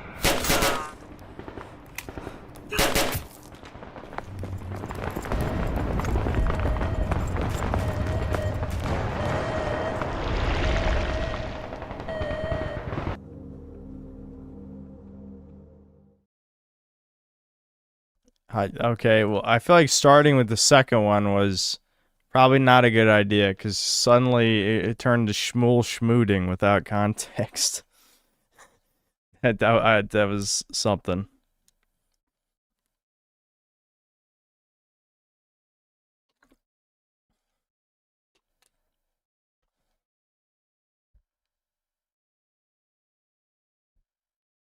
How long have I been browsing V? I don't even know. Not forever. I'm not one of those people who grew up with 4chan, thankfully. Thankfully.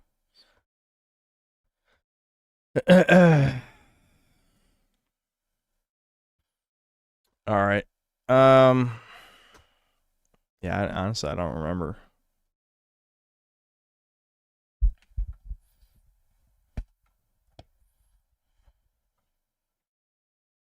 What do you mean, thankfully? You missed out on crypto early.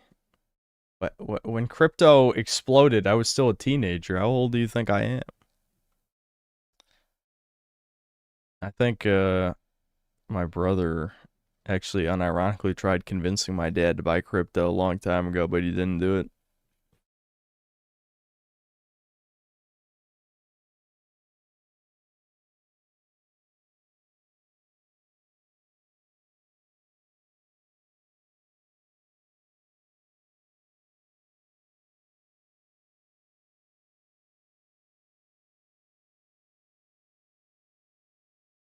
I watched the Mulan Type 2 vid. Not yet. Maybe I'll watch that next stream. Because I did say I would save those videos for the stream because they're good reactions for the stream. So I won't watch the Mulan vid till next stream. But yeah. Yeah. Yeah, Synth didn't even have a computer to mine on if you don't count the shitty laptop. Yeah, I fried my parents' desktop computer, which was old as fuck, by the way. Like, it was a dog shit computer at the time. But I fried it when I was like 13 or 14. And then all we had was a laptop for basically, well, we had a couple laptops and they were also really shit. And that's all we had until I don't know. Devin built his, when did Devin build his PC? I'm trying to remember. It was a couple years before mine at least. So, yeah. I didn't have a good computer until I built my first computer for the channel in 2019. Yeah, it was like right around Christmas 2019.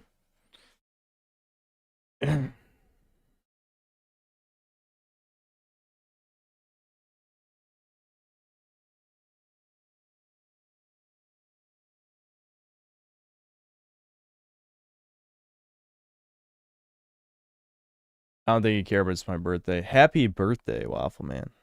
There you go. A parasocial birthday wish. Yeah. I mean, I don't know. Good enough. I wish you a happy birthday. That's it.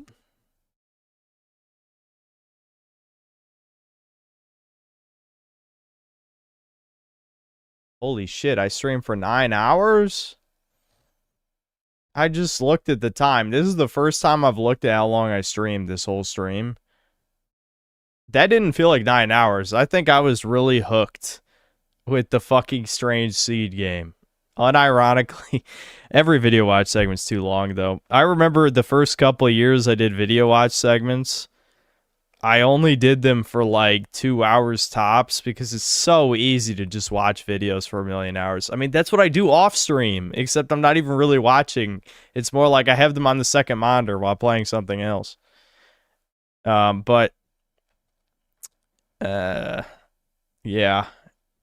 that's why I tried to limit the video watch segments, because it's so easy for them to take forever.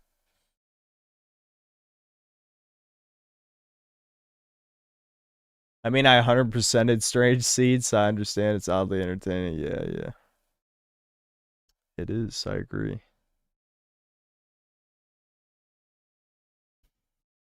ADHD maxing, yep.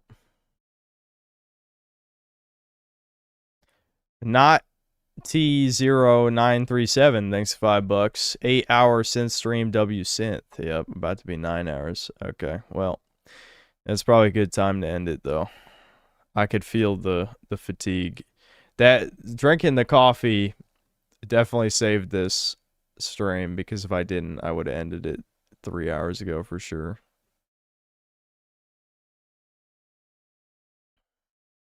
Yeah, Strange Seed might be in the best list of 2026. You sought them for months for less shitty videos you watch now. Yeah, I think my tolerance for bad videos has gone up. I think I just got exposed to enough of chat's recommendations that I can watch bad videos and just keep moving on.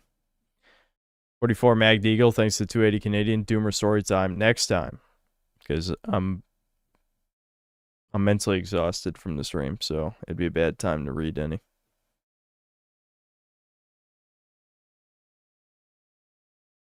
Didn't like my vid. Which one was your vid?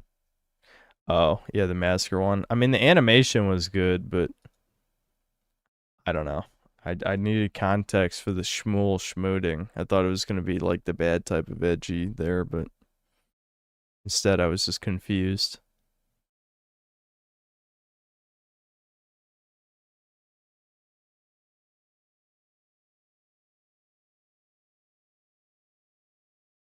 More Toucan tunnel news came out this week. In NYC, 71 children from an Orthodox Toucan school have been rescued from 71? 71. They are going to try and shut it down, unironically. I don't know what they're going to do. I'm sure that there's some huge plans from the elites to try and shut down the noticing. But the noticing is probably the only white pill of the last couple of years. There's been a lot of fucking noticing going on, which is good. We need as much of that as possible. Too bad they don't watch gaming videos, other than you guys. But I mean, if the noticing hasn't translated into new subs for the Synthetic Man channel, as it turns out.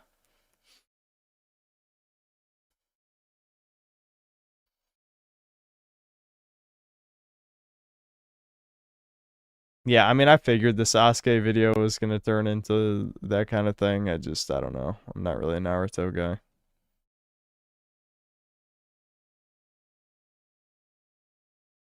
Yeah, the Palestine stuff did help, for sure. Problem is, leftists refuse to acknowledge anything that right-wing people believe, so none of those guys have really connected the dots. But it has helped with, like, some of the normie stuff, for sure.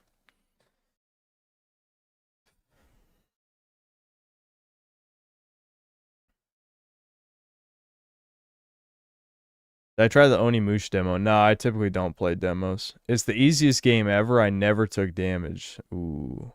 I don't know what they're thinking or who this game is for. It's beyond bland. That's not good. I never got around to playing the old ones. Well, I think between this stream and the next stream, I'm going to make sure Fable 2 works. I want to play Fable 2 this week, I think. We'll probably finish Strange Seed. A part of me wants to try more of Gothic Remake because, like, well, one, I bought the game, but also, two, I didn't really play it that much. So I should at least, like, get a little bit into it, but I know, you know, I don't know. It's probably pretty flawed. We'll see. I do want to play Fable 2 though. That's been on my mind lately. So, probably going to do that soon. Will I play Grand Blue Fantasy Relink DLC? Probably not. I mean, I never played it. Devin did. Devin played that game, actually.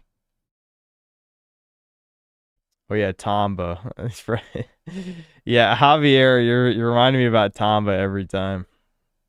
Will I ever continue the Bloodborne? Yeah, dude. I mean, the good news about Bloodborne is, since I've already played it a couple times, I could just jump back into it anytime and, you know, just pick up where I left off, but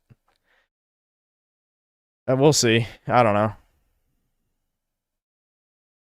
Doctor Who got canceled because the producers don't want to work on it. Good. Why play Fable 2 instead of 1? Because I already played Fable 1 less than 2 years ago. I don't remember exactly when. I think it was September of 2024 or something, I think. Around that time. So.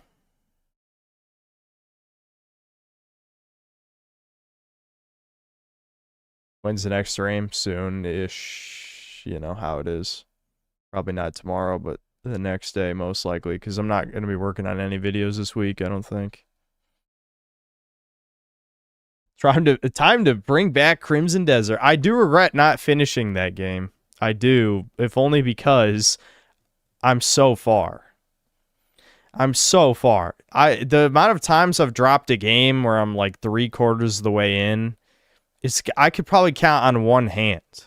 There's a part of me that is like, the sunk cost fallacy gets too far, where you have to see the end. So, never say never. It's just the last time I tried it, they did shove more garbage in my face, and that was the last thing I wanted to experience. I just wanted a little bit of fun, at least before we had to get to the dog shit, but, you know, there was I can't even remember what specifically made me drop it. Like, they threw another tutorial in my face 60 hours in. I'm just like, nope. You can't introduce more mechanics 60 hours in when you already have 100 bad ones. Don't do this to me. And I just stopped.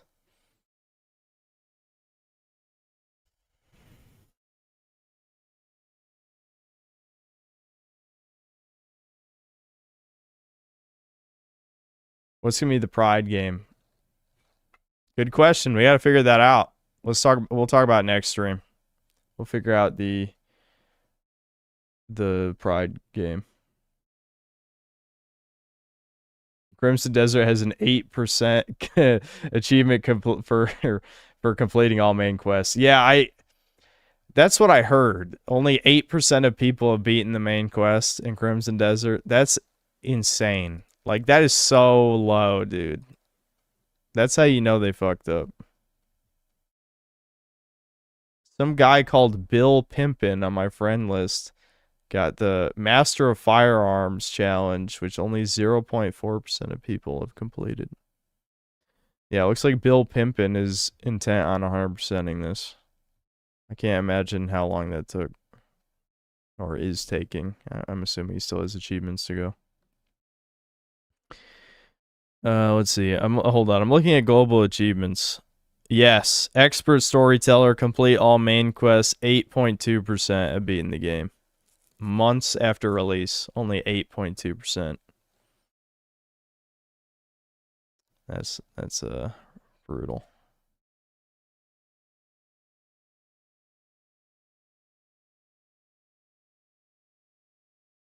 If you want to finish Crimson Desert, do it for the review of Dragon's Dogma 2. I might, maybe. I have heard people unironically compare the two and say Crimson Desert's better, but it's like, okay, but all the things that you can show off in WebMs and GIFs and stuff of Crimson Desert are meaningless. Like, they're cool.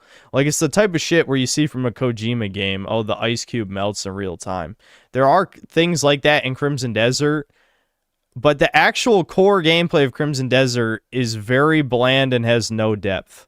Like, Dragon's Dogma even Dragon's Dogma 2, which has so many problems, is still has a decent amount of depth to its combat. It's just not that challenging is really the issue. The game becomes very easy after a certain point.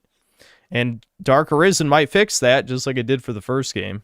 You know, if the new region's super hard, that'd be good.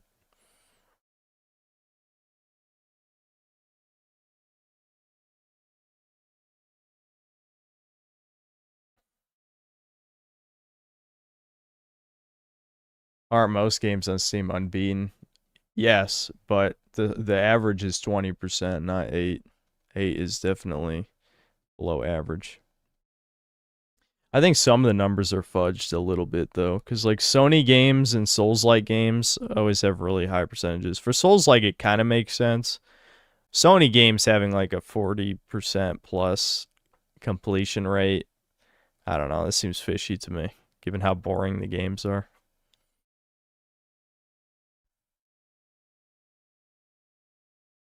Yumi Chang, thanks to the 2 years of membership, Jews Rock. Yeah, but he's got the golden poire. The first man to get a golden poire, Yumi Chang. I'm sure the next time I stream, there'll be a few more, and we'll be seeing more and more of those. It actually did turn out pretty decently, even as a tiny image. I added the sunglasses just because, like, it's got to be, like, distinct. You know, it's good with the color palette, too.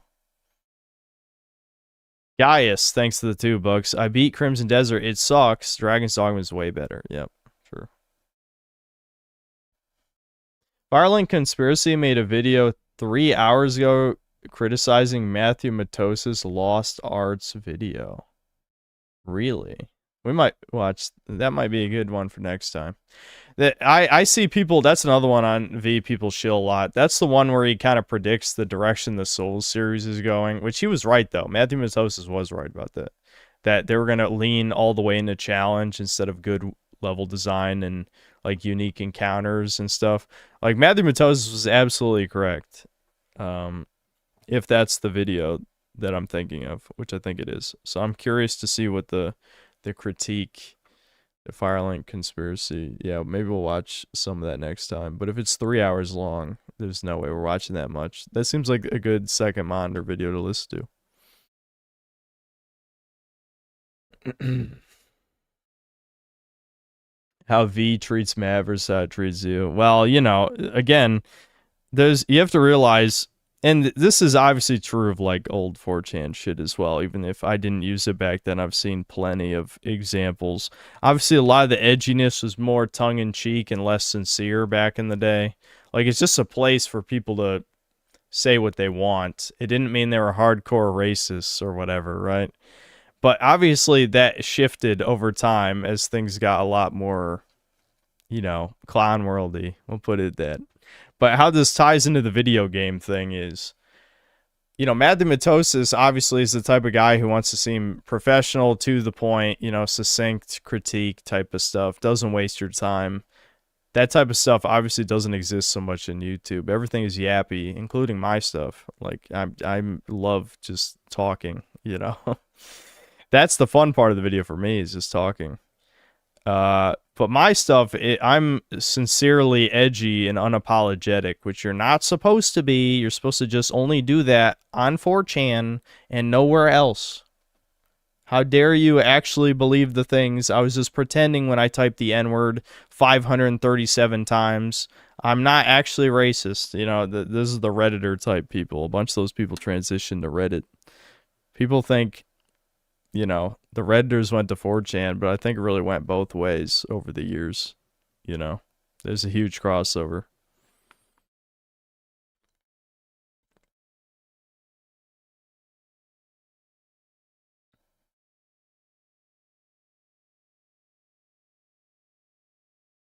Despite claiming to hate E-Celebs, V will still get those threads to bump limit and forget to use, yes, Sage Sage, before Jannies get involved. Yep. Shit, 9 hours? I bet. Time to yap mix. Kobe. Yeah. Yeah, I know. I'm feeling like an old synth stream where I ramble for 45 minutes at the end. Have I ever thought about asking Synth Dad for advice on how to live on your own? See, those are... I can't talk about that type of question, but I'll just give a simple answer, yes. But the way things work for the generations before ours are definitely not the same as now, in the sense that Gen X, baby boomers, they know how to easily just integrate into society and roll with the punches and deal with people easily. So that type of question, like the basic survival stuff I've got down no problem. It's more like just dealing with people. That's always an issue for me. So that's the shit my parents can't really help with because it just comes naturally to normal people, you know? So a lot of the stuff I already know, but there's some stuff, you know, I just got to do it through experience. That's it.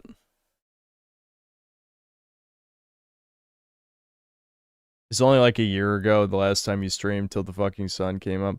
To me, a year ago could be 5 years ago. It's all blending together. It's all blending together at this point.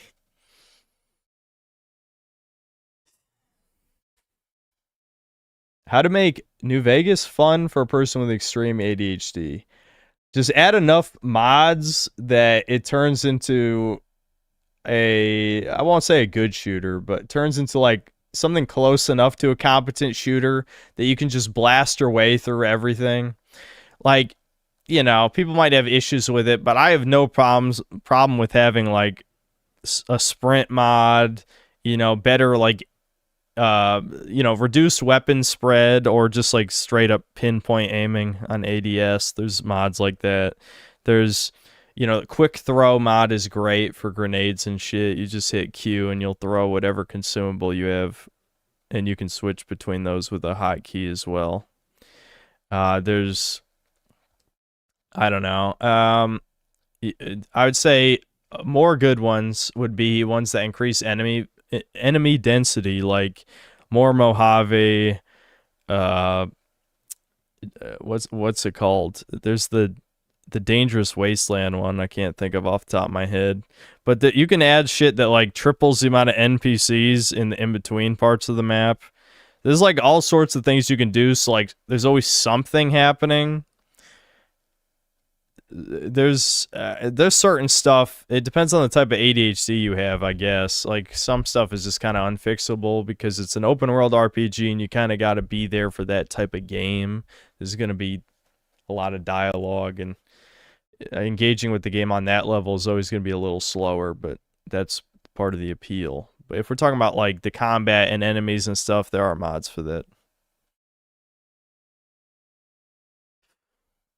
Yeah, World of Pain was the one I was thinking of, Deathclaw. That was what I was thinking of. Yeah, World of Pain, more Mojave. There's one that adds conflicts between the Legion and the NCR at certain parts of the map. There's like all sorts of shit that you can do. As long as you have all the stability mods installed first, the game engine can actually handle a lot of stuff.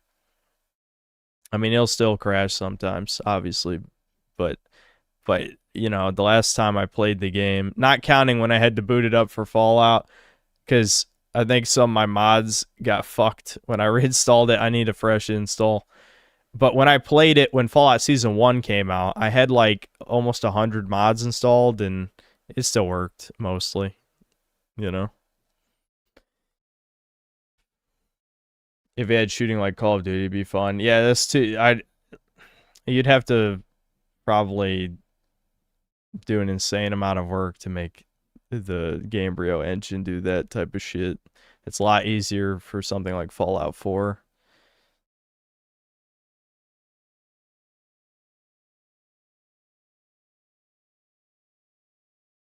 Yeah, save a lot for sure, yeah.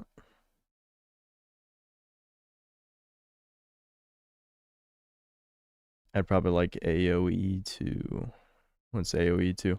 If I do play New Vegas and I do want to play those newer mods, they have expansions for, I can't remember the locations, but for the 2 areas that you nuke at the end of Lonesome Road, someone expanded those areas into a whole, you know, mod expansion, a whole new area with quests and stuff.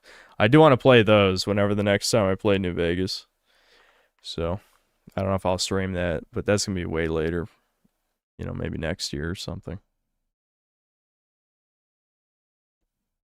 Yeah, there's the Long 15 mod, and I think there's one for Drywells too, isn't there? I think so. Yeah, okay. Yeah,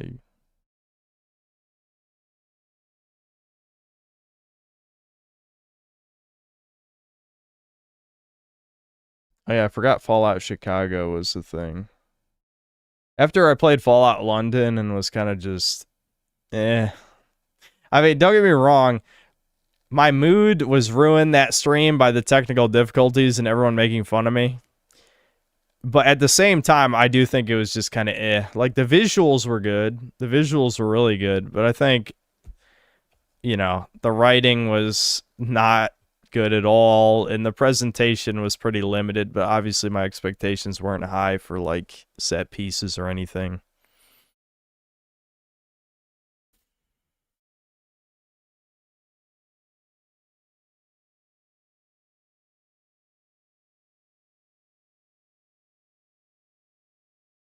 Yeah, the visuals look like shit because Fallout 4 looks like shit. That's true. I'm not sure. Like, it'd be hard to make it really look good without just making all new assets for everything. All right, I'm going to end the stream there before I ramble. Oh, Azure Tormenta, thanks for the $5. Okay, I'll hold on to 10 port crystals for you. Thanks for the stream, Darkside Kobe. Yeah, thanks. Yeah, we'll probably, in August, when the update comes out, I will do another run of Dragon's Dogma 2, because, you know, I mean, I just want to play the game with 6 skills. I feel like it really would make a big difference, even just that. And obviously I want to try all the other update stuff, but that's the big thing for me. All right, I'll see you guys.